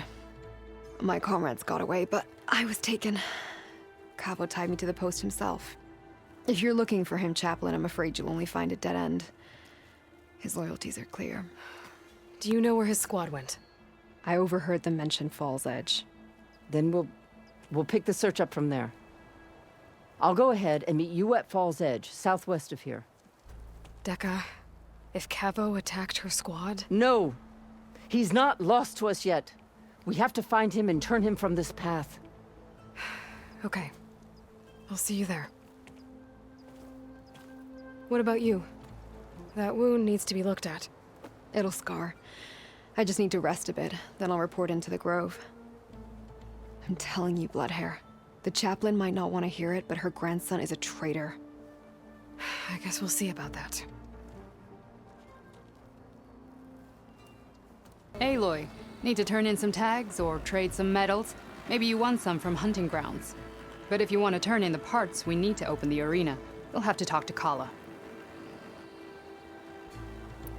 I found some of the tags you mentioned before. Good. The squad mates and families of the deceased will be grateful. This is for you. As always, the tribe values your efforts. Earn more medals and the rewards will be great. Oh, sorry. I don't actually have any tags right now. No problem. Let me know when you find some. I've got the parts you need for the ballista. Excellent. We'll get it fixed up right away, and then the arena will be ready. You're welcome to fight anytime. How does it work? Simply speak to me, and I'll arrange a challenge for you. And any medals you win from fighting, you can exchange with me for some of the tribe's very best equipment. Not just from the arena, but also medals won at hunting grounds. After upgrading your gear, I think you'll come to favor me over Kala. I'm here to help train our squads. It's not a popularity contest. Good thing for you. I'll take my leave then. Come talk to me if you win or if you have soldiers' tags to turn in. Well then, if you'd like to fight in the arena now, we can set it up in no time. I'll give it a shot. Good. We'll reopen with the champion in the ring. Like this? Oh, you're not waving a hammer around, Erend. Try a gentler touch. And my big sausage fingers don't really do gentle, okay? Bring it back. Trace the line. To your right. Other right. I just saw it. It's the one Aloy found up north. Gotcha! They call it a concussion beat party or something. Yeah, now that's music. Aloy! Erend, you're all better. And you're here. Varl said you might need some help after all. Doing, complicated things. We still have much training to do, of course. One does not become hunter in a day. Each seed grows at a pace of its own. Doesn't mean it won't bloom. You should know your Tanakh friend arrived. Kotallo. I heard their warriors drink people's blood. I want to sleep with one eye open. I think he's seen enough blood for a lifetime. I showed him to one of the rooms. He seems to appreciate the privacy. Looks like you've got things under control. I should get this to Gaia. Right. We'll keep on training. Catch up as fast as we can. I'm seeing glyphs in my dreams already. Well, while you've been off gallivanting around, I've been working with Gaia to find out more about the land gods. So from where I'm standing, you're in need of some training. Come along. Okay.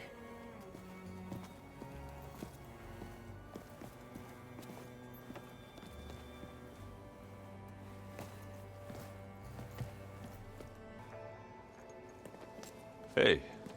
Hey. A nice place. Well, it's not like I built it or anything. Right. Well, I can see why you had your doubts about bringing us along. It is a lot to take in. But, don't worry. That's nothing I can't handle. Right. How are you settling in? Varl's been helping me get the lay of the land, when he's not getting all tongue-tied. I don't know who makes him more nervous, that Gaia lady or our new Utaru friend. What about the Vanguard? Aren't you supposed to be back east, ordering them around? I sent some of them back to Meridian with a message. I doubt Avad will mind me sticking around to help the savior of Meridian. I see Varl gave you a focus. Well, it doesn't look as fashionable on me, but by the Forge, the things I've been able to see. Granted, a lot of them are bad, you know, the old world ending and such. I'm still trying to wrap my head around most of it, but I never really understood how you were ever able to find my sister back in the Sundom. And now I do, sort of. It makes me feel like I could be useful, you know? It takes some time, but yeah.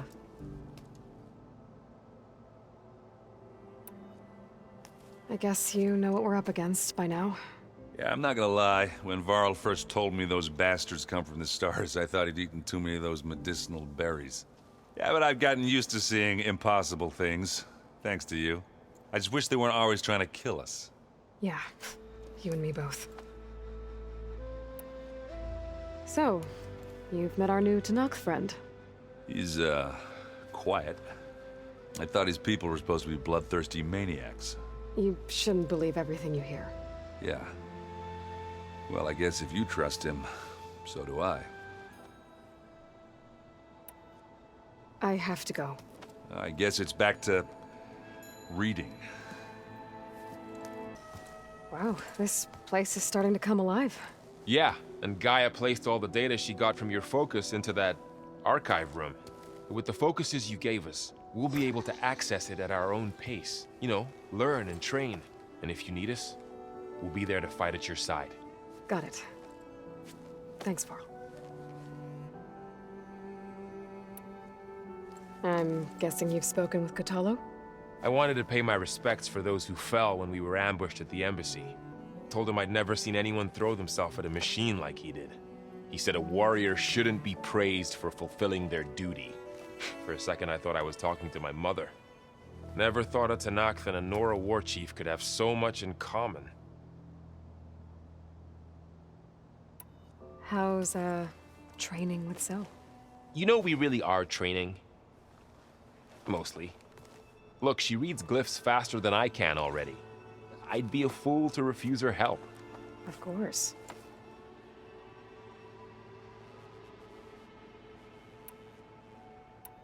You guys reading something over there? We just finished going through all the logs you collected back in Nora territory, and All Mother Mountain. It's hard to imagine that my ancestors were trapped inside, without the knowledge from Apollo to guide them. Thanks to Ted Faro. Yeah. I wonder how it must have felt when they were finally free. The world must have seemed so beautiful. Not to mention terrifying. They weren't much more than kids. And they became an entire tribe. Looks like I was wrong about the Zeniths. Their ship didn't explode on its way to Sirius like everyone thought. And we saw how they lied about creating a better future at their launch facility. Guess they lied about what happened to their ship, too. But still, a tribe settling amongst the stars. I couldn't put a single dent in their shields, Varl. That one Zenith almost killed me. That didn't stop you from resurrecting Gaia. Won't stop us from using Hephaestus against them. Let's hope that's enough. How's everyone handling their focus? And we all have our difficult moments. Erend definitely curses the most. But I'm hoping Oseram's stubbornness prevails. How's everyone doing? Just taking it all in. No one snapped their bowstrings yet. Think you can hold the fort while I'm gone? If Erend stops listening to the same music over and over again, maybe. We'll be fine. Varl looks happy about his training partner. Learning is best done together. Have you gone back to Plainsong at all? I thought about it, but I wouldn't know what to tell them. The chorus already thinks me a thorn in the thicket. If they knew what we did to Fa, even if they understood, there'd be little they could grasp about all this. No. For now, I must leave the tribe behind. You've spoken with Kotallo? A few words. Tenakth don't have much use for us outsiders. You must have made quite the impression for him to offer his fealty. What are you up to? Gaia was kind enough to put together a list of glyphs used by the Old Ones. She helped me decipher some of the data you've collected, and showed me how to use the focus to help the process. It's not easy, but it's been working so far. That's good to hear. Did Gaia tell you anything about the Zeniths?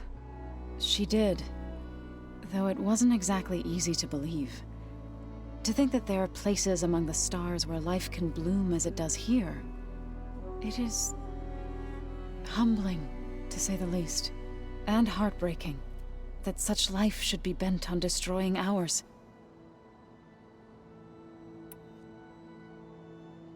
So, how does a tribe like the Utaru manage to maintain the peace with warriors like the Tenakth? By holding them off. When our fields bloomed aplenty, the Tenakth looked upon our lands with envy. But Plainsong's dishes provided sanctuary and high ground to keep invaders at bay. In the end, even the Tenakth saw sense in a truce. The Utaru promised to provide the Tenakth with food from our crops every year. In exchange, the Tenakth would relinquish one of their own, a veteran, to train the Utaru in combat. This custom was abandoned a few years after the derangement. But some veterans still remain in the plains. I believe I've met them already. I've been meaning to ask, what's the deal with you and the chorus? You didn't seem to be on the best of terms. That's what happens when you're the one Utaru who insists on publicly defying them. Twice. When the Karja invaded the Utaru plains, they did more than just attack our villages.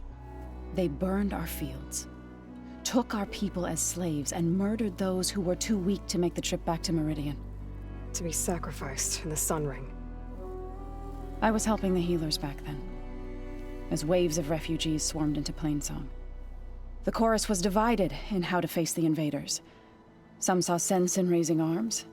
Others believed the dishes would keep us safe, as they had many times before. And while they bickered, I buried the seeds of the fallen.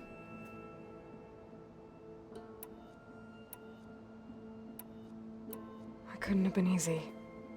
Seeing your people suffer while the Karja invaded your lands.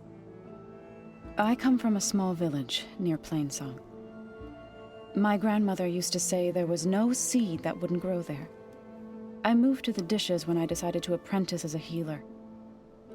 When the Red Raids began, I thought about going back. But the injured kept pouring into Plainsong, day after day. So I kept putting it off. One day, I woke up to hear a Karja raiding party had ransacked my village during the night. I rushed there with the healers to help the survivors, but there weren't any left. The smell of burning flesh haunts me to this day. I'm sorry, Zoe. I made it a point to appear before the chorus as soon as we returned, to demand that we take a stand against the invaders. I was denied. So I left to fight on my own. You said you set out to fight the Karja alone? I did. But it turned out I wasn't the only one. News of my disagreement with the chorus spread through the plains.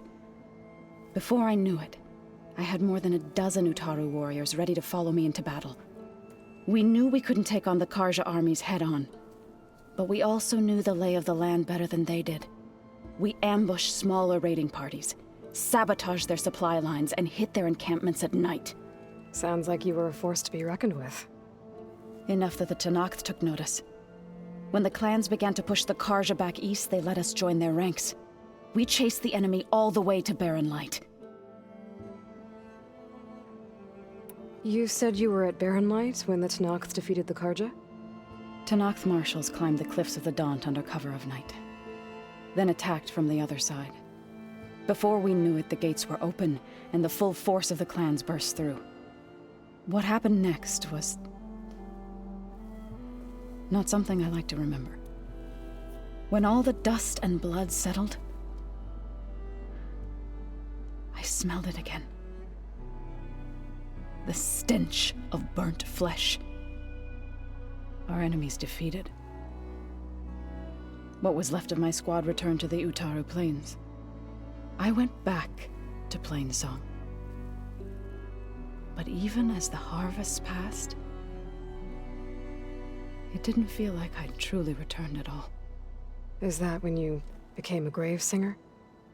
I thought soothing the suffering of others would somehow appease my own. Then you came along and gave me a choice. I could either sing at people's graves or fight for a chance to keep them alive. I'm glad you chose the latter.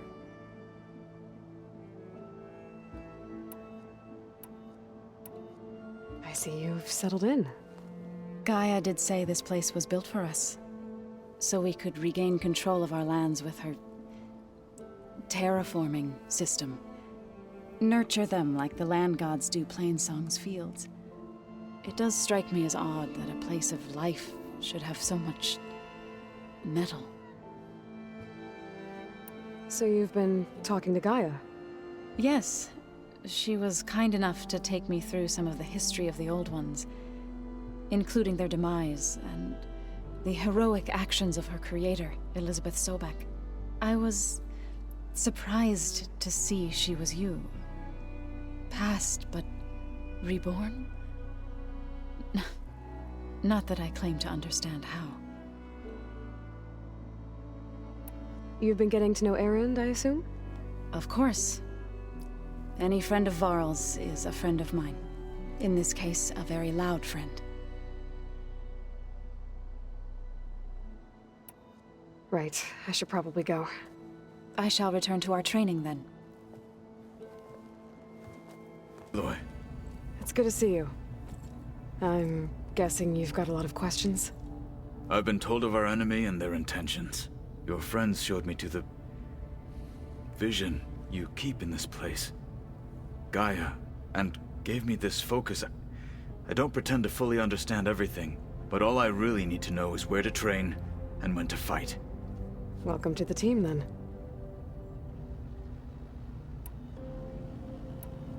You said the Bulwark was your home a long time ago. That you were part of the Sky Clan. Yes. That's all you're gonna tell me? Fine. As you wish. My parents were killed in a clan skirmish, so I was raised by my squad.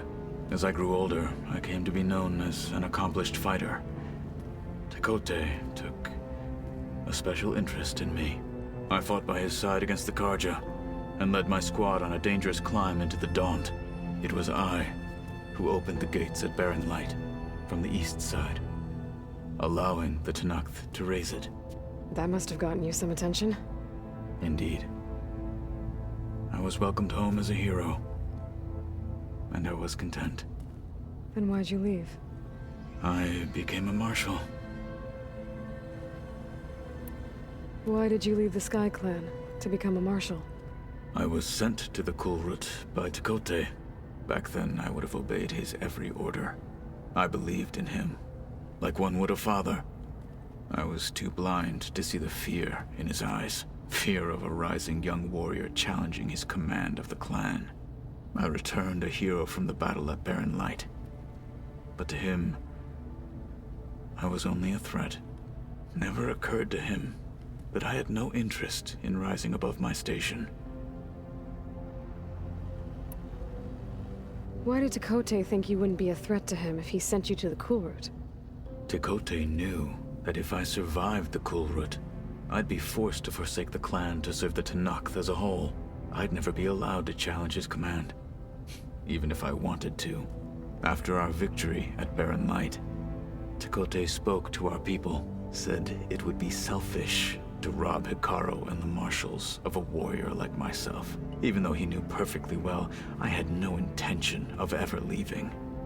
It was exile, guised as an honor. One he knew I couldn't refuse. So I became a marshal, and never looked back. I'm sorry you had to go through that. I am not. Though it pained me at the time, a marshal is what I was destined to be. When we were at the Bulwark, the guard said something about the Wings of the Ten. Hekarro also mentioned it at the Cool Route. Dekka, too. What does it mean? The visions tell us that the Ten flew on great metal machines with wings, and leapt into battle from the sky. For us, to imitate this feat is the ultimate expression of martial prowess, and it is why the challengers leap into the arena during the Cool Route. Many times I imagined it as a child. The feeling of freedom, and the awe it must have inspired. What did Chief Hekarro say when you told him he'd be joining me here? You spilt rebel blood at the Grove, and helped reunite the clans. There was little more to be said. He understood. Well, I'm honored he lent me his best marshal. At least for a little while. Indeed.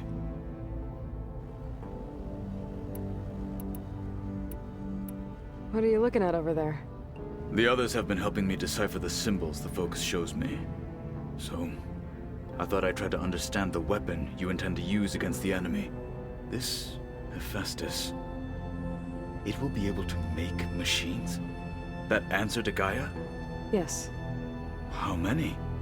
As many as we need. Such power. Has the world ever seen the like? Now that you know who the enemy is, do you have any questions? I'll admit, I find them hard to grasp. From the heavens. And invulnerable. For now. I will leave the strategy to you. I trust you will point my blade where it will cut the deepest. You've had some time with the team now. Any thoughts?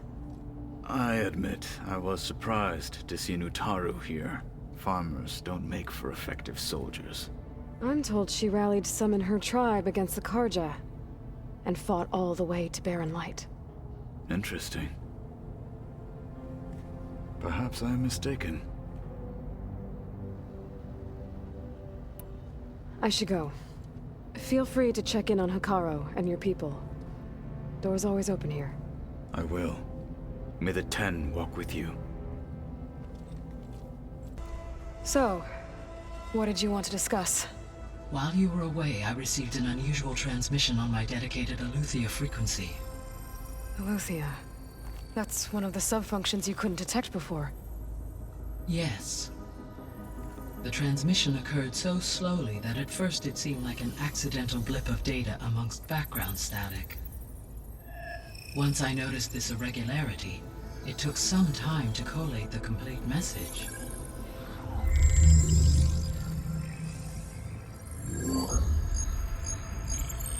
Coordinates. Where does it lead? To a mountain to the northwest of this facility. A word of caution, Aloy. It is possible this transmission is genuine.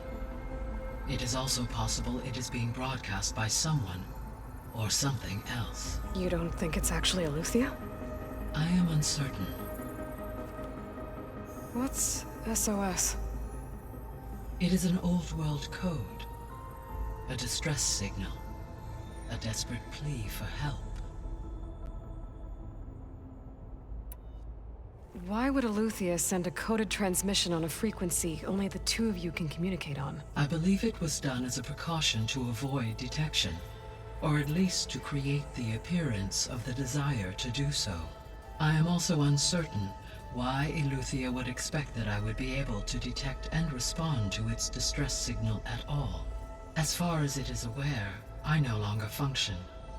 Okay, so either Aletheia is in trouble and sent the message hoping you were out there, or someone else is trying to get us to go to these coordinates, pretending to be Aletheia. That is my conclusion as well. Could the Zeniths be sending the transmission? According to the data I reviewed on your focus, the Zeniths recovered the other Gaia root kernel in the Hades Proving Lab. It is feasible they used it to gain access to my internal frequencies. So, maybe they sent it thinking you'd respond and reveal your location. Possibly. However, the transmission is highly irregular. If they intended to provoke me into revealing myself, I would expect the communication to be more routine. Right. So maybe it's not them then.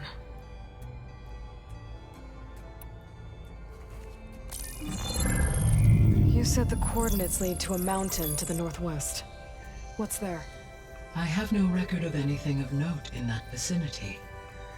Okay, and what about the other number in the message? 237. Any idea what that means? I have queried my available databases, but it does not appear to have any significance. Perhaps its meaning can only be understood at the indicated coordinates. All right, I'll go to the coordinates and check out the source of the transmission. All by yourself? Ha! No way. I included Erend and Varl in this briefing via their focuses. I concur that you should not investigate this alone. What if it's a trap? Of course it could be a trap. But if it really is Eleuthia, then it's in trouble, and I need to bring it back. Don't worry. I'll be careful and... We're coming with you. Fine. Go grab your things. We'll wait for you at the west exit, in case you need to upgrade your gear.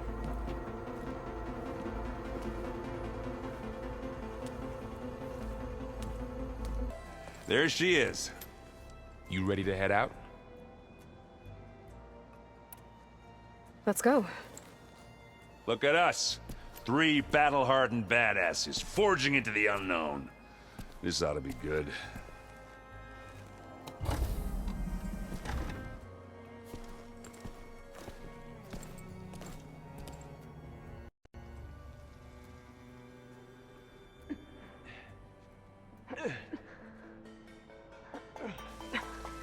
This distress call had to be up a really steep mountain, huh?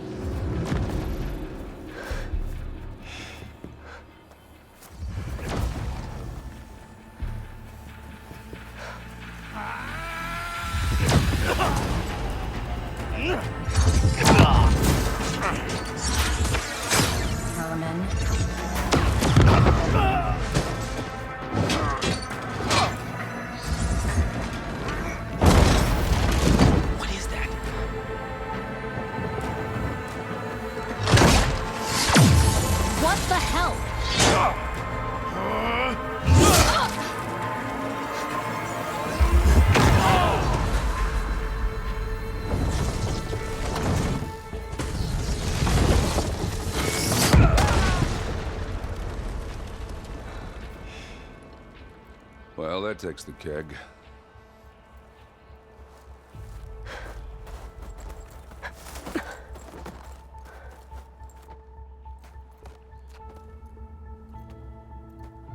Varl, see if there's anything over there. On it. We'll check out the battlefield. Let's start with that Zenith. All right, she who sees the unseen. What did you find out? This was a carefully planned attack. I found camping gear up there. The rebels must have been staking out this place for at least a few days. They were waiting for the Zeniths to show up. All so that they could test that weapon. The Zeniths have a personal shield that makes them invulnerable, but somehow the weapon got rid of it. The Oseram that was operating it was sending data on it somewhere else. It was probably just a prototype. I've known tinkers that do that. I'd do a little trial run before breaking out the real thing. Well, I guess it's still a work in progress, if it blew up. She was searching for something she lost. Her drone had instructions to recover something called the Asset. The asset? Is that the sub-function thing that you said could be here? Eleuthia? I'm not sure. Come on, let's go talk to Varl.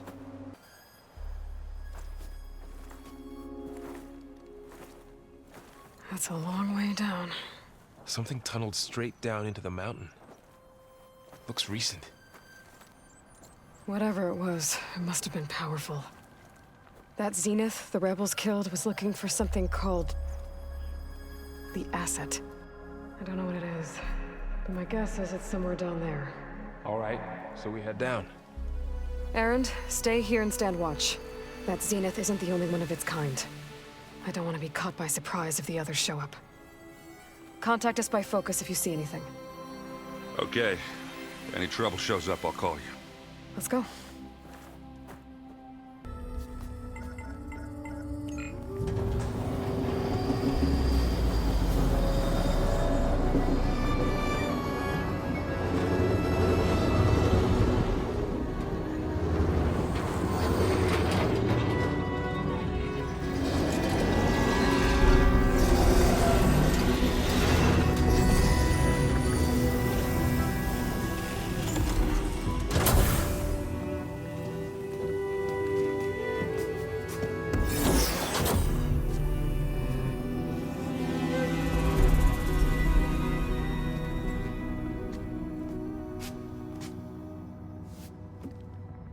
Aloy. It's you. Skin's like ice.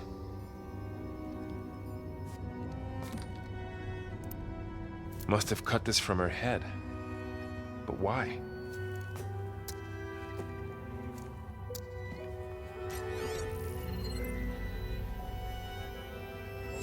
Hello, Elizabeth. Apologies, I don't know what else to call you. My name is Beta. I'm afraid I must be brief. I only have a few minutes before my keepers discover I'm missing, and I still need to remove this implant. I had hoped to find shelter with you, but if you're viewing this, I may be dead. Be careful when you take on Far Zenith. They are ruthless, and they have Eleuthia, Artemis, and Apollo now. But at least they don't have the Gaia kernel to merge them with.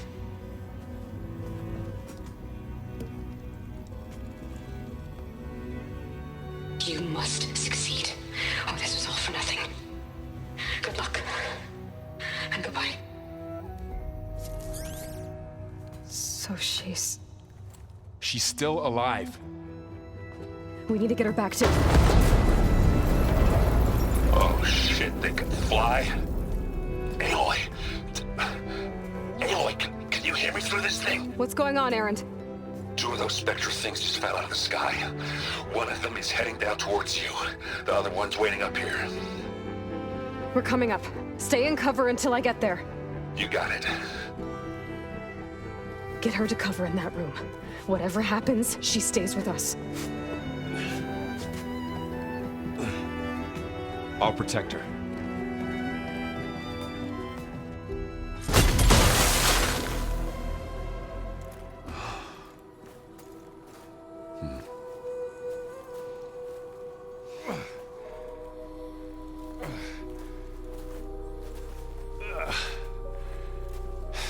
Aloy, she's...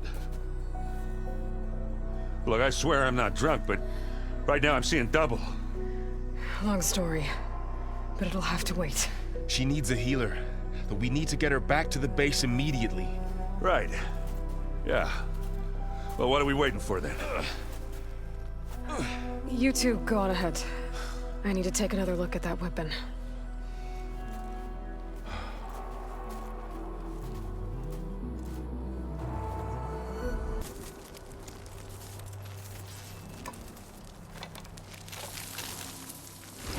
No.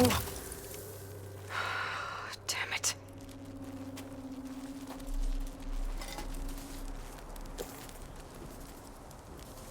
Well, it's better than nothing.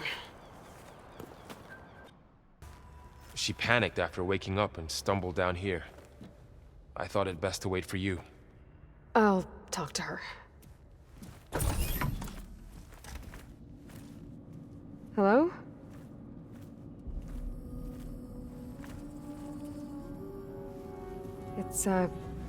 It's Beta, right? My name's Aloy. What's wrong? Is it your injury? Simulacrum withdrawal syndrome. I don't understand. Sudden removal of a neurologically integrated data device. The brain, especially the cerebellum, goes into a kind of sensory freefall. Everything real feels unreal. Distant. Is there anything that can help? Do you have a focus to spare? It's primitive, but I can make it work. Yeah.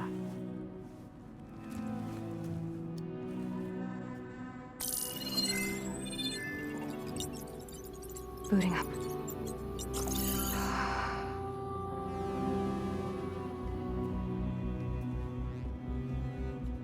So, Aloy, I suppose you want information. About you and the Zeniths? Yeah. Why are they here? What do they want? How did they get you? But let's start at the beginning. I'm guessing they faked the destruction of their ship 1,000 years ago? That seems consistent with their behavior. They wouldn't want to be followed. So Far Zenith established a colony world after all. Yes, for a few hundred years, but it didn't last. Some sort of natural disaster rendered it uninhabitable. Okay, so the descendants of Far Zenith escaped a dying planet, and now they want to claim Earth for themselves? Not their descendants. What? Not their descendants. It's them. The same ones who left Earth 1,000 years ago. You didn't know? How can they still be alive? They don't even look... What did they do to themselves? I believe it's a combination of pharmaceutical, cellular treatments, and technological implants. And you? Does that mean that you are... I'm not like them. I was made. On the way to Earth. On the ship. I spent years studying in my training interface, all so that I could serve my function. Access and control of the terraforming system. But why? What do the Zeniths want with it? When I discovered the Zero Dawn system had disseminated into its subcomponents, I thought my purpose was to fix it. But I don't think the Zeniths want that at all. I think they want to wipe Earth clean and start over. So the Zeniths want to exterminate life on Earth. That's what Gaia and I concluded too. But why? Why kill everyone just to take over? When they took me on missions with them, I saw how they butchered the tribal people we encountered. They didn't seem to care about a rejuvenated Earth, so I concluded that they must want a hard reboot of the system. Then they can redesign it to be exactly what they want. Mass extinction for their own comfort? Who thinks like that? Well, without their Gaia kernel, they'll have a hard time doing that. The Zeniths needed Elizabeth's gene print to access Zero Dawn facilities. So they made you. Trained you. And you went along with it? They told me I was born to interface with the Zero Dawn system. When we reached Earth, I pieced together what must have happened to Gaia and her subordinate functions. That's when I started to realize I wasn't meant to fix Gaia. That they must have made me so I could do what their remote extinction signal failed to do. Reboot Earth for their own benefit. So you know about the extinction signal? It was speculation, but the only logical conclusion why Gaia suddenly self-destructed after operating efficiently for centuries. Gaia would have only undertaken such a desperate course of action if it had detected a threat to life on Earth that was more dangerous than ceasing function altogether. I should have realized that she would also order the recreation of Elizabeth Sobek to rebuild her. Yeah, well, surprise.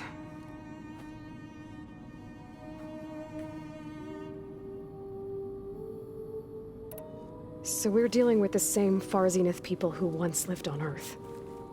What else do you know about them? They were some of the most affluent and powerful people on Earth. They controlled almost every major resource, every industry. Gerard commands them. He's the one who decided to set up a base. The others, Eric, Tilda, Verbena, they resent his authority over them, but in the end they Always do what he says. Eric. He's the one I fought back in the Hades Proving Lab. He enjoys hurting people. Yeah, I know.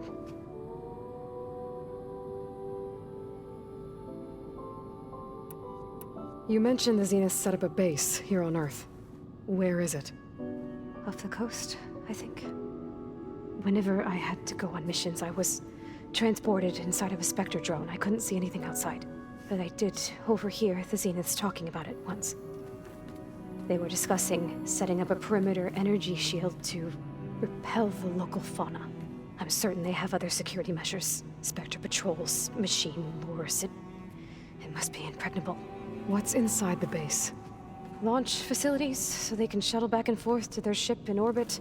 Plus infrastructure to gather materials and fabricate anything they need. Are there more Zeniths than the ones you met? I'm not sure. I suppose there must be more of them in the base or back on the ship. For all I know, there could be more of them out in space. Other survivors of the colony. You said the Zenith's colony in the Sirius system was destroyed.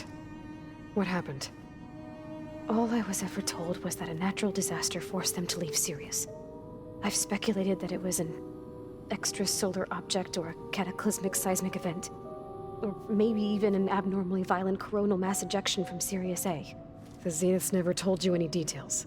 They said the only thing that mattered was that they survived. First Earth, 1,000 years ago, and then Sirius. Guess they survived old age, too. How did you escape the Zeniths?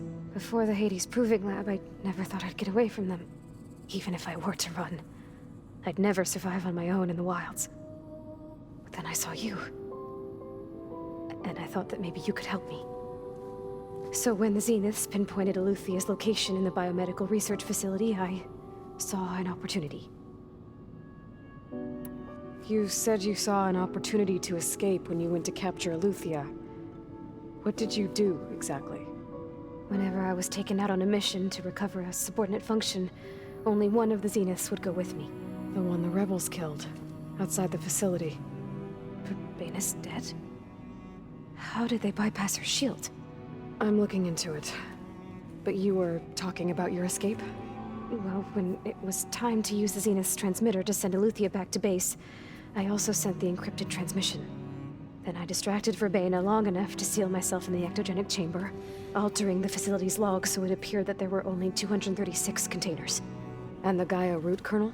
I told them I could capture Eluthia faster if I had it with me, and they believed me. Well done. You said you were born on the way to Earth. In an artificial womb, I'm guessing? The Zeniths had an ectogenic chamber aboard the ship. An updated version of the one you found me in. They must have used a stored sample of Elizabeth's DNA. I doubt Elizabeth would have let them take her DNA. Do you know how they got it? That wasn't part of the archive I was allowed to access. You said you spent years studying in a training interface. Was this archive you mentioned part of that? But only the parts I was permitted to access. Aristotle and Aspasia, the avatars of the archive, would assign me learning modules and evaluate my progress. Wait, those names. They were designed to be the virtual guides for the Apollo database, before Ted Faro purged it. The Zeniths have a copy. So it still exists. And you got to learn from it. Only what was deemed pertinent to the mission. If I requested information outside of my parameters, my tutors would deny it. To have all that knowledge, just out of reach. Must have been frustrating.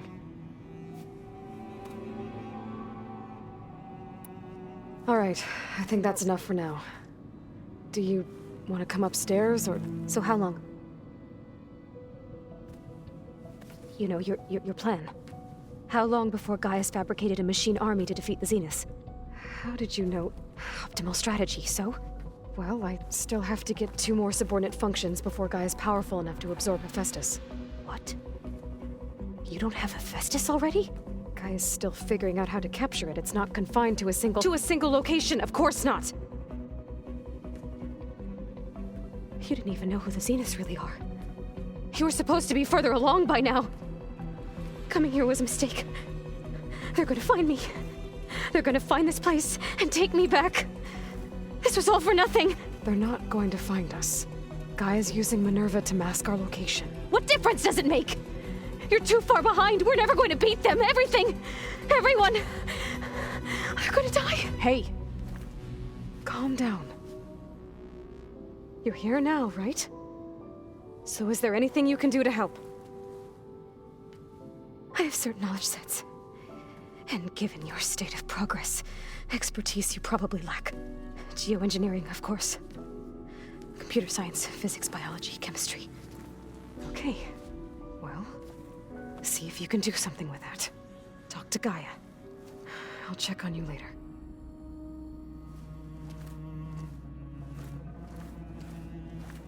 How'd it go? Her injury's not that bad, but I think she regrets coming here. Feeling might be mutual. I'll come back later and talk to her. See if I can learn anything.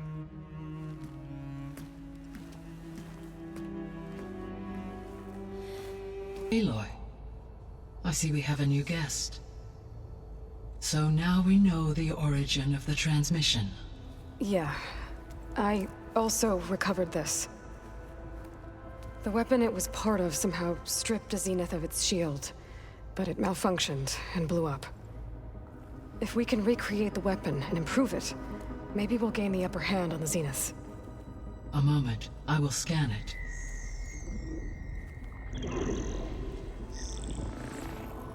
Complete. By combining the results with data from your focus, I can infer that the weapon was highly advanced, comparable to Zenith technology, but not how it worked. Did the explosion corrupt the data? It was only a catalyst. The moment the weapon malfunctioned, it appears a command executed to purge all data within its core. Ostensibly, this was to prevent the weapon's secrets from falling into enemy hands. Whoever designed this weapon knew how to cover their tracks. Silence. Based on your data on him, that is my conclusion as well. And he's not gonna cooperate with us.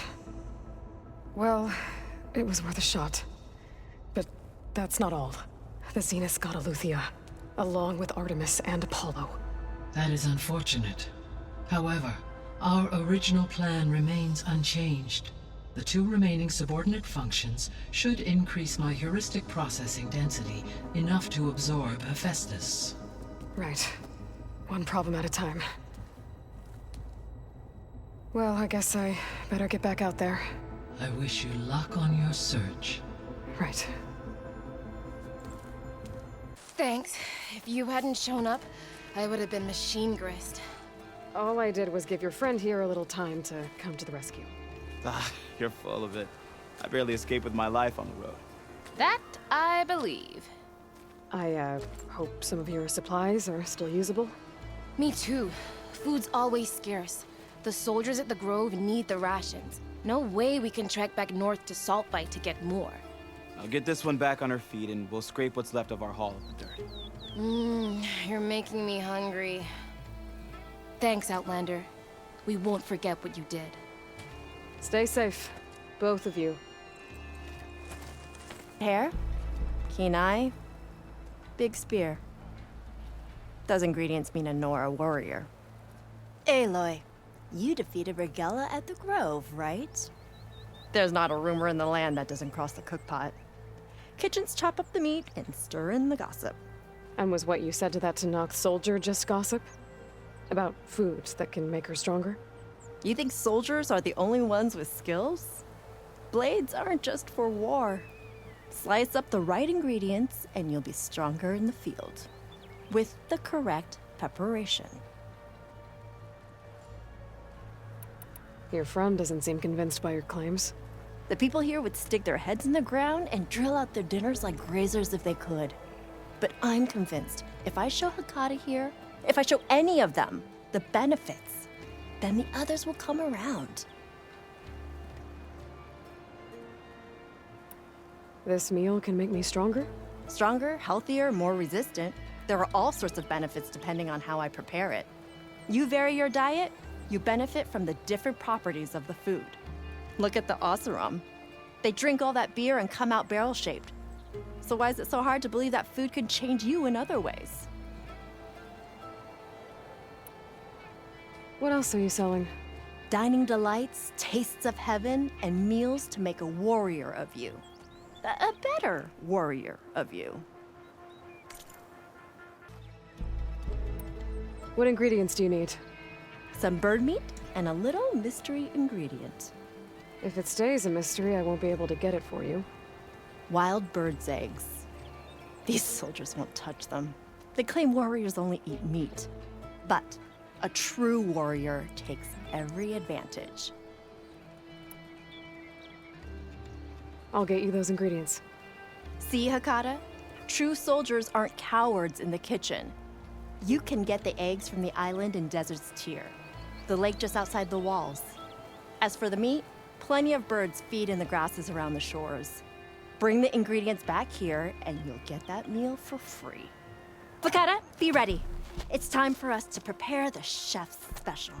How did you know I had your ingredients? Every cook worth their salt can read people as well as they can cuts of meat. Fakata, let us work our magic.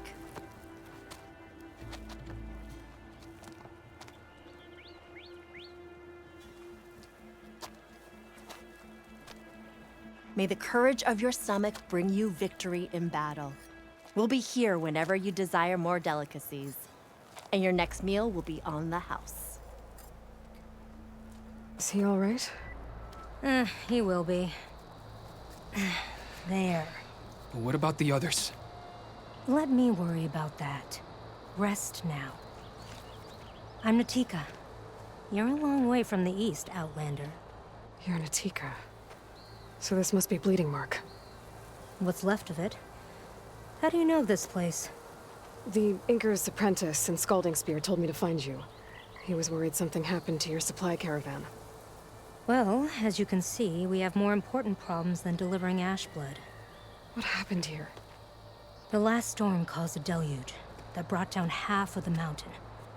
The mudslide barreled right through the village. As you heard, we have many missing. But I need to keep watch on these two. I can take a look around. If I find anyone, I'll send them your way. Much appreciated. And if you see an older soldier, grim-faced, goes by Kentok, tell him I'm here. How you did it? But thanks for the rescue. Is everyone okay? His legs snapped against some debris as we were making a run for it. But he'll live. How'd you get stuck up here? A mudslide tore through the village in the last storm. This ledge was just above the flood when we got to it.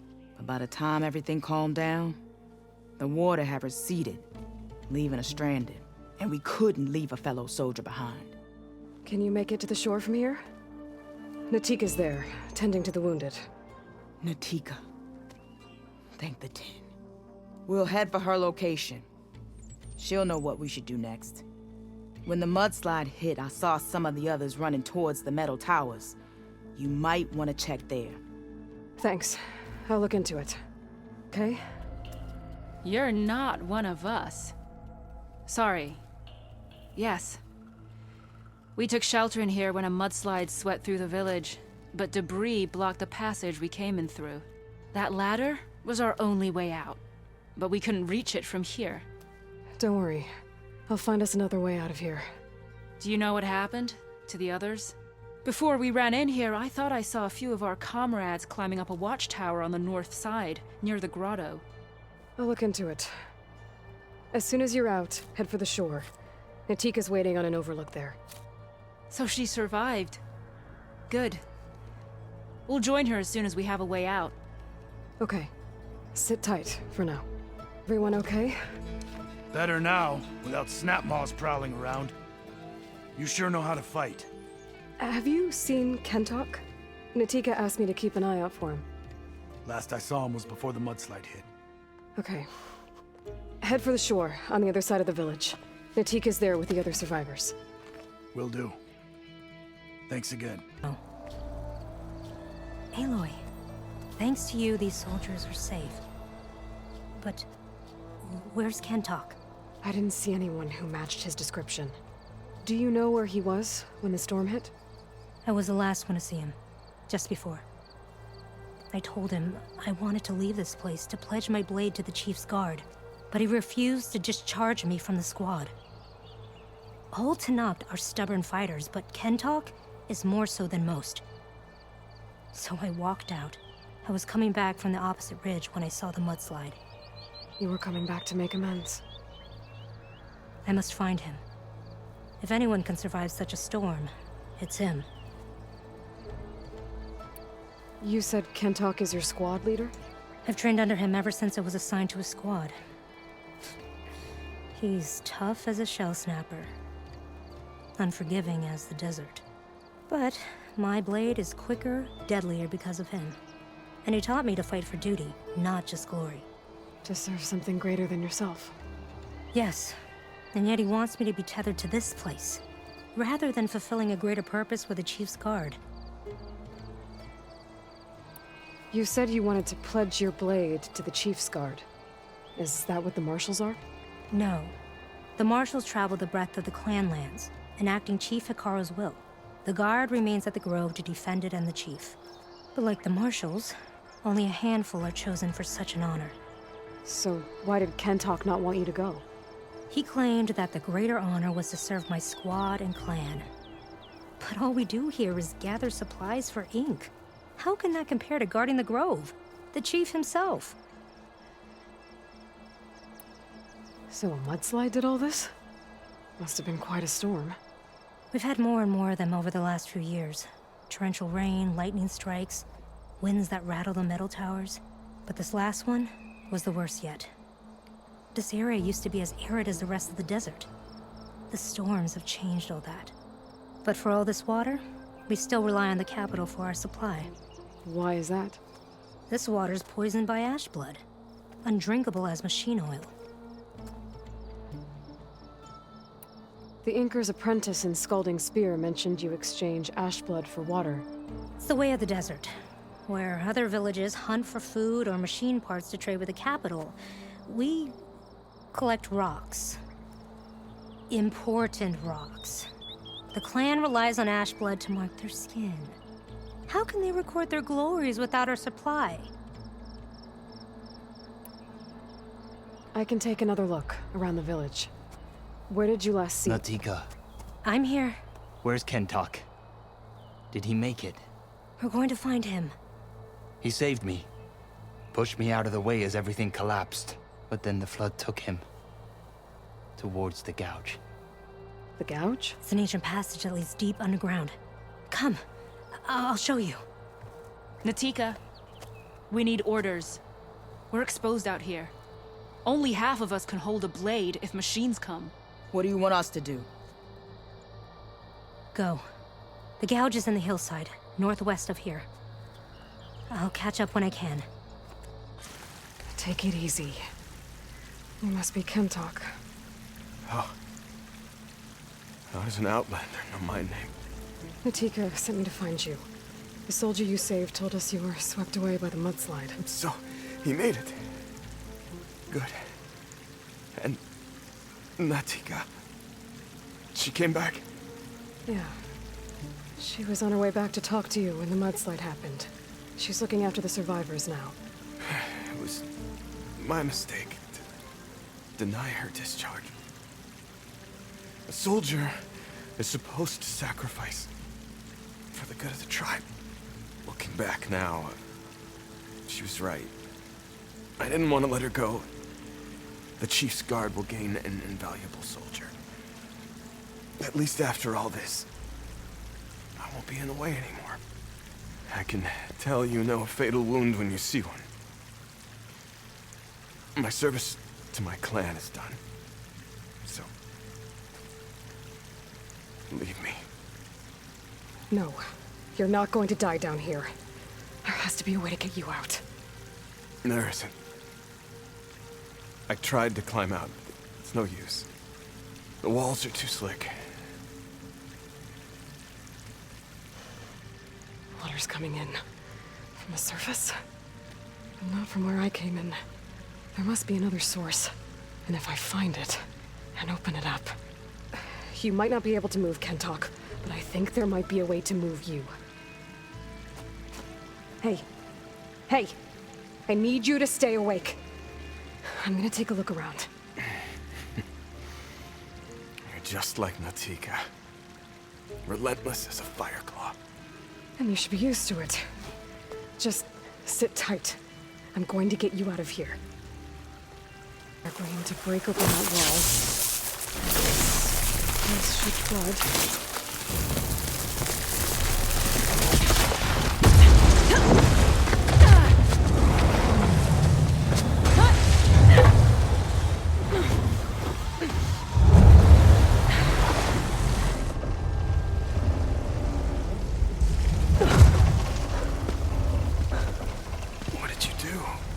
Found us a way out.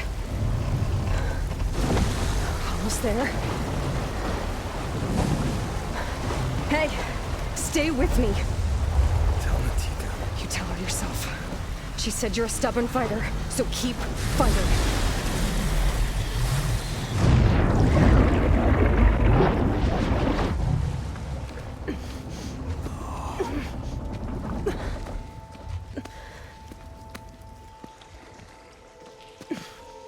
Kentok!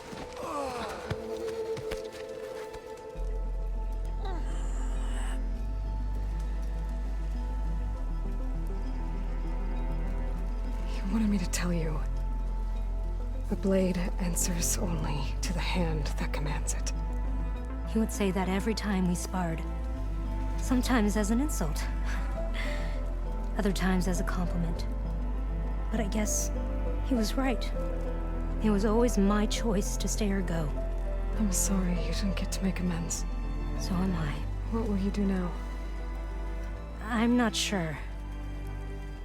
Bleeding Mark has a chance to recover. And once that's done, I could join the Chief's Guard. But I have to lay him to rest first. With full soldier's honors. Aloy, wait. You saved my comrades, somehow drained the entire village. I want you to have this. Thanks. And good luck. Whatever you decide. Everything okay? What are you doing out here? Ask my grandmother. I risked leaving guard duty to look for her. She stopped to see the bloom, and now she won't leave. Since when does she care about flowers? They're not just flowers, child. They're scarlet stems with a scent that soothes the nerves. Or so I was told many years ago by an Utaru seed tracker. An Utaru? Now you're telling stories. If one trespassed here back then, you'd have killed him on sight. I couldn't. Found him picking flowers, right near here, in Tanakh territory. I was all set to strike him down, but he was singing. Singing? Can't remember the tune now. Just the lilt of his voice. And his name. Nilo. He decided to stay for a day or two. I took guard duty here so I could keep coming back to him. And he kept delaying his return to Plainsong. For the flowers, he said. Please don't tell me I'm descended from an Utaru gardener. Almost. Almost. But the thrill of battle called to me, and he had to return to his people. I've always wondered about the life I missed with him. Whether he misses it too. Would he welcome me in Plainsong? Or at least accept a scarlet stem? It's a long way to Plainsong, but I get back there now and then. I could pick some scarlet stems and bring them to Nilo, if I can find him. Please. He was an herbalist there. I know the time has long since passed, but I'd like to know. Well, I'd like him to know. Ugh, you know what I mean. I think I do. Encouraging an old woman? Why would you do that? Why wouldn't I? Outlander, what can I do for you? You're the herbalist here, right? Are you Nilo? No, Nilo was before my time. I think he went up north a while back to Riverhim. Why? Do you need a special solve? No, but someone else does, in a way. Thanks. I'll try Riverhim. Glad I could help. I hope you find what you're looking for in Riverhim.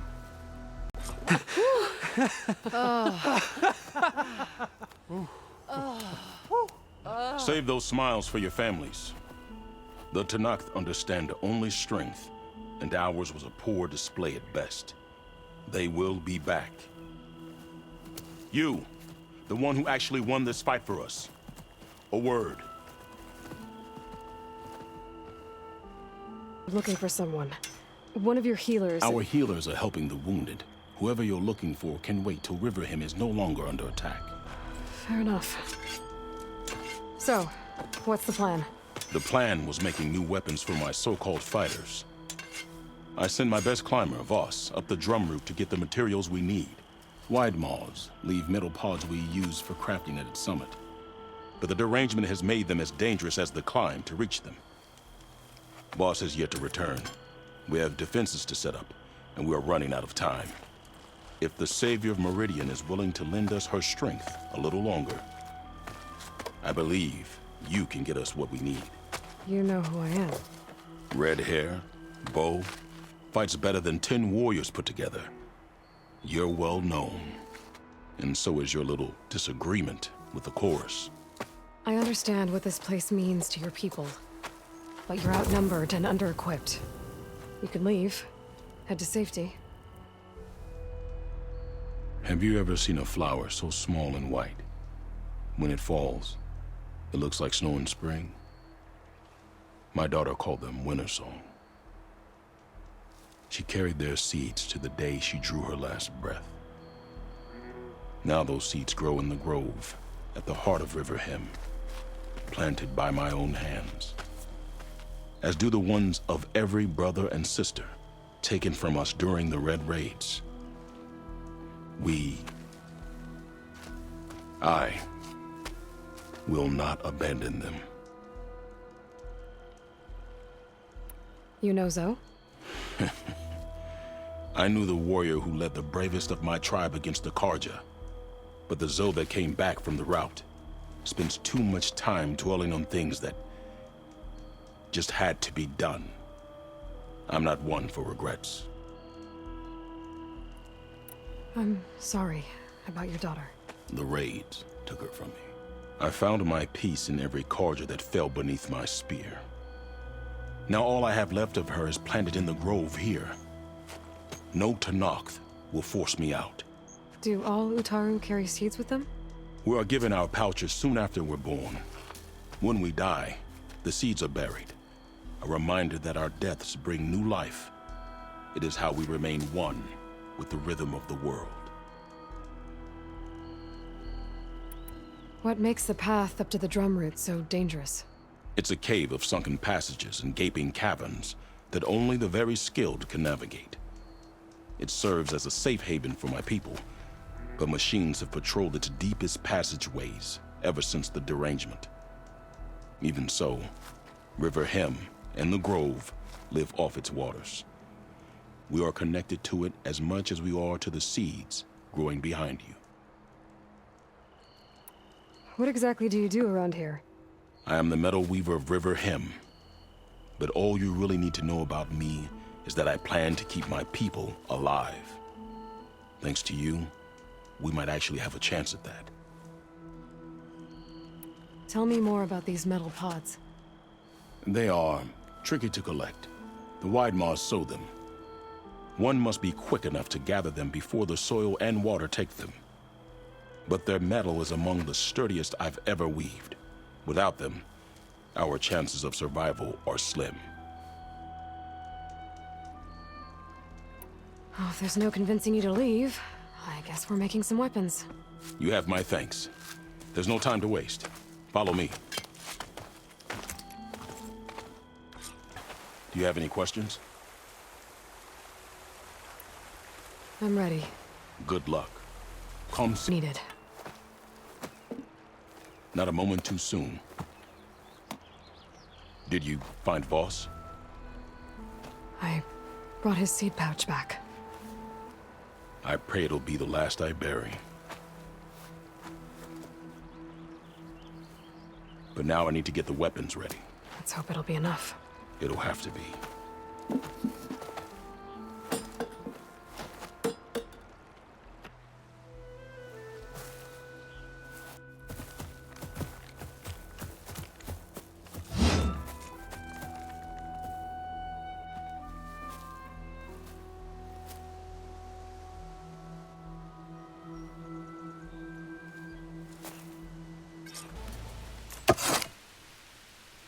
Guess these young ones knew how to aim after all.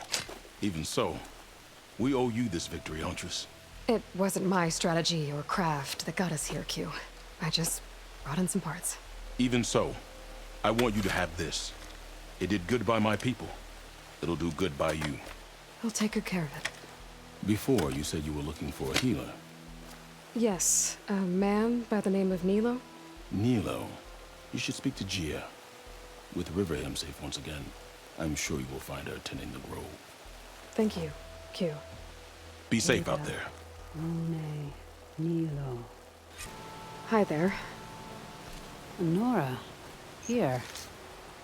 You're a long way from home. I suppose I am. I'm looking for an herbalist named Nilo. I think I heard you say his name. You've come to the right place. His seeds were buried here, where he tended the blooms of others, including my mother's. I'm his daughter, Gia. How long has he been gone? Some 5 years now. He put a lot of love into this grove. Almost as much as he gave me. That's why I could never abandon Riverham. I'd like to leave some flowers, if I may. From an old friend of his.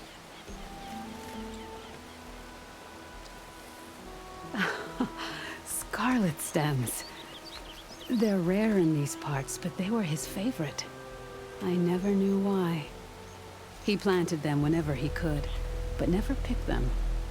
Preferred to just watch them bloom. Sounds about right. So he was a good man who led a full life? He was. And he did. I don't know who this old friend is, but if my father liked them, they must be a good soul.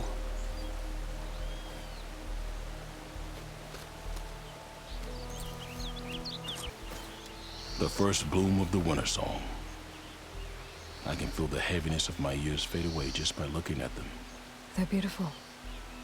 It was good to see the young ones fight for this place. I'll be damned if those sprouts didn't hold their own, strong as the roots of a proud tree. Just don't tell them I said that. Your secret's safe. Now, I better make sure our newly victorious warriors don't injure themselves while celebrating.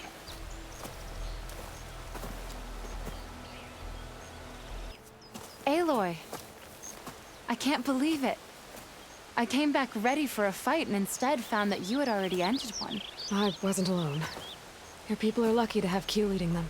Stubborn as weeds, that one. I'm just glad we're all back in Riverham. For good, this time. May the land always bloom in your steps, Aloy. My long vigil over? You have word from my grandmother's gardener? Yes and no. I laid the scarlet stems at his grave. His favorite flower, according to his daughter. Always loved to watch them bloom. He's gone. But he did think of me over the years. That'll have to be enough. Really? That's it? Are you sure you got the right herbalist? Huh. Seemed like you thought it was a fool's errand. Well, it's just that it meant something to you. It could have been a whole other life. Could have been. But this life hasn't turned out so bad. Even have a granddaughter who cares enough to come looking for me out in the wilds. And I've still got scarlet stems to remind me of Nilo. Sounds like your grandmother's got it all figured out. Maybe she does. Just tell me the next time you want to come out here, okay? Instead of disappearing? Maybe I will. Here, Outlander. Take this. For helping an old woman to remember she was once young. An honor, champion. I'm Nako. Have you been out to the Valley of the Fallen by chance? Don't think I have. Why? What's there? My idiot little brother. The valley is a test of endurance and skill from my clan, the Lowlanders. But it's been closed for months. Commander's orders. There have been reports of strange lights off the coast, and the whole area is crawling with deadly machines. But Dax, reckless and bare-armed as he is, went in anyway. Never takes no for an answer. Convinced 2 others to go with him, too. They've been missing for days, and now Marshal Ivir has been sent in to bail them out. Strange lights, deadly machines, and missing soldiers. Sounds like a lot, even for a marshal. I'd go by myself, if I wasn't stuck on transport duty. I'll find your brother, if I can. Where is this valley? South of here, towards the coast. Look for the climbing path on the cliffs. It marks the start of the valley. And if you see my brother, knock him on his ass for making me worry. Dekka, what's going on? Aloy, I'm glad you're here. This is Aroke, leader of Fall's Edge. So you've enlisted the Chief's champion in your dull-bladed efforts. You must be Cavo, then. My grandson. And a soldier trying to right his mistakes. Or trying to lure us into a trap. My scouts caught him, sneaking around on the outskirts of the village. I wasn't sneaking around. I was coming to warn you. The rebels are planning an attack. They're going to send a machine straight through this village. I left my post when I realized what they were planning. You have to believe me. Where are the rebels now? They were hunting for the machine north of here. I can show you the way. The only thing you'll do is face trial by combat. You betrayed your clan. Your chief. Blood and blades will decide your fate. I'll fight whoever you want, after we stop the attack. Why destroy this village? I thought Regala's fight was with Hekarro. Hekarro was a lowlander before he was chief. Unlike the Desert and Sky clans. We stand behind him without question. Fall's Edge is a strategic midpoint between the Grove and our capital on the coast. It's true. Our orders were to cut off Hekarro's support from the Lowland clan. But I thought that meant disrupting supply routes, not slaughtering an entire village. You said you defected after you found out about the attack. Why'd you change your mind? When I joined the rebels, I thought Regala was going to lead us into battle against our old enemy, the Carja. But all we've done is kill each other. And for what? Pride? Vengeance? So when my squad leader told us about the mission to destroy this village, I left my post. Don't believe his lies. Anyone who deserted the tribe to join Regala knew exactly what they were getting themselves into. Not everyone.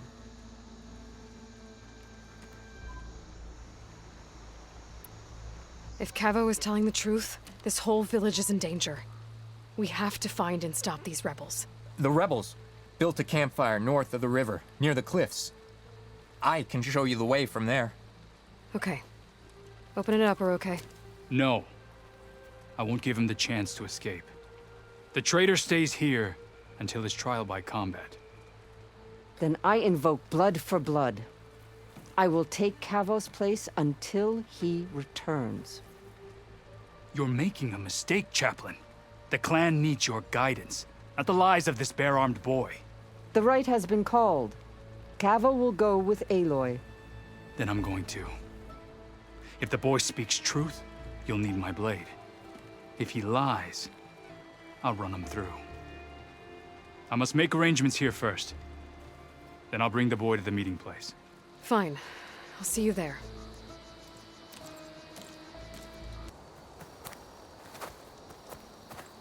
Found a few of your friends when I got here, Cavo.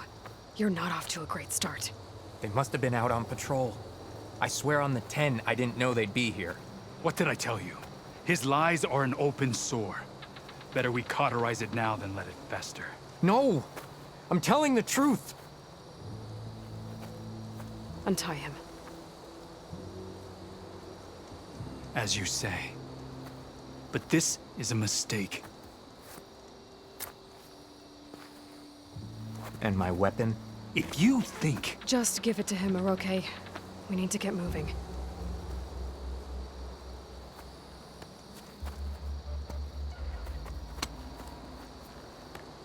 Lead the way.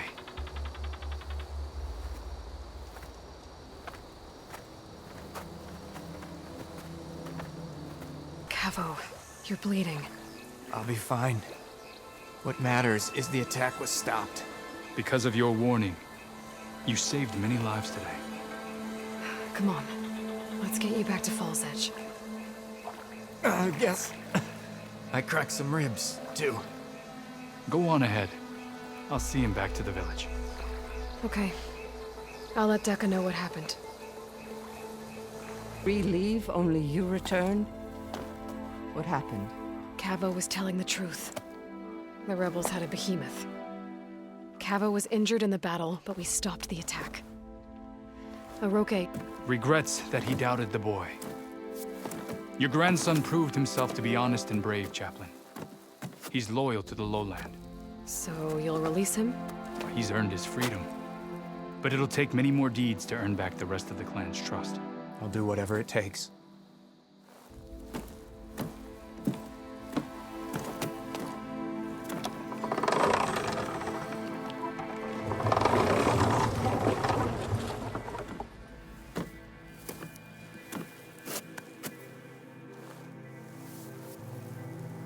Thank you, Aloy. Indeed. Fall's Edge owes you a great debt. May this begin to repay it. Thank you. As soon as you're healed, I have so much to show you. Welcome back, Cavo.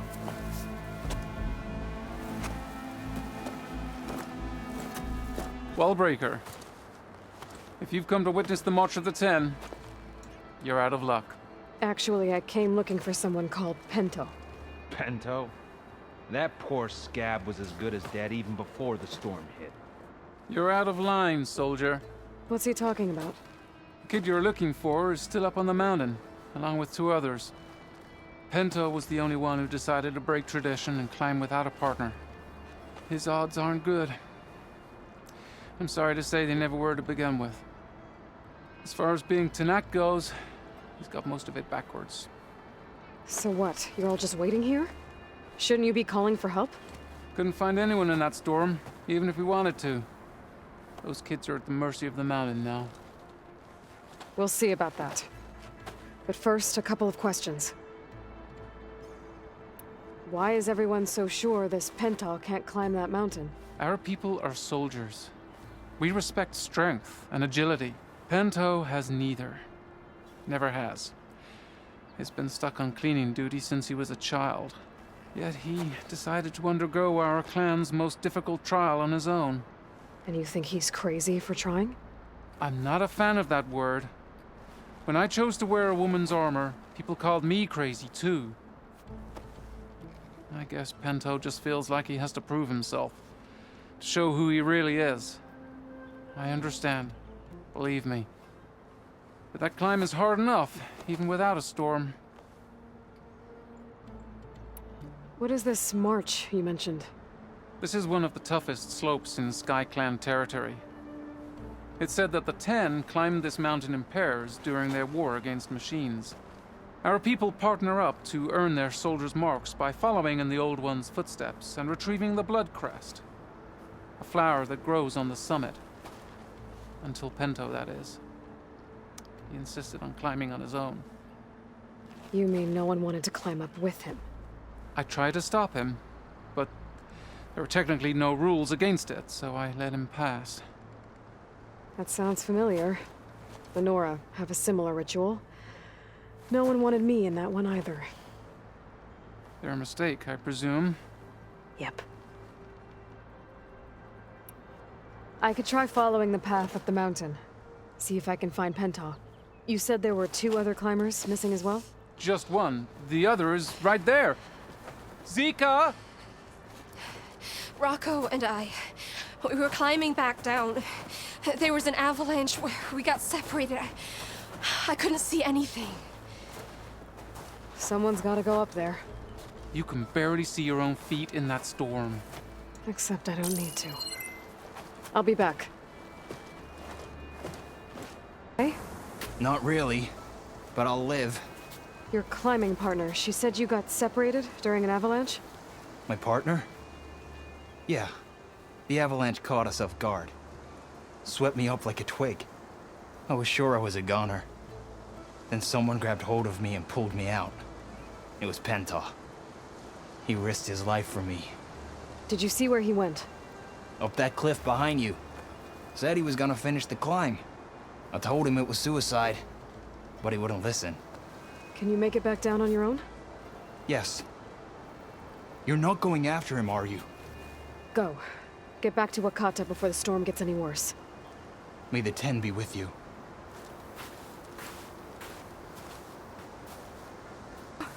Do I know you? Wakata sent me. We need to get off this mountain, now. No. I'm not going back there as a failure. I am getting that flower no matter what. Look, I know what it's like when your tribe looks down on you, but you— Then you understand why I'm either gonna get to the top of this mountain or die on it. Thank you. What are you doing? This climb is meant to be done by two people, right? I'll be your partner. I'll follow your lead.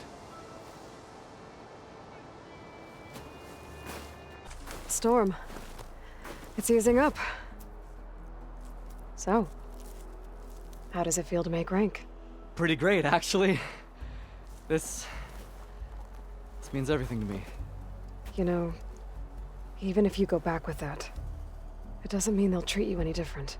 Honestly, I think I just need to prove to myself I could do this. You should go back. Let the others know I'm okay. I'd like to take a moment, if you don't mind. I'll be right behind you. Of course. Thank you. Why? You return alone. Where is he? He's my brother. You can't go crying like that, Jekka. You're the sister of a proper soldier now. Bento! Ow! I bring you the blood crest as proof of my march. And with my blessing, you join our ranks. May you find your path on the wings of the Ten. You've gotta be kidding me! Him? A soldier? Please. Flower or no flower, we all know all he'll ever be good for is cleaning everyone's shit.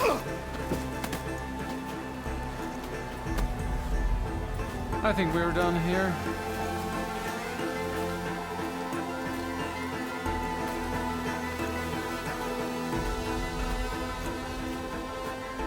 Better put some snow on that, or it'll bruise. Thanks for saving my life. Maybe when I get my own soldier's mark, we can fight in the same squad. Give me a chance to return the favor.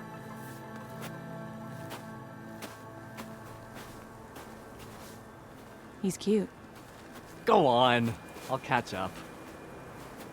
Here. Something to commemorate our climb. May the Ten always grant you victory, Aloy. I'll see you around, Pento. Marshal Vera, I heard you were sent to rescue some Tenakth who went into the valley. I'm guessing you must be one of them. Where are the others? They didn't make it. I had to fight off several machines just to get Kanala out. The valley was closed months ago for good reason. Machines have gathered in number, as if they're drawn there by something. Not to mention the strange glowing lights off the coast. The valley is cursed. We never should have gone in. Vera, you were one of the challengers at the Kulrut. The one who fired the ballista at the Slitherfang. And you're the champion who defeated it. Saved the chief's life. Revealed the truth of the visions. I was just doing what I could to help. You made quite an impression that day. And despite the carnage, it was the best day of my life. I became a marshal. Bore witness to the vision of unity. You said there are strange lights off the coast. From an island to the south. They appeared one day out of the blue around the same time the machines moved into the valley. There have also been reports of a streak of light that rises and falls in the sky above the island. I saw it on the fourth night. A flame that climbed in the sky until it disappeared among the stars. Is there any way to get to the island? No. The currents between the island and the shore are too strong. You'd drown for sure. Oh, it's on an island. I wonder if this has something to do with the Zeniths. Don't know what any of that's about, but maybe? If the valley's been off limits for months, why did you go in? We wanted to run the trial. The valley is a great test for lowland soldiers. Survive for 10 days and nights. Take down any machine that stands in the way. Dax had a plan. We'd hunt down each machine one by one until we cleared the valley, earned the clan's respect.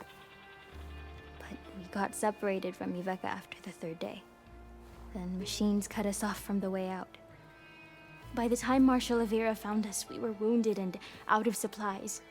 More machines attacked us as we made our escape. Dax was right behind us, but he couldn't run fast enough. A lot of machines in one place.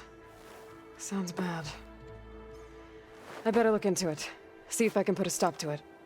Then I'll come with you. Fight by your side. No. Better let me take a look first. Trust me, it's for the best. I guess if you insist. Once you're in the valley, head for the Great Falls and the cliff south of the Metal Devil. The machines seem attracted to those sites. Got it. Thanks. We'll rest here a while more, then head for the medic in Fall's Edge. Strike true as the 10, Aloy.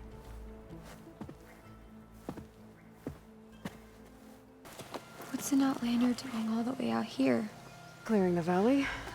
You must be one of the missing Tenakth. Everyone thought you were dead. Nearly. Dax and Kanala. Are they... Kanala's alive. Marshal Avira pulled her out. Speaking of... Aloy! Avira. Couldn't stay away, could you? And miss my chance to hunt with the champion in the Valley of the Fallen? Never! And I see you found Now this looks like a fight. I'll be right back. She needs a medic, but she'll live. Thanks to you. Gotta say, every time we meet is the best day ever for fighting. That battle was something else. And those weird machines. Do you think there'll be more? No. I figured out what was causing the machines to gather in the valley, and put a stop to it. Oh, good news for the clan then. You don't want to fight more of those things, Avira. They're not like other machines. The masters they answer to see people as... inconveniences. They'd kill anyone without a second thought. And eventually I'll have to deal with them. The lights offshore. Is that from them? Yeah. It's a kind of shield to protect the island. The machines drawn to this valley were meant to kill anyone who got close. Meaningless slaughter. But definitely something for a champion, not a marshal. Here, take this then. It might help with what lies ahead. Thank you. The valley should be safe enough for a while. But you have to tell the rest of the Tenakth to stay as far away from that island as possible. By the champion's word. I hope our paths cross again, Aloy.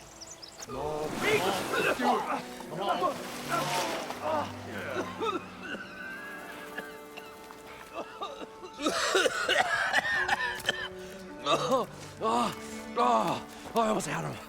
I was so close. To drowning, maybe. Not to the embers. Morlund, it's over. Well, not for me, it's not. Then you're going to die. Alone. Because we're not sticking around to fish out the corpse. We're through.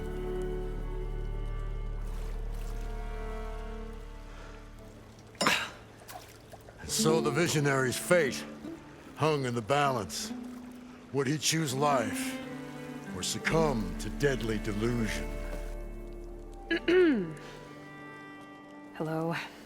So, there's an ancient city under the sand, but it's flooded. Suddenly, a Nora spear maiden appeared. Yeah, okay. Well, you're not typical Delvers. That's for sure.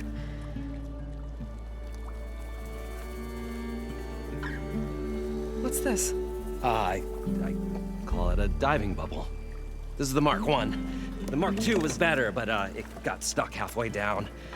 Air tube snagged. You went down in that. Yeah, I hardly expect a layperson to understand. Because that's pretty smart. I'm sorry. May I remind you, you got stuck inside and nearly drowned. It'd have to be portable, though. Machine kneecap, maybe? Well, you'd need a filter. Synthetic membrane would do it. With a hose to a Compressed air capsule, hammer and tongs. What is this? What is happening here? What? Get over here. She's a stranger. You got a name? Aloy. Moreland. Not a stranger anymore. You're a damn fool. Come on. I got the original schematics over here. Oh, well, hold on. Just a couple of questions first. Fair enough. Partner? Partner?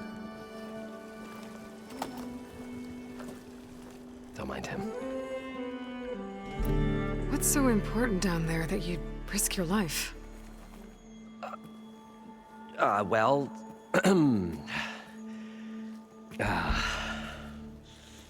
Moreland, I'm not interested in salvage, okay? Whatever you find below is yours. Well, all right. Then what if I told you we were delving for the most spectacular treasures ever scribed by man or maid? I'd say get to the point. No nonsense. I like it. Behold, an ember.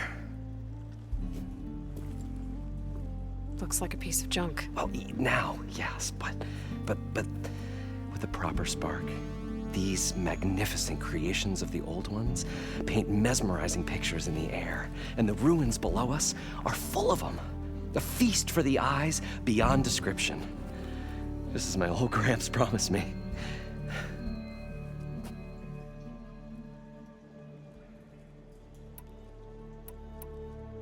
So these embers project images? Paintings of light. It's amazing stuff. This one showed the most beautiful woman you've ever seen, beckoning all to a buffet of lobster and succulent beefs. I must have watched it about 100 times as a child in my old Gramps' workshop. What happened to it? Over time, they die out. I cried the day that this one's light faltered. But there are many more below, as you'll see if you get down there like I did and my old Gramps before me. How did your grandfather discover these embers? He was here 40-odd years ago. He was one of the first to lead a delving party into the West. He discovered the ancient city around us, plumbed the depths of this very structure. He found the hollow underneath and the glowing embers all about. Took as many as he could and brought them home. He always wanted to come back and get more, but, well, he never scraped up the shards. What he really wanted to do was use the embers to put on a show. One unlike the world has ever seen. Sounds like quite a guy. He was a true delver and a true showman. And I miss him. But I will do him proud. I will gather the embers and put on a spectacle that would have amazed even him. With your help, of course. So what exactly happened down there? It was a delve like no other. A chance to follow my old Gramps' footsteps. Beneath this structure here is an enormous hollow, a dome protected from the sands. We built this elevator here to ensure easy egress and exit. It's quite a contraption, actually, and not so easy to... Right. Again. What happened? At the bottom, we beheld the treasure my Gramps first discovered. Painted images in the air of every description. Dancing women, games and coins and promises of jackpots. I don't know what that is, but it's gotta be good. But then, something went wrong. The images turned nautical. Waves went through them, even fish. Like a strange underwater dream. Poseidon's dream. Yes. Well, suddenly there was this terrible rushing sound, and then an explosion of water erupted from the floor. So water just shot up from the floor and filled the place up? It was a raging flood unlike anything I've seen. We ran like forge fire and barely made it up the elevator as a wave just crashed beneath us. Shaken, but not stirred, I built the diving bubbles Mark I and Mark II. I tried the descent in each, but I nearly drowned both times. Abaddon's beside himself. He thinks I'm insane. But I can't give up now. I've come too far. And the embers are just barely within my reach. Well, maybe I can help. Yeah.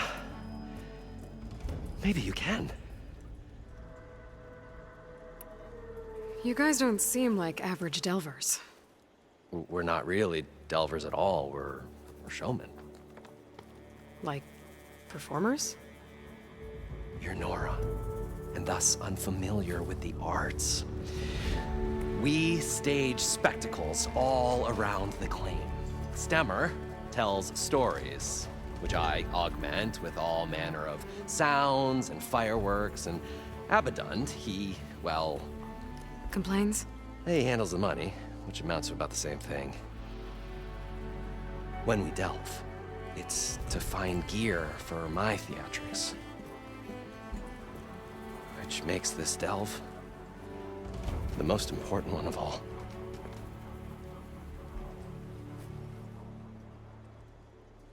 How deep is it? Can't I just swim down?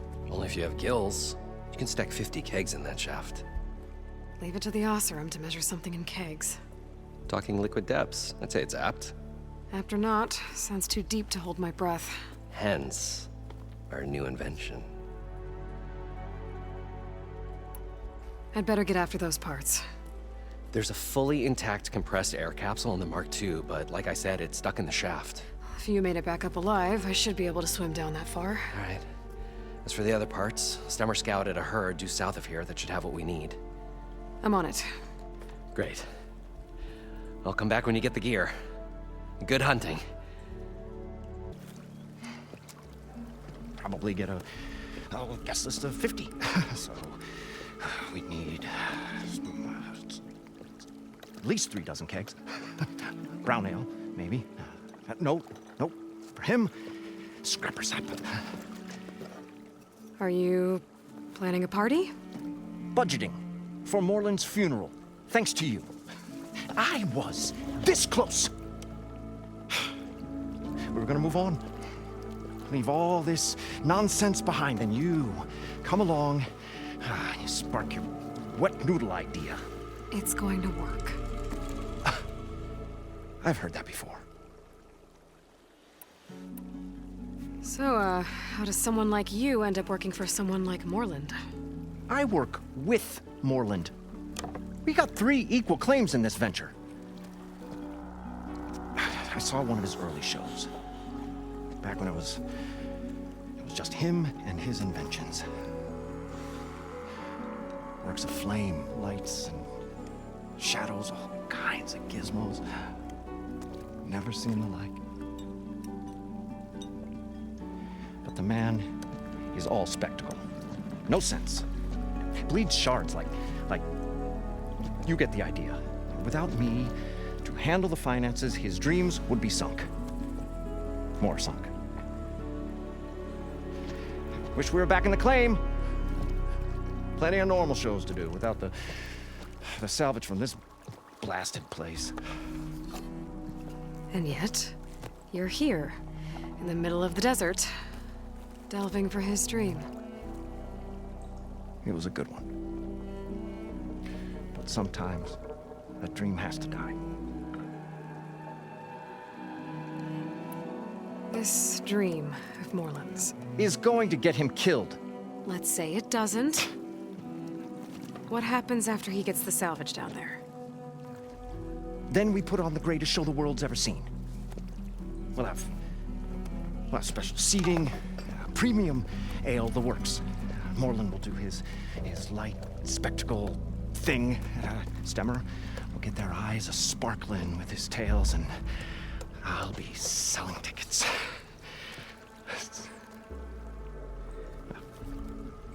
It's a nice thought, anyway.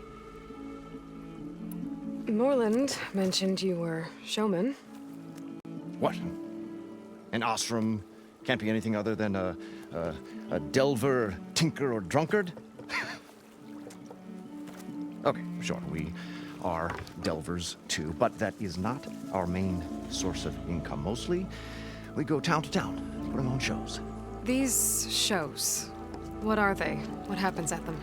Tales and spectacle. Moreland's got the technical know-how. Builds all manner of inventions, whirligigs of light and sound, cannons that shoot fire, and showers of sparks, and Stemmer keeps them enthralled.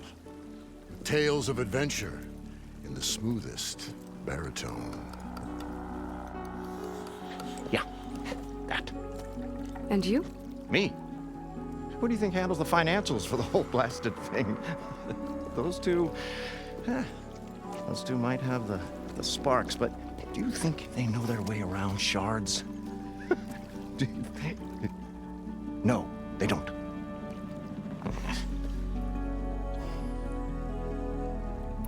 So Moreland was down in this ancient city, and... The three of us went down below. You? I can delve, too. Right. And, then what happened? What do you think? Water rushed in, we ran. And Moreland built that blasted thing. Nearly got himself drowned. Twice. You want the finer details of his stupidity? You go ask him. I'll leave you alone. Do us a favor. Leave us all alone.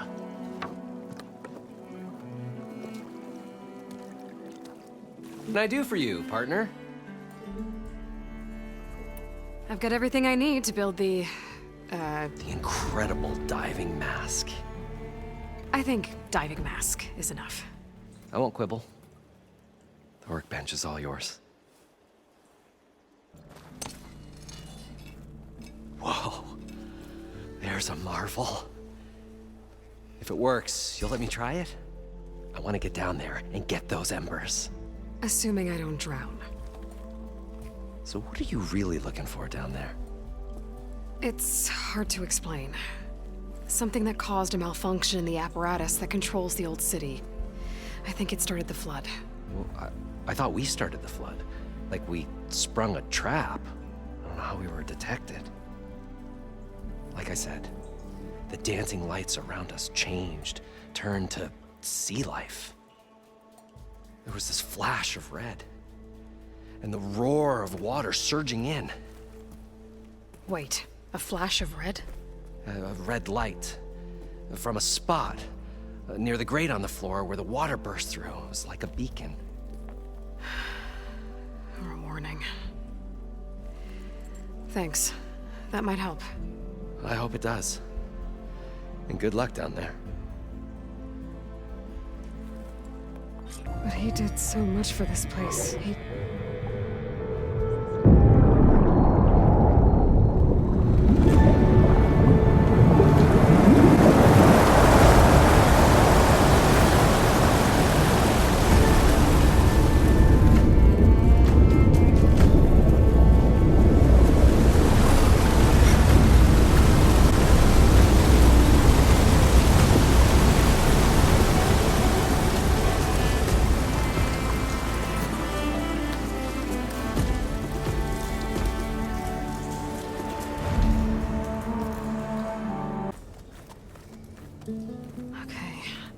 Poseidon is through there.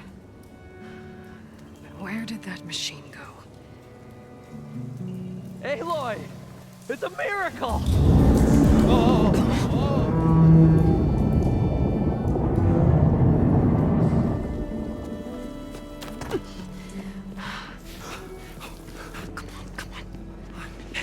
Was this you? Did you lower the waters? Yeah, but there's a new problem. That thing's in our way.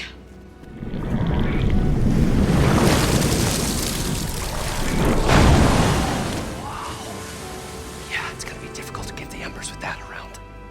As the scrappy band of adventurers beheld the beast, they knew what they had to do. What? Are you crazy? Hush now. She saved our Delph. Okay then. Stay up here and start firing when I engage.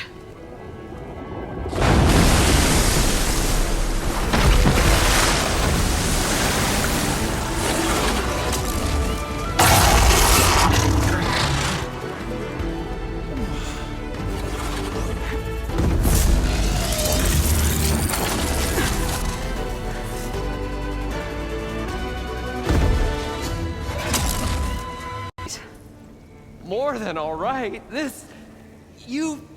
We did it! All the embers we could ever want, and it's all thanks to you. Very, heartwarming. But maybe we can just, you know, grab what we came here for and get out before any more of those things decide to show up. Now, Shard Counter. Nothing wrong with a little reveling. Though we should probably let our flame-haired friend get going. I believe she has business down here, does she not? Right, of course. You need any help? I can handle it from here. Very well. We'll start taking some of the embers upstairs. Holler if you need us. Thanks. I'm here to bring you home, Poseidon. To Gaia. Mother. Elizabeth Sobek. Alpha Prime. Master override activated. Restoring Poseidon's subordinate function to original code.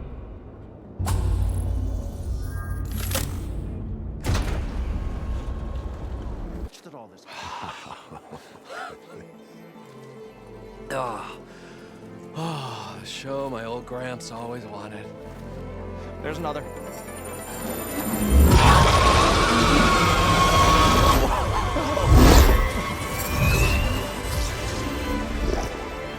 His dream realized, his old Gramps' legacy ensured. Our hero beheld the sea of desert lights and wept at his good fortune. When I saw the embers as a child, I never dreamed they could be like this. Thank you, Aloy. Well, did you find what you were looking for? I did. And now I have to move on. Oh. Well, come back when you can. I got big plans for this place. I thought you wanted to put on shows with the Embers back in the Claim. Oh, no. This is the show. Oh, can you imagine? Folks from all over the land coming to take it all in. Plus some food and a nice place to stay. Not to mention a variety of entertainment venues. Don't forget, games of chance. Plenty of shards to be had there for certain. A new dream, huh? I hope you make it happen. Goodbye, gentlemen. This delve is a story for the ages. All thanks to you.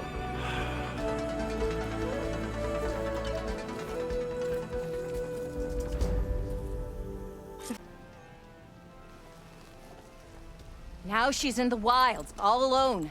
Forge knows all the things that could kill her out there. Someone ran off? Never got her name. Kept quiet. Couldn't tell if she was shy or scared. All I know is she didn't want anyone near her things. That's for sure. I was just curious is all. She didn't have to slug me. Your glass jaw ain't the problem, Lugnut. The girl is. All alone in the bush. And this is Tenakth territory. Which way did she go? West, up the slope. Look for her if you can. I will. Careful now. Girl's maladjusted.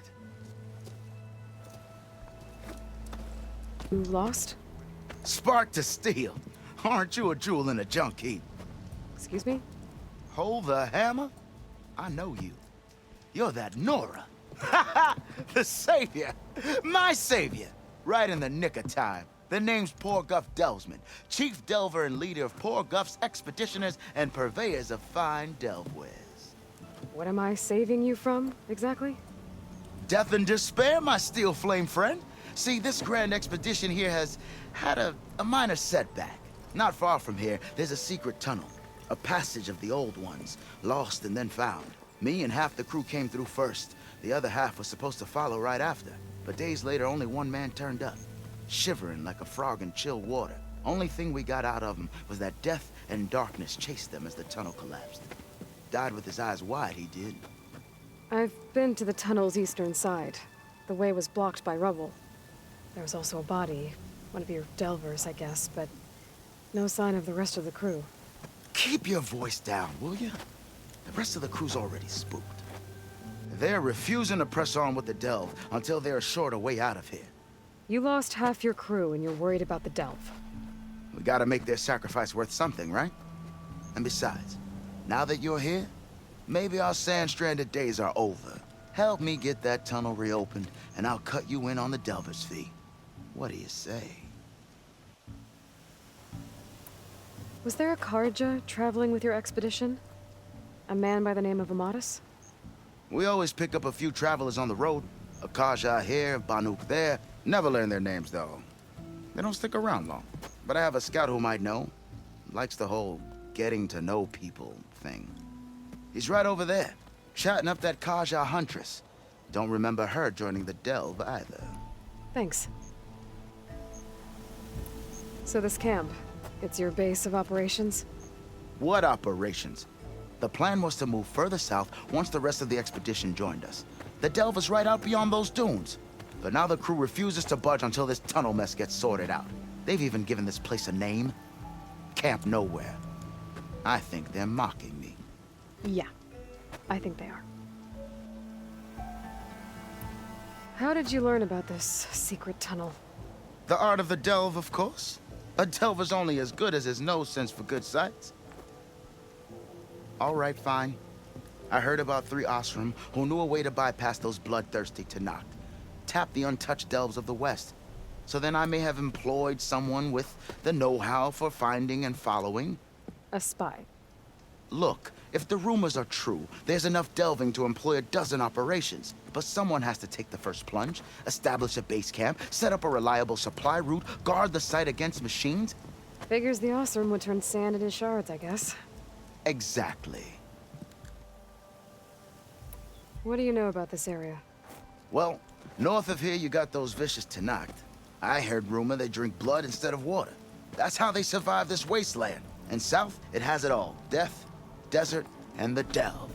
Imagine, if you will, a vast grave of the old ones. Ruins of twisted metal concealed by the sands. All guarded by machines. So fierce that you'll wish you had a flock of glinthawks swooping down on you instead. Not even the Tenakth venture into the ruins' depths. Only the bravest explorers dare enter. I've been down there. Have you now? I've yet to lay eyes on the treasures myself, but I will. Eventually. I'll see what I can do about the tunnel. Ha ha! My savior. For the crew trapped here with you, not your delve. One and the same. That it? Over there? That it is. Oh, and while you're at it, would you mind keeping an eye out for my lockbox? The second crew was supposed to bring the rest of the supplies and belongings. I'd hate to lose it to the wilds. It was hand-carved by my dear old ma. I'll bring it back if I find it. I'd appreciate it. Good luck, Still Flame. So you're real. Thought I was dreaming. What happened to you? A terror in the dark. The world shuddered. A machine? Never got a look. The caravan. We all ran. Everything collapsed. Crawled here. Couldn't escape. Did anyone make it out? And find the first caravan? Yes, someone did. Good. At least, I'm not alone.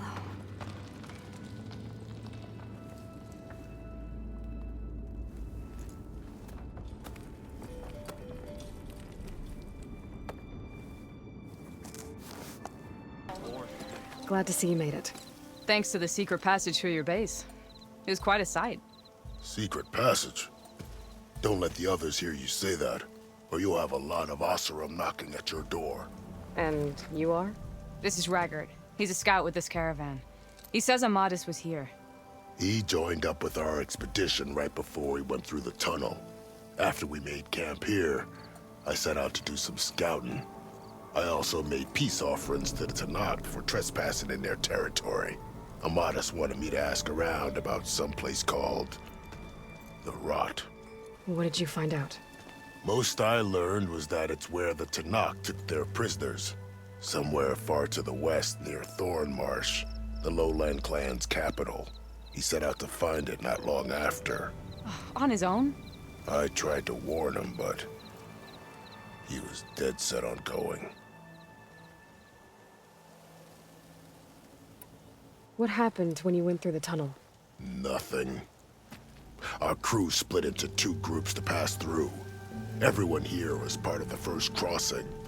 Aside from some pitch-black passages, it was quiet. Whatever befell the second group spared us. Steel Spark be praised. It was a rock breaker.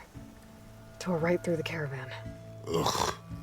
That's the dregs of the keg, all right. You best let Porgov over there know. He'll want to hear it himself. Did Amadis say anything about why he was heading to the Rot? Afraid not. He was a man of few words. Sounds like him. Did he look okay to you? More or less. He seemed shaken when we learned the tunnel had collapsed behind us. But then again, so was everyone around here. So you're a scout for this crew. Anything I should know about the area? Where to start? Down south, we got a trio of Oseram trying to delve into the ruins in the sand. Morland and his showman. Yeah, that's the fellow. They're quite a spectacle on their own, let me tell you. And then there are all the other folk, who broke away as soon as we got to this side of the tunnel. Salvagers, explorers, all sorts of daring venturers. Just how many of you were there? Enough to lose track, that's for sure. I've also spotted some rebels a while back, too. Seems like they've been patrolling the desert. Heard all about the rebellion from the Tenakth up in Scalding Spear. That's the Desert Clan's capital, north of here. Sounds like you've really gotten to know the area. It's what I do. Thanks, Raggard. This has been helpful. Hope you find him. Okay, I'll head for Thornmarsh. Meet me there. Hold on. What? You're willing to go to the ends of Tenakth territory to find this guy. No hesitation. Of course, he's one man alone in the Forbidden West. I'm just worried about him. I think it's more than that.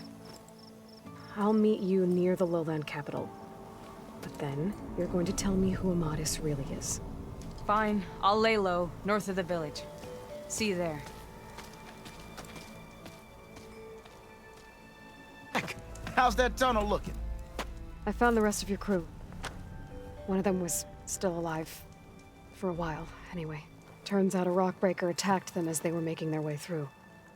Poor Saz. Many roads lead to a Delver's End, but that's got to be one of the worst. Well, I took care of the rockbreaker. The way's clear now.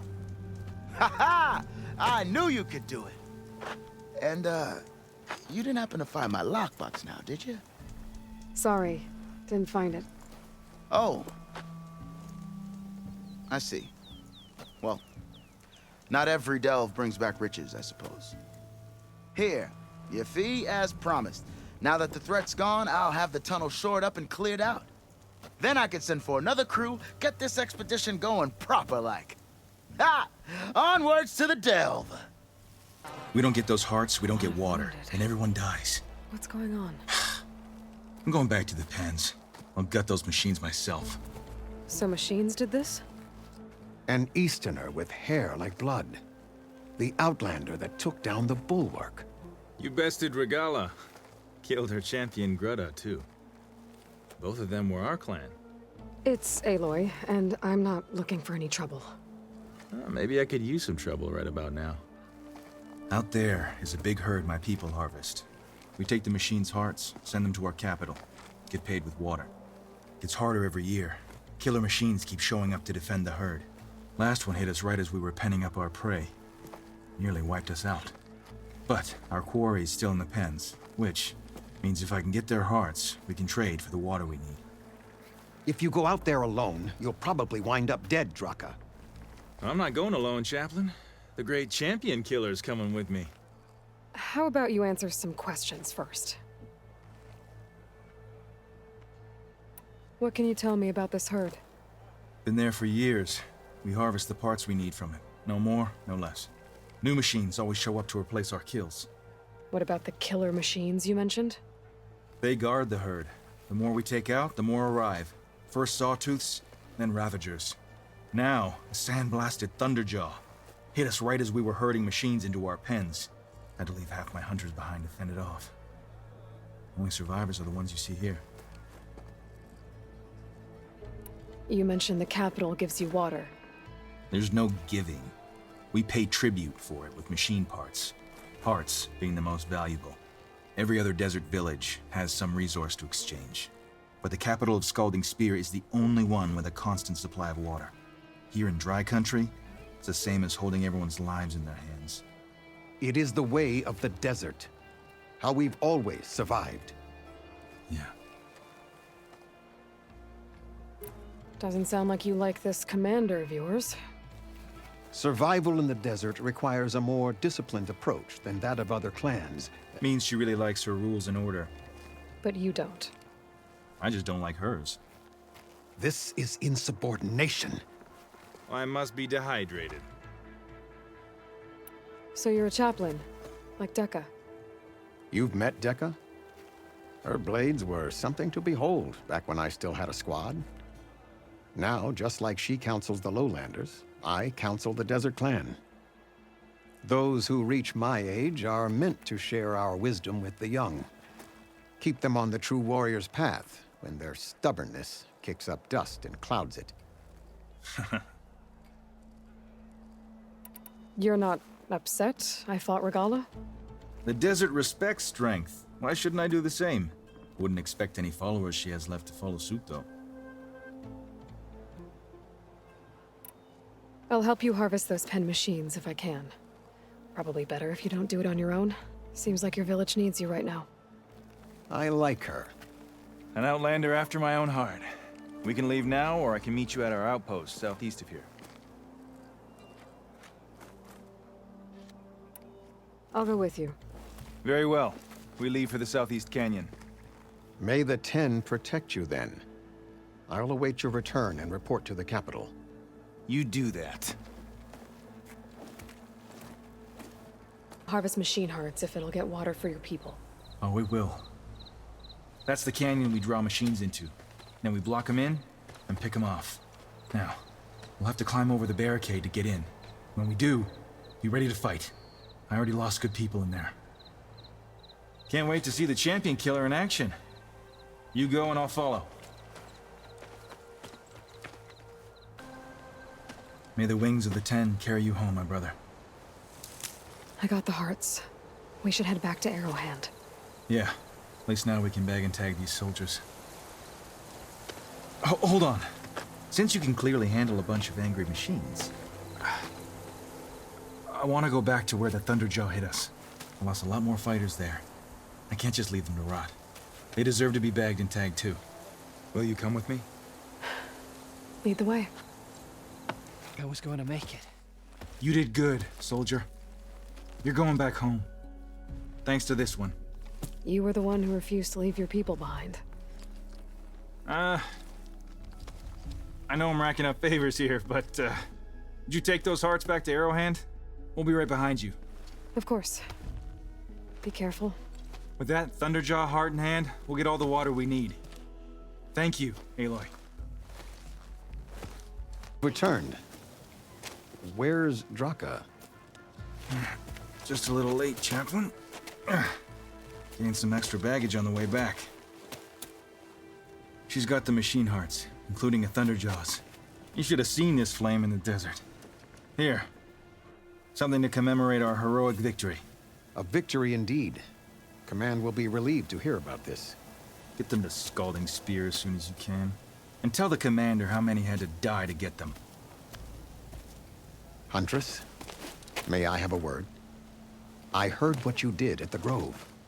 They say that in addition to your bow and spear, you have a kind of second sight, especially for matters that have to do with the Old Ones.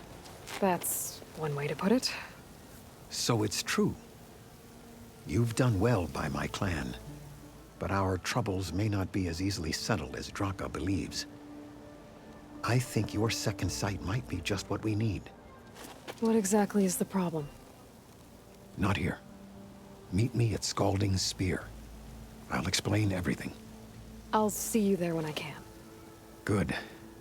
The entire clan might depend on it. Hello again, Champion Killer. Your people seem to be in better spirits.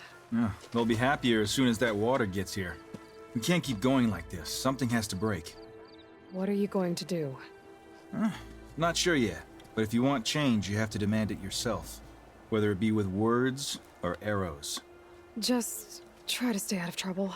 No promises. Put guards around the wound! You can't just take away our water! The wound gives less water. Our rations adjust. What's going on? We know the way of the desert! What's stopping us from taking what we want? And Anyone else want to complain? We're the Desert Clan. We survive with what we have. Your, commander's not much for hand-holding. That is not our way. Even less so in her case. Shall we? Sure. Can't wait. So, this is the Outlander that bested Regalla. And now she conspires with the dissident Draka. Demanding water does not make one a dissident, Yara. Doesn't make Draka a commander either. You should advise him of that. Jataka said you needed help. Did he now? Aloy has a unique insight into the ways of the Old Ones. She might be able to fix this before it gets out of hand. Get to the point. What is Jataka talking about? There is no water. What do you mean? I mean the wound in the sand, that which provides the clan with the water we need to survive, is completely dry. This water source. Jataka said it's somehow related to the Old Ones? From what we can tell, whatever water we take, it restores on its own. Over time. A few weeks ago, it stopped. I ordered rationing, searched for other viable sources. But everything else nearby is tainted one way or another. But why the secrecy? Keeping your people in the dark seems to be making things worse. If the clan knew, my command would be challenged. There's no water and you're worrying about keeping your command? Think what you want. Between the machines, the storms, and Regalla's uprising, I'm the only thing keeping this clan from falling apart. Draka said your clan won't touch Regalla. Her grudge is with Chief Hekarro, not me. And I plan to keep it that way, so her troops don't turn on my clan. Besides, if she defeats Hekarro, she deserves to rule.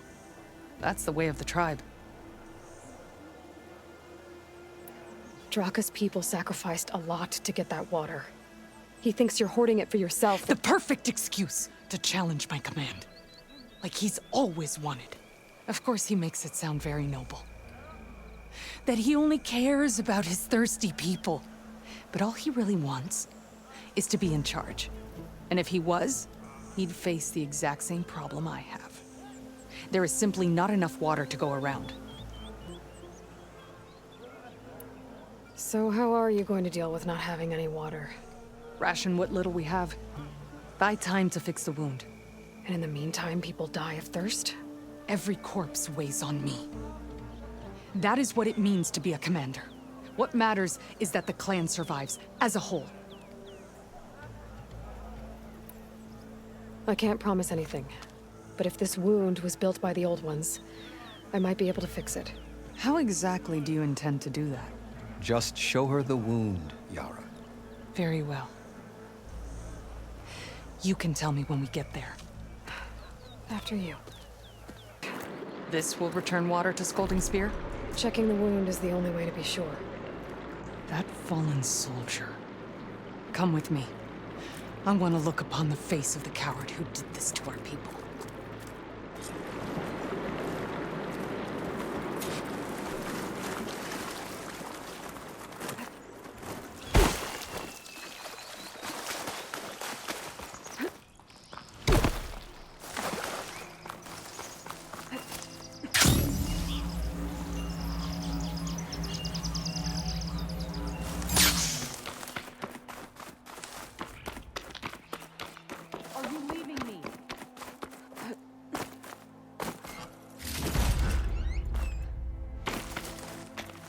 You know him? It's one of Draka's men. I should have known. Draka knew what would happen if the capital was left without water. But he didn't care! All he wanted was to cause a crisis so he could challenge my command. Look, we don't know that for sure. Meet me back at the wound when you can. Please. To make sure the water will flow. I will. Don't do anything rash about Draka. Only an upstart acts rashly. A commander bides her time. Hey. The desert was kind to lead you to us. To see the wound. I'm afraid your presence is required in the commander's quarters. Is everything okay? The dissident Draka has been apprehended for interfering with the wound. How did he interfere? He entered the wound by force, saw that it was empty, except for a slow trickle that began when you fixed the device in the desert. He did not take it well. Of course he didn't. I'll go meet with them. Let this happen. How did I let this happen? You're the one who sabotaged the wound in the first place. You're lucky we were able to fix it, or your head would already be on a spear. You call that fixed? It's just a dribble. And it's not my fault. I already told you, Ukta came to me. He said he found something in the desert that might get us water. I had no idea it had anything to do with the wound. And you expect me to believe that? Aloy, I came for the water that was owed to us, and when I found out that there is no water, they arrested me. As I already told you, the water is returning, but slowly. It'll be weeks before the wound is full again. Until then, I will send Arrowhand what I can. You hid what happened to the wound. How can we believe you now? Draka. No, you know what? Enough of this! No more words! Consider that a challenge. Gather your squads then, and meet us at the Gate of the Vanquished. I have a challenge to prepare for. Leave me. This will be the end of the clan.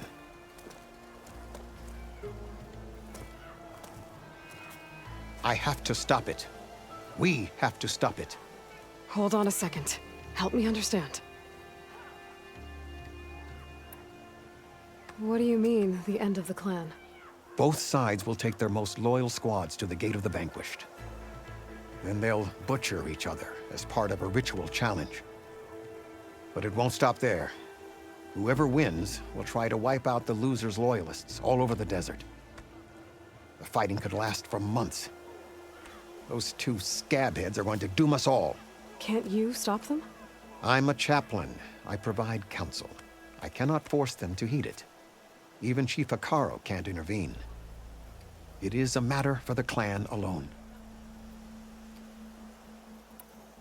What is this gate? The doorway to a dead cauldron. A symbol of what the tribe aspires to. The defeat of deranged machines. Dead. What shut it off? No one knows.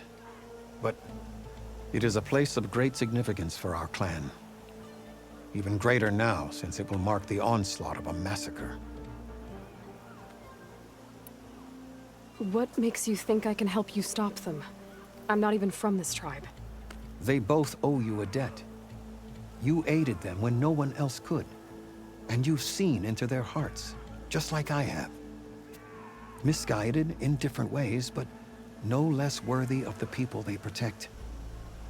Your words might be enough to spear some sense into them. Yeah, well, they're not exactly good listeners. And you are no ordinary speaker. You took down the unyielding bulwark, fought off an assault of Regala's machines. I will go to the Gate of the Vanquished, southwest of here, to stall them. But without you, I'm afraid we'll run out of body bags fast.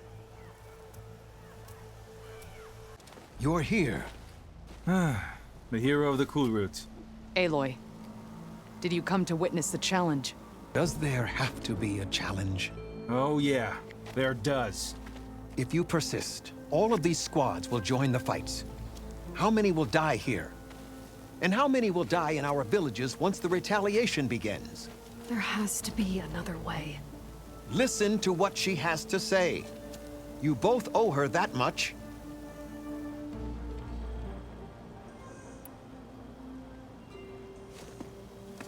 Yara, do you really need to do this?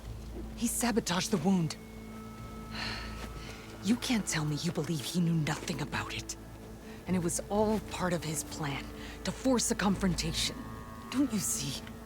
This is what he's wanted all along. It doesn't matter how many die as long as he gets what he wants. Command of the clan. No. I'm putting an end to this. Now!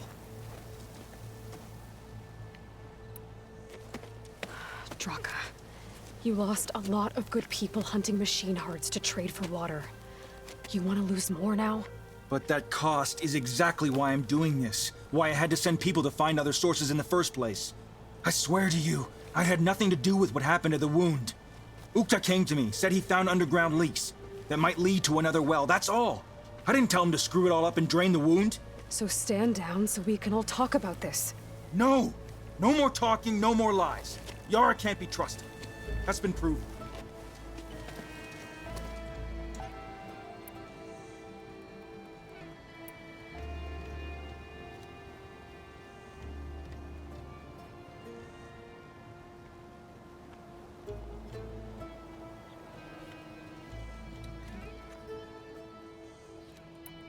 This isn't about Draka conspiring against you, Yara. It's about your people. You lied to them about the wound. You also said their survival is all that matters. Was that a lie too? If it wasn't, then stand down. Give Draka a shot at command. It was no lie. Which is why I'll never hand over command to the likes of him. Then fight us. Just us. You want to save lives? Keep your squads out of it. I've seen how you fight. These soldiers are with me. Then we stand with Aloy and Draka. Even numbers. I'll take no joy in fighting either of you. New rules! We're keeping it to just us. Winner takes command.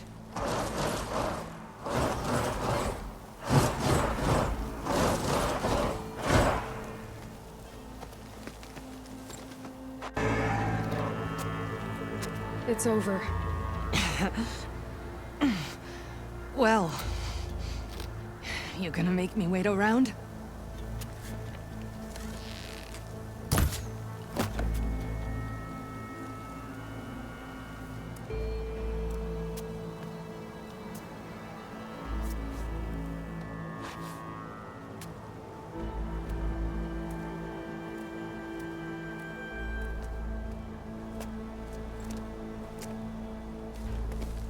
You didn't need to do that. Hekarro didn't, and Regala bit him in the ass. Okay, so... what's the plan? The wound still doesn't have enough water for everyone. I'll gather the leaders from all the desert villages. We'll figure it out. For a second there, you sounded like a real commander. Your confidence is inspiring. Here, take this. My thanks for what you did here today. You didn't have to get involved. I won't forget what you did, Desert Flame. Erend? You okay? Huh? Oh, yeah. I mean, why wouldn't I be? Because there's two of me now. There's two of you now! At least you seem to be handling it okay. I wouldn't say that exactly, but I'm trying. I was hoping you could help me with something. It's about the Tenakth rebels, and it also has to do with the Oseram. Really? That doesn't sound good. Let me know what I can do to help. Did you speak with Beta at all? She didn't really wake up till we brought her here. And when she did, I thought it'd be better if Zoe and Varl took care of her. No use crowding someone when they're in a state.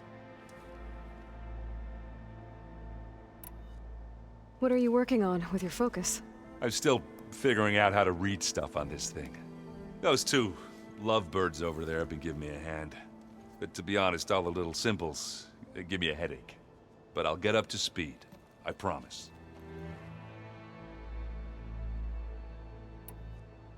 What you reading next?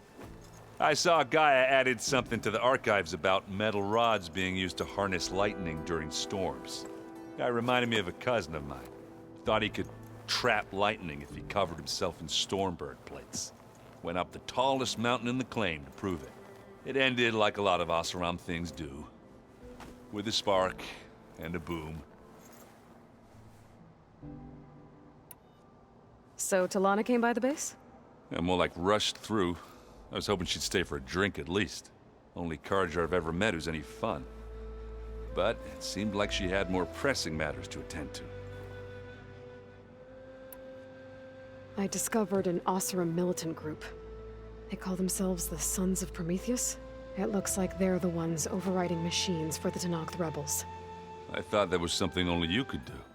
They're familiar with ancient tech, and they're as anti-Carja as it gets. So, last year we stopped Durval and his cronies from blowing up Meridian in retribution for the Red Raids. And now you're telling me we have another group of Oseram trying to wipe out the Carja with an army of machines and bloodthirsty Tenakth? Pretty much. Oh, well, that's just great! Is there any way you can help me find out who they are? Anything to track them down and stop them? Yeah, I can send out some messages from Chainscrape. Get in touch with my contacts in the claim, see what I can find out. I'd appreciate that. I see you've got strike set up. Mind if I have a go at it? Really? Sure. Let's do it. On second thought, maybe we should play later. All right. Board's here if you change your mind. I have to get going. Don't go causing too much trouble. Aloy, you're back. How are things going around here? I'm still trying to get Beta to talk to me. It's a slow process. Are you okay? This clone thing, it's a lot. Even for you. I'm just trying to take it one step at a time. Fair enough. If you need anything, just let me know. How's everyone dealing with Beta? I tried explaining what a clone is to Erend. He was totally lost. Then Zoe said something about 2 trees coming from 1 seed. That seemed to help a bit. I'm guessing Talana didn't stay for long? You got that right. Makes you wonder what this Amadis guy did to grab her attention. Whatever it was, she didn't tell me. Must be quite a story. I guess she'll tell us when she's ready. I see everyone's settling in. Zoe's planning on bringing all kinds of plants in here. Says a home should always spring with life anew. I asked Erend to help find some. I think he'd rather stick his head into a snap mall. Still, it's not a bad idea. Should liven up the place. It's good to see you and Zoe enjoying yourselves. We're learning a lot. I've actually been looking through the data to find ideas for a gift, and to thank her for helping me study the glyphs. Something from the old world that she's never seen before. Instead, I found out they gave each other stuffed animals. If you ask me, stuffing a dead animal with anything, really, doesn't sound like a good time for anybody. Maybe Gaia can help you find something else. I should get back to the wilds. I'll keep an eye on Beta. Make sure she's comfortable. Okay. Aloy. Hey, thought I'd, check in on how you're doing. You mean after meeting someone who looks exactly like you, but isn't you, down in the basement? Guess this must be even stranger for you than it is for us, huh? A little. Varl said she may be able to help us in our mission, though. Maybe. There is something I'd like to discuss. It's about the land gods. If you have time, that is.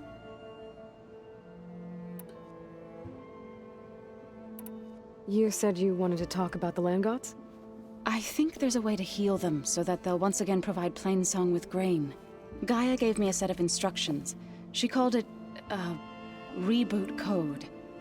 If we deliver it to the land gods, their derangement will end. That's great. Maybe. There are thorns on the path. Unless the code is given by Hephaestus, the land gods will reject it. Gaia showed me a way around this. We need components called control cores from machines made by Hephaestus.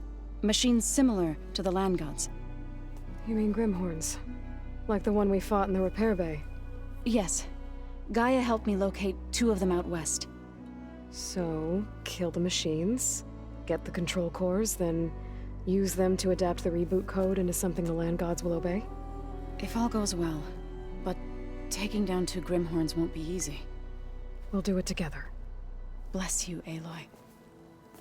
I'll send you the location of the machines.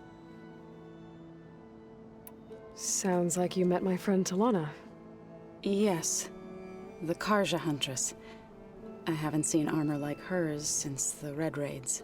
But Varl tells me that she too suffered at the hands of the Mad Sun King. Yeah.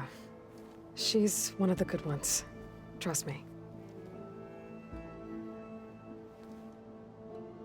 What else have you been up to?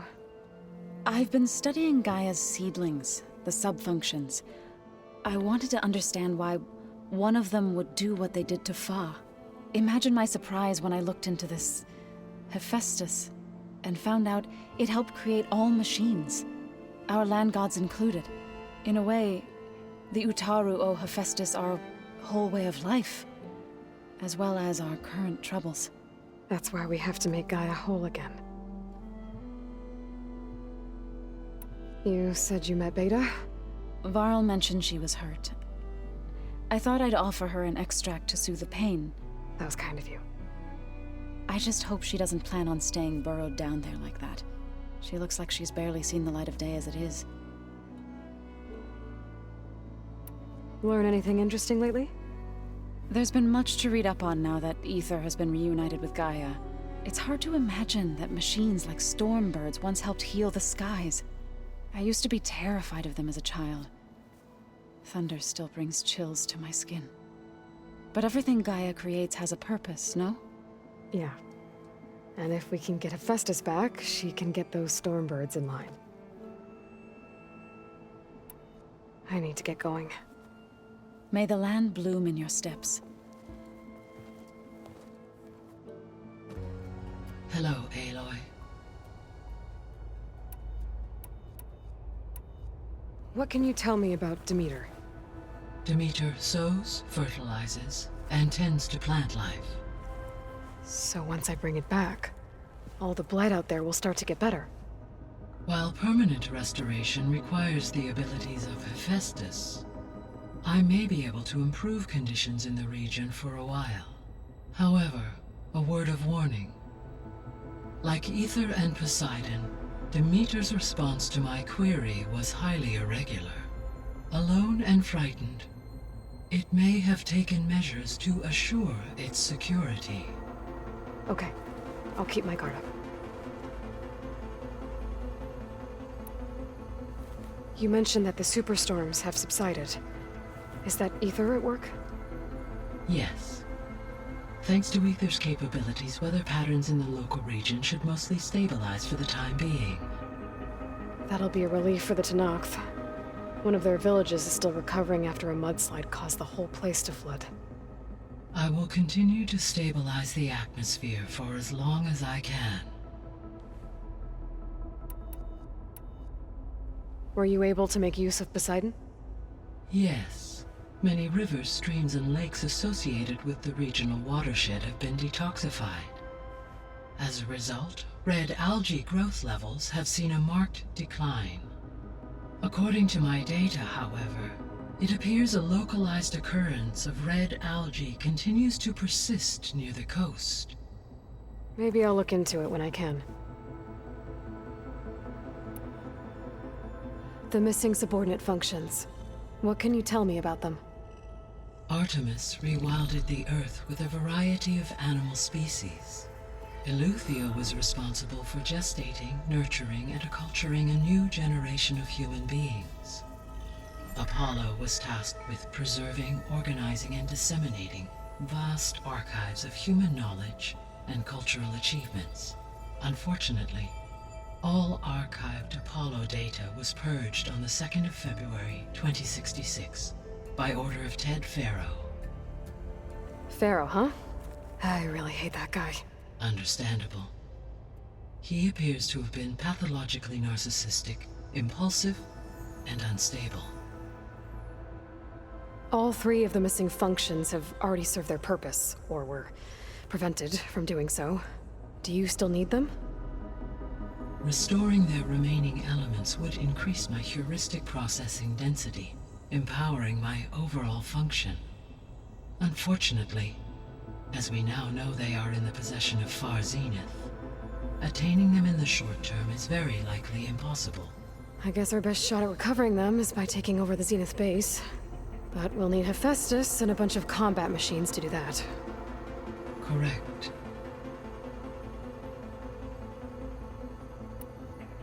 So Poseidon spent the last 20 years hiding out in Las Vegas. From the data I found, it seems the city had an advanced water reclamation system. Is that why Poseidon went there? Most likely. In an effort to protect itself, Poseidon sought out a safe harbor where it could access water supply functions. There, buried and encased in a protective dome, it could guard against any threats. Like 3 Oseram showmen? I suspect that was not the first time it felt the need to repel trespassers. Why did Aether take up residence in an ancient war museum? As with the other subordinate functions, Aether needed to install itself on a processor with adequate storage and power. The one in the museum appears to have been sufficient, given that the holographic displays were still active. So Aether was assured it could stay for as long as it needed to. Correct. Though it is curious that it chose a place surrounded with the ancient ruins of aircraft. Maybe it also felt at home there. So, once Hephaestus has been recovered and merged, you'll regain the capacity to mass-produce machines at cauldrons around the world. Yes, and to program their behavioral routines, or even control them directly. So you could build an army of machines. Attack the Zeniths and take them out. It is in my nature to take any and all necessary steps to preserve life on Earth, human life above all. So yes, once I have been empowered with the capacities of Hephaestus, I could design, build, and command such an army. Given the nature of the Far Zenith threat, doing so may be our only option. I must admit, however, that I have misgivings about using such technology to kill, no matter how aggressive the enemy.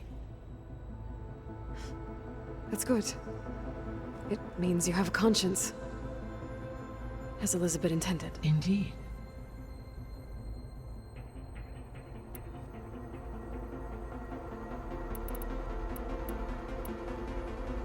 Beta believes the Zeniths want to use the terraforming system to wipe out life on Earth. Start over, so they can build it how they want. further supporting our hypothesis. Why? Given their technology, they could wipe out the tribes of the world by easier means.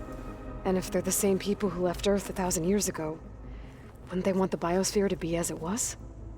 It is likely they adjusted to different planetary conditions in their colony on Sirius. They may be trying to recreate that environment here. Turning Earth into a new Sirius. Their own personal playground. So the Zeniths are the same people who left Earth. Physically immortal. How'd they figure it out? From what we know of Far Zenith, it is plausible that prominent geneticists and engineers were offered a place aboard the Odyssey in exchange for their expertise. Given enough time, technology, and resources, any challenge can be overcome. Like how Minerva eventually generated the deactivation codes for the Pharaoh Plague. Exactly. The Zeniths. Gerard, Eric, Tilda, Verbena. Beta said they were some of the most powerful people on Earth. Do you know anything about them? Unfortunately, no. My personal database is limited to those who worked on Zero Dawn. Additionally, it appears Far Zenith was quite secretive about their members. Only one, Oswald Dahlgard, was ever publicly known. Right. He was the spokesperson back at their old launch facility. What we can conclude from your and Beta's experiences is that the Zeniths are ruthless in pursuit of their goal. To protect life on Earth, they must be stopped. The extinction signal didn't just wake Hades. It made every subordinate function self-aware. Why? I have wondered this myself. So far as I can tell, Hades was the sole target, and the partial sentience imparted to other subordinate functions was incidental. A signal that precise would require thorough knowledge of the system. How could the Zeniths know that? From the records on your focus, it appears Far Zenith had an informant during the development of Zero Dawn. Hank Shaw. He was supposed to steal a copy of the system for Far Zenith, but Elizabeth and Travis Tate caught him first. Yes. It is likely Far Zenith acquired knowledge on the system's design through him, despite his failure. So from what Beta told me, I guess we can assume the Zenith's technology is powerful in all sorts of ways, right? Yes. As your encounters with them amply demonstrate, they appear to make extensive use of robotic servitors. Further, they seem to be equipped with some kind of protective energy field that shields them from harm. They seemed indestructible, but that weapon the rebels used stripped their shield somehow. Throughout history, every defensive technology has eventually been defeated by an offensive counterpart. While we lack the anti-shielding weapon, were I to absorb Hephaestus and utilize it to create a large force of combat machines, no shielding could withstand such an assault indefinitely. So there's hope. Always.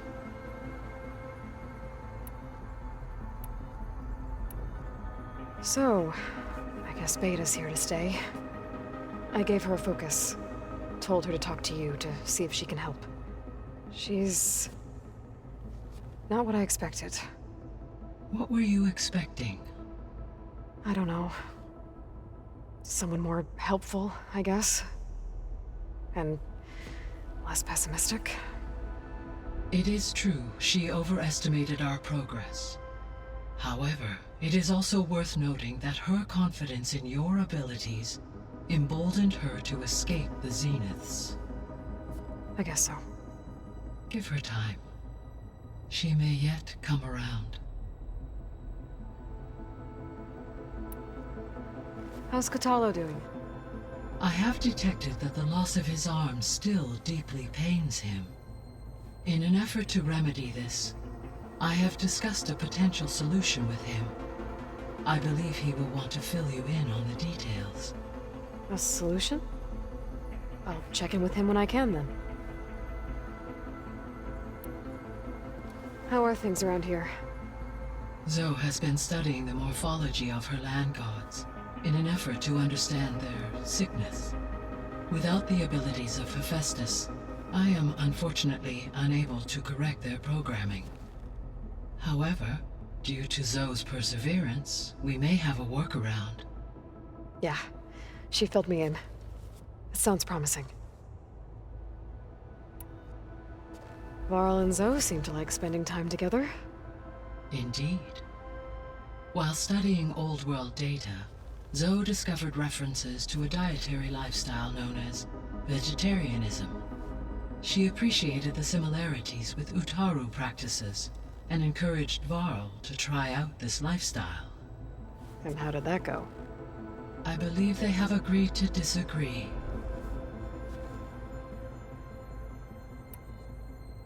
How's Erend handling things? He is becoming increasingly accustomed to use of the focus after an initial incident. What did he do? He unfortunately crushed his first focus as he attempted to affix it to his temple. Amongst a number of Oseram curses, I believe he also blamed the focus for being dainty. He has given repeated assurances that it will not happen again. Well, good thing we have a lot of extras, I guess. So there's a few people here now, and they're learning. All about you, the ancient world. Almost like what was supposed to happen before Apollo was purged. Yes. While the loss of the Apollo database was catastrophic, there is still much that can be gleaned from the data you have uncovered. For instance, Varl has been reviewing the last recorded entries from those who perished during the Pharaoh Plague. Hearing their hopes and fears made him quite somber. Anything I should be worried about? I do not believe so. I have elected not to intervene, to allow him to process this on his own terms.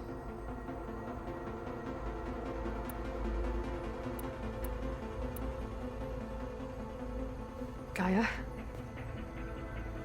What was Elizabeth like? Her presence is interwoven with my memories. The moment I came online, she was there. We exchanged greetings, names, then set to our task. It was the first of many conversations. I enjoyed being in her company, listening to her stories. She was my creator, my guide. Your friend? Yes. When I reviewed the data on your focus, I was saddened to learn of her fate, though I am glad she made it home. I deeply wish she did not have to be alone. She was okay with that. She gave all of herself. The only one who could. Thanks, Gaia. So, Project Zero Dawn. The greatest minds in the world, all working to build the terraforming system while the Pharaoh Plague devoured the planet. What was it like? Personnel worked in rotations, at all hours of the day. Resources and technology were secured from across the world. Within a month of the project's conception, I was launched and began my education. Elizabeth encouraged me to spend time with the rest of the Zero Dawn staff. She said it was important to experience many personalities and perspectives to aid in my emotional development. What were they like? Scared, hopeful, determined. They were hurtling toward technological achievements on a scale never before attempted. I owe everything to their dedication. So the Hades Proving Lab, where I found the Gaia kernel. It used to be a Pharaoh research facility? Yes. Prior to appropriation by Zero Dawn, the facility was used to engineer and test advanced computer viruses. It appears to have been one of many research initiatives by Pharaoh Automated Solutions. I guess it wasn't enough to build automated killing machines. He wanted viruses to infect them with, too. So, a while back, before the battle at Meridian, I went into Banuk territory. I discovered another AI there, one not related to Zero Dawn. Scion. It was created to oversee operations for a volcanic stabilization project, and it spent the last 1,000 years in isolation. I'm guessing you didn't know about it? No. From the data on your focus, it seems that Scion was cut off from the outside world, an effort by its creators to protect it from the Pharaoh Plague. Any chance it could help us now? I have already attempted contact, with no success. Given its previous experience with accepting an outside network request, I imagine it is unwilling to do so again. Right. Because last time Hephaestus enslaved it. Well, that's too bad. I think the two of you would have had a lot to talk about. The processor Ether was installed on was part of an ancient war museum. A memorial to something called the Hot Zone Crisis. Do you know anything about it? My knowledge of historical events was unfortunately lost with the Apollo database. However, climate data indicates a peak in regional temperatures in the 2030s.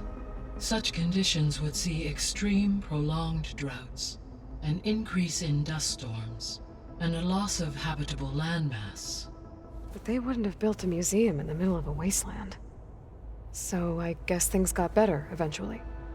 Yes. Data suggests that temperatures returned to average levels in the clawback era of the 2040s.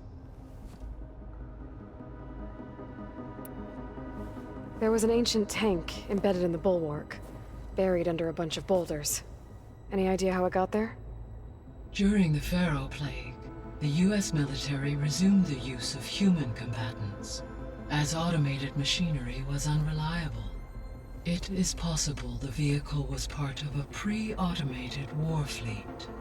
So they fought against the Pharaoh machines in the valley, until the mountain was blasted apart and buried them.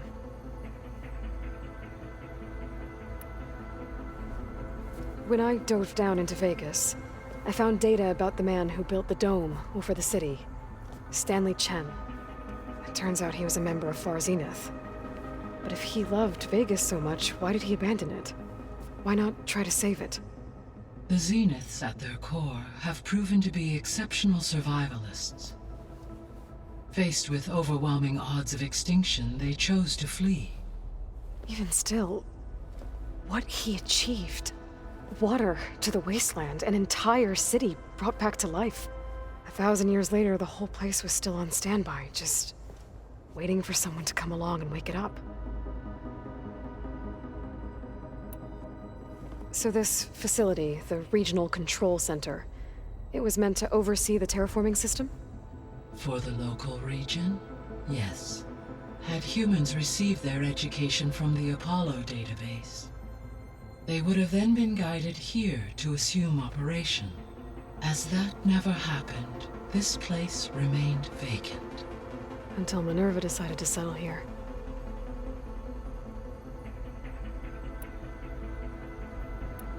I'll be off. Farewell, for now.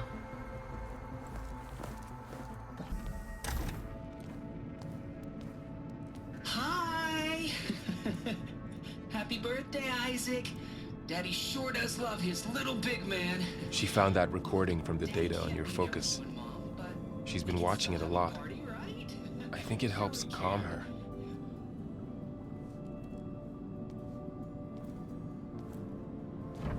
You know, I used to watch this a lot too. Whenever I wanted to take my mind off things.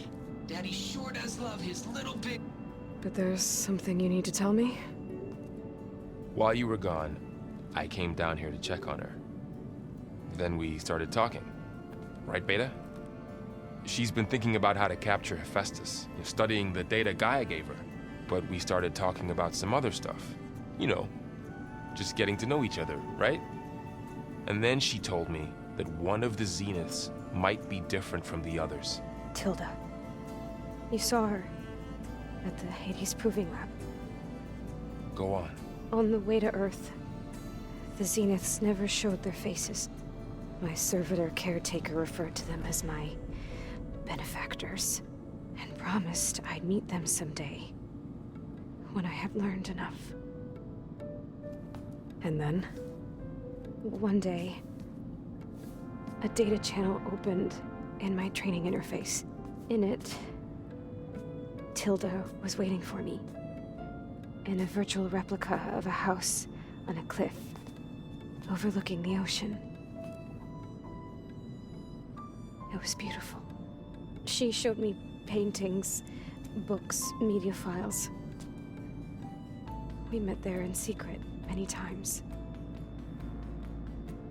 But a few months later, it stopped. Can you tell us why, Beta? I found some data about Tilda at the Hades Proving Lab. I think she was the liaison between Far Zenith and Zero Dawn. She knew Elizabeth Sobek, that's for sure. Maybe that's why she reached out to you?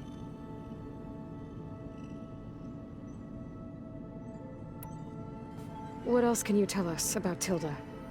She liked to talk about her paintings. What about herself? Did she ever talk about her life on Earth, how she joined the Zeniths, something like that? She never said much about herself, and she hated it when I asked too many questions. But I think, back on Earth, she was an expert programmer, given that she built a data channel the other Zeniths couldn't detect. Is there anything else about her that we might be able to use to our advantage? She was the first real person who ever bothered to speak to me. I wasn't really assessing her for strengths and weaknesses.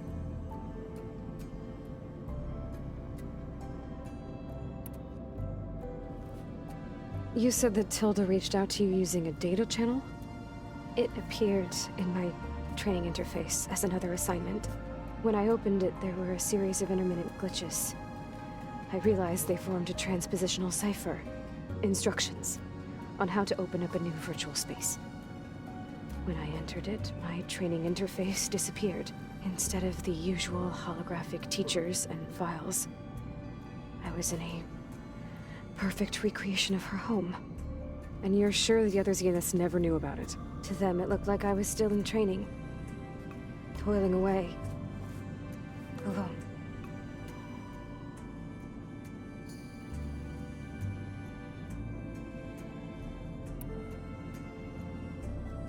So this secret virtual space looked like a house with an ocean view? I could see whitecaps and hear waves crashing on rocks below. And there were gulls crying outside. Inside, Tilda had frames that showed off her favorite paintings, changing at intervals to match the light.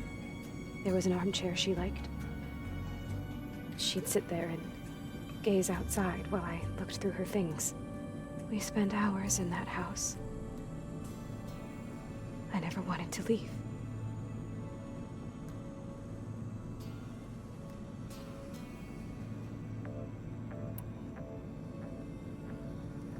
You said Tilda showed you paintings and let you access media files? Every time we met, she showed me a new painting. I think she was Dutch. All of her favorite pieces were from their golden age in the 1600s. Portraits, allegories, ships at sea. She had so many. They didn't interest you? I liked her media portal. It had so much more than my training interface. Clips, shows, holos. My favorite was this one called Second Time Around, about a family whose kid comes back after disappearing during the Hot Zone crisis. Right, but did this portal have anything about the Zeniths themselves? Anything we could use? No. Any information about them was redacted.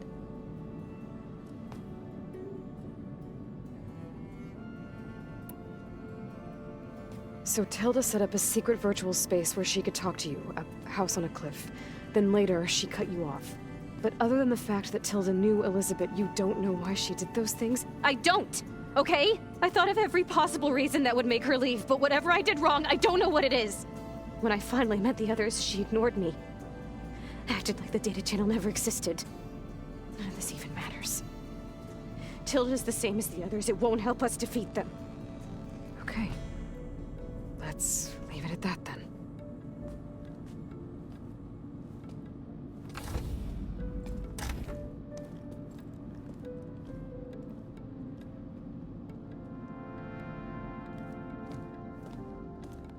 What's wrong? I'm trying, Varl. But she is tough to take. I'm out there in the wilds, risking my life every day, and all she can do is hide in there and tell us how hopeless it all is. I'm sorry she's had a rough time, but she is really not helping right now. You always seem to be on top of everything, so I sometimes forget about what you've been through. I mean, it wasn't that long ago you were so banged up you couldn't even walk. About that. When I pulled you out of the water back near the proving lab, you were muttering Rost's name. You never talk about him. But he raised you, trained you. You must miss him a lot. Of course I do. But I don't have time to think about that now. I need to get back out there. Okay. I'll keep working with Beta. Gaia says she knows a lot about Zero Dawn. And maybe she just needs some time to adjust, and then she can help us with Hephaestus. Sure. But I won't hold my breath.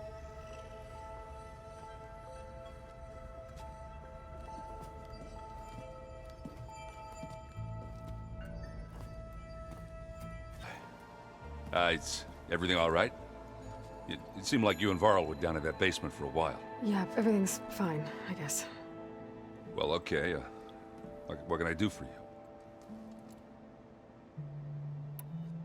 How are things going around here? Hey, you tell me. Varl's new girlfriend tried to kill me earlier. What did you do? I made one joke about how they, eat grass a lot. How does anyone fight with nothing but tree leaves in their stomach anyway? From the looks of it, the Utaru. Yeah, well, I wasn't expecting her to be that fast. Just try not to get hurt. You still sifting through loads of data? Yeah, it's interesting. There's lots of words. I thought maybe I could try finding things with more, pictures in it. Not much luck there, but I did find out about these holofilms. Like images put together to tell a story. They were made to look like they were the real thing. The Oseram-like shows. I bet they pay a lot of shards for those hollows. I see someone's been playing Strike. I'm just trying to get some practice in. Helps take my mind off things. You should try playing Katalo. It's a Tenakth game. Maybe you'll learn something. Oh, sure, Tenakth. Sure he won't try and kill me if I win? Pretty sure. Do I smell ale? I brought some over from Chain Scrape. With everything that's been going on, I thought we could all use a drink. Besides, there is nothing that brings people together like a good brew. That's what my sister always said, anyways. You're more than welcome to have some. Maybe another time. It seems like you're getting a hang of this data thing. Yeah, it's been helpful. When I could make sense of anything. I did find the old ones enjoyed a good brew like the rest of us. Only they let machines serve the stuff in bars. They even let the damn things cut you off before you saw the underside of a table. And that's half the fun. You won't see me letting a robot serve me a pitcher anytime soon. I should get going. Back to reading, I guess. You be careful out there. Aloy. Hey, how's everything going? I am well, but Varl told me Beta's having a hard time adjusting to life here with us. I wish there was something I could do to help. I'm not sure any of us can. A tree won't bear fruit in a day. We'll do our best to make her feel welcome. Are you guys training with Erend as well? If you count trying to stick a spear in his gut as training, then yes. I've been told. Please tell me you weren't being serious, though. Of course not. Good. I was going for a couple of broken bones. He called the Utaru leaf grazers. laughed at the idea of us simple farmers being formidable fighters. Before I knew it, he and I were battling it out in the common room. The man is slow, but he can throw a hammer around. Don't look so worried. We're evenly matched. For now. Next time he's going down like a load of boar dump. Just try not to kill each other. Injuring his pride should be good enough. Is there anything I can help with around here? Oh, no. We're doing fine. Are you okay? You and Varl have been friends for a while. I like to think so. I was wondering, what do you know about his mother? Oh. That bad, huh? Why do you want to know? He's spoken of his sister, Vala, but I noticed he avoids talking about his mother. She's the war chief of the Nora. Best warrior the tribe's ever known. Tougher than a Thunderjaw, but she could be pretty harsh at times. I see. That must have been hard on him. Thank you for telling me. I feel silly not being able to ask Varl directly. I wouldn't worry about it. He's probably afraid Sona will scare you off someday. I'd like to see her try. Found anything else combing through that data? Varl and I have been looking into the animals of the old world. Apparently there used to be thousands more species roaming around than there are today. Can you imagine that? I'd give anything to see them, even as holograms. Though I know that without Artemis or Apollo, that may prove difficult. At least I can find comfort in knowing Gaia used many of them as inspiration for her machines. Her memory honors them. What are you going to learn next? I'm not sure. I asked Gaia for suggestions, and she brought up data you found on something called a museum? From what I gather, the old ones would store knowledge in them for all to see and learn from, like you've done here for us. Maybe one day more people will be able to use this place to learn the way we have. That sounds crowded, but nice. The Zeniths did a number on Beta. But she seems to trust Varl. I still can't believe she told him the Zeniths are immortals. Old ones who cut themselves off from the cycle of life and decay. I've never heard of anything so selfish. To deny our dying bodies to the earth. To doom the life that would bloom in their place. It's despicable. I should get going. Good luck on your search. Hey, got a sec?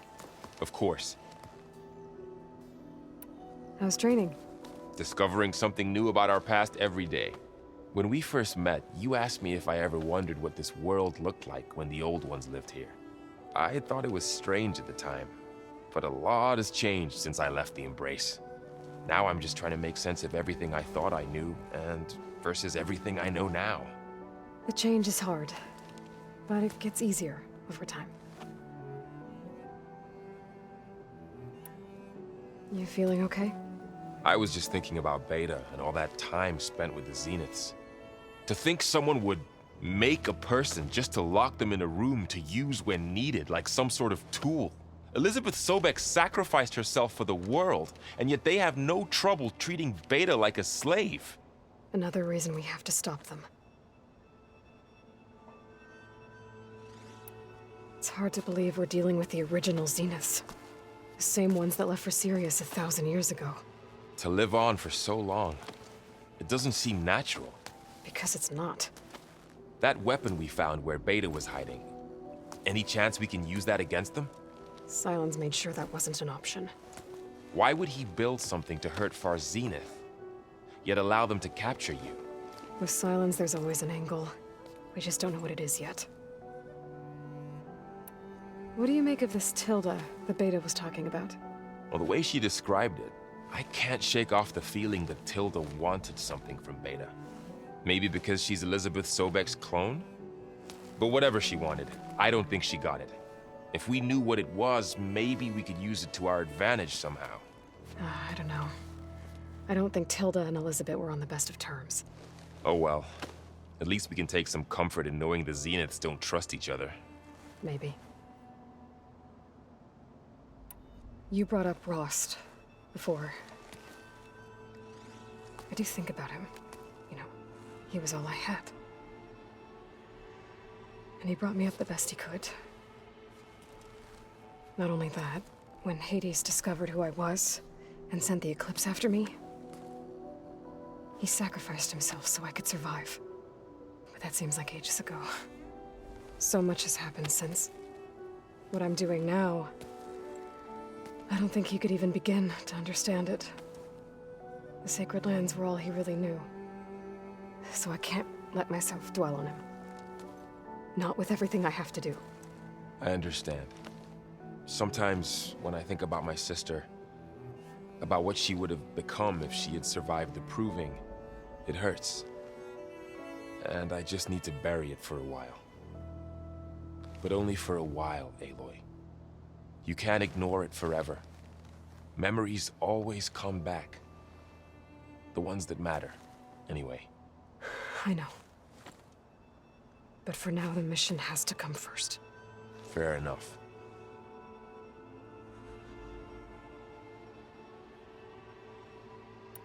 I should get back out there. We'll be here if you need us. 142. Supply drop. Alright, wire to spike is still intact. Rig's still playing. You okay there? You took out those machines. I'm grateful, but you should go now. There's nothing to see here. So this rig of yours, it's receiving sound through that wire from the thing up on the cliff, what you call a spike. But the message is only a fragment, and you're trying to pick up the whole thing? How did you figure all that out? I've learned a few things in my travels. If you want, we could talk about it. Maybe I can help? You do seem downright knowledgeable. So go ahead. Shoot. How did you first hear the message? I used to be a smith up in the claim. Wasn't an easy life. A lot of hard work without much to show for it. Then, one day, I heard a whisper coming from a steel rod. Faint, like the last fingers of steam coming off a cooling forge. When I moved the rod around, the whispers got louder. I did some tinkering, built my rig, and did my best to follow that sound. Further west I came, the stronger it got. Then I found that spike up there. When I hooked up my rig, the words were clearer than ever. What do you think the message is? I don't know. There's something sad about it. Feels like it's from one lost soul to another.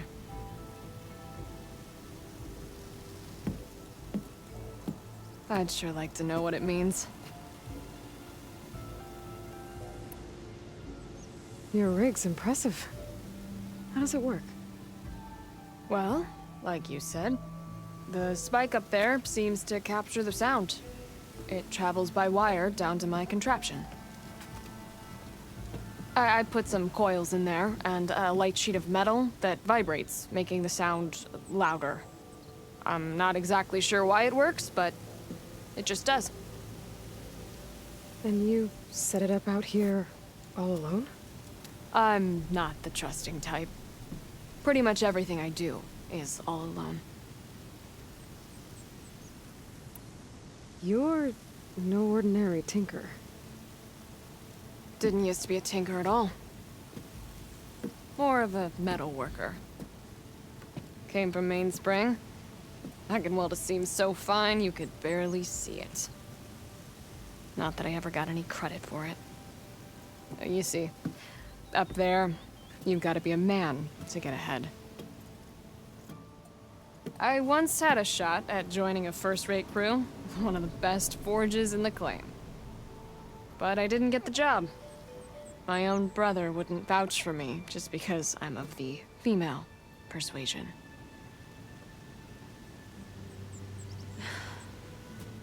Anyhow, at least out here I don't have to worry about any mainspring men talking down to me.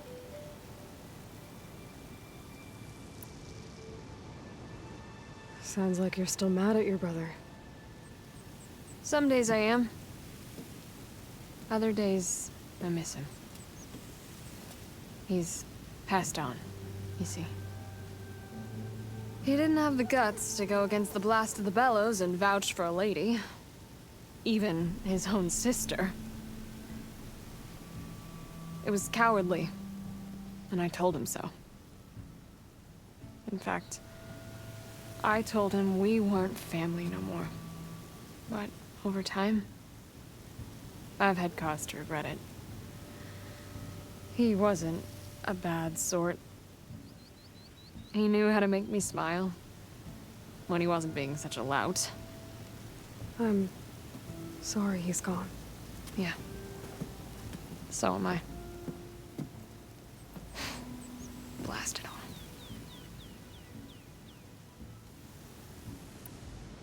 Let me have a look at that spike. I might be able to pick up more of that message. How? Let's just say I have a rig of my own. I didn't know Nora were tinkers. They're not, but I am, in a way. Be right back. Well, okay then. I guess. Your rig is picking up an old world message. A recording of some kind. Thought as much. Did you hear more of it? A bit. It was recorded during a war. A bad one. Maybe that's why it sounds so darn sad. There's something about it that makes me think of my late brother. May his ashes stay warm in the forge. Not sure why, exactly. I still can't get a fix on the source. Well, the words grew stronger when I got out here. What if you moved the rig now? Try to see if you can get a stronger signal elsewhere. Even if I could dodge the Tenakth and the machines, I can't lose that spike. Nothing else pulls down the words better. Okay. If it's an old world message, then let's try old world methods. They used to pinpoint signals by listening for them at 3 different spots. The taller the better. And then they combined the information and used it to find the source. And you can do that? I think so. But your spike is only 1 spot. I need 2 more, both up high. Oh. Well, there's a big bright tower in the Tenakth territory north of here. Yeah, that should work. I have another spot in mind, near a place I'm, camping. Wait. I don't know your name. Or why you do all of this for someone you just met. Aloy. And because I want to know what's out there. Same as you. Selga. And when you find it, Aloy, I'd be eager to hear what it is. What's going on? Aloy, the hero of the Kulrut. Just got back from meeting with the leaders of all the outlying villages. I hate to say it, but Yara might have been right about a few things. Not all of them, though. Did you really think command was going to be easy? I guess not. Maybe I should tell them your bow will be joining the talks. That'll settle them down. I'm not bailing you out this time. I know, I know. Aloy, the words stopped coming from the spike. What happened? This is what was speaking to your rig. It's old world equipment used for communicating over long distances. The message must have shut off when I took it, but I heard the note the voice was talking about. What was it? During an ancient war, a woman was trying to deliver supplies to a man she knew. She wanted him to know that their past disagreements didn't matter in the big picture. That she'd be thinking of him when the end came. Oh. I guess she and I are kin. of a sort. I wish I could give my brother a message like that. Tell him that I forgave him. He would have wanted that. I know. This man, the old one, did he ever hear the message? I don't think so. I guess that's often the way of it then. But still, with the power of that device you found, the sender had hope that he might have heard it. What a feat! To send messages near and far. Can I keep this? It's a treasure. Of course. Thank you. Sometimes people don't ever get to hear what they should.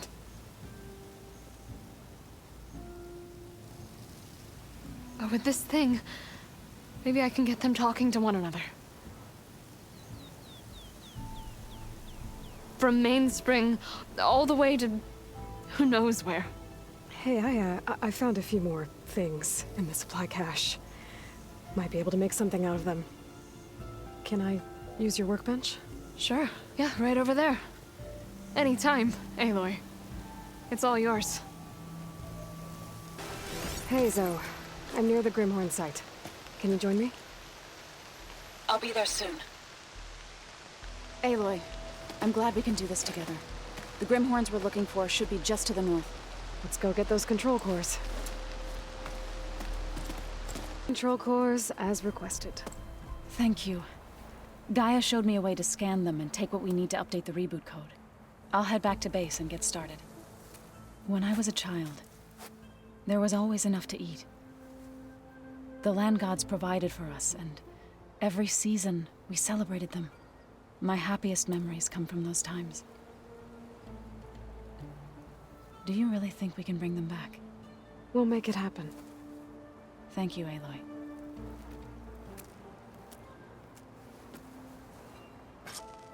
Aloy, you're back. Varl looks pretty focused. He's been obsessing over the data revealed to us by Poseidon. Just the other day, we read about mountains hiding deep underwater that spew fire. If I understand correctly, Gaia said the flames they release come from the very center of the Earth. Like a heart, beating with the life of the world. As always, the cycle can be found in even the most unlikely of places. Of course, Varl's mostly interested in watching explosions happen underwater. Now that you have those control cores, are you ready to reboot the land gods in Plainsong? Not yet. Gaia told me the reboot code has to be altered using data from the cores. She updated my focus with software to accomplish this task, but apparently it's very complicated. It'll take time. Well, let me know if you need any help. I will. I should head out. Let me know if you need me. There she is. What else have you been studying with your focus? Yeah, I've been looking into this Vegas place you found. Gaia showed us everything that happened when you went to get that Poseidon thing. I mean, this Morlund guy seems pretty smart. Though, risking the Tenakth clan lands for a light show is a bold move. Maybe I should check up on them at some point. Just in case. Right. Did you find anything out about the Sons of Prometheus? Yeah, my contacts are looking into it, but nothing yet. Plus, I have the Vanguard checking Chain Scrape and Barren Light, in case these guys are moving any supplies through there. But if they are, I'll bet they're being careful about it. Yeah. And they have focuses, too. Makes it easier for them to evade guards and patrols. Hold on. Way back, when we first met, you came looking for me in Meridian because you detected Olin's focus with yours, right? So does that mean that if I go back to the Daunt with this... You could scan for other focuses. And if an Oseram is wearing one of these, they'd have to be a part of that Prometheus group. It's not a bad idea. Yeah, I've been known to have those once in a while. Just Let me know if you find anything. You got it. Let me know if you find any Sons of Prometheus in the Daunt. I'll keep scouting those rebel camps. Be careful.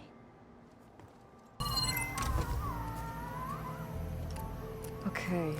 The focus I got from the Sons of Prometheus is encrypted. But with a little time, I should be able to hack it. There. Got it.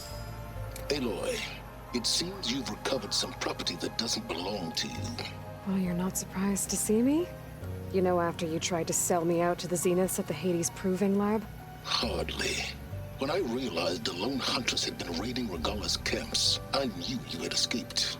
Subtlety is not your strong suit. From now on, I suggest you stay away from rebel operations.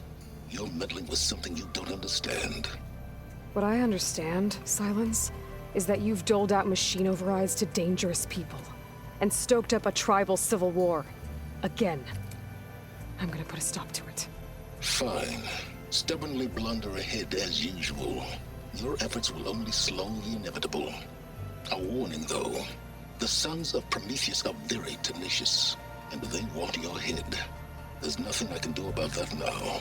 Oh, I'm scared. What will I do without your protection? You should be scared, Aloy. More than you realize. But I have better things to do than educate you. Best of luck flailing about in the fog of ignorance. Ow! Mind if we have a word? Of course not. I heard my friend Talana came by the base. Did you get a chance to meet her? Briefly. A bold woman going into Tenakth territory with that Karja armor of hers. She'll be lucky if my people don't shoot her on sight. She'll be careful. She's just looking for someone who might need her help. Whoever it is, they better be worth dying for. Have you had a chance to speak with Varl? Briefly. He fought well against Regalla's troops at Barren Light. Are all Nora as skilled as the two of you? I'm not exactly one of them. But anyway, the Nora can hold their own. They managed to push the Karja from their lands. I thought my tribe was the only one to have done that. Impressive.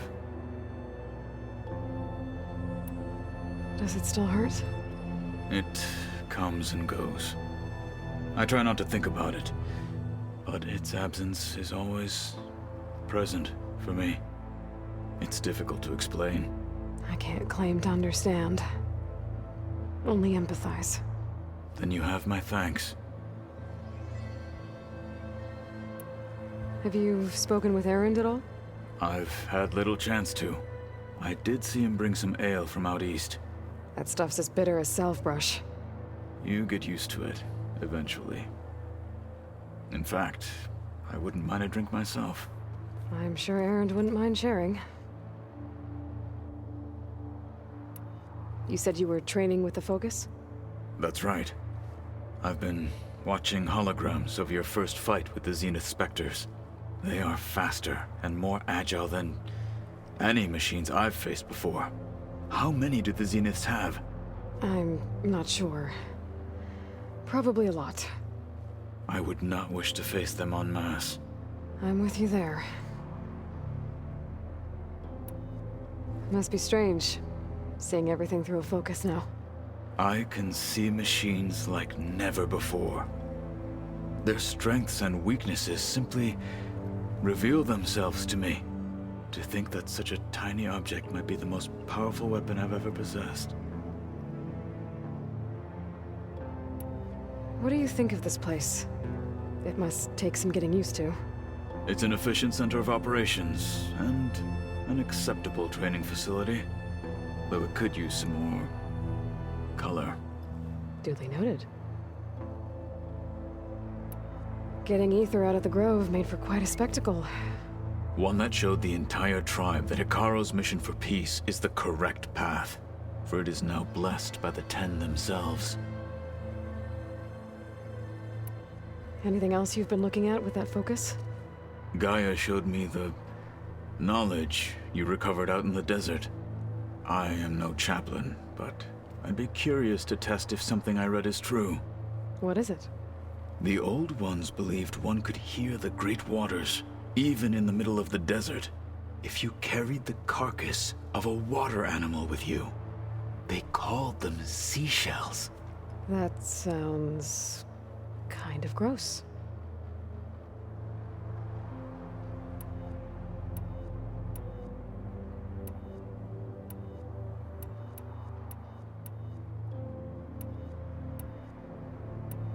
I should get going. If I can help in some way, say the word. I will. Thank you. Yeah, I'm back. So I see what is on your mind.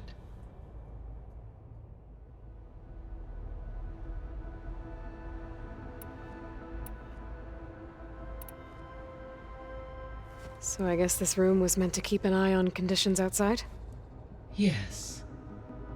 From here, the facility's operators would have been able to observe weather and machine activity in real time. It may be possible to restore more of this room's functionality, should you find and reconnect additional camera feeds. I'll keep a lookout.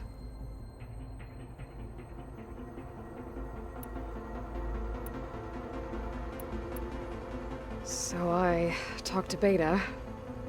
Didn't learn much. It seems to me you did.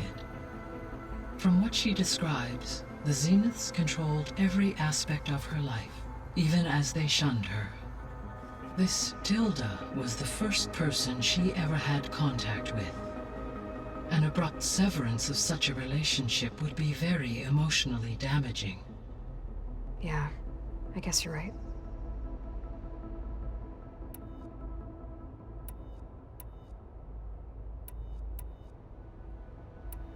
I guess I should get going. As you say. Be well, Aloy. Lord Marsh. Quite a sight, isn't it? Never thought I'd find myself this deep in Tenakth territory. Have you run into any trouble? I've been keeping my head down. Had to duck into the swamps a couple of times to avoid Tenakth patrols. Well, I'm here now, so spill it. Who is Amadis, really? Like I said before, he helped me put a stop to a hunter-killer machine out in the wilds. At first, he thought I was just another hunter from the Lodge who only cared about the biggest machine trophy. And I thought he was just a grouchy hermit living in the woods. But then, he trusted me with the truth. Told me how the Red Raids took everything from him. Seeing that side of him, I don't know, changed things. You love him, don't you? I think I might, yeah. Then why did you part ways? When he told me how he failed to save the woman from his past, I told him how I made peace with my father and brother's deaths. He realized he needed to do the same on his own. Wait. When we searched that Red Raid's battlefield together, you said he'd lost someone close to him there. I thought you meant a fellow soldier. She was. Women aren't allowed to serve in the Karja army, but Nessa disguised herself so she could. Amadis kept her secret. When he left to come out west, he promised he'd send word that he was all right, but his letter never came. So you set out to find him. And when we do, I'll have words for him for leading us on this wild goose chase. Well, at least I kind of understand now. Amadis thought Nessa died on the battlefield, but when he learned that the Tenakth took prisoners back west, he kept going. So I guess now we find this prison, the Rot. I did some scouting while I was waiting. I think I might have found the way. Lead on then. You were supposed to let me know you were okay. I was going to send the message right after I crossed into the desert with an Oseram caravan. But when it became clear that the tunnel had collapsed behind us, I figured the only thing I could do was press on.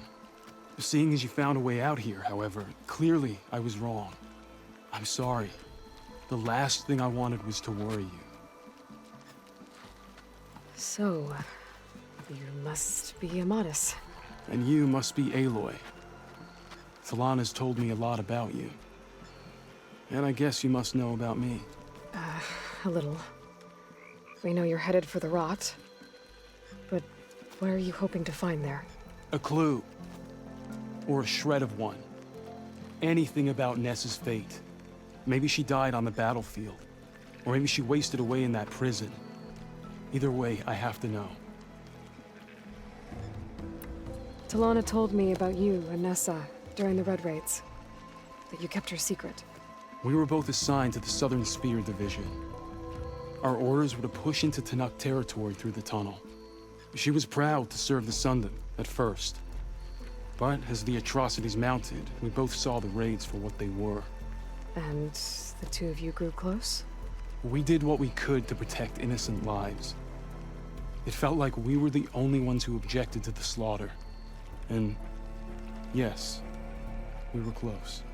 Until the Battle of the Burning Blooms. What happened at the Battle of the Burning Blooms? I had intel that the Tenakth forces were greater than we had anticipated. I tried to convince my commander to halt the attack.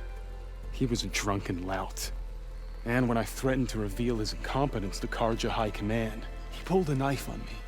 So I killed him. In self-defense. It was still murder. I was condemned. But I thought at least I could still save Nessa. I was too late. By the time I got to the battle, the fields were already burning. Our soldiers slaughtered or missing. What's more, the commander I had killed was from a powerful noble house. They put a bounty on my head. I've been on the run ever since. But the Red Raids are long over. Sun King Avad would pardon you if he knew... The Sun King can't help me. A pardon from Avad won't stop bounty hunters eager to claim their prize. So, you and Talana, sounds like the two of you had an adventure out in the wilds. Clawstriders, a hunter-killer, mercenaries, a shell snapper. Nothing could get in her way. A scruffy hermit in the woods certainly tried. That was foolish of him, in hindsight. Well, we're here now, so let's head to the Rot. I can't ask you to come with me. I feel bad enough you've come this far. I didn't come all this way just to leave you now. We'll see this through together. I know better than to try to talk you out of it. Come then. The Rot's not far.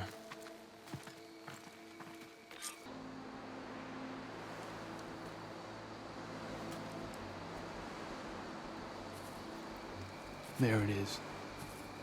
The Rot. Those are Regalla's rebels. They're waging civil war against the rest of the Tenakth. They must have taken over the prison. Then they would have killed any of the guards. They were my last hope of finding out if Nessa was there. Maybe not. There might still be some clue inside. Even after all this time? Aloy can see much more than you or I. And let's do it. Any scrap of hope is better than nothing. We'll have to find another way in. The front gate looks impenetrable. And there's no way we're scaling those walls. You two stay here. I'll see if I can find another way in and get that gate open.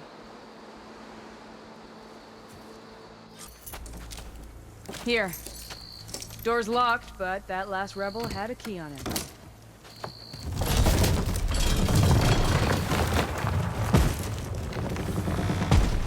Freed by Karja? Have we not been humiliated enough? It's not their fault you were locked up in your own prison. I'm looking for information about a Karja soldier. She might have been a prisoner here 5 years back. Her name was Nessa. The Karja Nessa was here. I killed her myself. Nessa.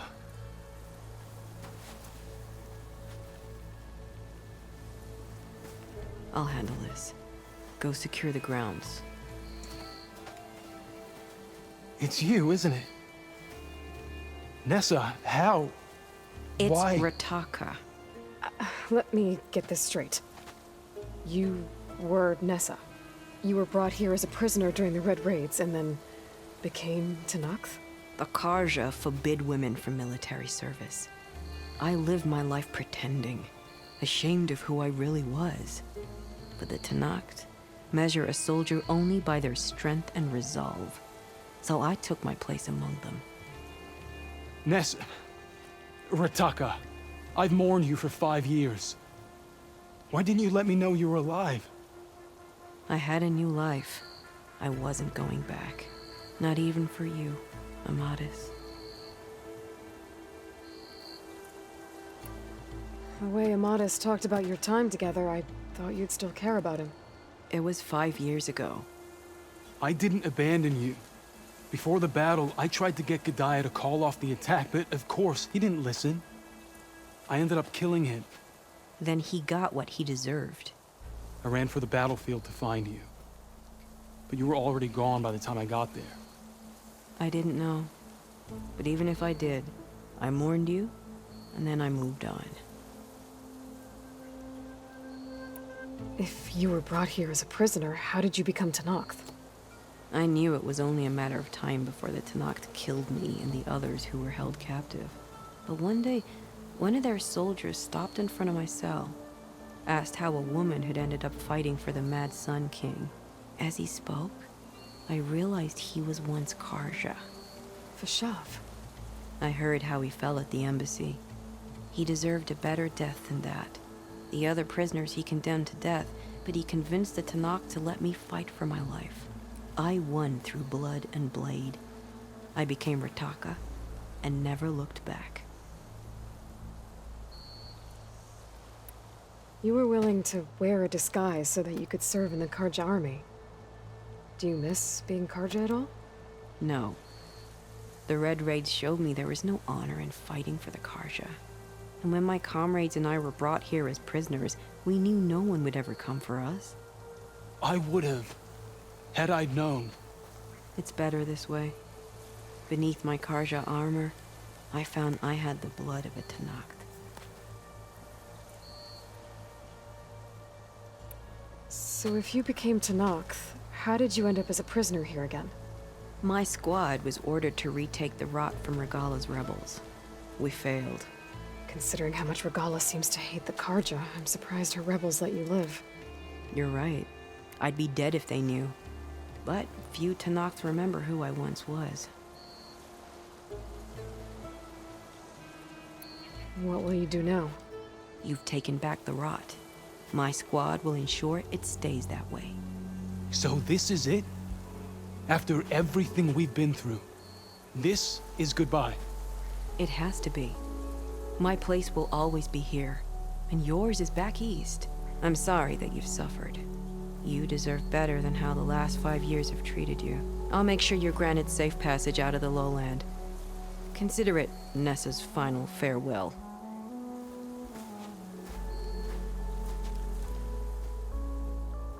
At least now you know the truth.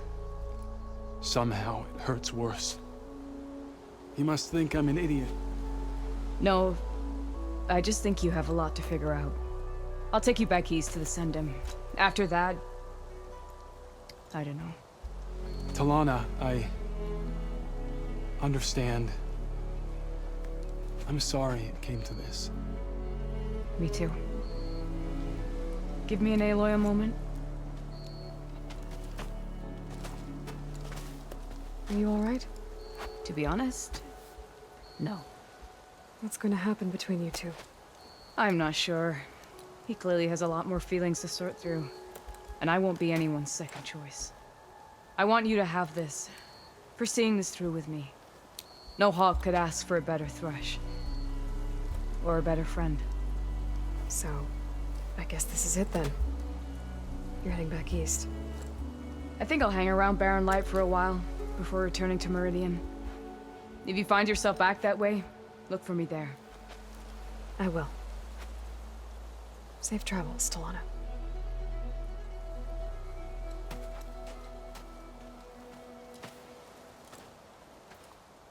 Raiders you're talking about. Some of Regala's supporters were hunted down near here. Most fought to the death, but one group had other ideas. They escaped pursuit and raided Tide's Reach. They were last seen out to sea to the west. The raiders escaped out to sea?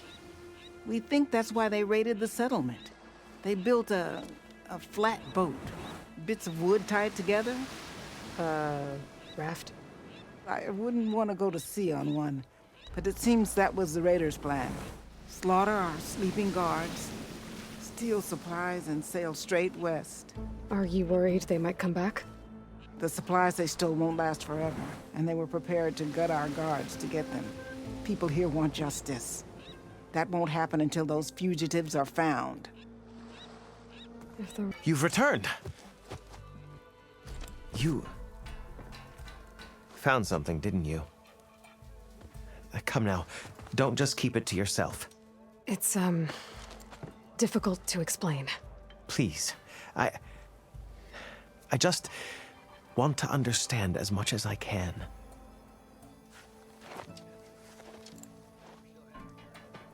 Definitely not a tray cover. The Old Ones fought a massive battle here against machines. Some fled, but others stayed behind to try to salvage this, to help others carry on the fight. Did they survive? So, they failed. It made it into the hands of the most renowned warrior in the Sundom, did it not? And every item we recover will be used to ensure their memory lives on. I didn't see any machines at the dig site, so yes, I suppose that is true. I'll need that tray and your workbench. I'll have to tinker with this to turn it into something I can use. Of course, Savior. It's the least we can do.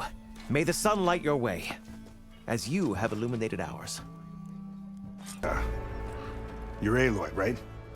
I heard how you drove Regalla from the Cool Route. I thought maybe you could help me, and the village. And the forest to the west, our people have always found good salvage from shell walkers and clamberjaw piles, but now killer machines stalk the area. Claw striders, for certain. And I've heard rumors of something worse. In years past, I would have asked Marshal Chikata to help me clear out the threat, but he was killed at Barren Light.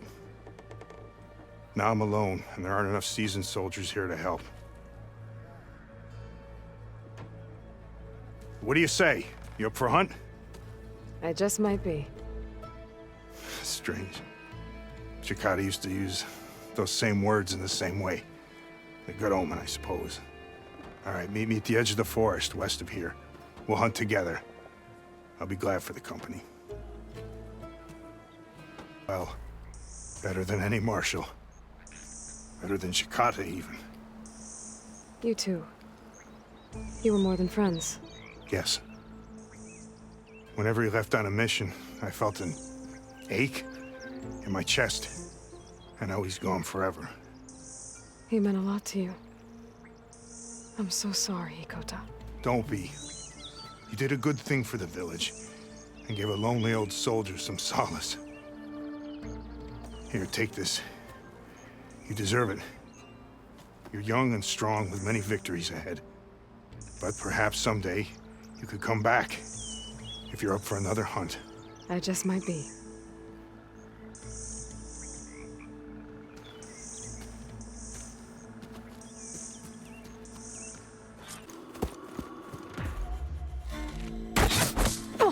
Damn.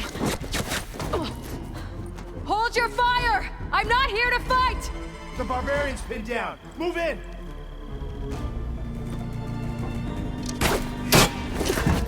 Okay, whoever these people are, it looks like we're not gonna be friends.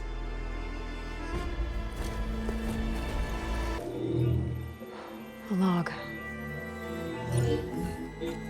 Just got off the line with U.S. Robot Command.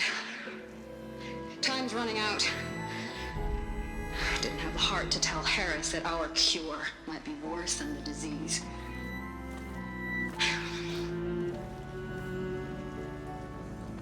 Even if adamantine wreath works, we still have to prove we can curtail the trailing plants efficiently. But Cobble's team is working on it over at Test Station Ivy. He'll come through. He has to. Adamantine Wreath. Another secret project. Well, they made the metal flowers here and the vines, so maybe I can find a way to destroy them. If I can find Test Station Ivy. How do I get out of here?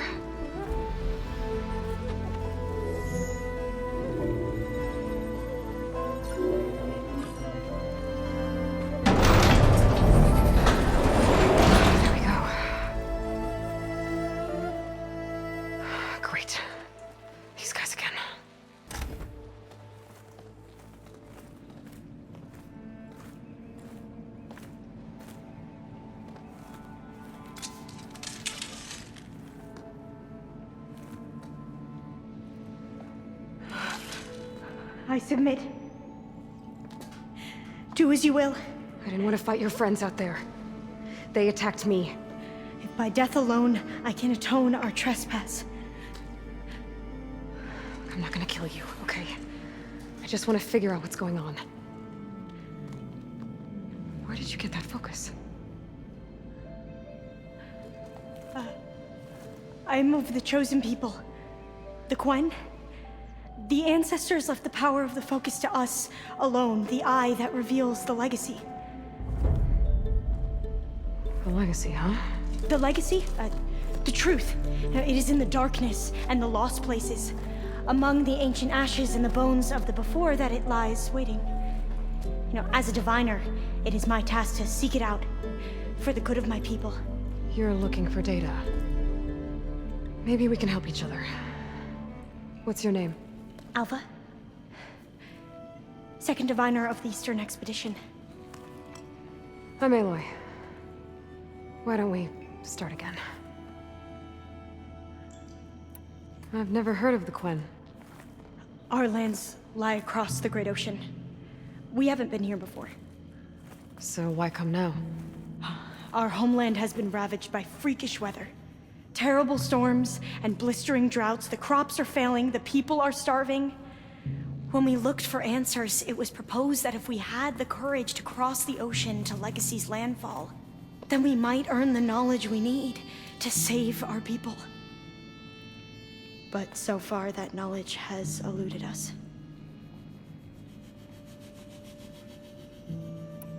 So, your people call this place Legacy's landfall? No. Landfall is where we arrived. To the west, in the shadows of the sunken city by the broken bridge. You mean San Francisco? Yes. You're well versed in the legacy. It was a place of great importance to our ancestors. We had hoped to learn their secrets there, but so far that door remains closed.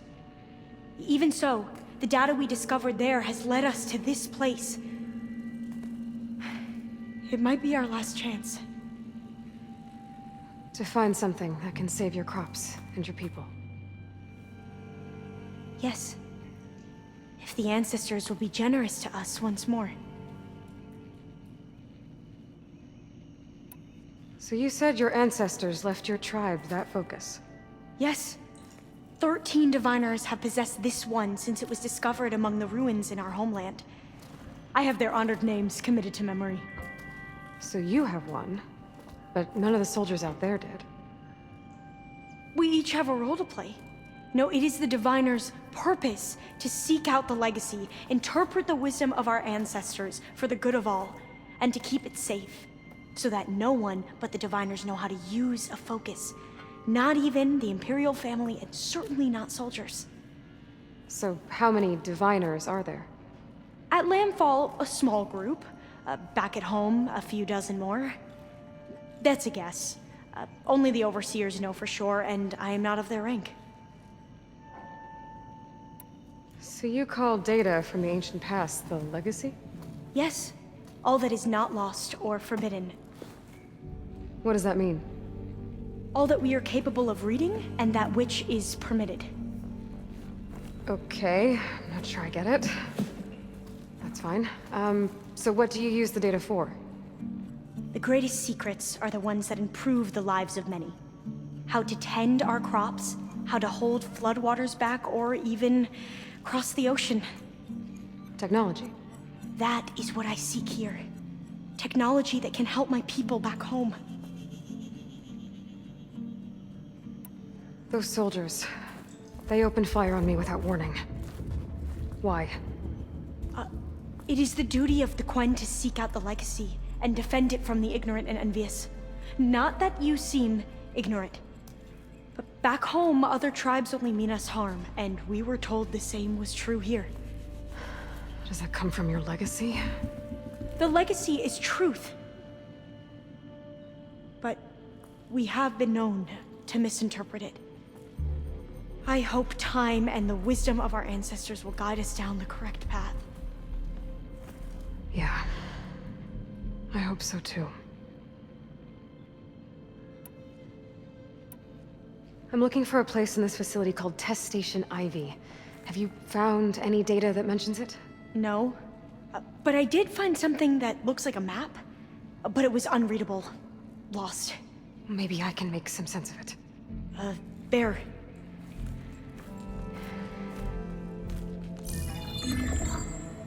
There's a lot of files here. I've been through all of them. Look in the GH facility section.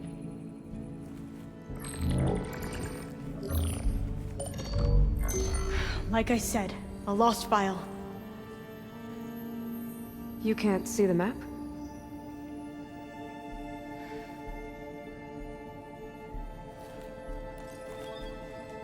It's okay. It looks like your focus is an early model. The operating system won't be able to read any files created after the mid-2050s. But I could share them with you. Share them?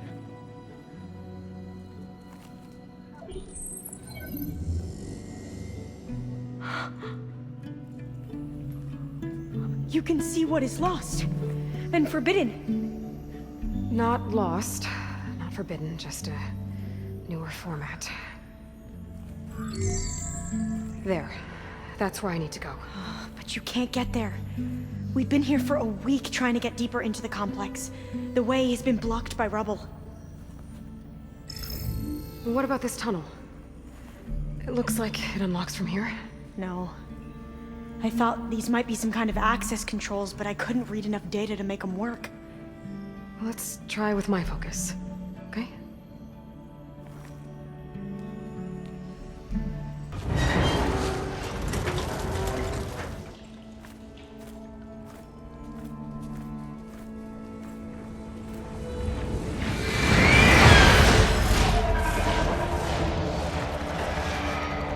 That can't be good. They fly to and from the complex several times a day. Only the ancestors know why. Well, the ancestors are dead, Alva. Of course. How else could they be ancestors?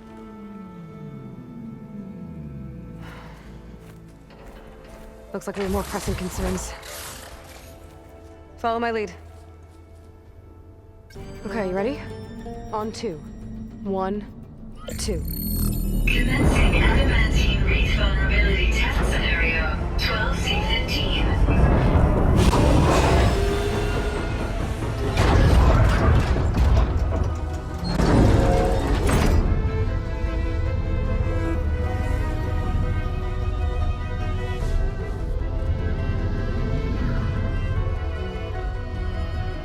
Okay, that's where we need to go.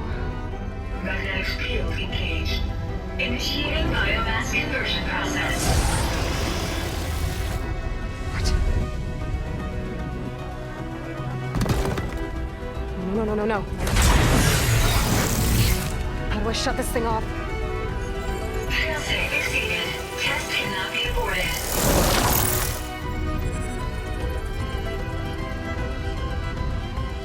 What is this?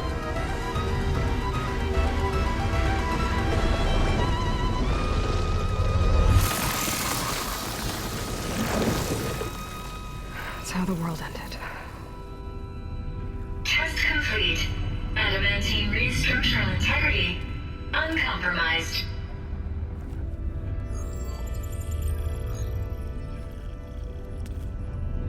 What did we just see?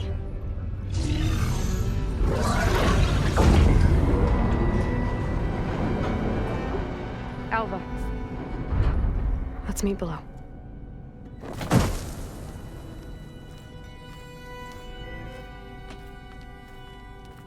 I'm gonna share a file with you, okay?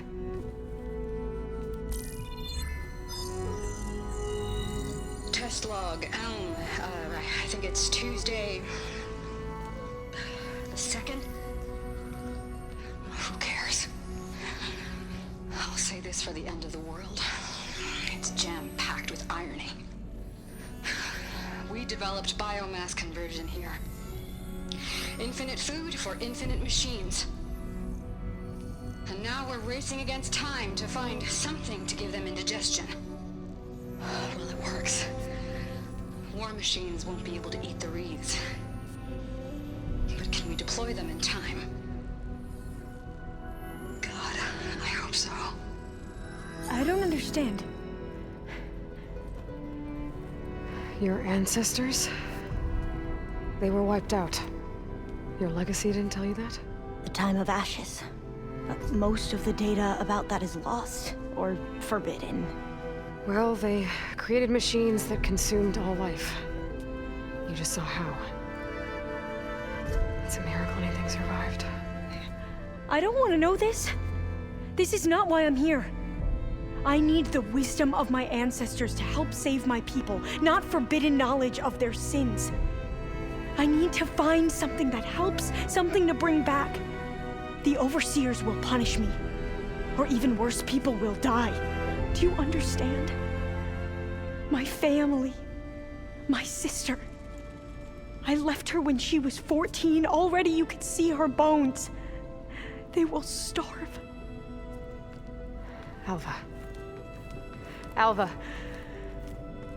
I get it. I do.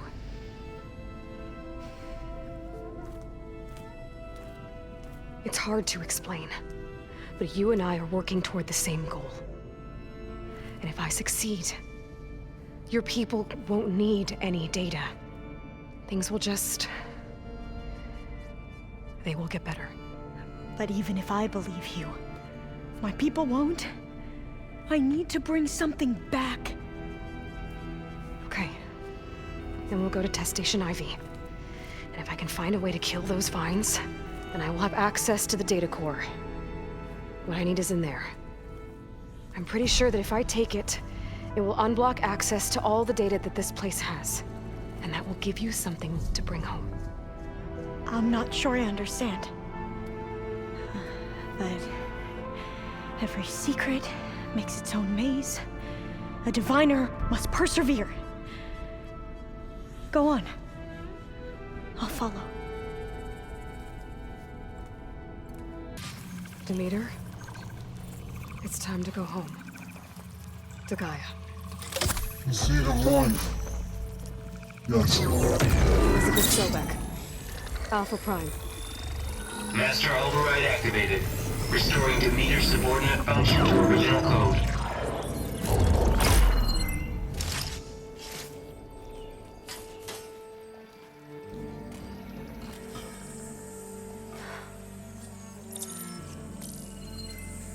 What did you do? I've never seen my focus glitch like that. I found a special type of data. It's something you can't read. But they kept a tight grip on the data core. But now you should have access to the central server. All of it. Should give you something to bring home. You were right. Hundreds of archives. Almost all of it relating to agriculture. It would take us years to get through all of this. But we don't have that kind of time. What you said before about...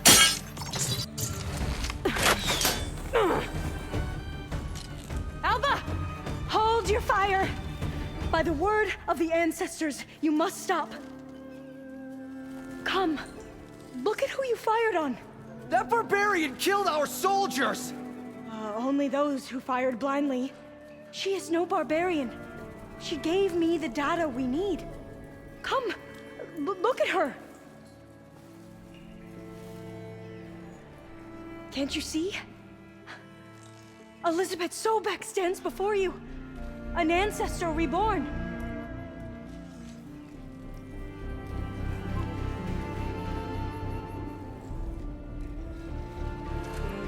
Diviner! We should bring the ancestor back. It is we who follow their word, Commander, not the other way around. My apologies, Dr. Sobek. Our people's faith is strong, but there are those who are not as familiar with the legacy as they should be. You heard the diviner. The data has been found. You two, with me. The rest of you, meet us back at the beach for return to landfall.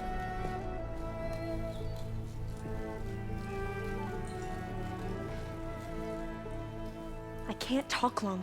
They will have many questions. So do I. Your people know a lot about the past. And about Sobek, I guess, but they're... Please, I must know. What you said before about working towards the same goal, how long will it take? I don't know. If few months. Then you are my family's best hope. Let nothing get in your way. You have opened my eyes to many things, and for that, I thank you. But now you must go. Will I see you again? Soon we return to Legacy's landfall. It might be dangerous for you to go there. Well, tell me how to reach it, just in case. We made landfall on the northeast edge of the sunken city. The currents around the archipelago are vicious, and the only approach is from the south. And it is guarded. Only attempt to go there if you must. Diviner! What's the delay? Please, go. If you attempt to stay here any longer, they may want to take you with us, and that won't go well for anyone.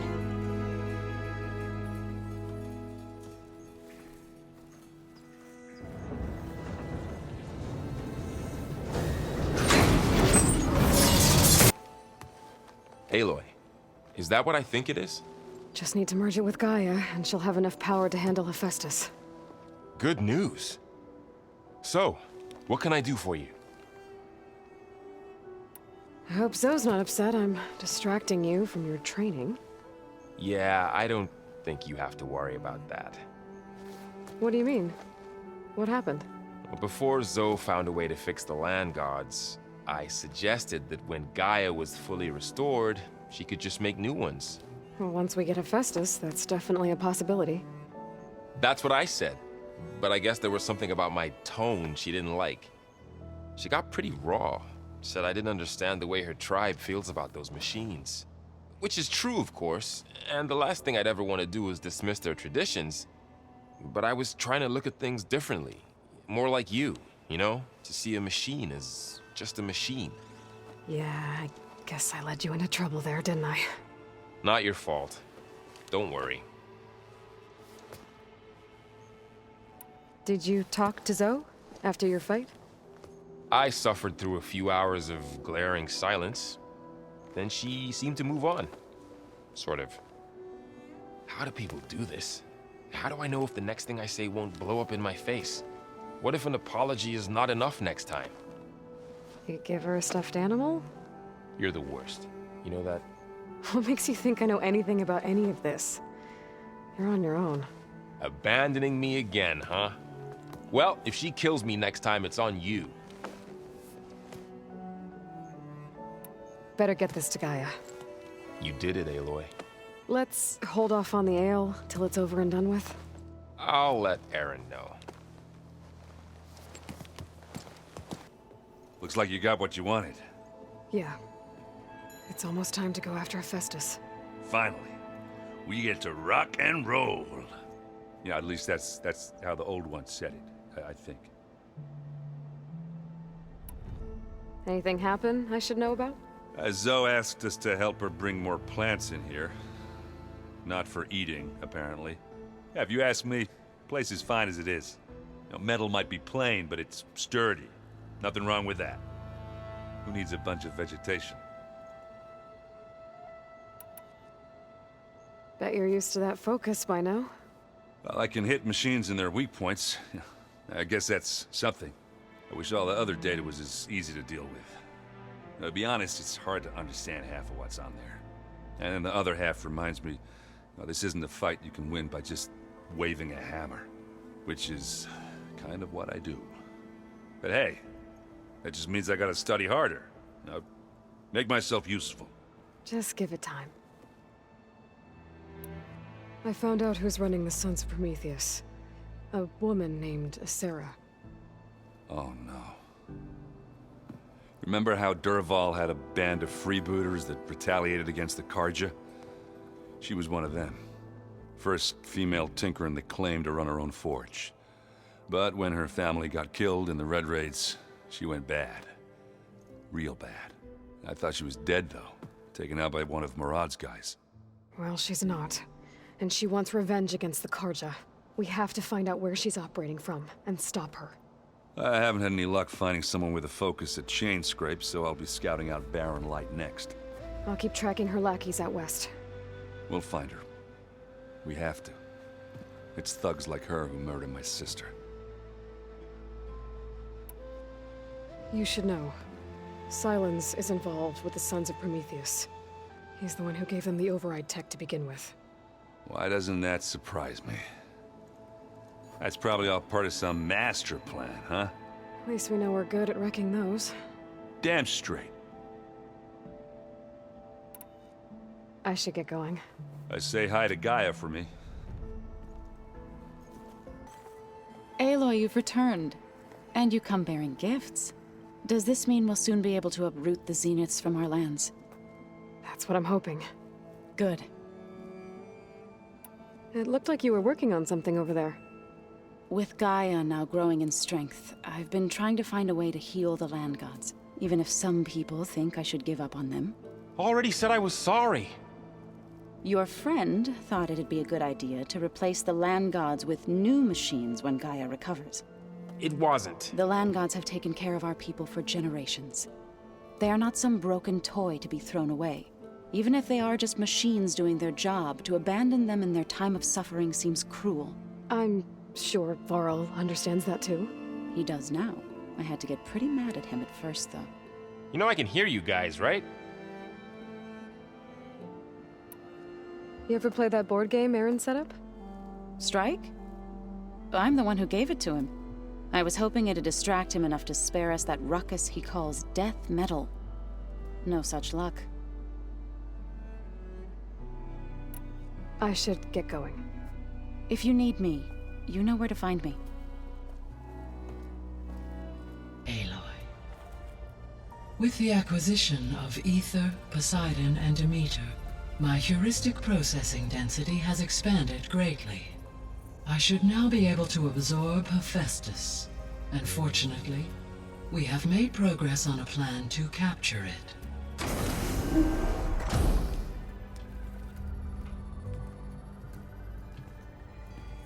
With Varl's encouragement, Beta analyzed all available information on Hephaestus. Its expansion has been rampant. It is too large to be beamcast, and the kernel you have been using could never hold it. Therefore, it must be contained in a location with a direct physical connection to me. A place with 2 data cores. 2 cores? Where would we find a place like that? Gemini. An abandoned cauldron in the desert west of here. Seismic activity disrupted the original construction. 2 data cores were built as a result. I know that place. It's near the Desert Clan's capital. We'll have to bring you there by hand. I have devised a blueprint for a suitable, albeit unwieldy, transport rig. It will require 2 people to carry it to Gemini. I can help. Once I am installed on the first core, I will call down Hephaestus on the other, trapping it. I will then initiate the merge. However, in order to construct the rig, I will need considerable help. Can you build it? I suppose I could, but it's not gonna work. The Zeniths will find you. Minerva won't be able to conceal your location. That is correct. Absorbing Hephaestus will create a significant power surge, easily detected by anyone capable of noticing. But what if there were multiple power surges? To fake out the Zeniths?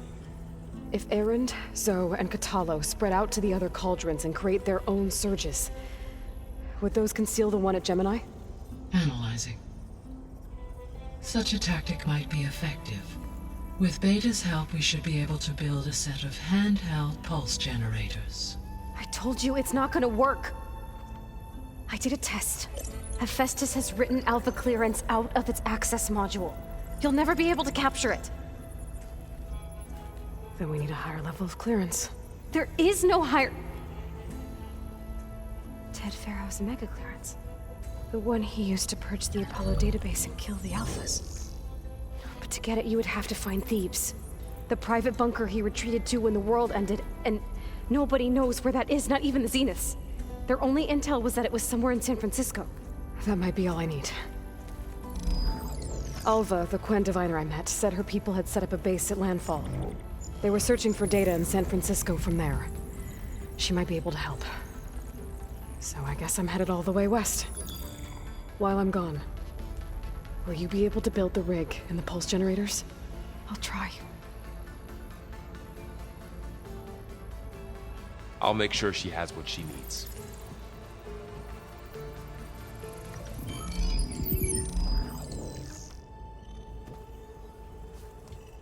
Got a minute? As many as you need. I have to travel beyond the western coast. To the ruins, shrouded in fog. Yes, and I'm looking for a tribe, the Quen. I encountered them once before. They said they came from across the Great Ocean. I was hoping that Tenakth knew more about them. There were rumors of trespassers in the area, but we thought they were just bandits.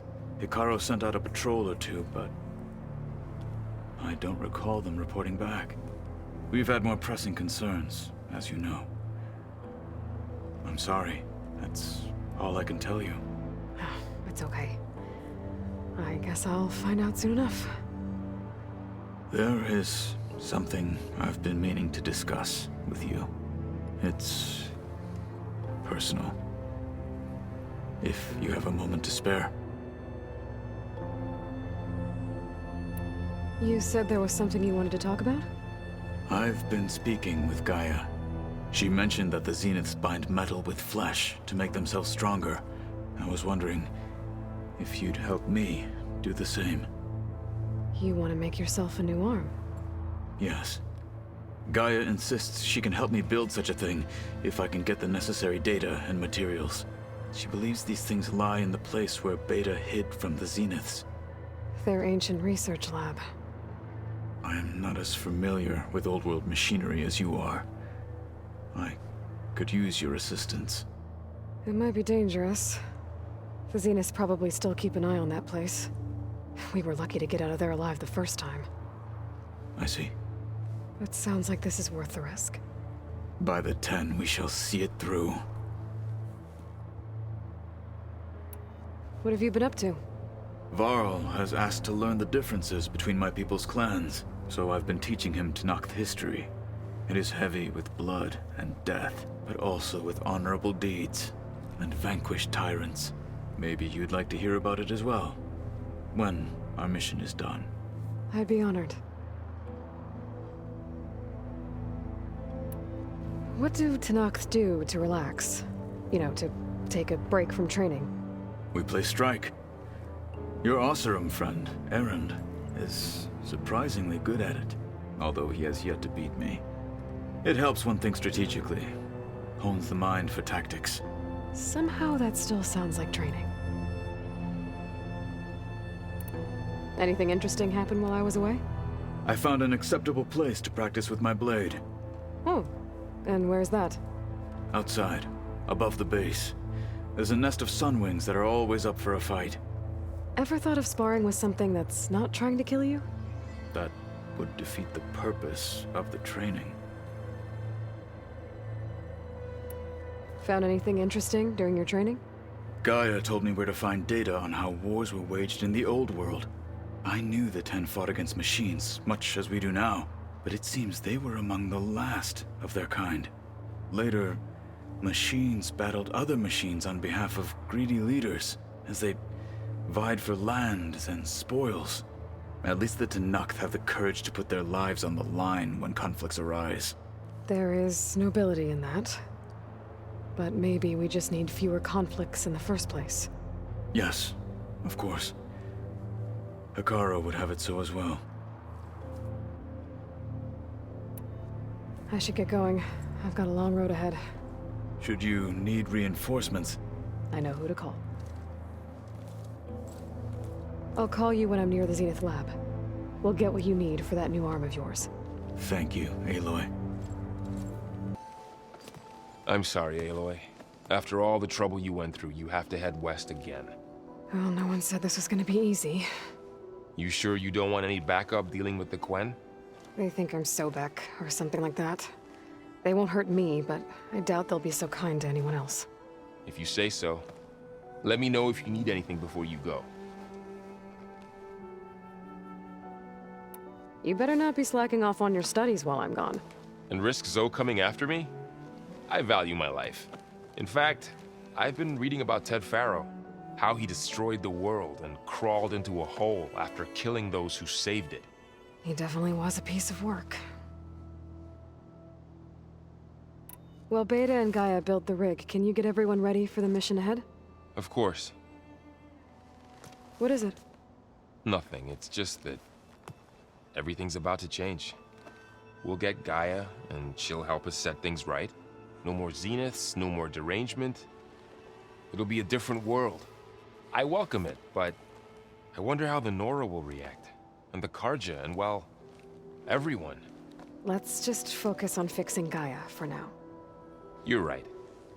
We've got an angry AI to take down. If I get Omega clearance, and then we grab Hephaestus, we might finally have the advantage over the Zeniths. Can't wait to see their faces as they stare down a bunch of charging Thunderjaws. Better them than us, for once. I'll be in touch if I need anything. I'll make sure Beta briefs everyone on the pulse generators. Good. Aloy, I hear you're going further west past the Tenakth clanlands. Do you know anything about the area? Only hearsay. The Utaru tell stories of an island that lies beyond the western coast. They call it the Isle of Spires. It is said the Old Ones built towers there that touch the sky, so they could live far away from the earth that bore them. As if they didn't want to be reminded that they'd one day return to it. Sounds like something Ted Faro would do. You and Varl doing okay? Training, I mean. We're doing fine. Although I admit it'd be nice to take a small break from studying, just the two of us. But then who'd look after Erend? There's always Kotallo. Leave a loud Oseram with a brooding Tenakth. What could go wrong? What's everyone been up to? I've been trying to share some of my meals with Beta. Thought it might help her feel more at home. Maybe even get her to sleep up here instead of in that dark basement. She would not be moved. I appreciate you trying. Patience reaps the best harvest. I'm not giving up hope yet. How much have you read on Ted Faro? Enough to wonder how a man who worked so hard to heal the world once could let greed and pride condemn it so easily. For one's spirit to diminish in such a way, I'm not sure if I should hate him or pity him. Any progress with your plan for the Land Gods? Is the reboot code ready? It is. But there is difficult work ahead. Gaia warned me that because the Land Gods are linked together in a network, the code must be delivered to all of them. Most are in Plainsong, but in recent years, 3 of them wandered off. So, T, and Do. We have to find them? No. We know where they are, but they're hard to reach. So, wandered into a lake and sank. Do ventured into a dangerous canyon, and T broke down amidst a herd of machines. Okay. Tell you what. You go to Plainsong, handle all the Land Gods there. I'll take care of So, T, and Do. I'll need their locations, plus the reboot code. I'm sending the data to you now. My people made shrines near where each Land God faltered. When you see them, you'll know you're close. And once again, thanks for your help. We're not gonna let your people starve, Zoe. I promise. Well, I should get going. Hopefully I can bring back what we need to capture Hephaestus. After that, I'm gonna need everyone's help. We'll be ready. That's just I hear about you going west. Turns out we need one last thing before we can grab Hephaestus. Because it would have been too easy otherwise. How are things with Kotallo? You still scared of him? Oh, she thinks she's funny. Actually, I played strike with him. I had to fill in most of the conversation myself, but I'm still alive. Glad to hear it. You've been looking at any interesting data? I asked Gaia to find me something to look at a while back, and she found the mother of all forges. They called it sports. Turns out the old ones spent a lot of time tackling and punching each other for points in one game or another. Are you mixing some solid food and fresh ale? I bet half the claim will be lining up to watch.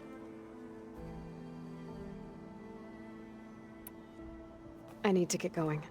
I think I know the answer, but are you sure you don't need any help? Gaia mentioned this other tribe you found, the Quen. They sound like a nasty bunch. I can handle them. In the meantime, Varl will help you get ready for what comes next. Take care of yourself, Aloy. Hey, Kotallo? I'm at the Zenith Lab. Ready to come over? I'm on my way.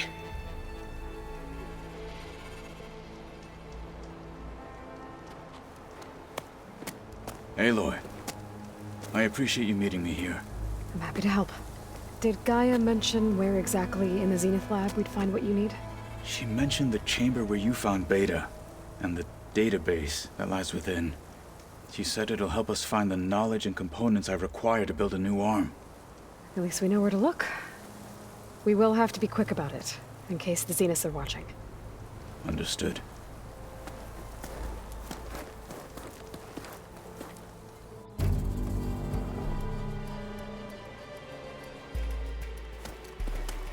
The lab's up this way.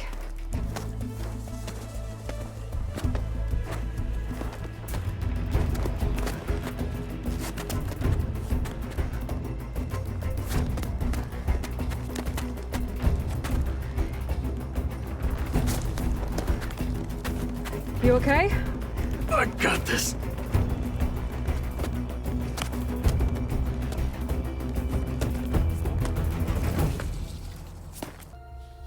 You found the components? See for yourself. You have my thanks, Aloy. Something wrong? I was just thinking about what it will be like after I build the arm. Will I feel different? Whole again? Idle thoughts. They can wait until we're back at base. You go on ahead. I might want to take one more look around, in case there's anything useful. Very well. I look forward to putting what we found to good use. Walk with the 10. Looking to spar? Maybe later. How's it going with the arm? It is nearly complete, but I'm still adjusting the fittings. Soon, I must test it. Looking forward to it. I have to go. Keep your bow close. All of the land gods have been updated. Now to send out the reboot signal.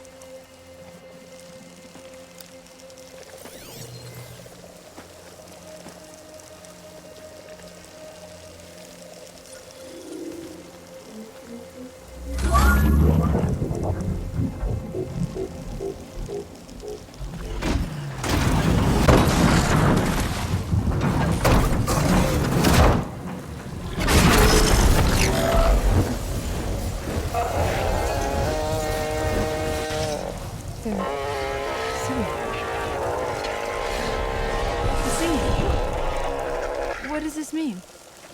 A new beginning. Gaia told me this would happen. To all of them. Do, T, So, and the rest. She called it a reboot sequence. But I didn't think it would be so beautiful. Soon the land gods will return to tilling the soil as they once did. Zoe, the chorus wants a word. Of course they do. Do you want me to come? No need. I'll just tell them that our lands will soon bloom again. Who are they to argue? Find me later, then I'll tell you how it went. Good luck. Are you Kiva? I am. And you. You're the Outlander who killed Regala's champion at the embassy. Ram Squad was there. We saw your duel. Pavalo still owes me shards. Oh, thanks for the vote of confidence. Chaplain Jera sent me. It's time for you to go home. Jera's cracked then. There's no way our commander will allow us to leave our post. Not after our insubordination. Things have, changed at the Bulwark. Tekotteh won't be able to stop you. Really? He's finally been taken down a notch? All right then. The last member of Ram Squad is on duty at the tower on the mountain. Let me recall him.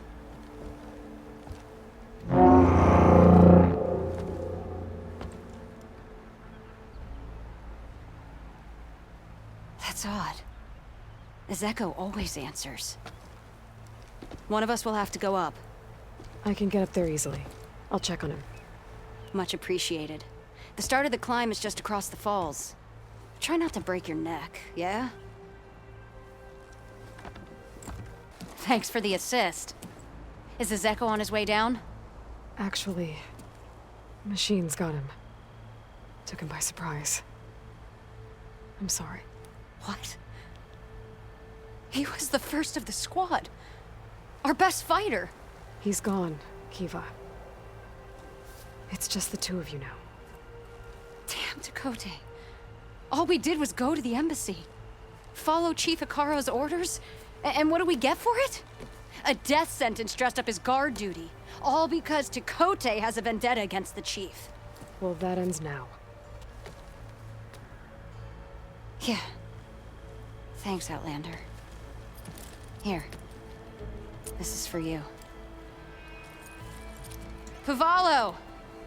We're moving out.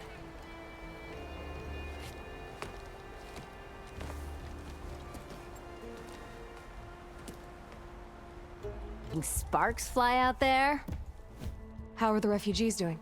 They keep to themselves mostly, but they have food and shelter. Some even found work around town. Good thinking, giving them that Stormbird heart. I'm glad it helped. I hope they can get back on their feet. I'll keep checking up on them. Then they'll be just fine. I thought you'd be back in Freeheap. Well, after the big battle at Meridian, I went back.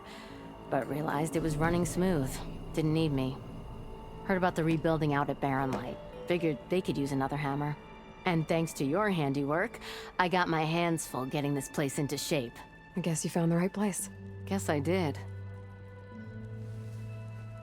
Has Tolland been giving the refugees any trouble? Nah. His shop got closed down not long after Ulvin got the boot. So, he cleared out of town. Took his goons with him too. Good riddance, I say.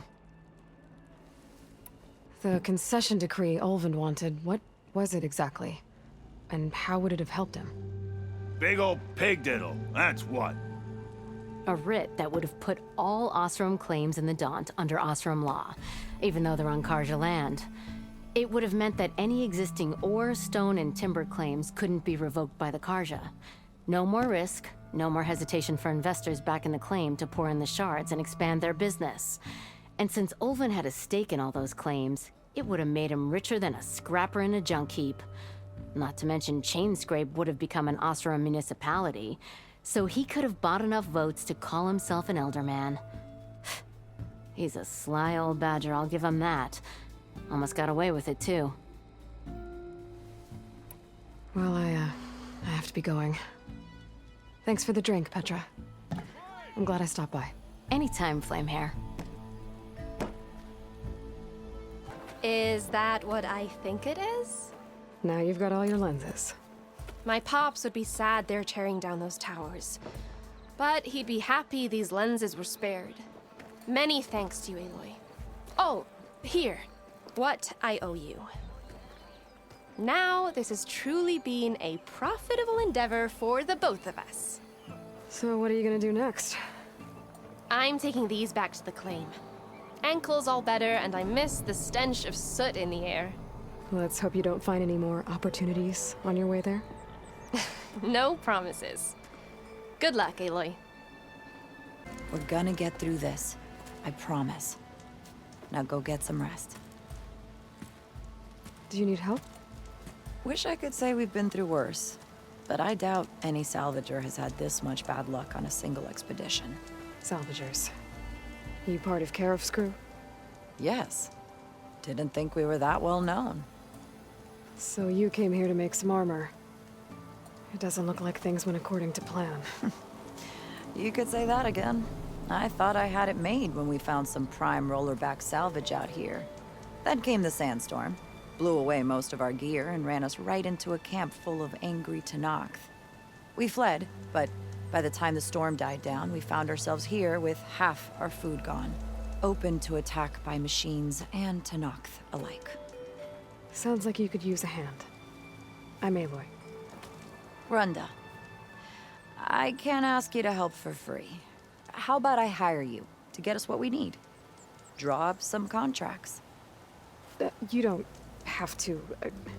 Wouldn't be a proper salvager if I didn't. Won't take no for an answer. You mentioned this place is exposed to attack. Is there anything you can use to set up a perimeter? We know there's a bellowback hanging around some ruins near here. Take it down without damaging its cargo sacks, and we could use it to make new traps. Set up a cordon.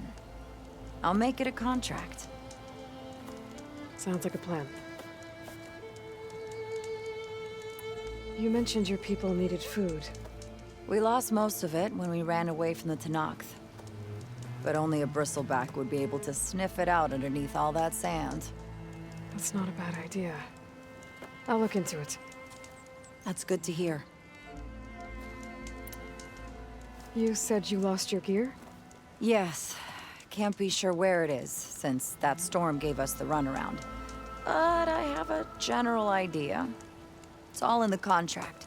If you can get that gear back, we'd at least be able to set up camp properly. Make the crew comfortable. I'll take a look as soon as I can. I have to get going. Good luck to us both.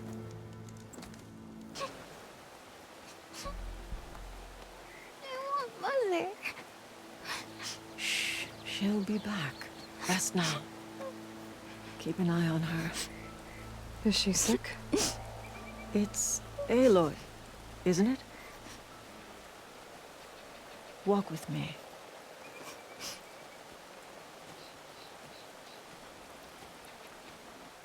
I am Ateka, commander of the Lowland clan. The girl, Zella, was poisoned by the blood choke. For months, it has polluted our waters, depriving us of food and clean drink.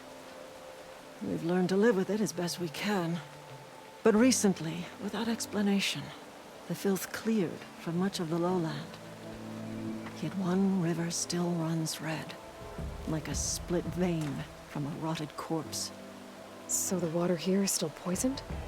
Exactly. I sent my best squad to find its source, led by Zella's mother. They failed to report back.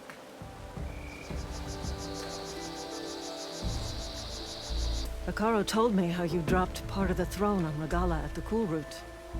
Saved his life. So lend me your strength. Together we can find my squad and the source of the poison. Sounds like you know Hekarro pretty well. He was my commander before he was my chief. I had served in his squad since we were bare-armed youths. Back then, he was a merciless warlord, determined to destroy any enemy of the Lowland clan. I was with him the day he took the Grove. Stood guard outside as he claimed the throne within. He entered a conqueror, but returned with the ambition of ending the constant bloodshed between the clans. Because he saw Faraday's message? Yes. That vision changed him, gave him new purpose.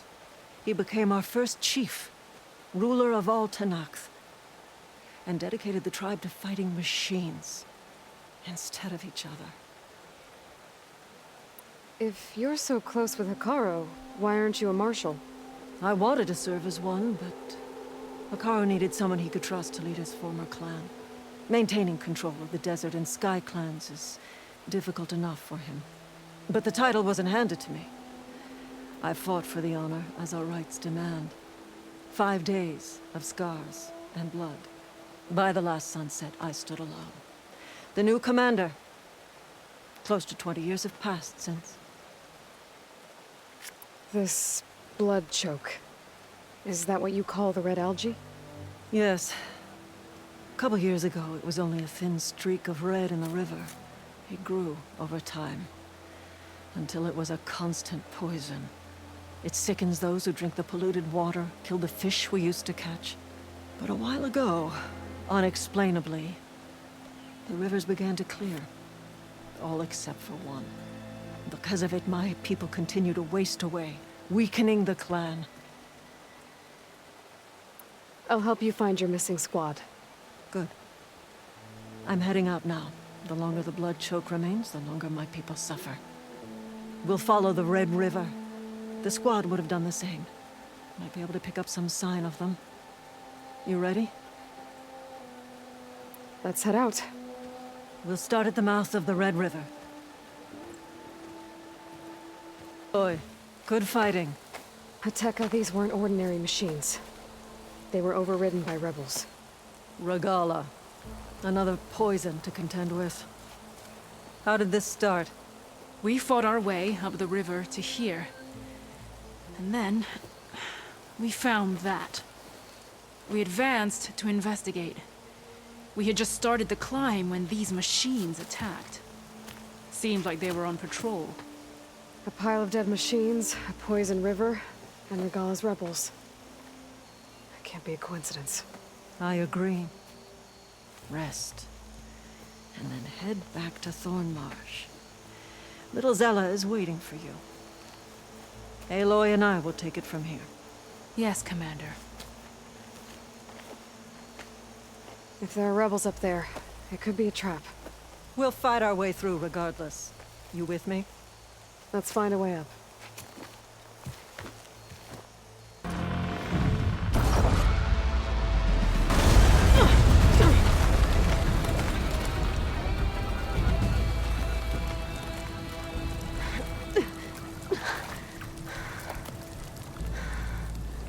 Nice flying.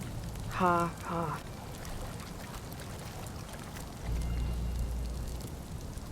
We did it.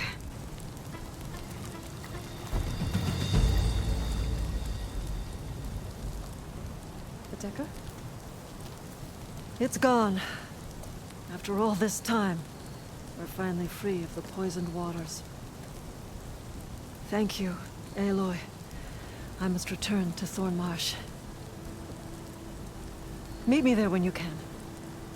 You deserve a proper reward.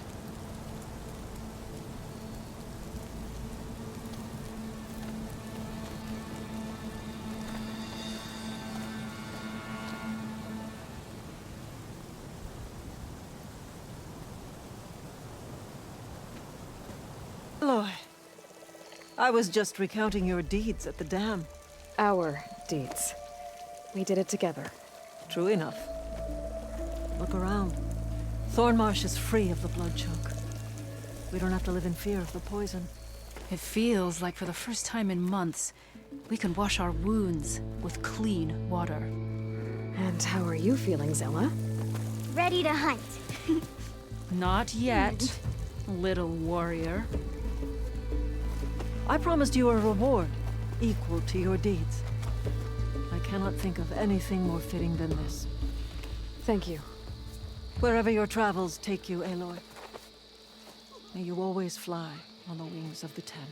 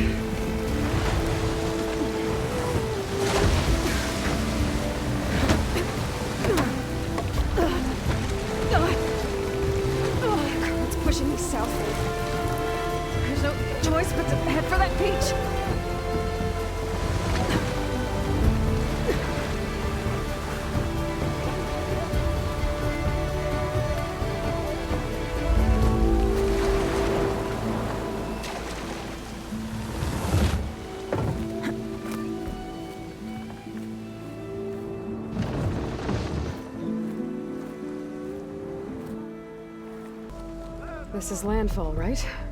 I'm looking for Alva. Overseer Bohai ordered us to invite you before him should you approach.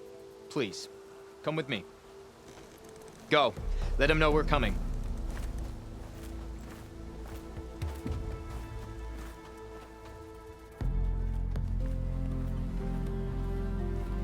It's her! The diviner was right.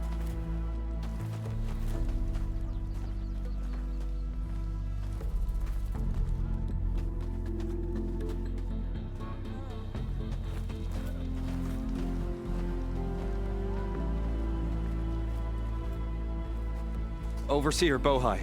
A stranger just walked through the gate. I knew Alva would not dare lie. You do look like Sobek. Is Alva here? I need to talk to her. I will consider your request once it is determined what you are. A living ancestor, as Alva believes, or a threat, lurking in such a guise. I am no threat, okay? Back on the mainland, your soldiers fired on me without warning. So you say, infidel. None of those you engaged survived to bear witness.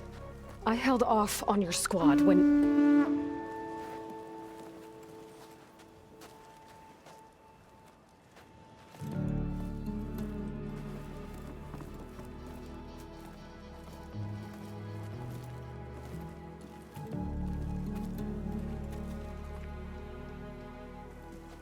May I present our honored CO. So, here she is, our great mystery. Well, Bohai, what have you divined? What is she? A mystery indeed, my CO. How can she appear as Sobek, and yet know nothing of our ways? Are we to believe that a living ancestor was born to this wretched land, an ocean apart from the realm of the Chosen? And if so, to what end? I cannot answer. Only she can. But I warn you, no falsehood will satisfy us. Now speak. Why are you here? What is your purpose? I'm looking for a place called Thebes. And what do you seek there? Alva told me a little bit about what you're after. I guess you could say I want what you want.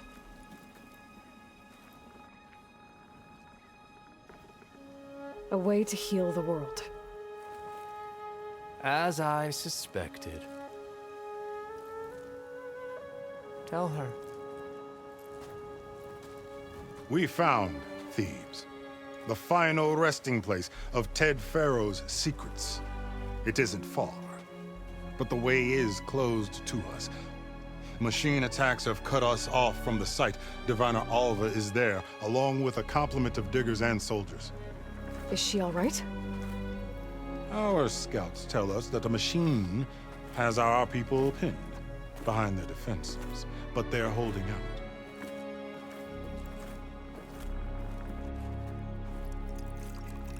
Machines, huh? I can help with that. Alva told us that you are indeed formidable. But I have a few questions first. We will answer what we can.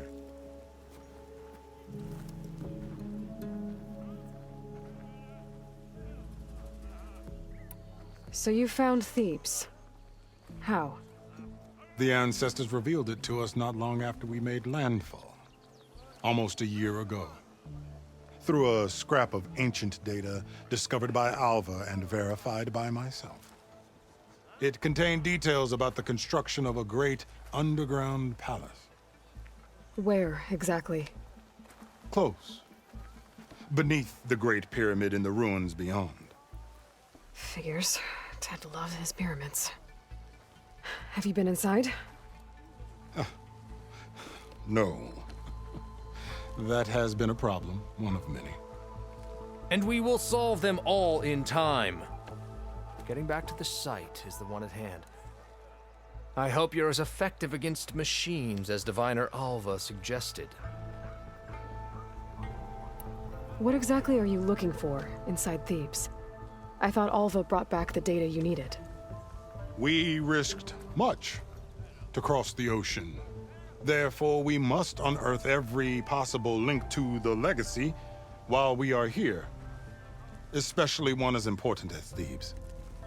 We will not sail back until I have plundered its secrets. So, Alva reports to you. I was chosen by my colleagues on the Board of Overseers to supervise data retrieval on this expedition, yes. And you're in charge of the expedition? He is far more than that. You are addressing the cousin of the Emperor of the Quen. Heir to the vast holdings of the Great Delta, the first CO in 5 generations. All she needs to understand is that I am the authority here, and my will is to attain the secrets of Thebes. Mine too. We're in luck.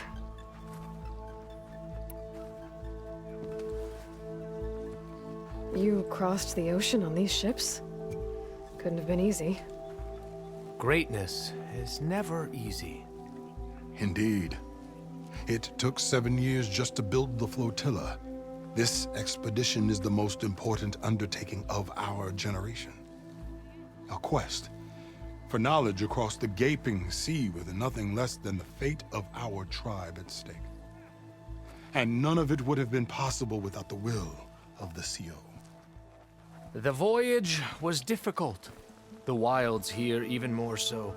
Our sailors and soldiers have suffered much. I know that. But all for the glory of the Quen.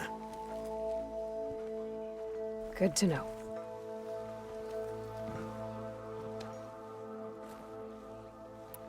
What kind of machine has your people pinned down near Thebes? A Thunderjaw. We've dealt with them before, but this one is... Tougher, stronger, and it has black armor? Yes. How did you know? Doesn't matter. Won't be easy, but I can take it down. Then destiny shines upon us, as I knew it would. A living ancestor now walks among us, and she will help me attain the secrets of Thebes. Resupply here if you must. Then on to Thebes at the base of the pyramid in the ruins. We will follow when our scouts confirm you've cleared the way. Alva, I'm glad you're okay. Oh, you got rid of that machine. But what are you doing here? There's something inside Thebes that I need. I went to Landfall. I met your CO. We came to an agreement, kind of. And you're going to help us get in? I guess so. The whole thing was a little tense. There was something off about that guy. And I don't understand what he wants from Thebes. I thought we found the data that your people needed back on the mainland. That data will take us years to sift through. The CO wants faster results. Aloy, you have to be careful. There they are! The legacy tells us that Elizabeth Sobek helped the ancestors cast aside all obstacles. And so it has been today. You have been true to your word. I'm pleased. Thebes awaits us below, shall we?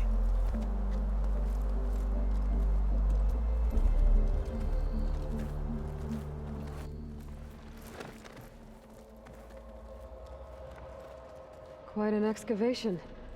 Much of this was flooded. We had to pump a great deal of water out.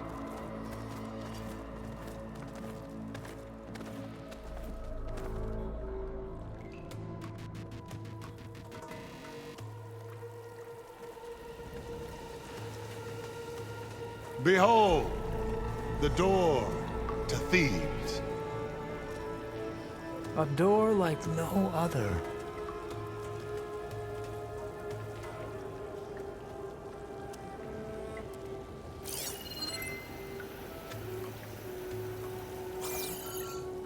Well, you're right about that. It's designed to open for only one man. Ted Faro. But the legacy tells us that he worked closely with Sobek. He trusted her. Surely she can open the door, and so surely can you. Not gonna happen. At least not from this side. You said she was a living ancestor with Sobek's eternal essence. If I may, Pharaoh, great as he was, did not build his palace alone. We know this from scraps of data we found, the ones that pointed to this location. And we found evidence of passages below. Maybe they were built to aid construction. Or for servants. We can't reach them. The way is flooded and they're too far underwater, but... Yeah. I can reach them. There might be another way in down there. You see? With Sobek, there is always a way. Then do what you must to get us inside.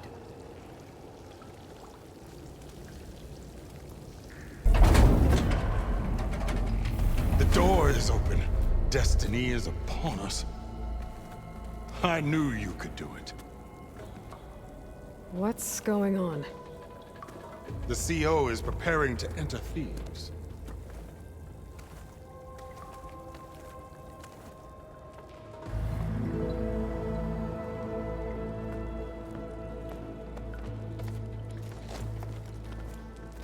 Oh, why are you dressed like Ted Pharaoh?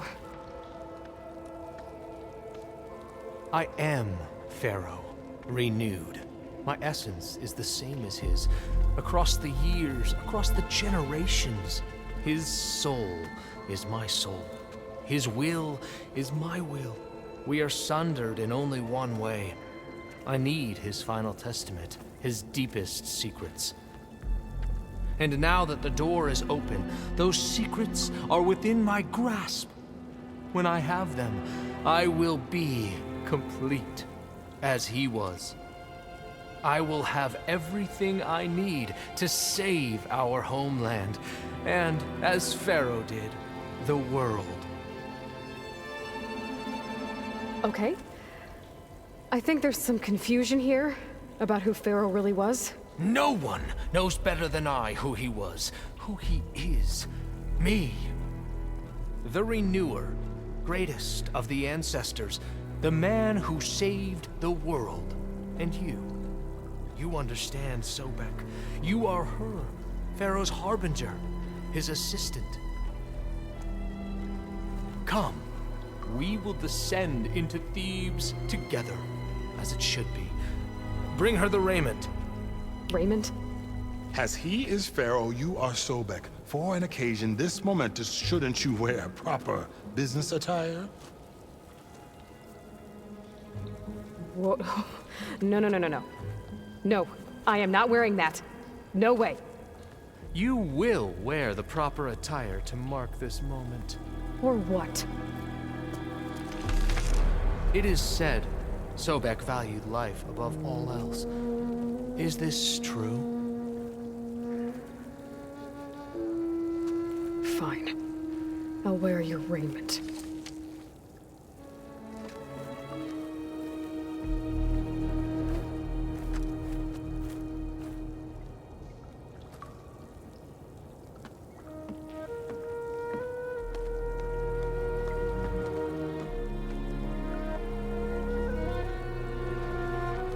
Excellent. Shall we proceed?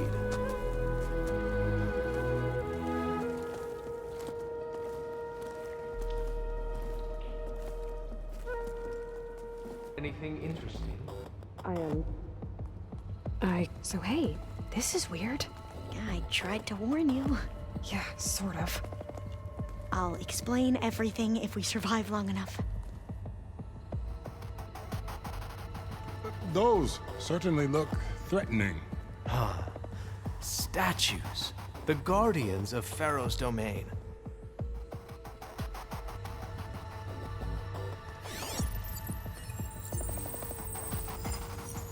Those aren't statues. Look out! Get the CO out of here! Guess it's just us then.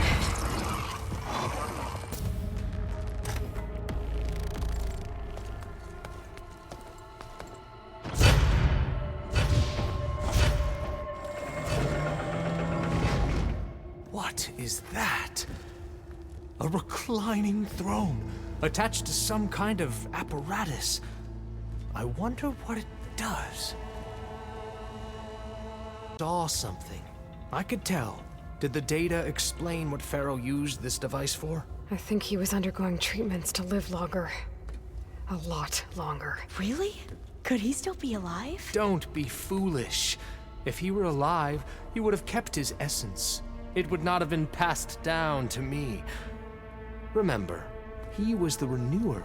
Of course, he would have stopped at nothing to grasp the secrets of life and death, but not for himself. Everything he did was for a new beginning. For us, for the Quen. And for his true heir, me.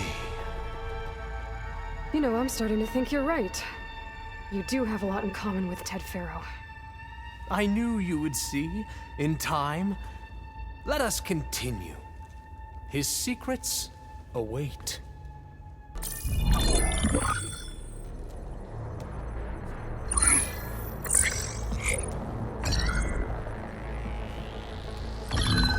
There. Omega clearance. Got it.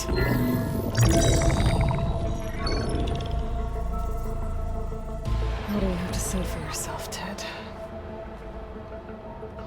Somtow's dead. Along with his kid. Found him on the floor of his office this morning, holding hands. Must have poisoned themselves. I never would have put them to sleep. She was just a girl, for Christ's sake. I offered them life. And this is how they repaid me. By leaving me all alone. But I guess I've been alone since this whole thing began. Alone in bearing the burden. For the past. For the future. Same old Ted. No matter who dies, he's the one feeling sorry for himself. Liz's future. Liz's children. Someday they'll come. And I'll be here to greet them. Sometimes said my aging has stopped altogether. If anything, my cells are replenishing faster than normal. I just need some time for the mutations to calm down. Time. And energy. Sometimes said the reactor can give me what I need. To grow strong again. To get my shit back together. So I can greet the kids. They're gonna need me. My advice. My guidance. And then I won't be alone anymore.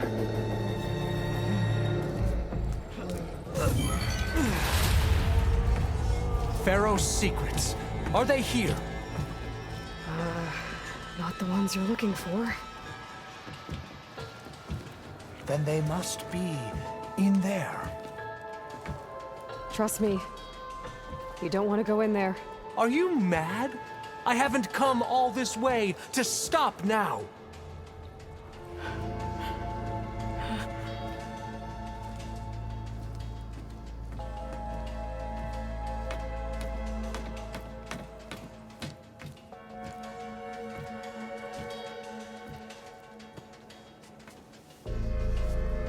At last, Pharaoh's legacy is mine.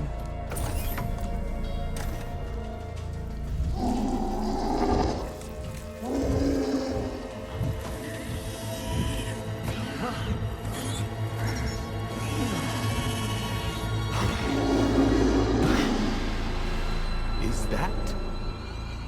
It's him.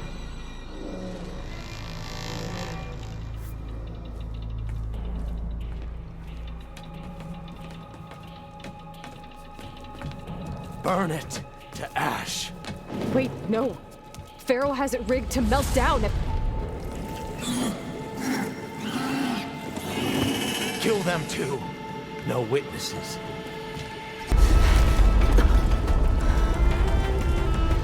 Hurry, sire! Come on! Out of my way!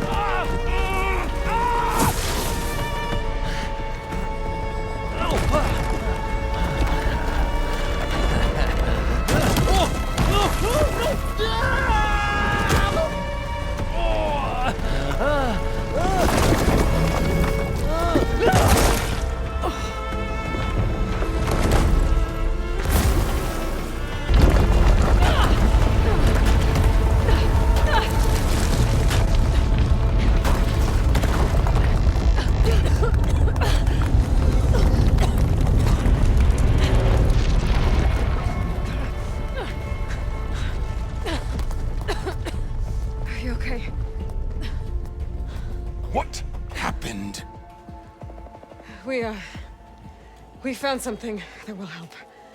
Not just your homeland, but everywhere. But where's the CO? He's gone. I guess you could say he gave his life to help us attain the secrets of Thebes.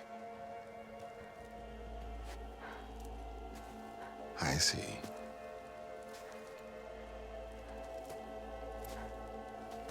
You must think I'm eminently stupid. What? No. No. The CO was an entitled egotist who twisted our beliefs into a sickening, self-serving fantasy. And you expect me to believe he sacrificed himself for scraps of data? It's time for the truth, and it better be convincing. Otherwise, I'll simply order these soldiers to open fire.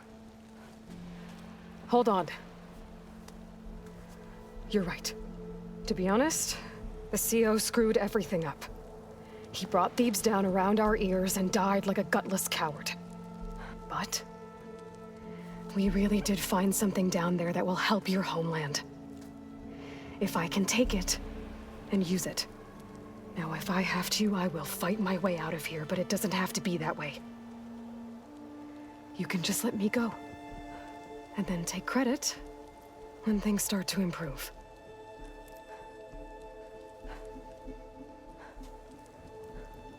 Success certainly does sound better than failure. It seems then that our destinies are intertwined. Landfall is open to you. If it will help your cause, you may come and go as you please. But Alva must join you and report back on your efforts. Fair enough. Thebes is of no further value to us. Obviously, we're going back to the flotilla. Alva, I expect your reports to be thorough.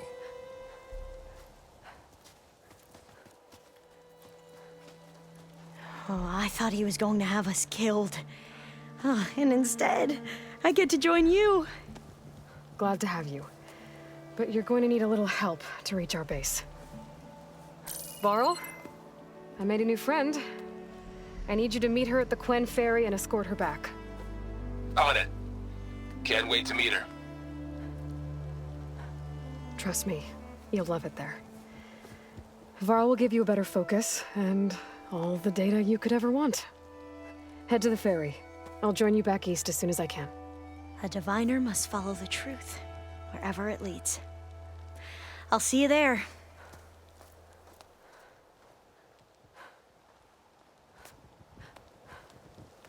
There she is.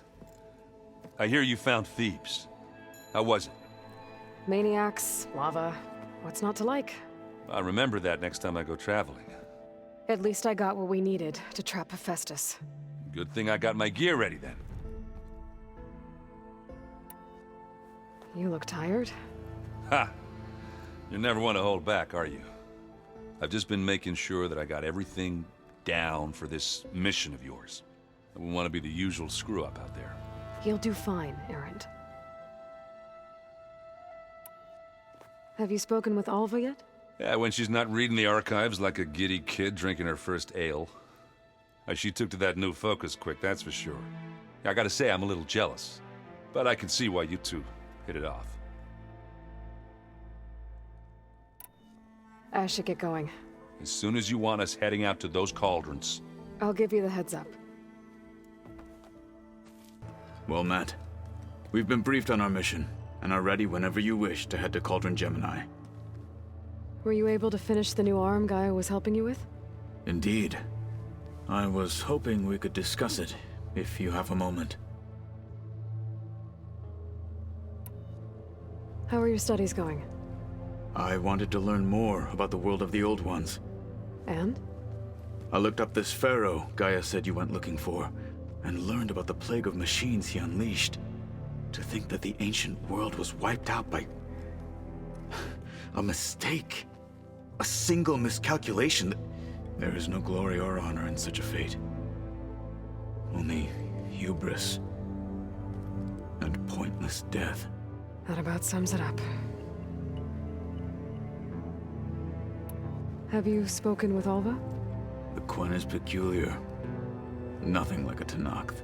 Her mind is sharp, that much is certain. But it's hard to imagine her surviving in the wilds. Trust me, she's tougher than she looks. I will take your word for it. You wanted to talk about your arm? Indeed.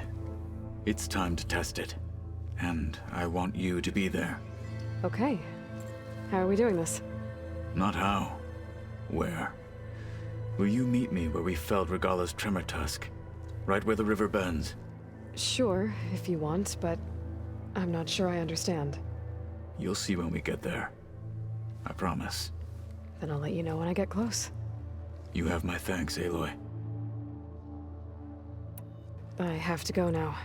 Then do not let me keep you. Like I said, I'll call you when I'm close to Regalla's old outpost near the bulwark. May the Ten guide your way. Hey, Kotallo. I'm by the Tremor Tusk site, where we agreed to meet. Want to test that new arm of yours? I'll be there shortly. Thank you for waiting. Maybe now you can tell me what we're doing here? Not just yet.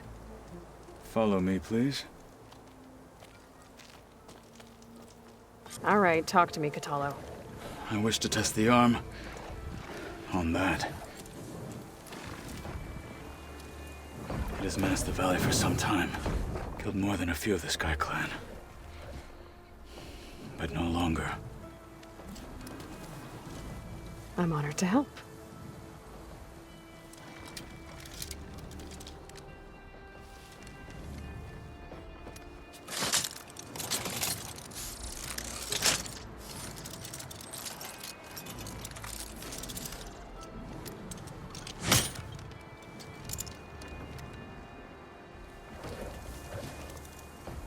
After you.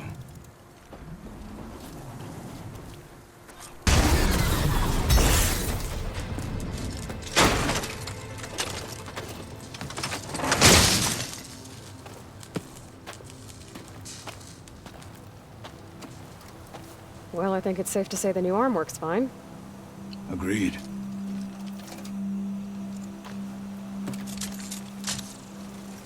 Then why are you taking it off? This is what I am now.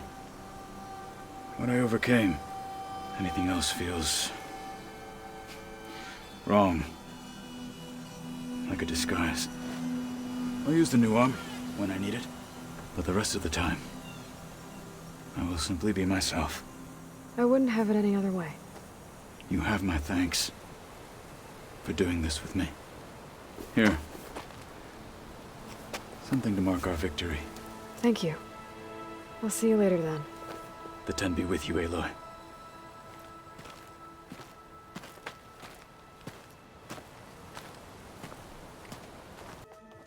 Welcome back. Good to be back. Have you met our new Quen guest yet? I could barely keep up as she gave herself a tour of the base. Varl gave her a new focus. Though when he told her she was free to access all the data we had here, she turned so pale I thought she'd faint on the spot. We showed her to the archive room so she could see for herself. She hasn't left the place since. Sounds like Alva. Oh, I also wanted to give you this. For helping with the land gods. Plainsong is in your debt. Thank you, Zoe. You deserve much more for all you've done. May the land always bloom in your steps. And yours? Read anything interesting lately? I found out the old ones use leaf infusions like the Utaru do. Tea, they call it. Apparently it helped soothe them. That and some sort of scented wax they used to cleanse their aura. Plus something called bubble baths. Me, I think I'll stick to singing to calm the nerves. How are things with everyone? Slightly quieter. Aaron's been busy scouring data on his newest obsession. Apparently the old ones wrestled machines as some kind of performance. Called it metal versus meat. A must-see battle between steel and flesh, as Aaron likes to put it.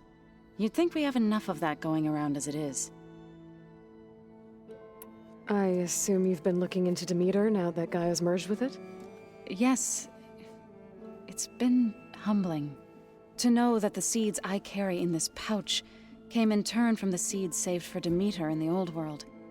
It gives me hope that the cycle of life will prevail now, just as it did before.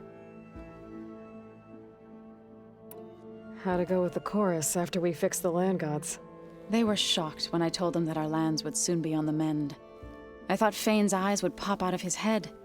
But of course they had no choice but to take it as good news, even if it meant all their preaching about meekly accepting our doom was exposed as rot. To be honest, I found the conversation to be highly enjoyable. I'm glad. You deserve it. They're lucky that you never gave up on saving them. I need to get going. Right. You've retrieved the Omega clearance. That means we'll be going after Hephaestus soon. I'll make sure my gear's ready. From the look on your face, I'd say the mission was a success. I got Omega clearance. Is everyone ready to head out to Cauldron Gemini? As soon as you give the word. Did Alva make it here all right? Our new Quen friend. The moment she laid eyes on the archives, she jumped on them like a long leg. Sounds about right. Once Gaia is back up and running, I expect you to put all your training to good use. The seeds have been planted. All they need is a chance to bloom. What? I thought that was pretty good. Zoe liked it. I'm glad you and Zoe found each other. Don't forget, you're to blame for that. Now that I have Omega clearance, we can grab Hephaestus and finally have the advantage over the Zeniths. Can't wait to see their faces as they stare down a bunch of charging Thunderjaws. Better them than us, for once. I should go get this to Gaia. Of course. Let us know when we're needed. Aloy! Right to work, I see. There's just so much. I mean, we knew of artificial beings that served the ancestors, but Gaia? Oh, she's amazing! And you, a true reincarnation of an ancestor. Genetically speaking, of course, not like the, late CO. And there's more ancestors out there, returned from beyond the stars. Of course, they're trying to kill us, which is not great. And Eric Visser is with them, which is disturbing. And then there's Hephaestus, and... Okay. How about we take it one step at a time? You're right. I also owe you an explanation for everything that happened at Landfall.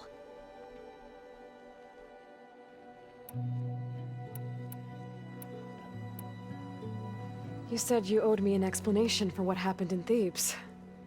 I'm listening. Right. I'll start at the beginning with the CO. He was an Imperial, the Emperor's nephew, in fact. As such, he sponsored many diviners to search the legacy for anything that might help the tribe, and himself. He took a special interest in anything related to Ted Faro, whom we consider the greatest of the ancestors. Ted Faro, revered ancestor. That's tough to take. I know better now, of course. Anyway, the diviners discovered that Faro spent a great deal of time in San Francisco. In fact, many of the most important ancestors did. So the Emperor's nephew convinced him that an expedition across the ocean might solve our most pressing problems. If only we could find the right data in this fabled city. Perhaps we could roll back the floods and storms that threatened our people. The Emperor declared that all the tribe's resources be poured into this endeavor. Dozens of ships were built, scouting missions were dispatched, and the Emperor's nephew was named CO, one who wields the legacy for the good of the Empire.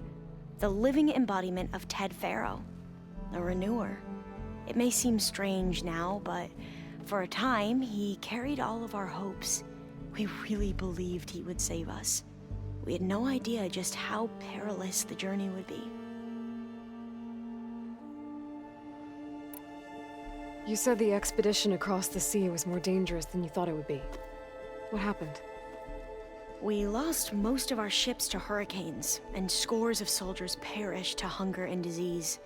And that was before we even hit the coast. Once we landed, machines ripped our patrols apart, and we struggled to replenish our rations. There were bright spots, to be sure. We found Thebes and the greenhouse, but nothing improved the CEO's mood as his dreams of saving the tribe were slowly dashed. He became more and more obsessed with Thebes and what lay behind its door, and more convinced that the title of CEO was no mere honorific. You heard him, spouting nonsense about Pharaoh's essence and some kind of becoming. We knew these weren't the words of a sane man, but he was quick to put any who spoke out in front of a firing squad. What a great guy. The Quen are wrong about many things when it comes to the legacy. I can see that now. But what the CEO became was a complete perversion of what principal diviners stand for. The pursuit of truth. I'm sorry you had to endure his madness. I'm just glad it's over. For everyone.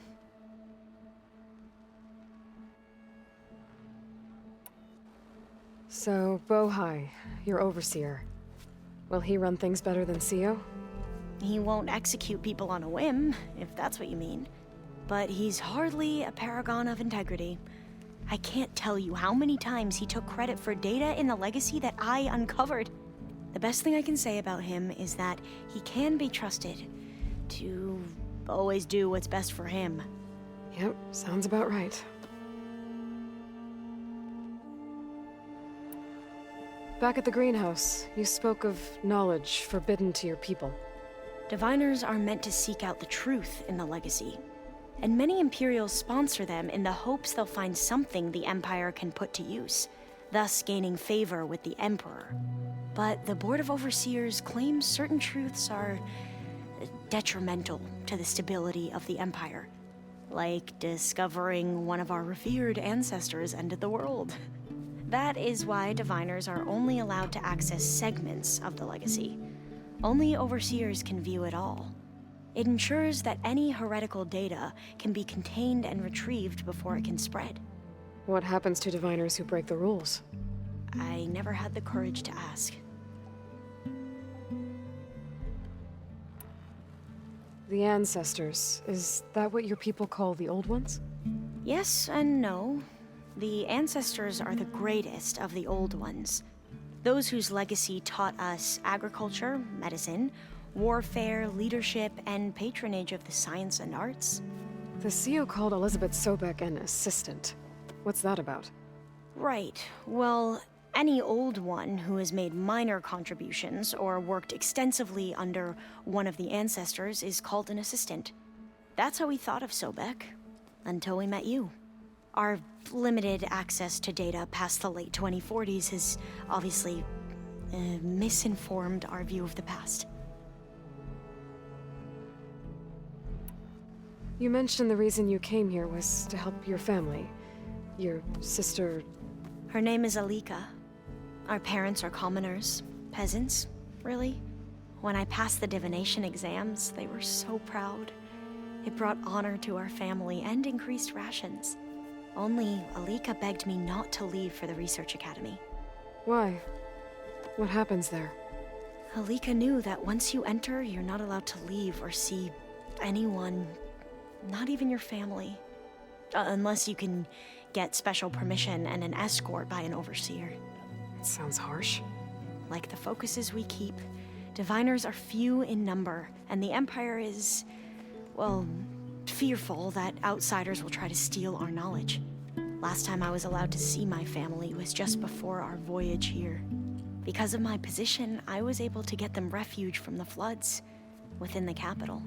But if our crops don't recover soon, they'll starve to death along with everyone else. I promise I'll do my best to make sure it doesn't come to that.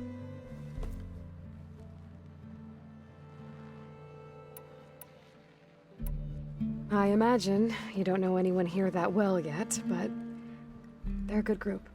It's funny because one of your friends is, well, another you. Not that you are the same person at all. I mean, you are, as in, you're both genetically Elizabeth Sobek, but even so, you're different. Yeah, we are. I hope everyone's been treating you okay. Oh, yeah, of course. They've all been extremely welcoming. And they share the knowledge they learn on their focuses with each other freely. It's refreshing. Back home, diviners can only share data with the permission from the overseers. Sounds restrictive and stifling. Yeah, you are not wrong. Anything new around here? Kotallo showed me the schematics for his new arm. I recall reading about robotic limbs within the Legacy, but I never thought I'd see one in action. Technology like that would be treasured back home. Think of what it could do for injured workers or soldiers. But knowing the Imperial family, they would use it for different purposes. Their own. Replacing body parts as they grow older. Like the Zeniths. Exactly. You mentioned Eric Visser? How do you know about him? The Zenith who tried to kill you? He is known to the Quen as the Protector. Combing through data related to his work led us to breakthroughs related to weapons and military tactics. Knowledge our rulers used to conquer and expand, to become the empire we are today. That's why he's one of our most revered ancestors. But based on your encounter with him, it appears he's even more ruthless than we ever imagined. Yet another distorted interpretation in the Legacy. Well, at least you're piecing together the truth. If only the overseers back home would do the same. Beta mentioned other Zeniths. Tilda, Verbena, and Gerard. I'm afraid I don't know anything about them. Whatever legacy they left behind, the Diviners haven't recovered. I see you've been using your new focus. It's been fascinating. So much better than the version the Quen have. What would have taken me years to sort through, like the database you helped me recover, with this, I've been able to establish search parameters to speed up the process. This could revolutionize how Diviners analyze the Legacy. That is, whatever part of it the Overseers would actually let us study. You wanted data, you'll find lots of it here. A Diviner has never had this sort of unsupervised access to archives such as this. And knowing you, I suspect there is much that would normally be forbidden held within them. But I was sent here to help you. I would be remiss to ignore any truth laid before me. Maybe it'll help the Quen find their way back to the path of truth.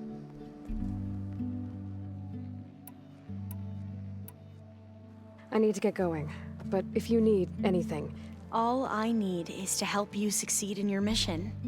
The plan Gaia told me about, to capture Hephaestus, it will help set things right. I hope so. Then I will do whatever I can. I promise. I know your experience in Thebes was unsettling, but we have a new problem. Did something go wrong with Beta and the rig? Will we be able to transport you to Gemini? The rig is complete. The problem is Hephaestus itself. It has accelerated its proliferation throughout the Cauldron network, increasing its power. But with your subfunctions restored, we can still succeed, right? Correct. But the net effect is that absorbing Hephaestus will take longer than previously calculated. How long? Even with Omega clearance, my current estimate is that the merge will take 35 hours. And each hour increases the risk of detection by the Zeniths.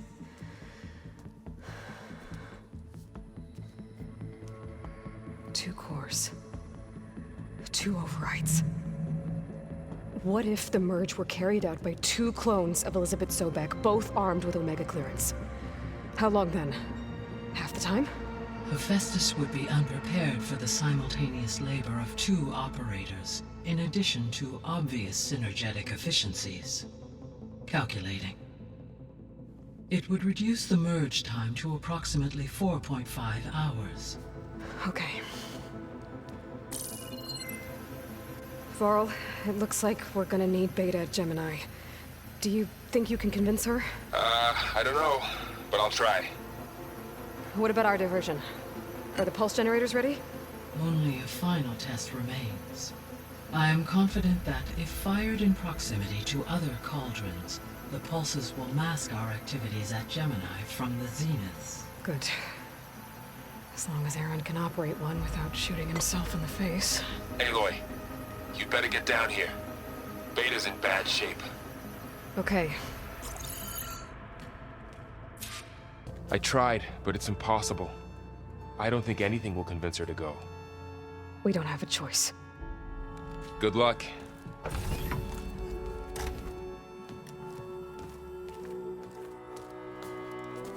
Beta, you have to come with us. It's the only way. It's one mission.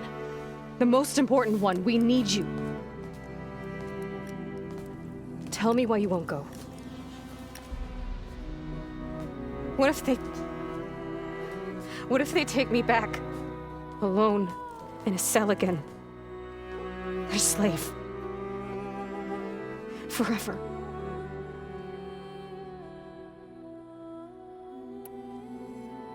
Varl and I will be at Gemini too. I'll protect you. As soon as we get Hephaestus, we'll come straight back here. The Zeniths aren't going to find us.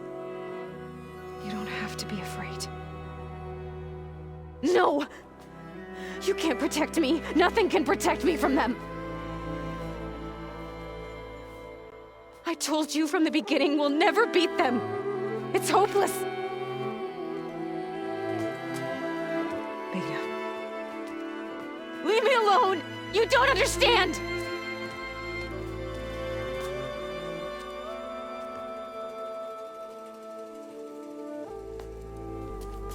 You're right. I don't understand. We have the same genes, the same mind, the same heart. So why can't you find the strength to do what has to be done? Like Elizabeth would. Don't you think I've thought about that? I don't know what piece of Elizabeth I'm missing. I don't know what you have that I don't. I look through all the data from your focus. You were raised as an outcast, shunned, and isolated just like me, so what's the difference? What's my defect?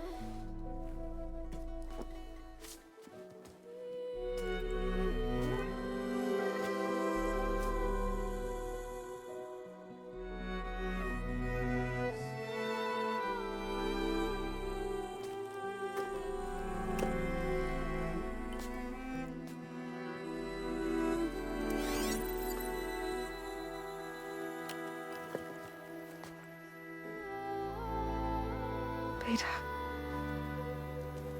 you don't have a defect. Beta, look, it's not a piece of Elizabeth.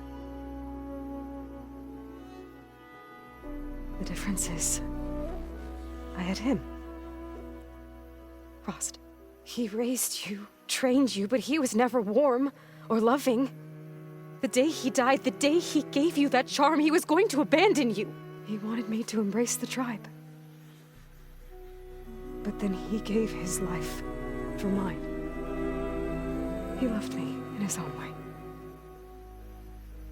And that was enough. What did it feel like?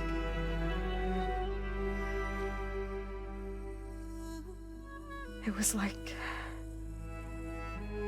having a strength that was always there. It's still there. Even now I hear him in my head when things get bad.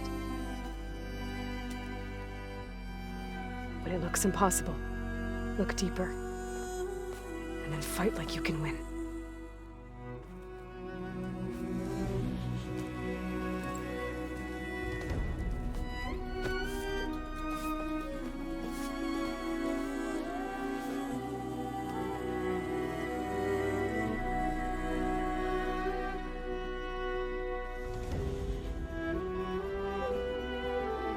You don't have to go on the mission. We'll find another way.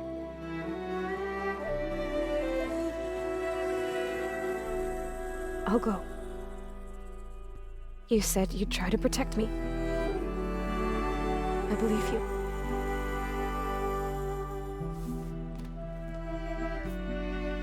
But you have to promise me one thing. Yes, of course. If it goes bad, if the Zeniths find us, I don't want to be their slave again. Do you understand? Okay. Promise? I promise. I could use as much time as you can give me to study up on the merge, to make it as efficient as possible.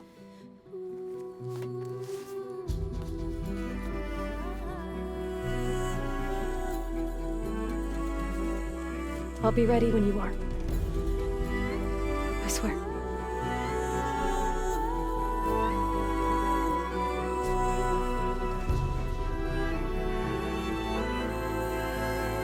Hey, I thought I'd check in before leaving for Gemini. Are you sure we shouldn't be checking up on you? Whatever went on between you and Beta sounded intense. Not that I'm judging. Forge knows all the screws flew loose every time Mercer and I fought. I think we'll be fine from now on. I'm glad to hear it. After we get Hephaestus, we'll be taking the fight to the Zeniths. So, no more reading. It wasn't that bad. Not really. Besides, going through all that data helped me realize something. You know, the soldiers, the ones that fought the Pharaoh machines so Gaia could be built, they were fighting a battle that couldn't be won. Not with all the weapons in the world. I think most of them realized that, whether anyone said it or not. They still did it, though. They bought time for all the eggheads working to save the future. Our future. As long as I can do that for you, I'll consider myself a success. Thank you, Erend. I'm glad you're with me. Okay, enough. I'm gonna get emotional. Anybody take you up on that ale you brought yet? Zoe can't stand the smell of it. I tried Alva, but I don't think she knows what taking a break means. And I'm not putting Varl anywhere near that stuff after that victory party in Meridian. What about Kotallo? Now there's a man that can hold his liquor. Pretty sure we downed half a keg. We had a good chat, I think. I should go. Same here. I got a date with a cauldron to prepare for. Everything okay with you and Beta? It sounded like you guys had a, lively conversation. We just had a lot to talk about. Does this mean she's coming with us to Gemini? It does. I hope you're ready to rein in the most stubborn AI of all time. That's what all this was for, wasn't it? Hephaestus won't go down quietly. Hephaestus is just a program that's lost its way. We are fighting for our survival. I can always call upon the goddess if you're nervous. Funny. Any last findings you want to share before leaving? Not really. Though I've reached a decision. Oh? When we put Gaia together, I want to return to the Nora.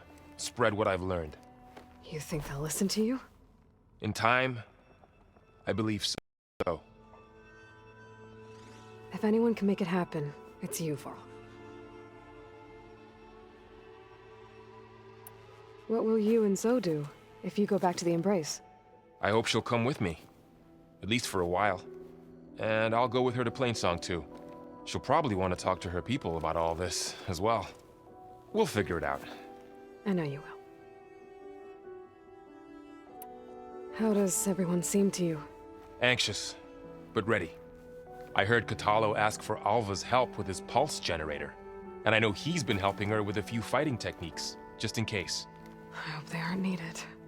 Like I said, just in case.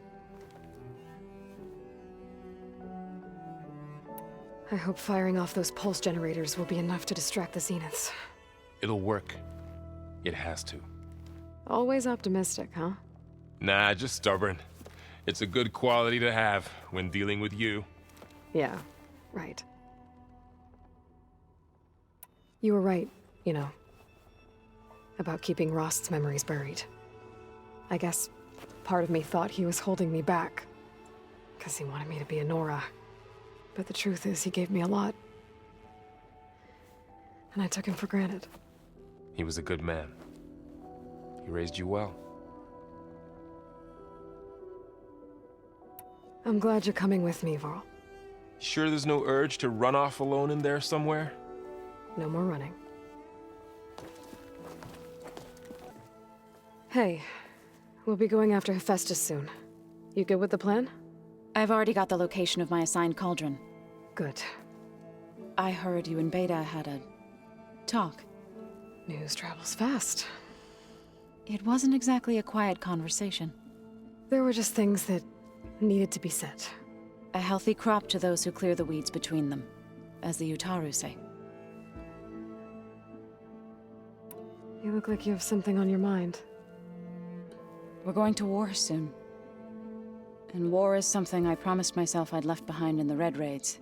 But the more of your data I go through, every voice I hear, every word I read from our ancient past, it makes me realize just how much life was given so that ours could flourish.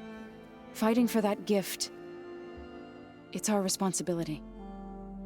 If we fail, it was all for naught. Helps to know you're not alone. For a moment there, you sounded like Varl. I don't know what you're talking about.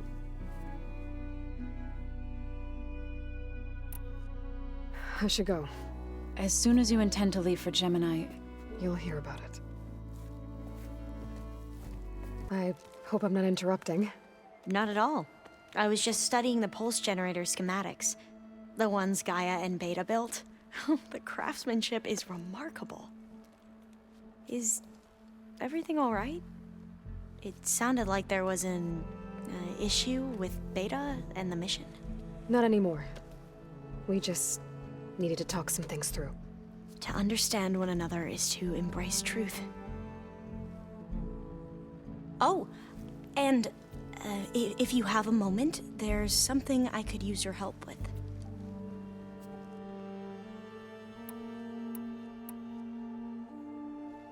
Any more data catch your eye? All of it? I have so much to study up on. Years, actually.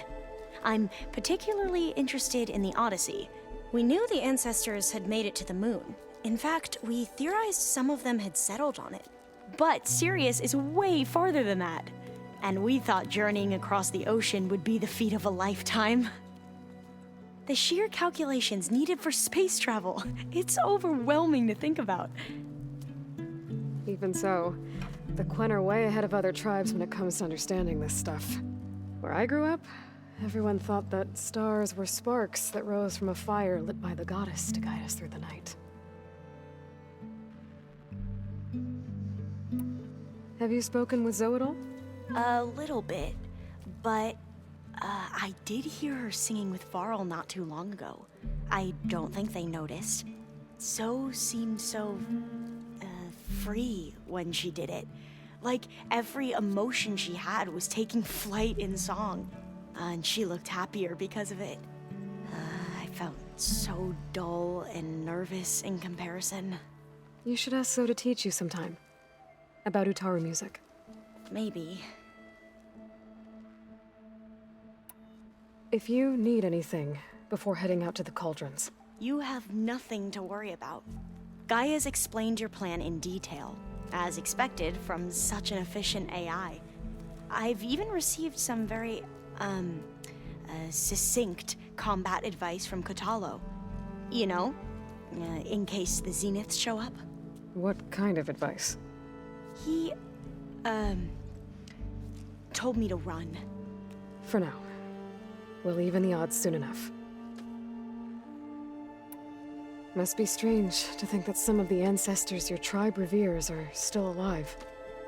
And here on Earth, right now. Yeah, it is. Part of me's curious to know who else besides Eric Visser might be among them. Maybe Nikita Arand? We call her the Spark. The legacy tells us she brought unlimited energy to the old ones. Or Sung Jiao, whom we call the Healer. It is said she found new ways to extend the ancestors' lifespans. But my curiosity fades when I think of how different our view of Visser was compared to the reality that you experienced. Perhaps it is better not to know. You mentioned there was something you needed help with? Yes. So, as I was sifting through data from the greenhouse, I found references to an old world system back in the Great Delta. It's called Leviathan. My people discovered it decades ago. A sprawling network of river gates and a labyrinth of underground tunnels. The legacy revealed that the old ones used it to control flooding. But we've never gotten it to work. The whole thing is shut down. But the data from the greenhouse mentions the research facility where Leviathan was created. It's in San Francisco. Another Pharaoh facility? No. Leviathan was a project by Eileen Sasaki, another ancestor. So the legacy tells us, anyway. If we can acquire that data, we might be able to fix the system back in the Great Delta. Every year, my sister gets terrified when the long rains begin. With Leviathan, maybe she won't have to be. Okay. So, where in San Francisco is this facility? That's the thing. The data doesn't say where, exactly. But one of our diviners has been exploring the ruins. He might know. Would you come with me? I have a feeling that wherever this facility is, well, you're much better at fighting machines than I am. Of course. I'll let you know when I'm in landfall. Thank you, Aloy. I should go. Make sure you talk to Gaia if you have any questions about the pulse generators. May your path lead to truth. And, like I said, I'll let you know when I'm in landfall. We'll find the data you're after. I appreciate it. What? I'm in landfall. Can you meet me here? I'll be there as soon as I can. Aloy! I'm here. Had to sneak past a few machines on the way, but I made it. All right. Ready to talk to that diviner? Yes. He's right over there. Diviner Alva, what are you doing back in landfall? And with the living ancestor? We're looking for the At-Bay Research Center, where Leviathan was developed. The legacy tells us it's somewhere in the city.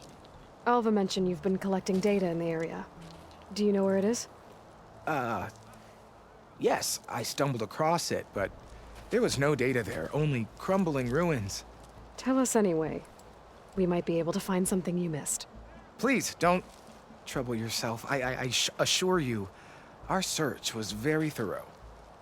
You're hiding something. What? That is absurd. A diviner must only speak truth, as you're well aware. Oh, you're worried you found something dangerous? Something compromising on Eileen Sasaki? Keep your voice down. Look, I get it, Nirik. You want to make it back to your family, so it's safer to turn a blind eye. But think of Leviathan. How it could help everyone. Isn't that why we're here? Don't let fear deny us that. Very well. The facility's just south of here, along the shore. But even if you find a way to fix Leviathan, it's sure to be shrouded in that which is forbidden. Too often the truth is forbidden.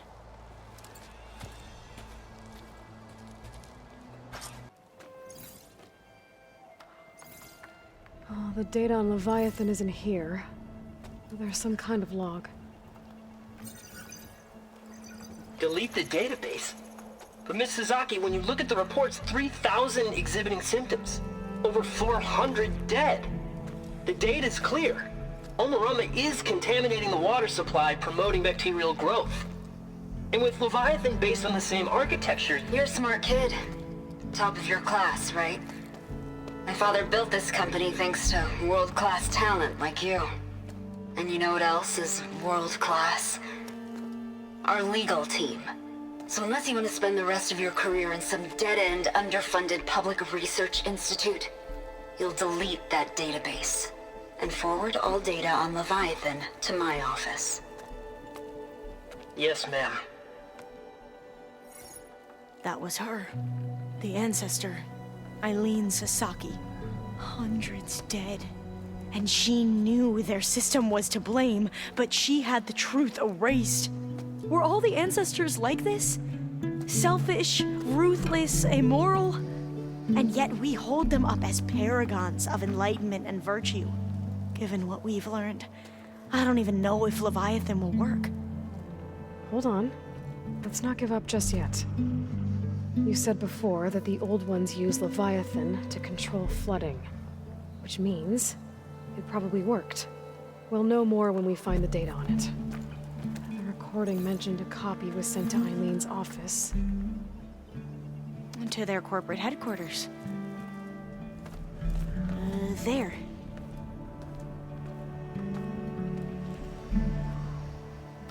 Let's go. Well, it's official. Eileen Sasaki, CEO, chair, and worst daughter in the world. Security had to escort Dad to his vert. Guess we'll be speaking through lawyers from now on. Looking down at the world from here. It's hard to see the details. People become risk factors, statistics, far too easily. Omuramba was supposed to provide clean water, improve lives. It was easier to pretend there wasn't a problem. Easier to believe the lie was truth.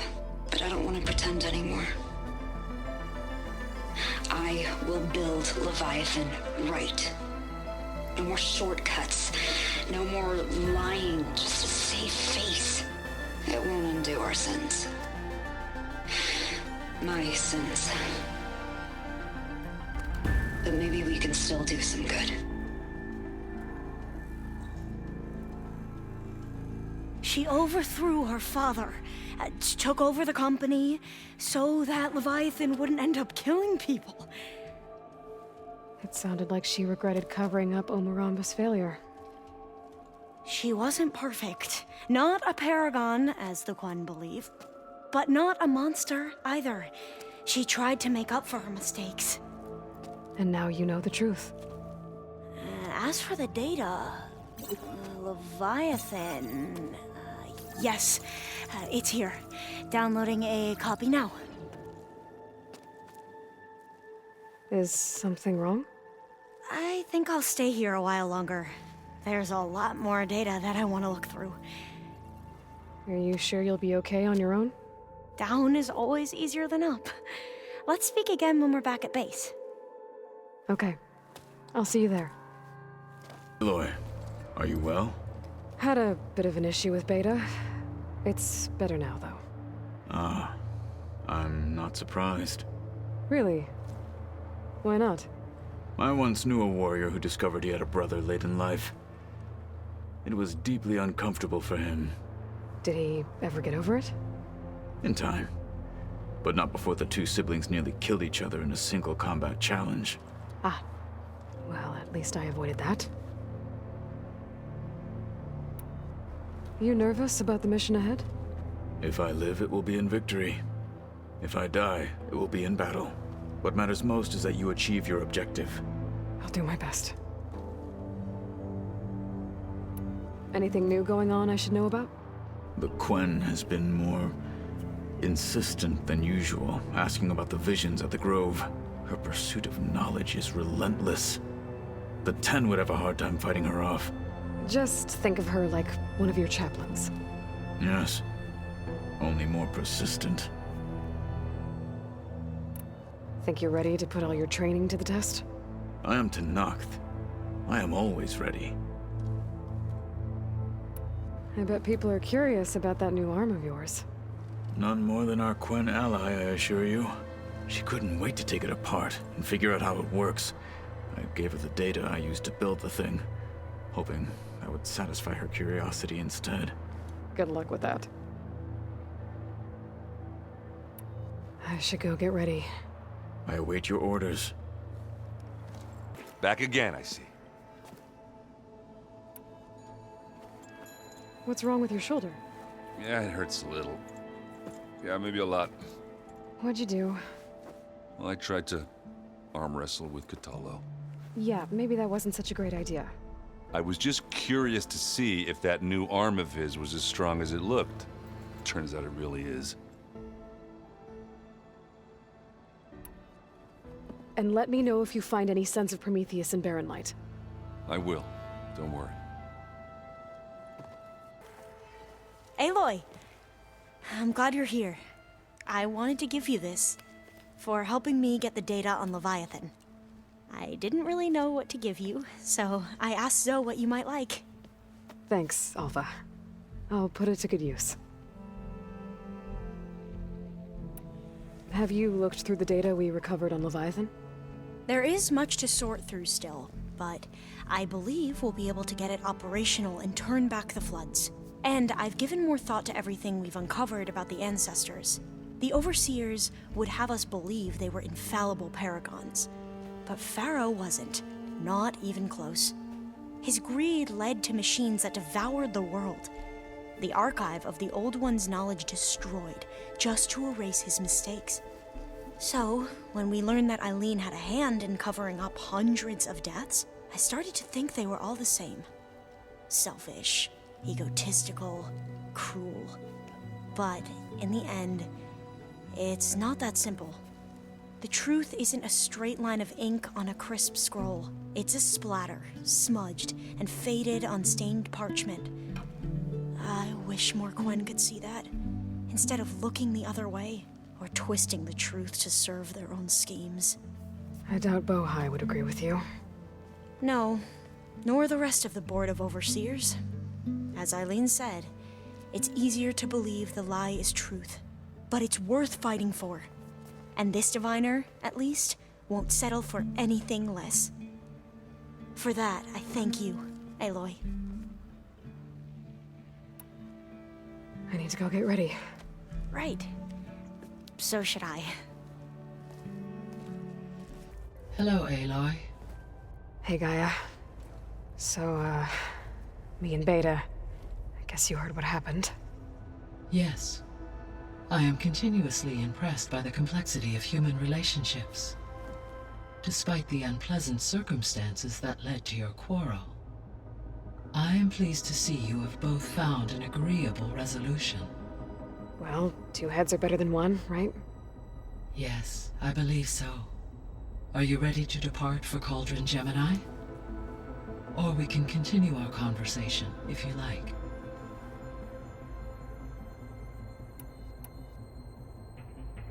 Have you been able to make use of Demeter's functions? Yes. I was able to mitigate most soil conditions and restore a temporary balance.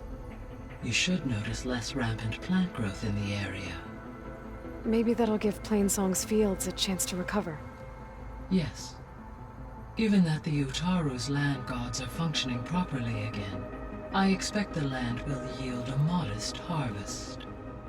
The first of many, hopefully.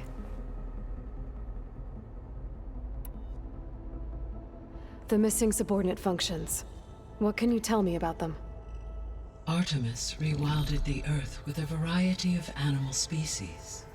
Eleuthia was responsible for gestating, nurturing, and acculturating a new generation of human beings. Apollo was tasked with preserving, organizing, and disseminating vast archives of human knowledge and cultural achievements. Unfortunately, all archived Apollo data was purged on the 2nd of February, 2066, by order of Ted Faro. Ted. Guess he got what he deserved, in the end. Yes. An igneous conclusion to his pathological narcissism, impulsive tendencies, and instability. All three of the missing functions have already served their purpose, or were prevented from doing so. Do you still need them? Restoring their remaining elements would increase my heuristic processing density, empowering my overall function. Unfortunately, as we now know they are in the possession of Far Zenith. Attaining them in the short term is very likely impossible. I guess our best shot at recovering them is by taking over the Zenith base. But we'll need Hephaestus and a bunch of combat machines to do that. Correct.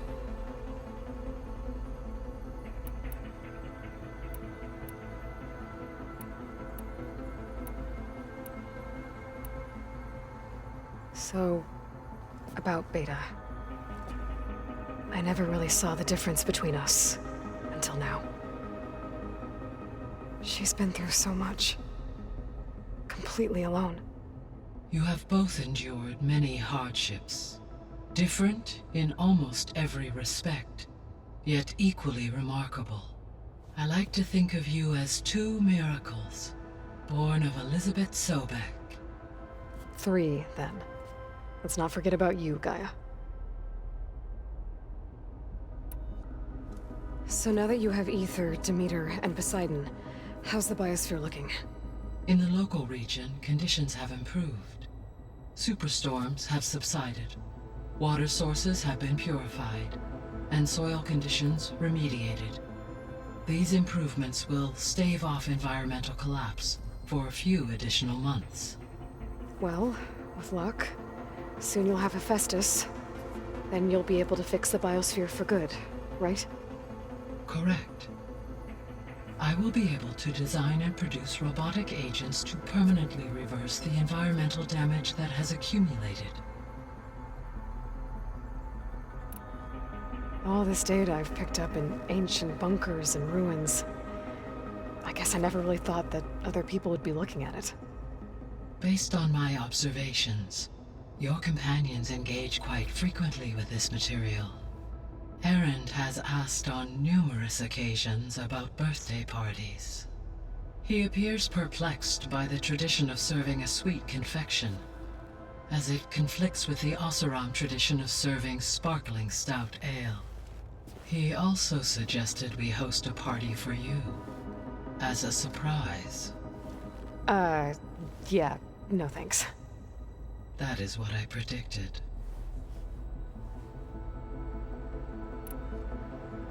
Is Kotallo getting along with everyone? Yes, though he prefers to spend most of the time alone. He appears to be collating data on war machine progression and significant battles during the Pharaoh Plague, to aid in the creation of a war map of Operation Enduring Victory. I believe he aims to study the tactics of Old World warfare. I'd be interested in seeing that. It appears to be a private pastime for him. He has repeatedly declined my offers to assist his research.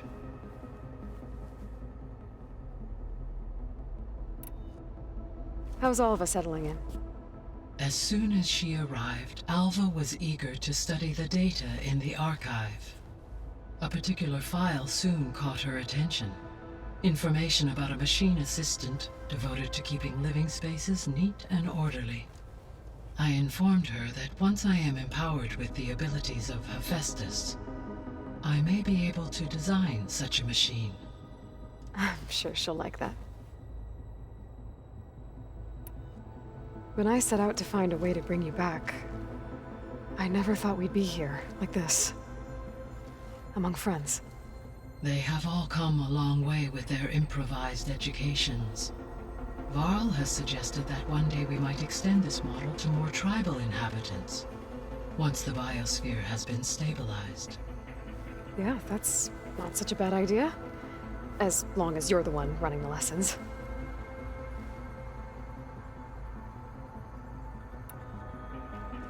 There's something I've been wondering. How could Ted Faro create a clearance level higher than Alpha? Elizabeth made sure he wouldn't interfere with the project. It is plausible he tasked his own engineers with creating a back door to the Zero Dawn system, without Elizabeth's knowledge. My predecessor did not even know of its existence until he activated it to purge the Apollo database. It is, in effect, a blind spot. One that will allow us to subdue Hephaestus. So our plan to capture Hephaestus. Let's go over it again. As you wish. Thanks to Beta's test, we now know that Hephaestus will not respond to your Alpha clearance. Which is why I got Ted Farrow's Omega clearance. Correct. While you were gone, Beta constructed the transport rig and pulse generators. When we get to Gemini, I will need to be installed on one of the facility's cores. The second core is for Hephaestus. Using Omega clearance will allow you to trap it. And then you'll be able to absorb it.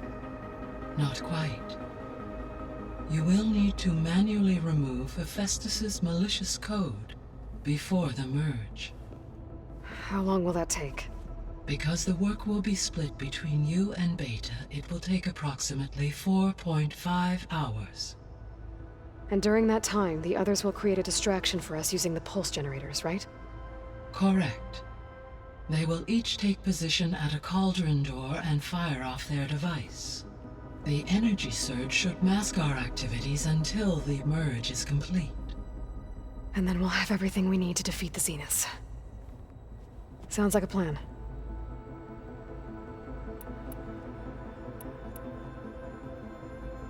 So the facility where I recovered Demeter used to be a Faro agricultural research facility.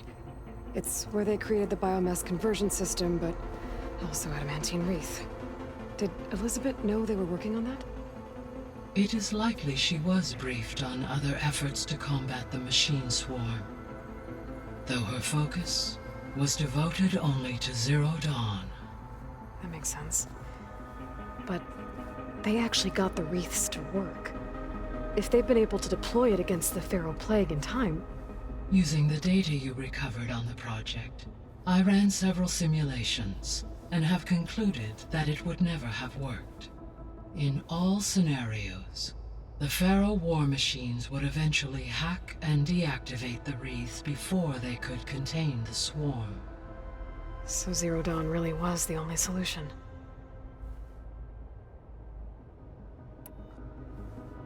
There was a lot of data in the greenhouse facility about agriculture. Do you think it'll help the Quen fix their homeland? I will run a query. Complete. The data contains information about novel crop production methods, which may be beneficial to the tribe in the long term. But new crops aren't going to save the world, so I guess it's on us. It is. So I, found Thebes. What do you think Ted would have done if his life extension treatments had worked? It seems he convinced himself it was his duty to guide future humans.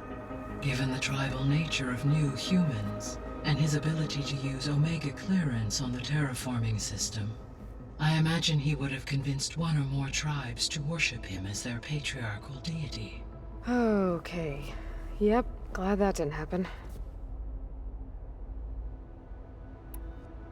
Aside from Gaia Prime and Thebes, there was one other underground facility that was sealed before the Faro Plague reached it. Elysium. The place where Zero Dawn staff and their families went to live out their lives. Do you know what happened to it? Elysium was designed to provide life support for 100 years. My data indicates the facility went offline well before then. Did the Faro Plague find them? Unknown. My connection to the facility was abruptly severed. So what will happen to this place while we're at Gemini? All systems within this facility will continue to operate. As Minerva will no longer be masking this location, the facility will be exposed to detection. Though without my presence, it is unlikely to attract attention. Let's hope so.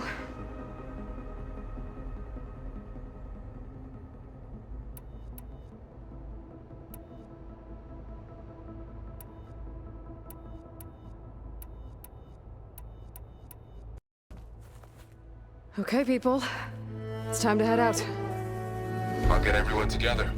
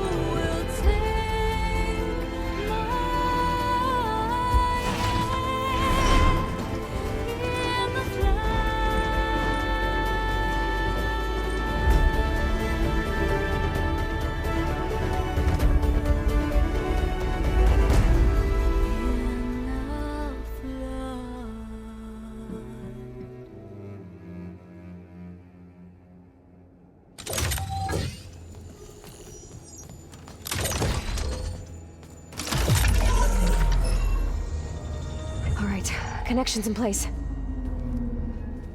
Booting up. Beta, Aloy. I am fully installed on this core and ready to connect to the Cauldron network. It's good to hear your voice.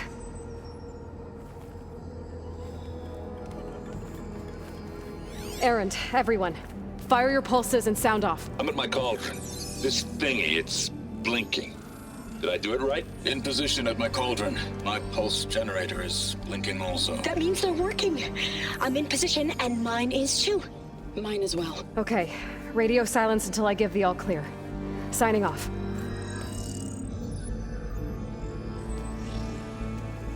Gaia, let's cage the beast.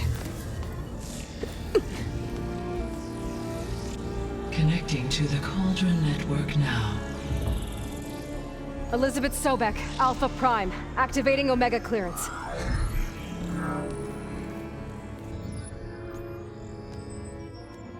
Elizabeth Sobek, Alpha Prime, activating Omega clearance. Clearance confirmed. Initiating containment sequence. Critical threat detected. Imperative escape containment. Applying countermeasures. Lock it down! Terminating external connections. It's working. It's got nowhere to go. Capture imminent.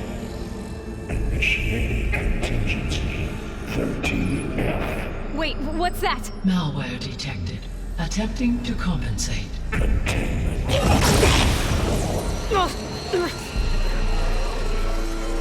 It's cracked. Look!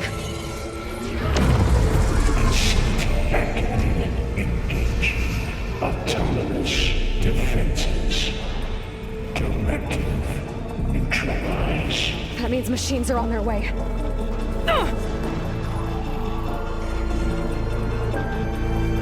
Get ready! Here they come! Core stable. Hephaestus is 100% contained. And we better get started with the merge. It's all set up. Gaia, establish the link, please. Done.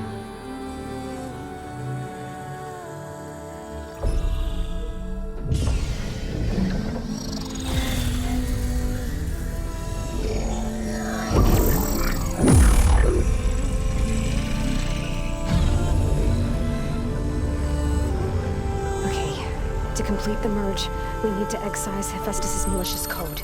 Carefully.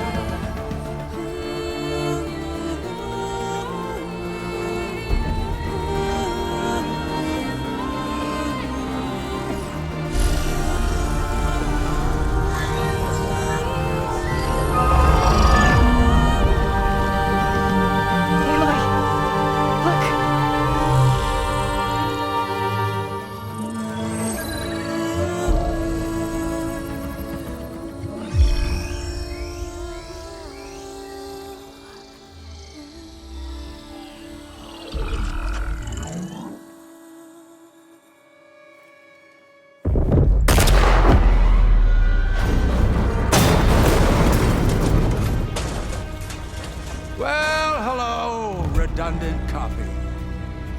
You cost us quite a lot of time.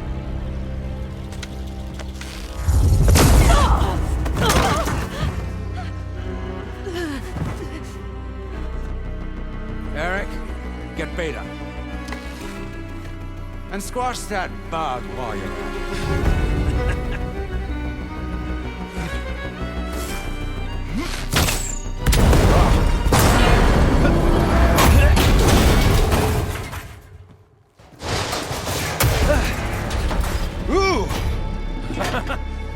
Get behind me.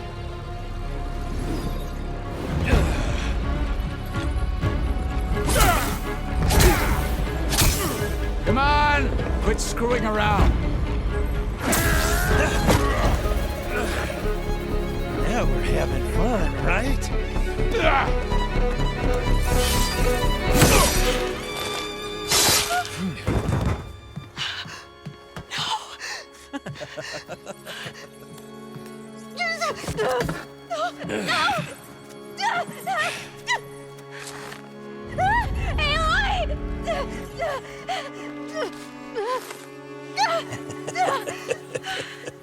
Finally.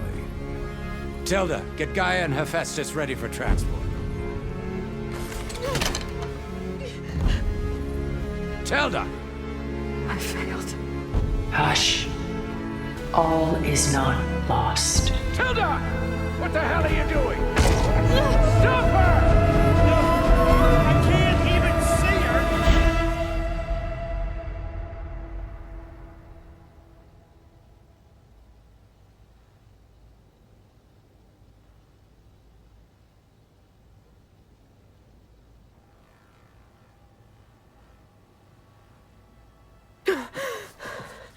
Beta.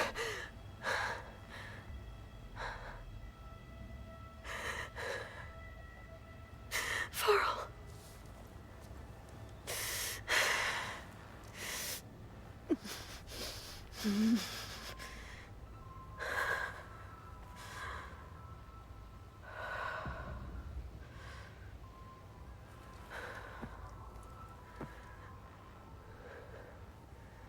Where am I?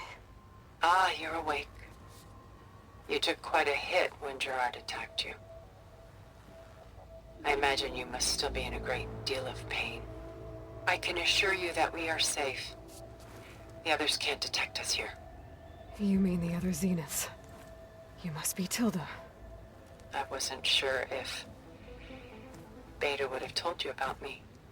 Where is she? Alive. And while she isn't where she wants to be, not in urgent danger.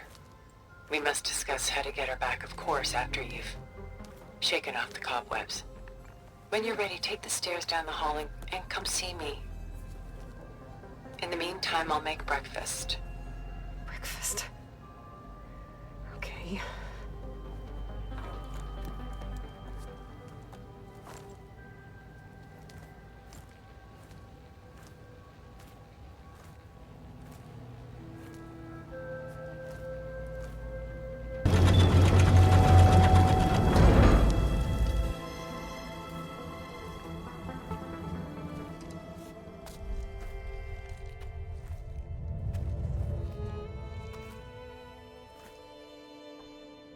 There you are.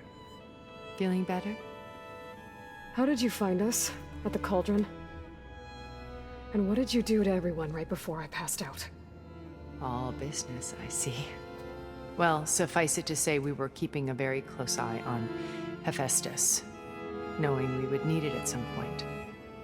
Your ruse didn't fool us, and as for my little trick, it was an overload of the senses, accompanied by an energy discharge. Gerard and Eric were only momentarily disoriented due to their shields, but it rendered you unconscious while I got you out. Perhaps some breakfast might steady you a bit?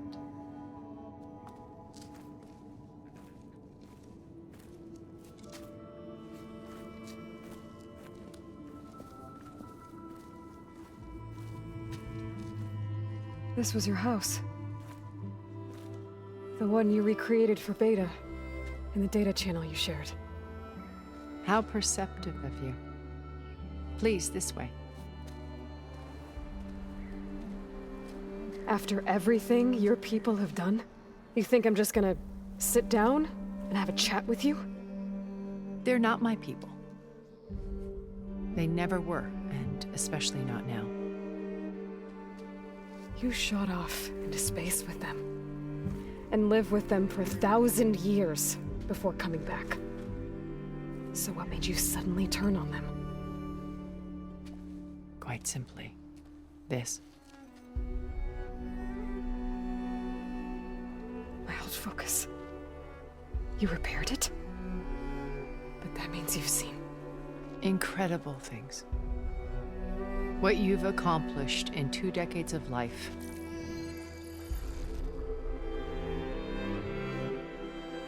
A 1,000 years at my back and I haven't even come close.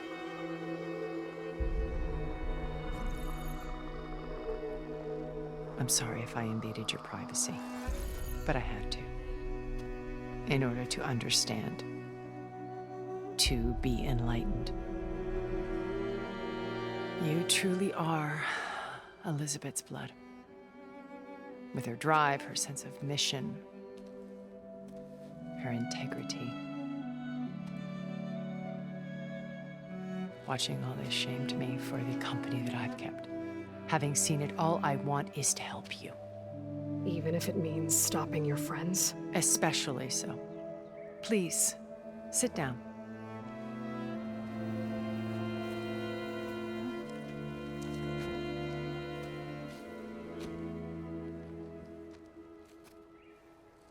There. That's better. Now, we must recover Beta and Gaia at all costs. By now, you must know that Gerard intends to use Gaia to reboot the Earth's biosphere. Remaking this world to specifications that would only suit us immortals. This process will kill every living thing on the planet. He calls it a clean install. Not if I stop him first. Not if we do. And once he and the others are gone, we can work together to fulfill Elizabeth's dream. I'm sure Beta told you that there's a build of the Apollo database on board our ship. A complete collection of human knowledge. With that and Gaia, we could do everything Elizabeth wanted. Heal the biosphere, educate the people of this world, uplift them. Create the world she imagined. Let's not get ahead of ourselves. From what I've seen, your friends are invincible. I do wish you would stop calling them my friends. And they're not invincible. In fact, a friend of yours has found a way to defeat them. Silence. Oh, he's been a busy bee, building an army powerful enough to crash through Gerard's precious base. Yeah. Regala and her rebels.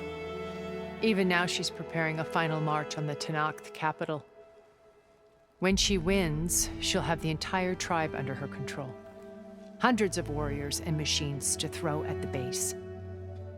She's been duped. They'll all perish, of course. But it should be enough to break Gerard's defenses and allow Silence to kill him. Along with all the others. Using the new weapon he's developed. Yes, he's found a way to circumvent our shields. Truly an exceptional man. He's planned for everything. Except you and me. You see, while his army is battering down Gerard's doors, you and I will sneak in through a back way. One that only I know about. While Silence and my friends are busy battling each other, we'll take back Beta and Gaia. I told you I want to help you. I mean it.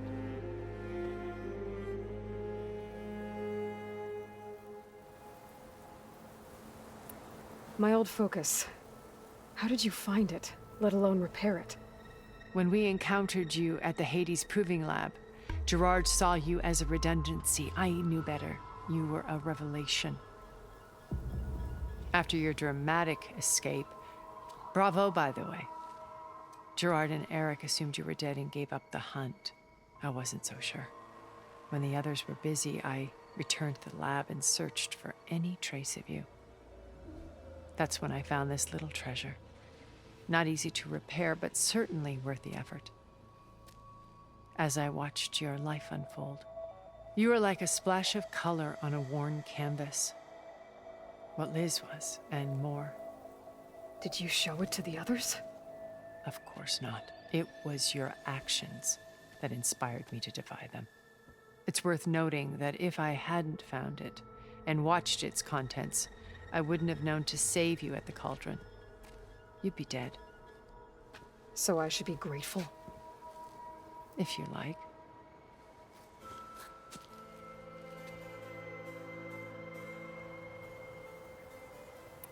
You said Beta is not in urgent danger, so what are the Zeniths doing to her? Putting her to work. Merging Hephaestus with Gaia. A difficult, time-consuming task, as I'm sure you know. They will compel her if need be. But her life is not in danger. She's the only one who can do it. Because you people made her to be nothing but a tool. Gerard's idea, not mine. They always viewed me with suspicion when I attempted any form of kindness towards her. That's why I created the data channel. A virtual place where we could speak in peace.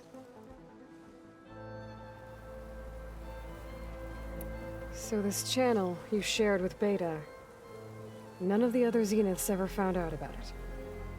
Gerard believes he's the most cunning of all of us. Even after 1,000 years, he still can't imagine that I would outwit him.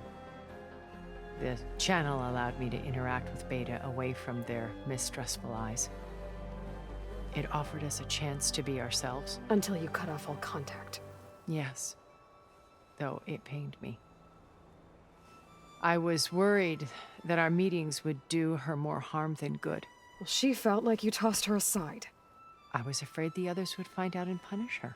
She may not have had the comforts of friendship anymore, but at least I ensured she was safe.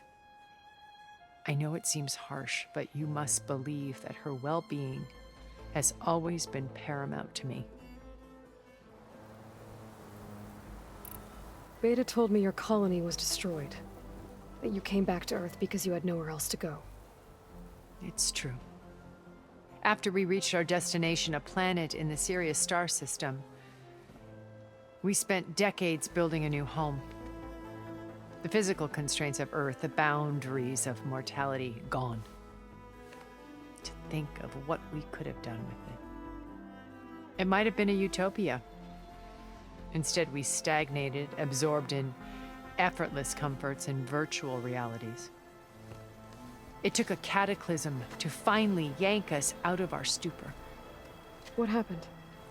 A massive geological event. We knew of instabilities in the planet core, but we underestimated them. By the time the collapse was upon us, it was too late to stop it. Only a few of us made it to the ship in time. We set course for Earth, the only safe harbor left to us. Which you decided to make unsafe for anyone else. Not me. Gerard. He believes it's better to wipe the canvas clean than work around the smudges. No more primitive tribes, no more combat machines, only a blank slate to do with as he pleases. But we will stop him. All we have to do is get into that base.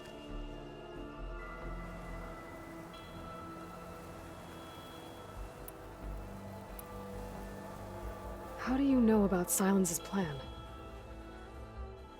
He isn't the only one adept at spyware. You hacked his focus? No, he's too careful for that. But his subordinates? Not so much. He gave additional focuses to the tribals he branded the Sons of Prometheus. The ones working with Regalla. By tapping their focuses, I learned about most of his dealings. The distribution of override technology, the arming of Tanakh rebels, and the secret pact with Regalla to attack Gerard's base.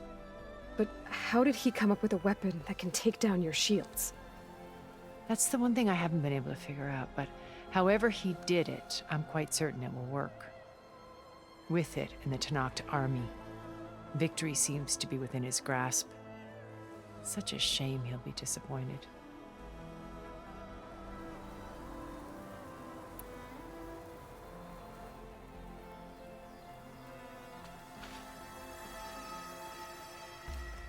First Varl. Now Hekarro and the Tanakh. Your plan would wipe out an entire tribe. There has to be another way. We are in an admittedly desperate situation, but I assure you there isn't. Remember Zero Dawn. Elizabeth's sacrifice some Sometimes many have to die for a new world to grow. If it looks impossible, look deeper. Wait. The data channel. It still exists, doesn't it? I need you to open it. Let me talk to Beta. Impossible. We might be detected. It's worth the risk. There is another way, one where the Tenakth survive. But we won't. If the others... If you want to help, open it.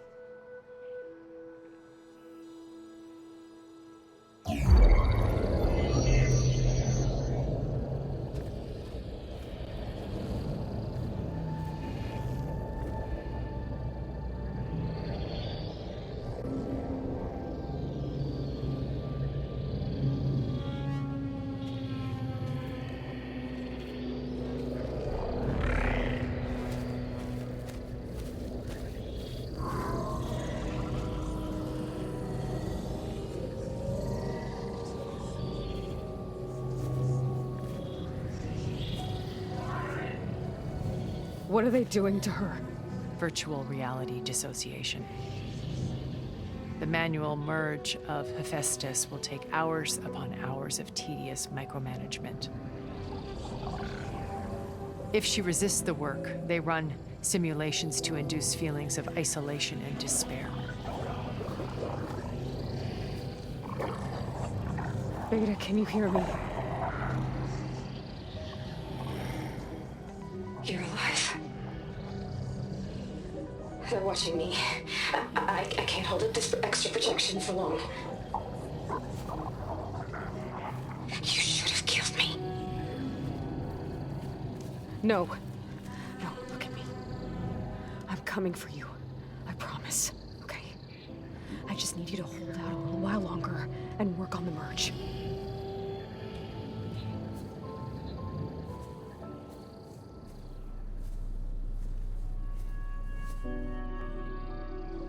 Then I think it can be done. I'll contact again when it's time. Can you hold on? As long as I know you're coming for me, I can endure anything.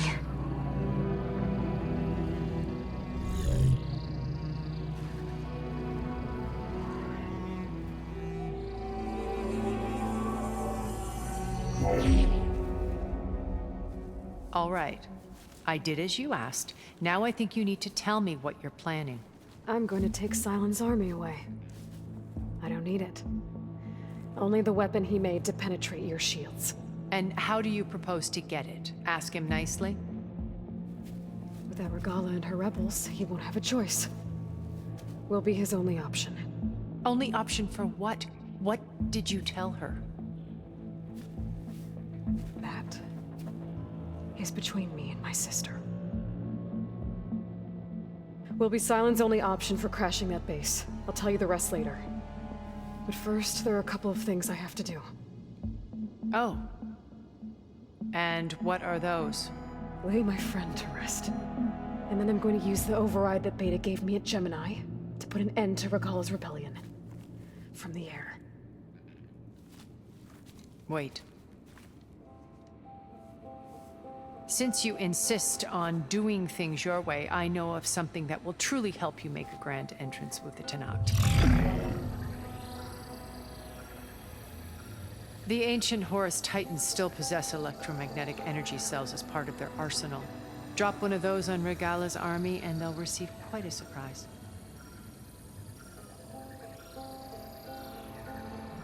So go, do what you must.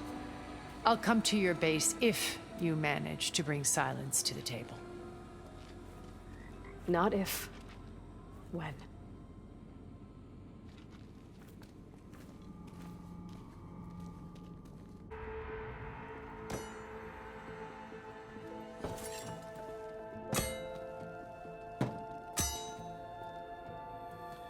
When you're wounded, you have to strike back. Draw blood. Hey! Can't I get one damn minute to mourn my friend? Regala is going to slaughter my tribe to overthrow Hekarro. The Zeniths have Beta and Gaia. We can't sit around wallowing in our losses. Kotallo's right. We must fight. Oh, all right. So what are we gonna do, huh? Take on all of Regala's rebels? Not to mention the Zeniths. What can we even do? Throw ourselves at their base? Something like that.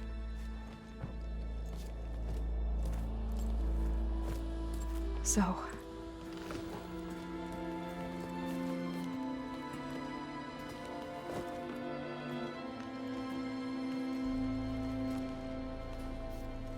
After we lost contact with you, we regrouped and went to Gemini. What happened? The recording we found on Varl's focus cut off when that Zenith, Eric... The Zeniths were tracking Hephaestus. When Gaia trapped it in Gemini, they knew where we were. After Varl tried to stop them. They took Beta and Gaia. I only survived because one of the Zeniths turned against the others to save me. One of them? Well... at least we didn't lose you too. So what do we do now? We're going to defeat the Zeniths. And get Beta and Gaia back. But first, we're going to stop Regala. How? Back in Gemini, Beta gave me a gift. There's something I need to do first to make it work, but it could put an end to the bloodshed.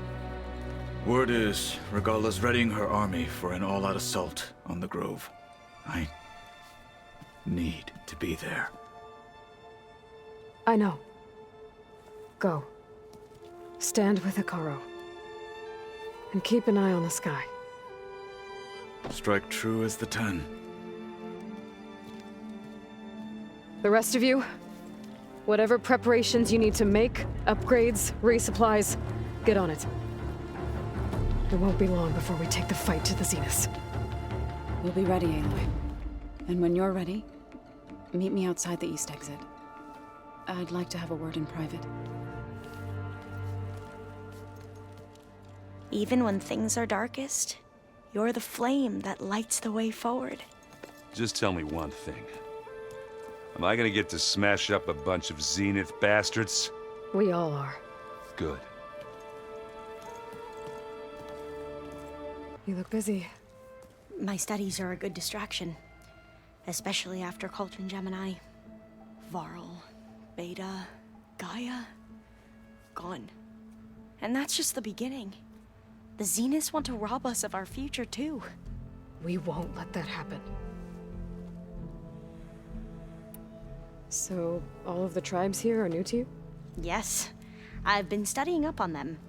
The most fascinating one thus far has been the Tenakth. An entire culture based on the holograms of an ancient museum. There's much they've misinterpreted, not unlike the Quen. But still, there's a nobility to what they've become.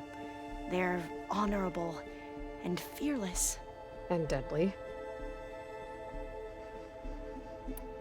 How are you holding up? Varl's loss is heavy on everyone's mind.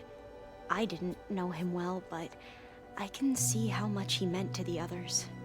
Zoe and Erend seem to have taken to it the hardest, but I don't quite know what to say to them. They need time to sort through it. And what about you?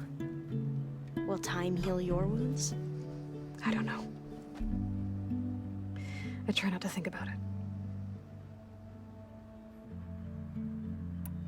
Seems like everyone's ready to take the fight to the enemy. Kotallo more than most. If I were this Regala, I wouldn't want to cross him on the battlefield. Regala still has a lot of machines on her side. That's where you come in, I suspect. If my plan works. Tilda, the Zenith that Beta mentioned, she was the one who rescued me. Did she say why? She knew Elizabeth Sobek. Seems to think helping me is honoring her in some way. She was willing to share information on both Silence's plans and the other Zeniths. But you still don't trust her. Where I come from, the more valuable the knowledge shared, the higher the price extracted. I'd be careful if I were you, Aloy. I should get going. Be ready to go on my signal, okay? I won't let you down. I know. I thought you were gonna go fight some Tanakh. I wanted to check in with you first. Yeah, don't worry about me. I'm just, picking up the pieces like everyone else. I'll be there when you need me. I never doubted that. Oh. Good. I'm glad you're back. So am I know you hate waiting, but you'll have to stay back here a little longer. Well, you go do what you gotta do, but are you okay? It's not just Varl we lost. Beta's gone. I almost lost it when I realized my sister had been taken by Dervahl back in the Sundom. I'm getting her back. That's all that matters. Understood. Do you think Zoe will be okay? I don't think anyone's ever okay after losing the one they love. I can't tell you she's handling it better than I ever did. That keeps the rest of us level-headed. I need to get going. You better get there before Kotallo tries to take on Regalla's entire army by himself. Yeah, do me a favor. Don't go disappearing on us again. I'll do my best.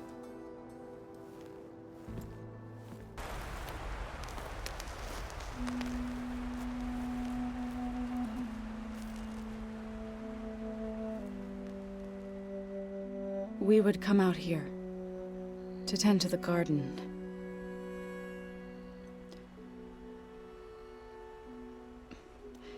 Sometimes I needed fresh air. Other times we would simply sit and watch the sunrise. So when we returned from Gemini, it seemed fitting that he be laid to rest here. Now he can always look out at Plainsong and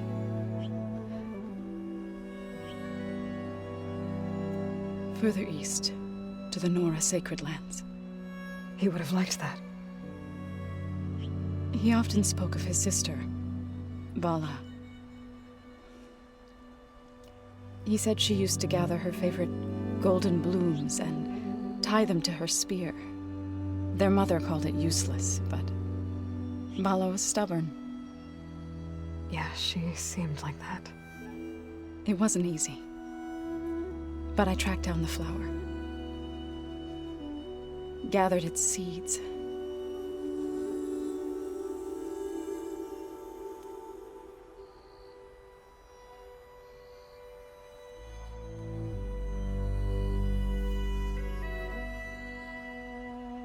As verdant limbs wither, roots rot in snow, still the sea rises as certain as stone. From death follows new life. So it is with the land.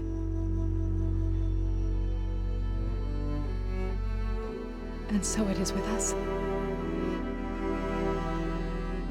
I'm with child, Aloy.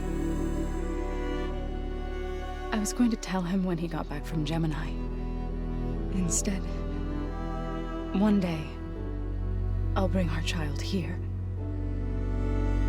We'll sit among the blooms and watch the sunrise. I never got to tell him. To thank him. For saving my life, sure, but also for not giving up on me. He always knew.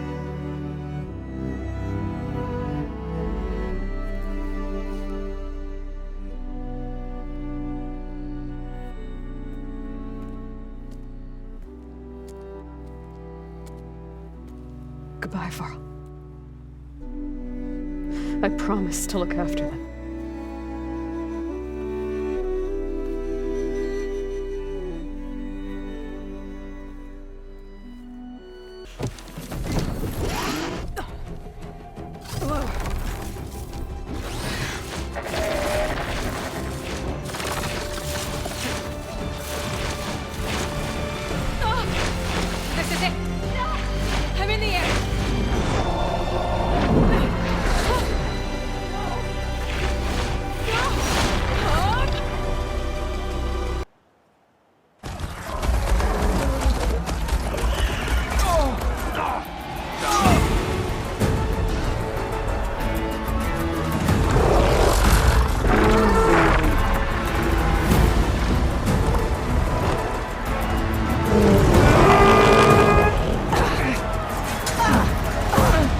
rebels inside. Hikara will soon be dead. It's all over, Chaplain. I gotta drop it now. Here it goes.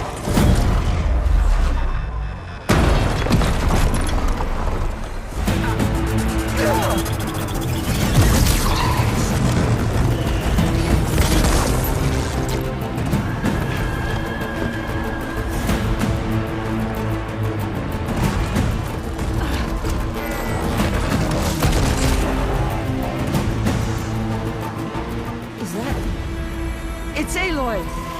She flies in the wings of the Ten. The tide has turned! Push through!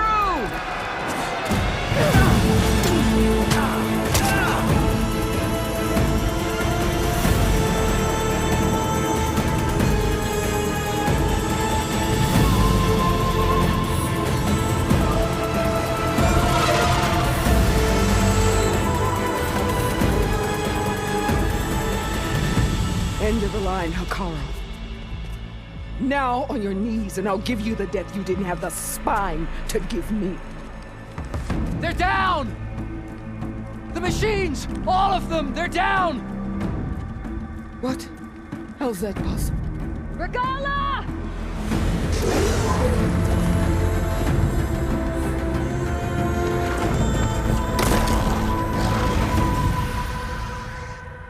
Enough bloodshed! Let's settle this. You and me. Easy to say when you're atop a machine.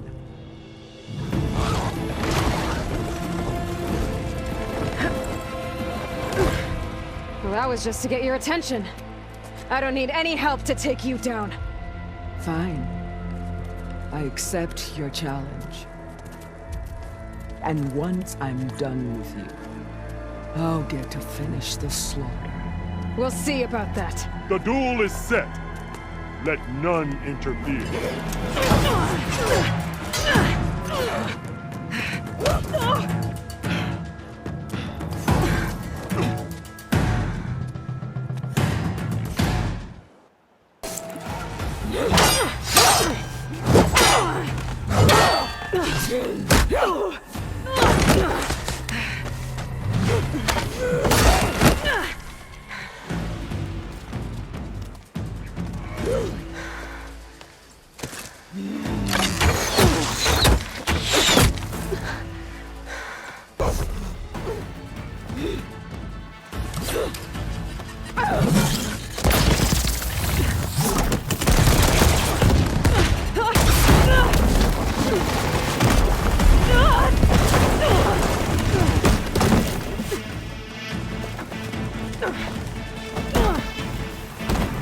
This is where it ends! Yeah, it is.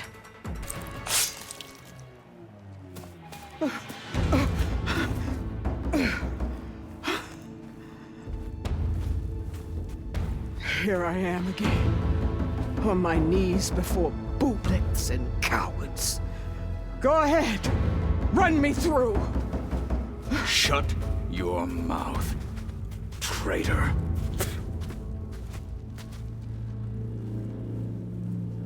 It was you who flew in on the wings of the Ten.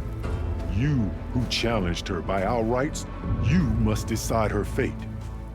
I spared her once. It only made things worse. She was the best of my marshals. What a waste. She's dangerous, all right. But maybe that's exactly what I need. Cowards! What more do you have to conspire about? Whether you live or die.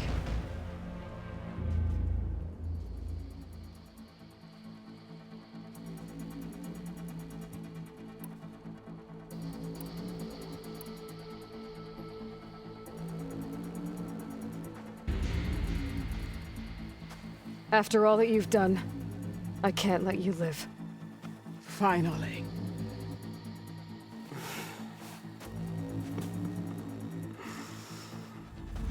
Then claim your...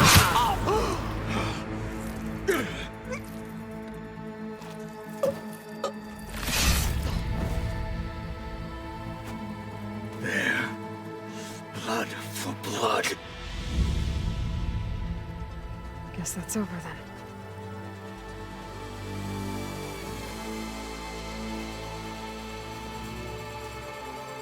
Chief, there's something you both need to see. In the throne room.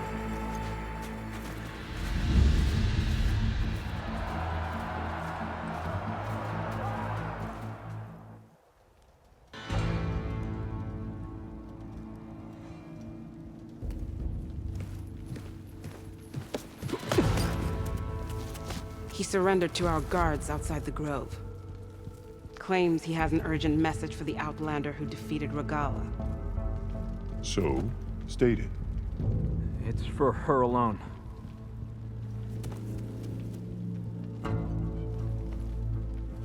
From an interested party.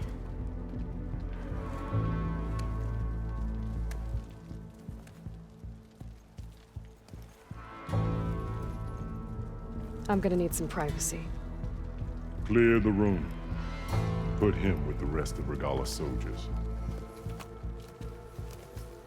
I'll see you back at base.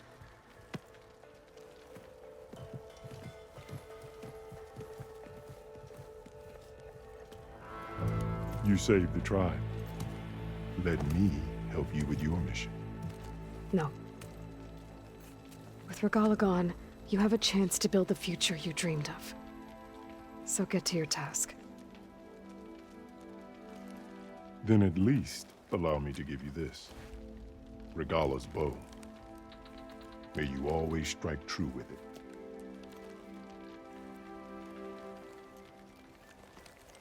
Thank you.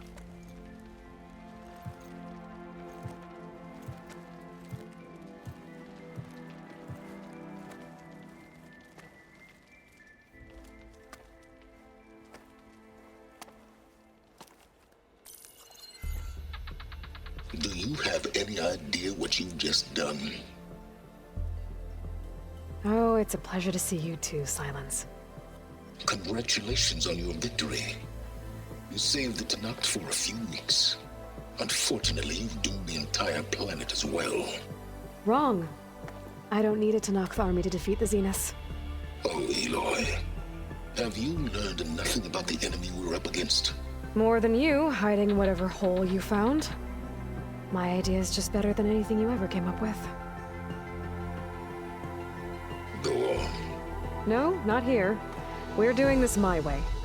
Face to face, and with the weapon you've developed. And why would I agree to that? Because I'm your only way of beating the Zeniths, and getting the copy of Apollo that's on their ship. So meet me at my base. Mountains west of Plainsong. Time to submit to the inevitable silence and follow the person who actually knows what she's doing. Don't be late.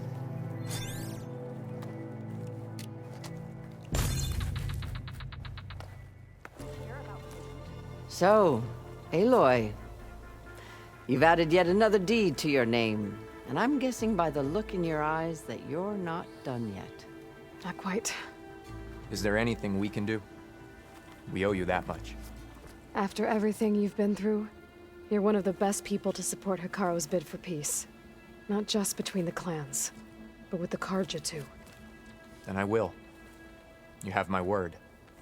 And until my last breath, I'll make sure the tribe remembers all that you've done for us. Tekka, I figured I'd see you here. Of course. The Lowland clan fought for our own today. And like the day Hekarro conquered the Grove, we stand victorious. I see the same look in his eyes as I did then. Hope restored. His vision for us endures. He'll need your continued support, I'm sure. And he will always have it. Thank you for everything, Aloy. So the Wings of the Ten found us when things were at their direst. I'm not some legend come to life, Jataka. That may be, but we will always be in your debt. Aloy, never doubted you knew how to make an entrance, but that, ooh, that was something else. Didn't think I'd find you here. You know, I just thought a battle that'll be sung about for generations wouldn't sound as epic if the Desert Commander were missing.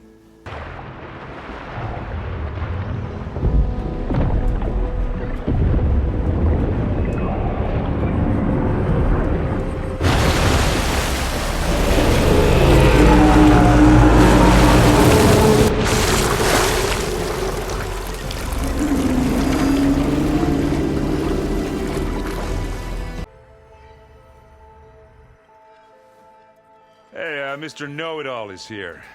You know, your focus buddy who never smiles. I didn't know what to do with him, so I had him wait in your room. Got it. Thanks.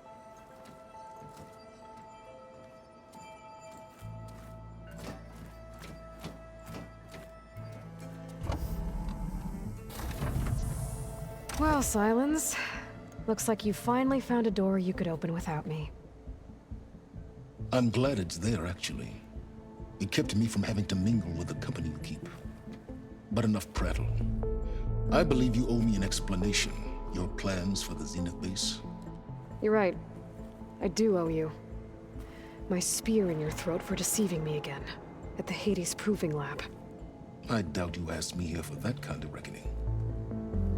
No. Right now, I need your help. So I'm giving you one final chance. But if you ever betray me again, I will kill you no matter what the circumstance. Understood? Very well. Though we'll both face a decidedly short future if you can't get us inside that base. Aloy, your other guest is here. She's, coming to you. Thanks. Good timing. The truth is, I can't actually get us into the base. But she can. The company you keep is even worse than I thought. Not a fan of surprises, are you? Oh, look. That must be your little invention. Does the weapon work? Without self-destructing? Of course it does. I've eliminated the imperfections and greatly improved its design and output. How can we be sure? Care for a demonstration? Enough, both of you. We're in this together, at least for now. Go talk to Erend. Tell him I said to give you rooms of your own. I'll come see you when I get a chance.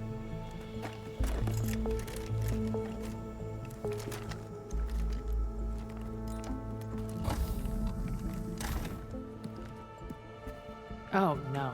You first.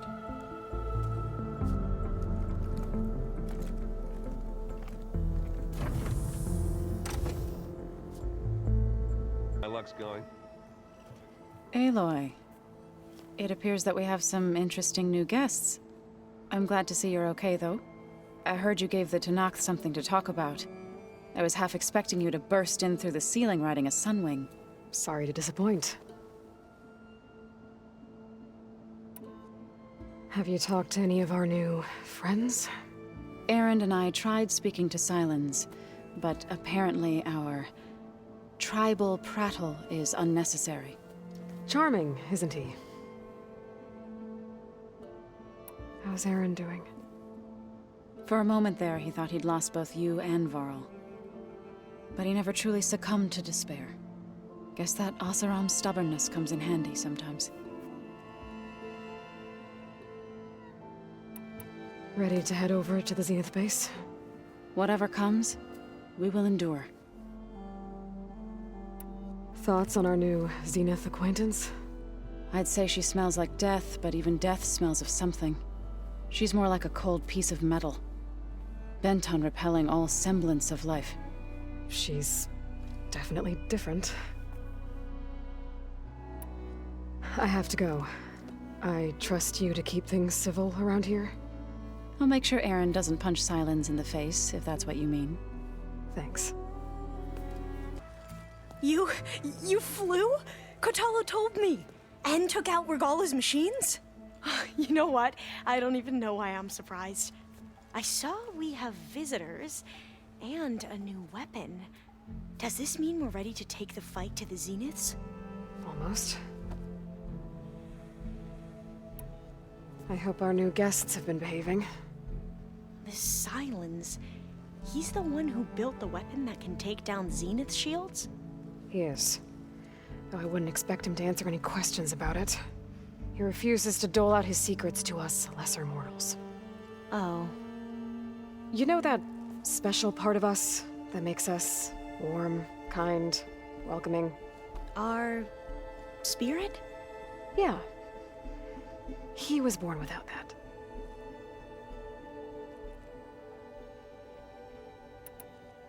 I suppose you saw that Tilda is here. Our very own Zenith. I almost went up to her to ask her, well, every question I've ever had about the legacy. Every diviner I know would kill to get 5 minutes with one of the old ones. But now that she's here, all I feel is a vague unease. I don't know if I'm scared of finding out more uncomfortable truths, or just scared of her. Probably both. You sure you're okay going on this mission? I know things must be happening pretty fast for you. I've already braved oceans and madmen who thought they were ancestors reborn. Why not a few immortals with lethal drones at their command, too? Guess the more the merrier. I need to wrap up a few things, but stay sharp. I'll be ready when you call. Aloy, you came back with some interesting friends. Wish I could say we don't need them, but Sylens and Tilda are here for a reason. Yeah, enemy of my enemy and all that, right? Right. You, talked to Tilda at all? I tried. I don't think even a hot forge could melt that ice. And you say she wants to help? I think so. Well, let's hope. Doesn't look like any of our guests are making trouble. Yet. So, Kotallo tells me you flew. Well, that's new. I've been busting my balls trying to learn to read. You're out there having all the fun. Don't worry. You'll be getting all the fun you can handle soon. With the Zeniths. Looking forward to it. I guess Sylens is keeping to himself, as usual. I was hoping he'd give me an excuse to hammer his sorry ass to the ground. Please don't. You telling me you wouldn't want to get just one good hit on that smug face of his? After everything he's done? Sure. Later. Right now, he's got something we need. I better get going. Oh, you know where to find me. All right, people. I need you up in the control room, right away.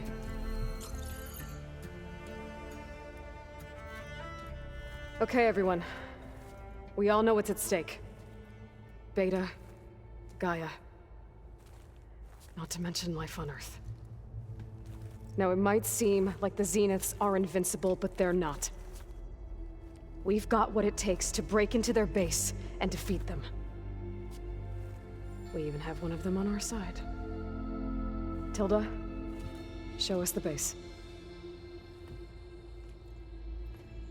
It is constructed atop the ruins of an ancient military facility on an island to the southwest. I can get us inside. To this location. Undetected. How exactly? You'll know when you need to. Once inside, our goal will be this structure. The launch tower. Gaia and Beta are being held at the top. But along the way, we will face overwhelming resistance. Most importantly from Gerard, Eric, and the others. But also... Once I take away their shields, we should be able to deal with them. But it will be easier to deploy the device if someone else is carrying it. I'll need a strong back. Carry stuff? Yeah, I can do that. Even if your device works, there will still be Spectre drones, scores of them. If only we had an army to fight them. I've got that under control.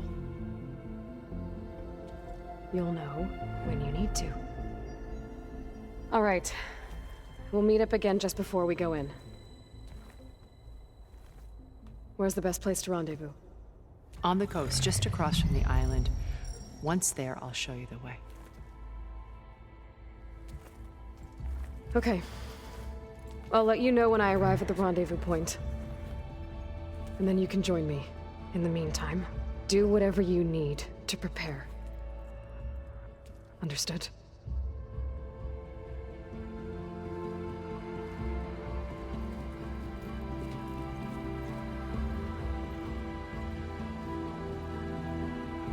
You two? A minute?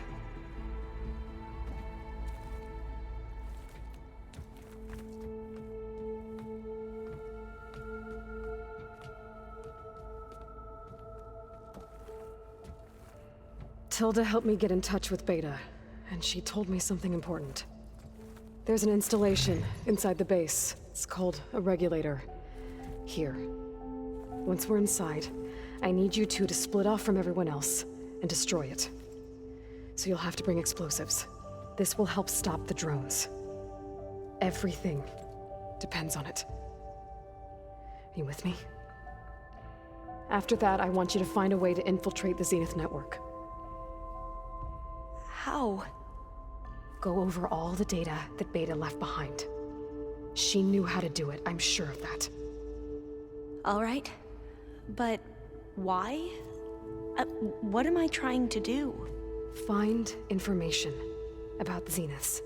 Anything Tilda's not telling us. Silence is right about one thing. There's no way we can take her on her word. I'll do my best. Keep her safe, okay? On my life.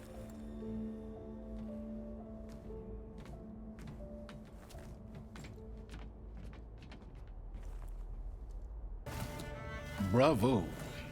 You managed to sway a Zenith to your side. Care to explain? Not a chance.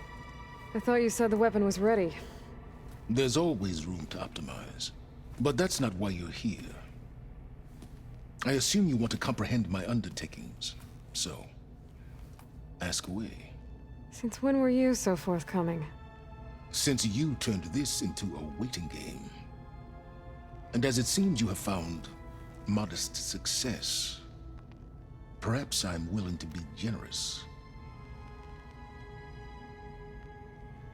Okay, so your big plan, everything you've been manipulating for the last few months. Let me see if I got this straight. You learned about the Zeniths from Hades when you interrogated it. Then you came up with a plan to defeat them by using a Tenakth army and that weapon. And to get the Tenakth to fight for you, or rather the Sons of Prometheus, armed Regalla's rebels with override tech. Did you have an actual question, or are you still playing catch-up? So all this time, even before I found the coordinates at the Spire, you were out here scheming. Why couldn't you just tell me? When I learned of the Zenith's return to Earth, I laid out my plans. I knew I would one day require an army of overzealous Tenakth to assault the Zenith base. The casualties would be extreme. And I knew you would never allow such a sacrifice, no matter how necessary. Thus, I devised a means to remove your interference from the equation. At the Hades Proving Lab. You wanted me to surrender to the Zeniths at the Hades Proving Lab. They almost killed me. Based on everything I knew about them, I concluded they would find you a useful asset, thereby keeping you out of harm's way and, more importantly, out of my way. So you really didn't know they had their own clone of Elizabeth? No. Unfortunately, there was no way I could have known that particular detail. Detail? Well, I guess if it wasn't for that, we wouldn't be here today. Why create the Sons of Prometheus? You didn't need a Sarah to make override tech. They were a necessary safeguard. My time serving Hades and the Eclipse demonstrated the risks of getting directly involved. Through the Sons of Prometheus, I could execute my plans, all while remaining anonymous. Except to a Sarah. How did you get a Sarah to work for you? I knew there was an associate of the Oseram tinker, Dervahl, who escaped his failed assault on Meridian. It was trivial to track her down and gain her cooperation. She wanted to succeed where Dervahl had failed. So you promised her Regalla, and the Tenakth. The Sarah would help you create a machine-riding army, and wanted to see Meridian burn as much as she did. And so a partnership was born out of thirst for blood, bonded in mutual self-interest. You think you had everything figured out, huh? I did. Tell me about the weapon. How does it work? I've upgraded the delivery system. It now emits a wave-like effect covering a significant distance. That doesn't fully answer my question. No, but I'd be a fool to reveal its inner workings. After all, why did you withhold your plan for dealing with the Zenith drones? Yes, even you can appreciate the value of secrecy when warranted. Suffice it to say that the weapon will work. The intricacies of how is knowledge that is mine alone. Why help Regalla take over? If you wanted an army, you could have just gone to Hekarro. Before Regalla's rebellion, Hekarro was only concerned with battling machines and fostering friendships with the Carja. Even if I gained his ear, he would never agree to send his forces to battle a threat he couldn't understand. So helping a bloodthirsty exile was easier? Yes, exceedingly so. All Regalla craved was war against the Carja and anyone who threatens the Tenakth. She would have led the tribe into battle without question, which was precisely what I needed. While I was out there, I had a couple run-ins with the Quen. The tribe from across the ocean. And? Their entire tribe was shaped around the discovery of focuses. One of them, Alva, even joined me here. Don't you want to know more about them? No. They stumbled upon the greatest technological artifact from the ancient world, and what did they do with it? They shrouded the knowledge they unearthed in mysticism and taboo, creating a pantheon out of corporate shills. Yes, well, it also led them to Thebes. Did it now? So those run-ins with the Quen I mentioned. On one of them I teamed up with their expedition to search Thebes. We found Pharaoh at the end. You must have needed Omega clearance. So, what was it like? Worse than you can imagine. He single-handedly wiped out collective human knowledge. I'm sure it was still less than he deserved. Let me guess. You would have scraped him into a jar so you could prod his brain, like what you did with Hades. For a start. All right, Sylens, I think I've talked to you long enough. I'll let you know when it's time to go. And try not to mess with Tilda while you're in here, okay? I don't need the two of you butting heads. Ah, yes. About your Zenith ally. I wonder if you understand what kind of person you're dealing with. For someone to live as long as she has, outlast as many calamities, well, your goals may be aligned now, but I'd watch for the moment they diverge. Yeah, I'm aware. Reminds me of someone else I know. Survival is only a necessity to my greater purpose, Aloy. I'd hoped you'd recognize that by now. Do you know something or not? Oh, I know a great deal of things. But on this, just call it a feeling. Oh, a feeling? You mean you finally had one? Huh. Guess even you can change, Sylens. You nervous? I'd be lying if I said I'm not slightly apprehensive. The plan will work, if we all focus on our assignments. Right. I want you to know I'm glad you're with us, Alva. Whatever happens, I'm grateful that the legacy brought us together. I never thought I'd get to actually meet an ancestor. Come on, do I look that old? Kotallo will protect you inside the Zenith base. I'm not afraid. I know Kotallo will fulfill his duty, as will I. If we die doing so, at least it'll be alongside a friend. I'd rather you both stay alive, if you don't mind. We'll try and keep that in mind. The rest of us should be enough of a distraction to the Zeniths for you to hack into their network undetected. But you'll have to be quick, in case they do. What exactly do you expect me to find, Aloy? I don't know. The truth, if we're lucky. Once all this is over, will you go back across the ocean? I don't know. The more I think about it, the more worried I become. If I go back, I don't even know if they'd let me keep this focus you gave me, or what they'd do to me for reading what is clearly forbidden data. Even if I somehow were allowed to carry on my duties as a diviner, would I be willing to let the truths I've learned about the ancestors be buried away by the Board of Overseers? Would I dare challenge them and risk my family's safety? Or losing Federa?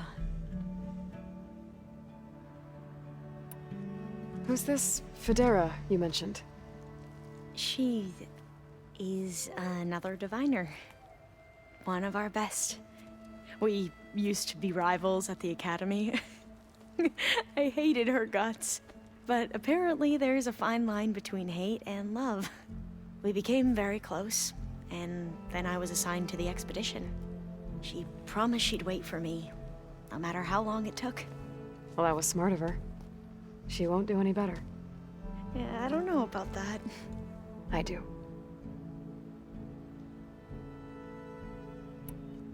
I need to get going. I'll be at the rendezvous point. May truth lead us to victory. Haven't seen you since the battle at the Grove.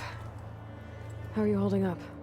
I saw you fly on the wings of the Ten, and paralyze Regalla's army with lightning. I would say that I am inspired. Thank you, I guess. It is I who should be thanking you. All that remains is to follow you to the end. Whatever that will be.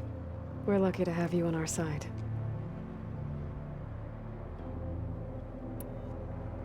Did you meet Tilda? There is something about her that doesn't seem natural. I wouldn't be surprised if my sword went through her and she didn't bleed at all. Honestly, with her, nothing would surprise me.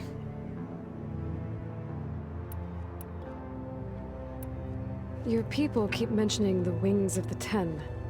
What exactly does it mean? The visions tell us that the Ten flew on great metal machines with wings and leapt into battle from the sky. For us, to imitate this feat is the ultimate expression of martial prowess. It is why the challengers leap into the arena during the Kulrut. And now, you have done it. Like the deeds of the Ten themselves, it will never be forgotten. So, tell me, how did it feel? I won't lie. Pretty good. I can only imagine.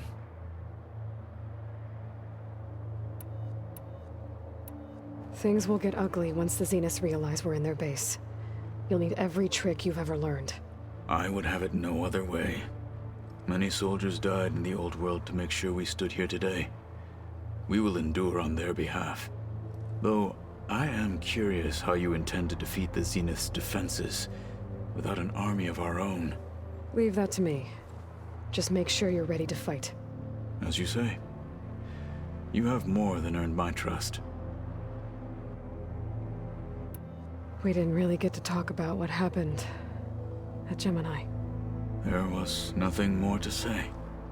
If he were to Noct, Varl's bravery would have earned him sacred burial at the Grove, among the most distinguished of our tribe's warriors. His deeds were worthy of the Ten. When the fight is done, I will have the Inkers etch his memory on my skin, so that it may live on. I'm sure he'd be honored. Now that training time is over, what's on your mind? The Bulwark, the Kulrut, and how we need another miracle if we're to survive the Zenith base. I'll try not to let you down. I know you will not. I'll see you soon then. It will be my honor. Well done, Aloy. Despite my reservations, you managed to secure Silence and his weapon. You're truly a shining example of Liz's fortitude. Everything you've said about Elizabeth, it sounds like you knew her better than you let on. Who was she to you, exactly? Perceptive as ever. You're right. We were more than friends for a time. Okay, so... what happened? I was an orphan. I had always been alone. By my 30s, I was starting to wonder if that was simply my fate in life. And then I met Liz. We kept running into each other at conferences. We'd have coffee. At some point, it became drinks. I thought it was just shop talk, an exchange of ideas, but then I was surprised at how much I looked forward to seeing her. Soon we were flying halfway across the world every other week just to meet up. For the first time, I didn't feel lonely. I could imagine a future where I wasn't. I think Liz felt the same way at first. She had lost her mother a few years back. I filled a void for her. I know I did. But as time passed, it seemed as though she wanted less when I wanted more. And so we ended things. So helping me, restoring Elizabeth's dream, it's what, a second chance, yes. I made a mistake leaving Earth while Liz stayed behind. I should have done more. So when I saw you, a woman who has carved her own remarkable path, beyond even what made Liz a phenomenon, I knew I had to help you. To do right by her.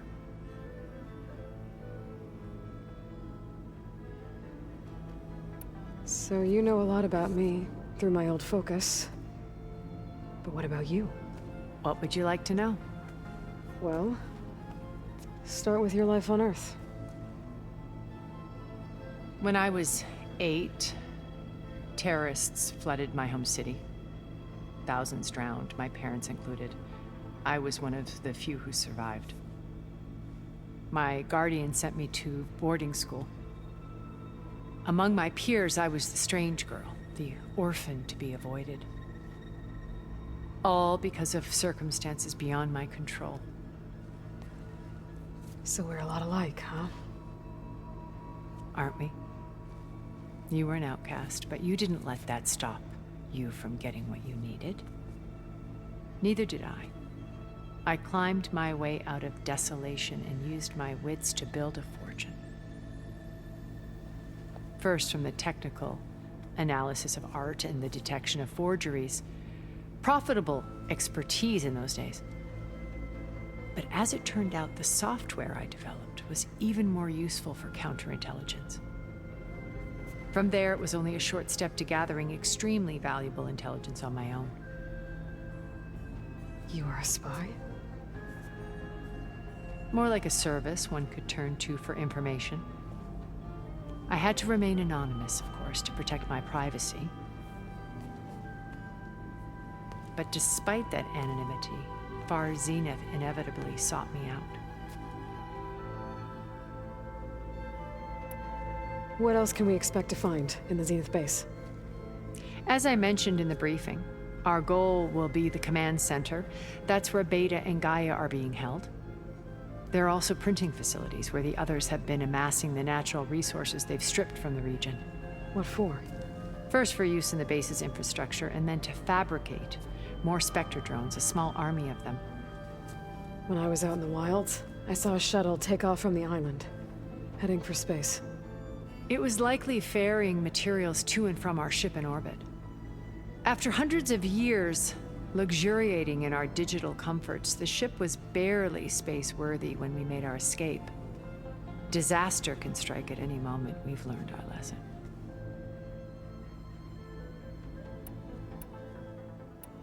So, Eric... was he always a bloodthirsty psychopath? I believe he got worse over time. On Earth, he was the founder of a profitable private military company. A band of cutthroats, in other words. Even as governments abandoned human combatants in favor of automated warfare. He found success with clientele that required a more personal touch. There were also rumors that he personally hunted and killed his targets. On occasion, all for the thrill of it. But on Sirius, he retreated to virtual reality simulations. In them, he could go on rampages as violent as he pleased, though I suspect with diminishing satisfaction. All of his tribe believes he was one of the greatest people from the old world. Then they would be quite disappointed to meet him, though I'm sure he'd bask in the adoration. What can you tell me about Gerard? He was the head of the world's largest financial conglomerate, and as such had dealings with almost every major corporation. It made him one of the wealthiest people on Earth, and certainly the wealthiest among Far Zenith. What does one person do with that much money? Buy more power, more influence. Gerard's always believed himself to be a refined patrician, able to maintain control with a polished smile. But beneath that exterior is a cold and calculating operator.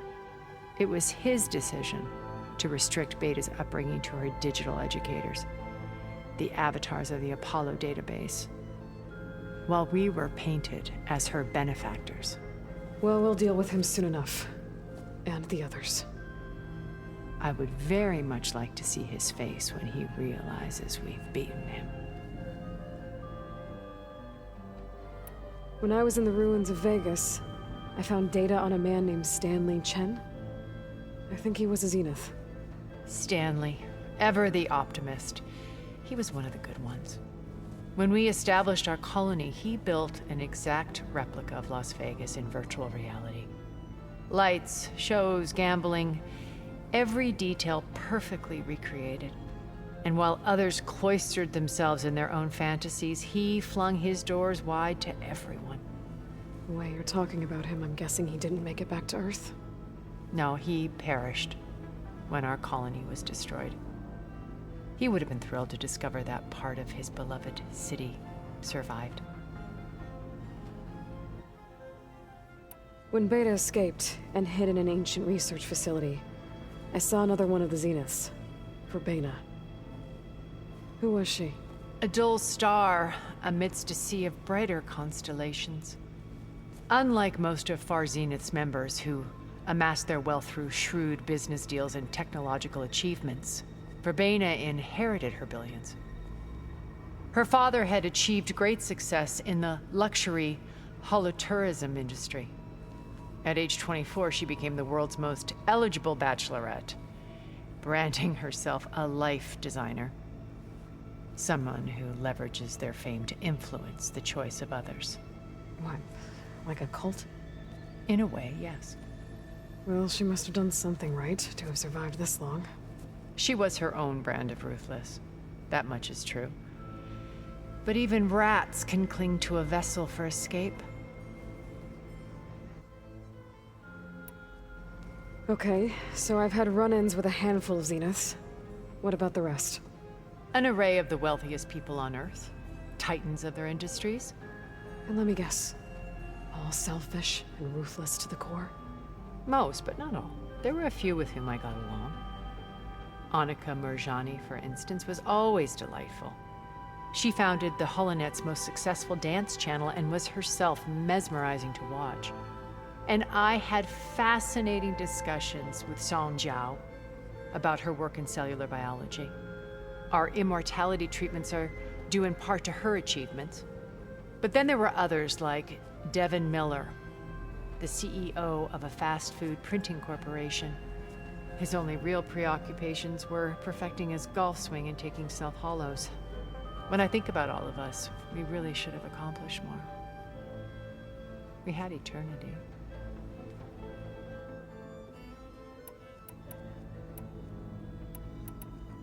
What happened when Far Zenith approached you?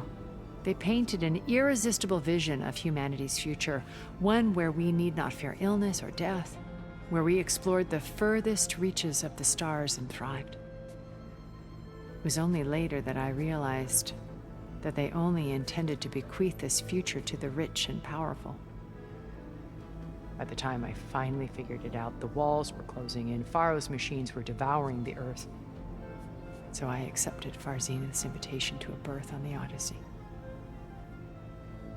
I wanted Liz to come. but she had nobler plans, as you well know.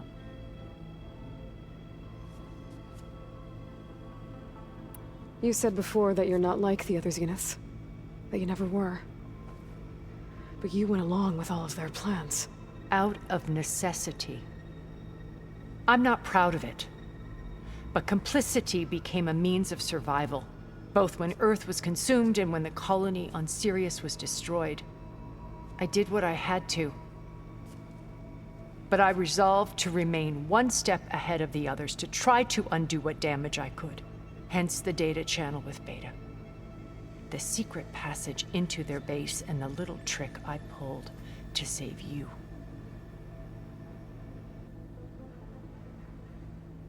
Why did you make the data channel look like your house?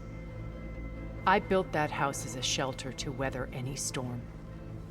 A safe place, not just for me, but for the art stored in its depths. Cultural artifacts of incalculable value.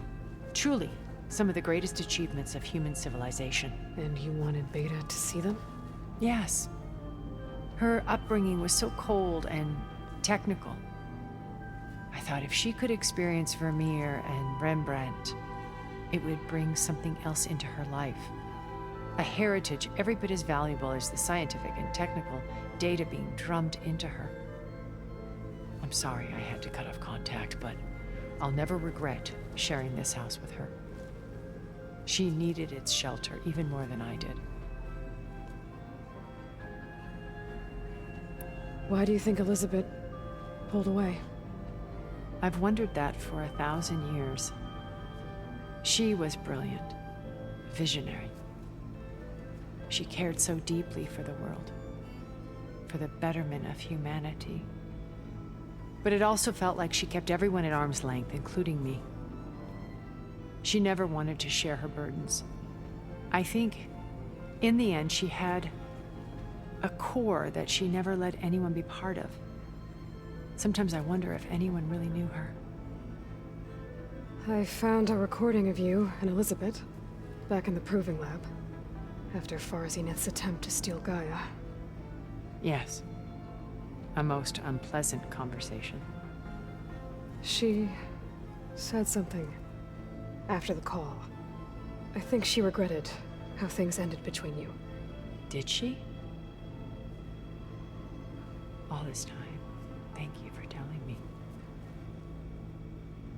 I've always hated that those were the last words we ever said to each other. And that her last impression of me was as a functionary of Far Zenith, not who I truly am. Have you figured out how Silence's weapon works? No, and he's been very careful not to allow me near it. I'll admit it bothers me, but regardless of how it functions, I am confident it will deactivate the other shields en masse. How many of them are in the base? 10, including Eric and Gerard. Only a handful of us made it to our ship when our colony collapsed. Okay. I'll let you know when it's time. I'll be here until then. And thank you, Aloy, for giving me this chance. My past has always been a struggle. More than once I've lost everything. But when I look to the future, I see Liz's dream fulfilled. A universe of new possibilities. Maybe we can make it happen. We will. I won't let anything get in the way. I promise you that. Steve's happy with it. I hope everybody's ready for this. Fighting the Zeniths isn't going to be easy. Aloy, nothing you do ever is. At least, now you don't have to do it alone. Thanks. You and Aaron seem to be on better terms now. He may have terrible taste in music, but he did apologize for mocking my tribe. And that ale he keeps raving about isn't half bad. I still plan on beating that stubborn face of his to break our sparring stalemate. Try not to hurt him too bad. Everyone here, training, working together. If it weren't for Varl, none of it would have happened. You know, there was this one night Right before Varl left with you to go to Gemini, he realized I was having trouble sleeping. I was nervous about the mission. To be honest, I think we both were. So, he asked me to join him in Gaia's dome. He brought up this hologram of Earth that you two found back in the Zenith launch facility. We sat there, just looking at it. I thought about how Plainsong was just a speck on that great sphere. How every corner of it must be teeming with life. And any fears I had about our mission were gone. I miss him terribly. I know.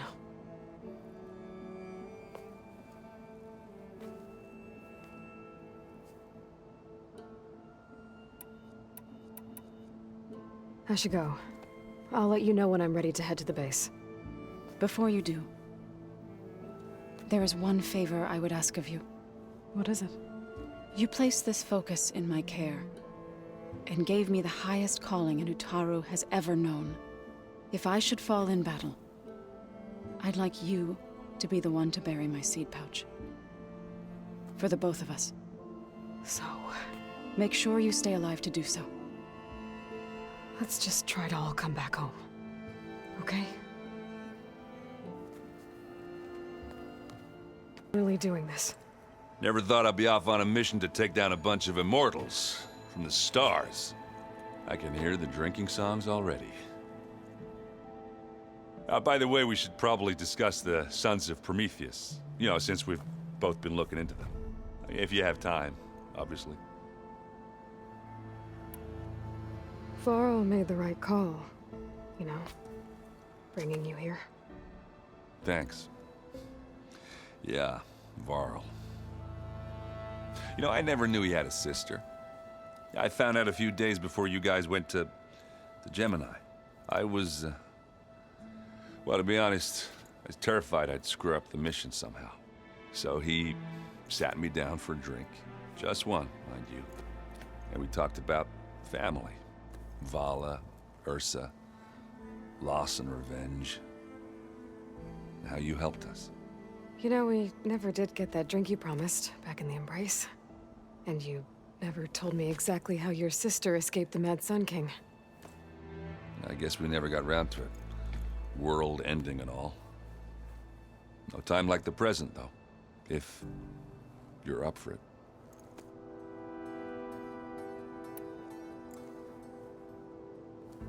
If that one's not working right, you can have one of my spare focuses, you know.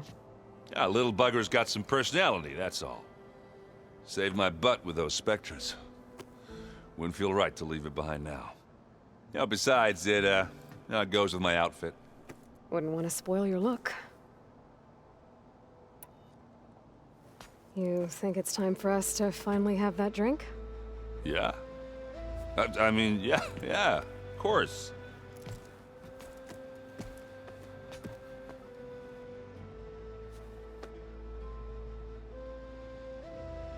Oh.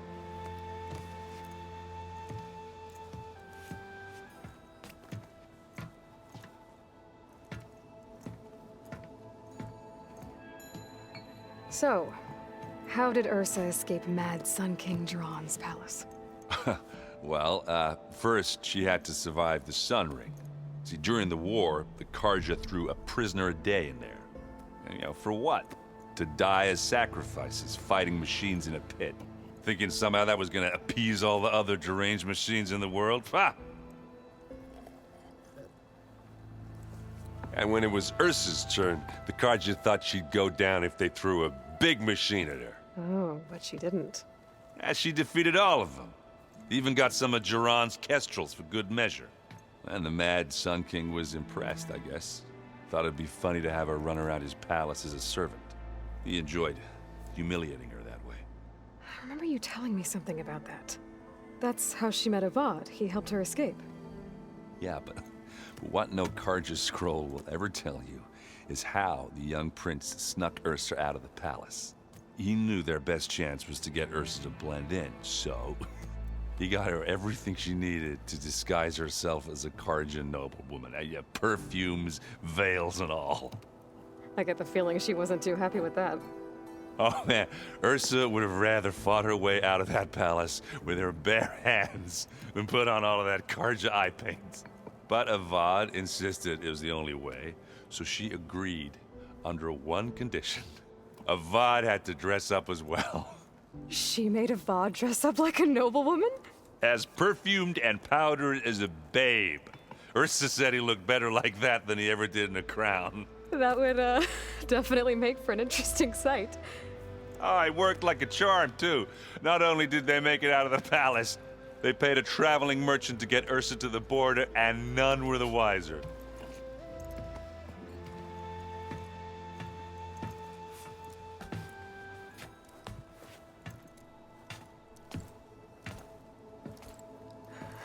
You were right.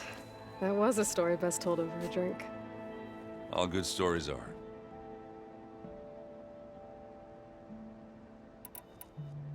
I guess I should get going.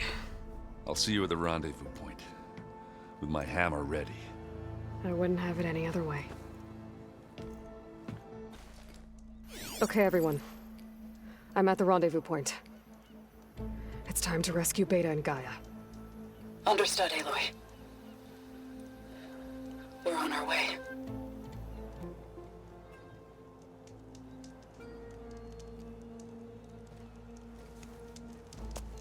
Aloy. Where are the others? Not far behind. Egghead here couldn't stand traveling with the pack.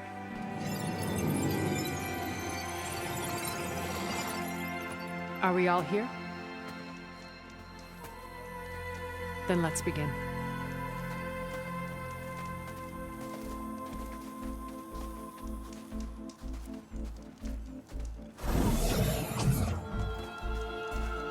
A tunnel.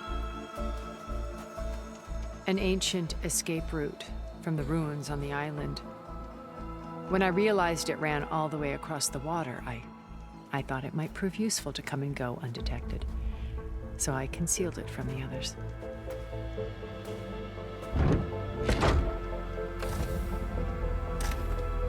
Shall we?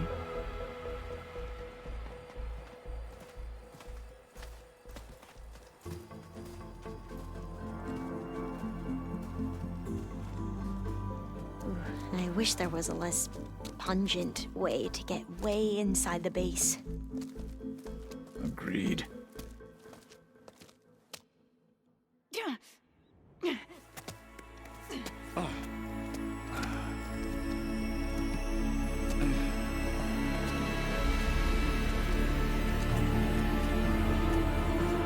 There's the launch tower. That plane offers a little cover, so the only viable path is through there. There will be Spectres guarding it, and many more can be deployed from those hangars. All right. Alva, Kotallo, get to it. Where are they going? Somewhere important. Erend, you're with me. You guys, take the high ground in case we need covering fire. Tactically sound, I suppose. What will she do? There's a sensor node nearby. If I hack into it, I should be able to scramble the network and keep you undetected. But not for long. Then we should proceed. One more thing. Open up the channel to Beta. Audio only.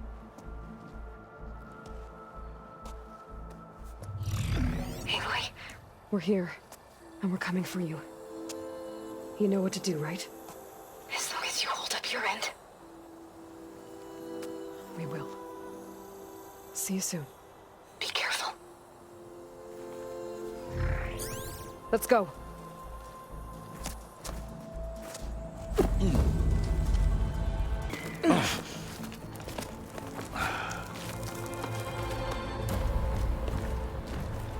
Alva and Kotallo did their job.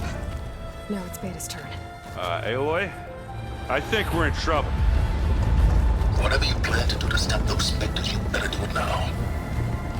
I'm not doing anything. Beta will. She just needs a little time. Time that we don't have. Come on, man, come on, come on.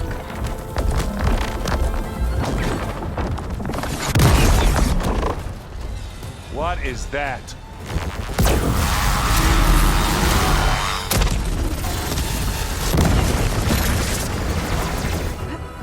Our army.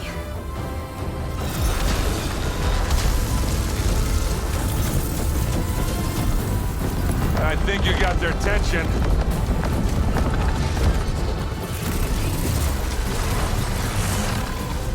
Very clever. You had Beta inject Hephaestus into the base's printer matrix. Which is faster and more powerful than any cauldron. And now it can crank out machines to its heart's content.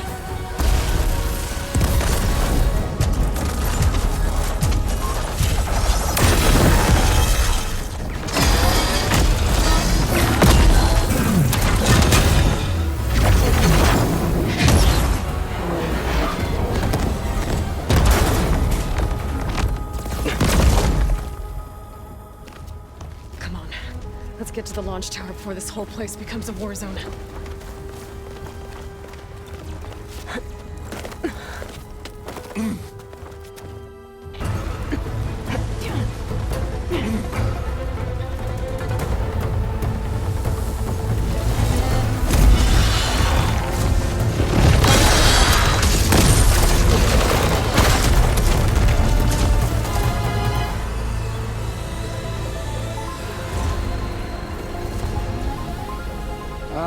Now we know who's been causing all the fuss. Tilda's little pet.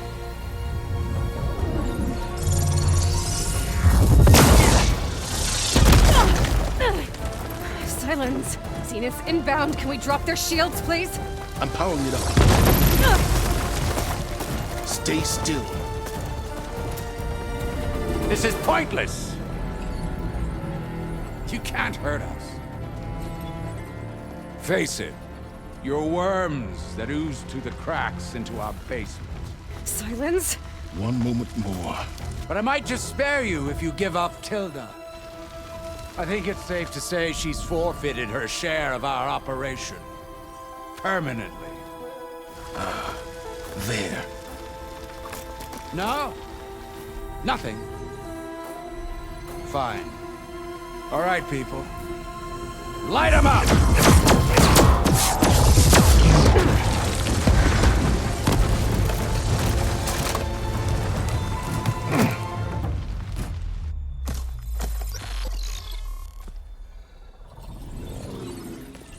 Are we supposed to be scared?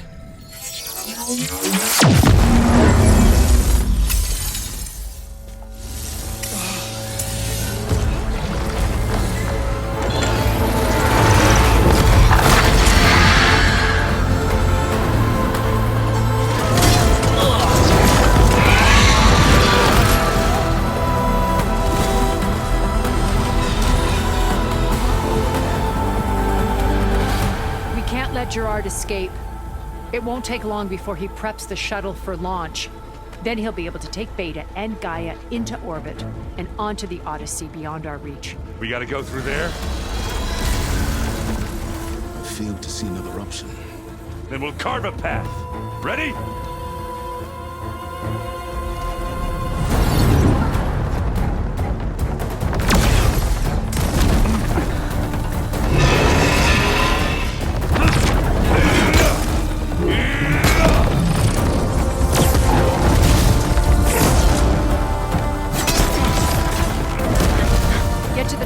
Secure Gaia.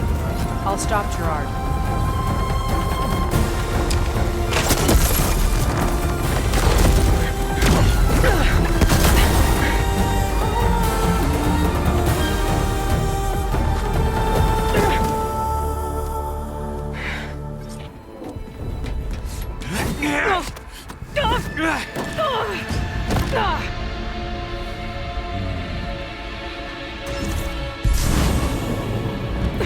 Some unfinished business, little girl.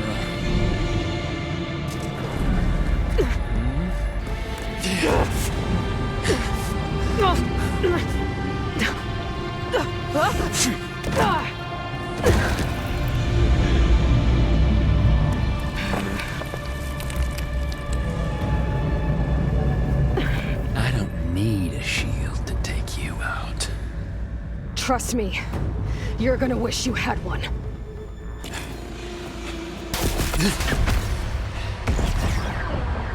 I almost forgot what it was like to hurt.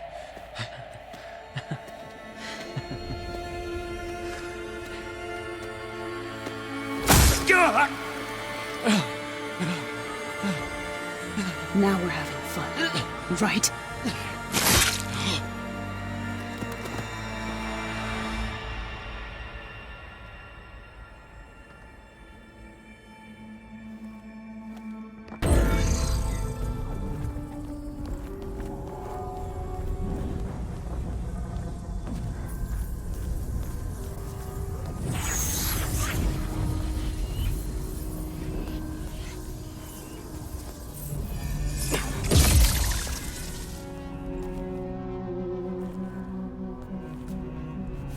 Are you okay? Look, I know you've been through a lot, but you have to help me access the Zenith network. I need to see their files, anything referring to the word Nemesis.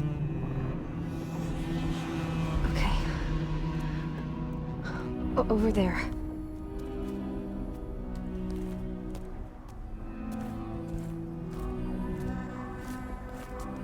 The systems are down all over the base. I should be able to take advantage of... Yes, Nemesis. Here. There's something in deep space. It's following the Zeniths to Earth.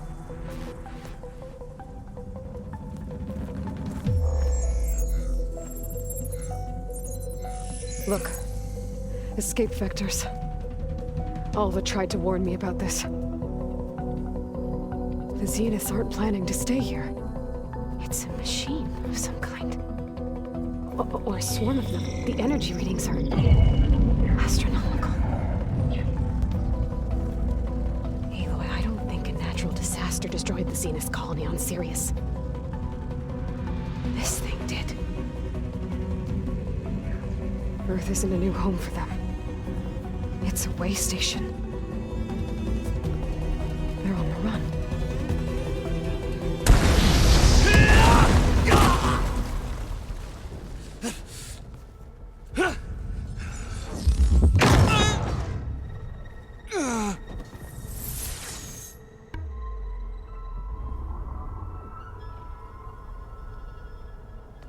I see you've been busy. And you've been lying. Nemesis, what is it? It is us. The minds of Far Zenith. Or failed copies of them, anyway. Back on Sirius, some of my peers weren't satisfied with physical immortality. They wanted digital transcendence. A way to upload their minds into any form, organic or mechanical. Nemesis was a failed experiment to that effect. Abandoned, but never erased. An immense database of our memories, emotions, and prejudices left to fester. And it destroyed your colony? We didn't realize it had gained sentience until it broke containment. It had everything it needed from our memories. Security protocols, system specs, override codes. It hacked everything before we knew what hit us. Then it took over our printing facilities, allowing it to gain any machine form it needed to wipe us out. But why? Imagine being trapped alone for decades with only the twisted echoes of megalomaniacs for company. It hates us for abandoning it to that prison. And now that it's free, it will do anything to destroy us, including denying us a safe harbor on Earth. The extinction signal that woke Hades. You didn't send it. Nemesis did. Finally, you understand. And when that failed, it launched from Sirius to finish the job itself. Which is why we must flee to a random planet circling a random star, somewhere it can never find us. With Gaia, so you can build yourself a new world. That's the plan. Even now. Earth is finished, Aloy. Nemesis will scour it of life to deny its creators a viable home.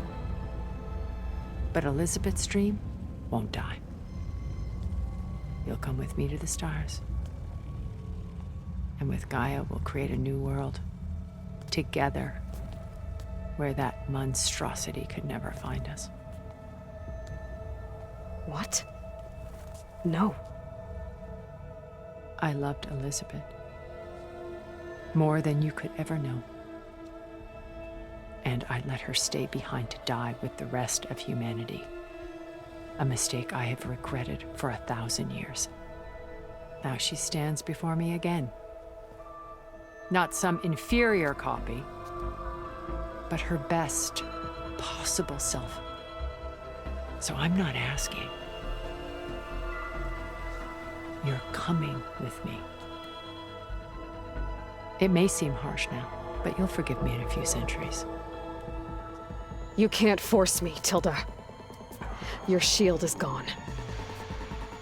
I have something better. Spectre Prime, to me.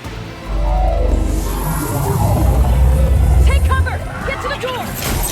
Submit, Aloy. You can't win. I've heard that before.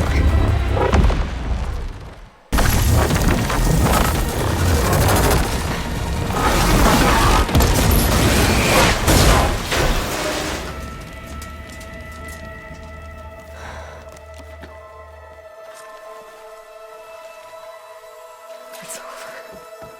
Why couldn't you just let me choose?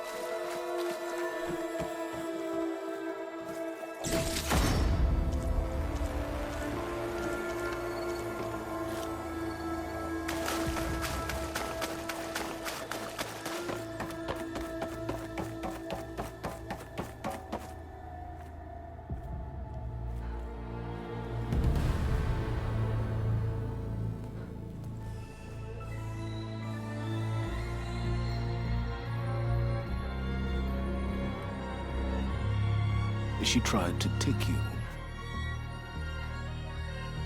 And she told you about Nemesis. So you've known all along.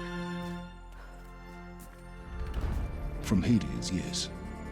Along with data on how to circumvent the Zenith shields. Everything I did to create the Rebel Army was based on that knowledge. To reach this place, this moment. And you couldn't just tell me?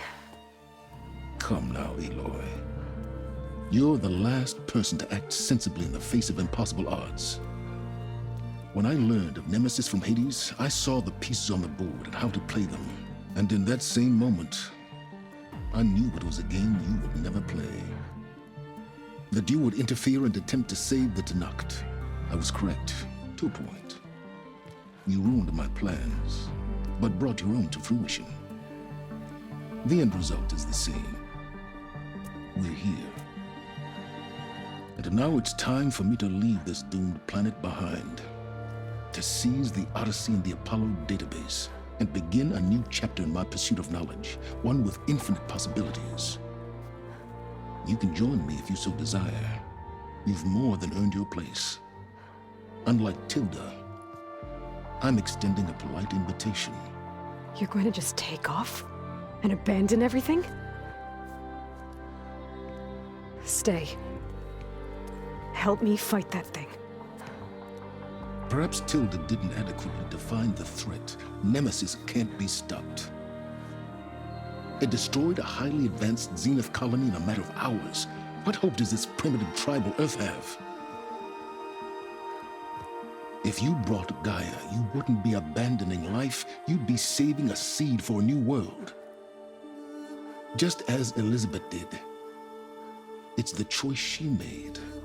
The sacrifice of all that is for the hope of what might be. If she were here in your place, she would board that shuttle, Aloy. Found her. Is she hurt? Still on her feet. Thank the Ten. Goodbye, Silence.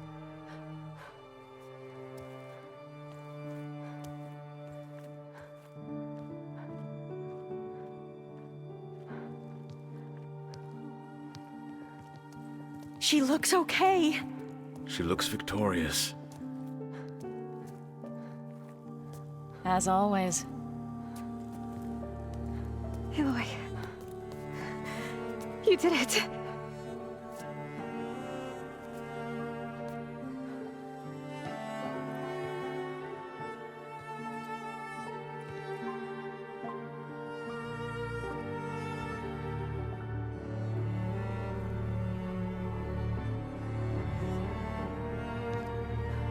Hey, where's he going? As far away as anyone can go. Oh. Are you sure?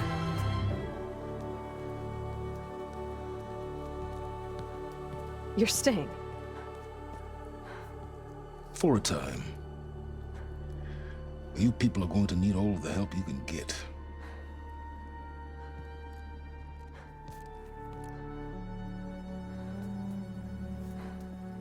Does anyone else need a drink? Not if it's that ale of yours. I'd be fine with a nap. Excellent idea. I hope it's really over this time.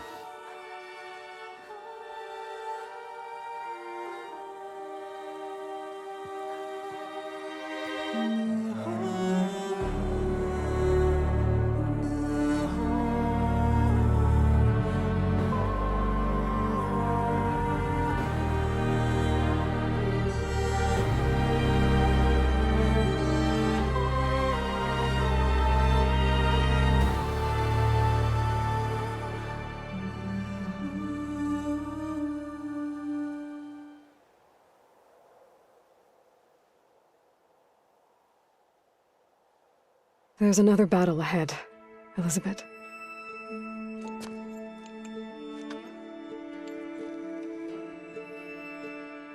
Very different than the one you fought.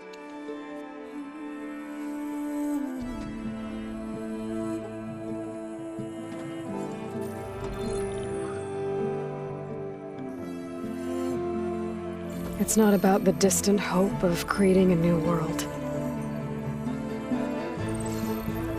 It's about preserving the one we have. My friends have a new mission. To spread the word and ask for help. They've taken it in stride. I think it's because they've always known what I've only just started to understand. That the people of this world have the strength to fight any battle.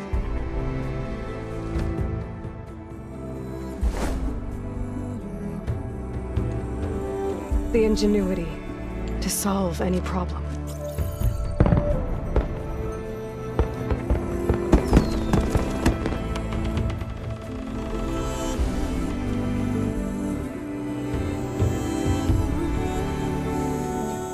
The courage to overcome any obstacle.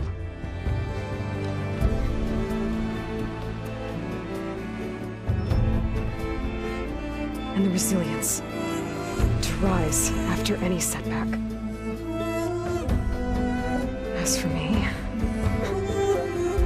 I can't say I'm not afraid.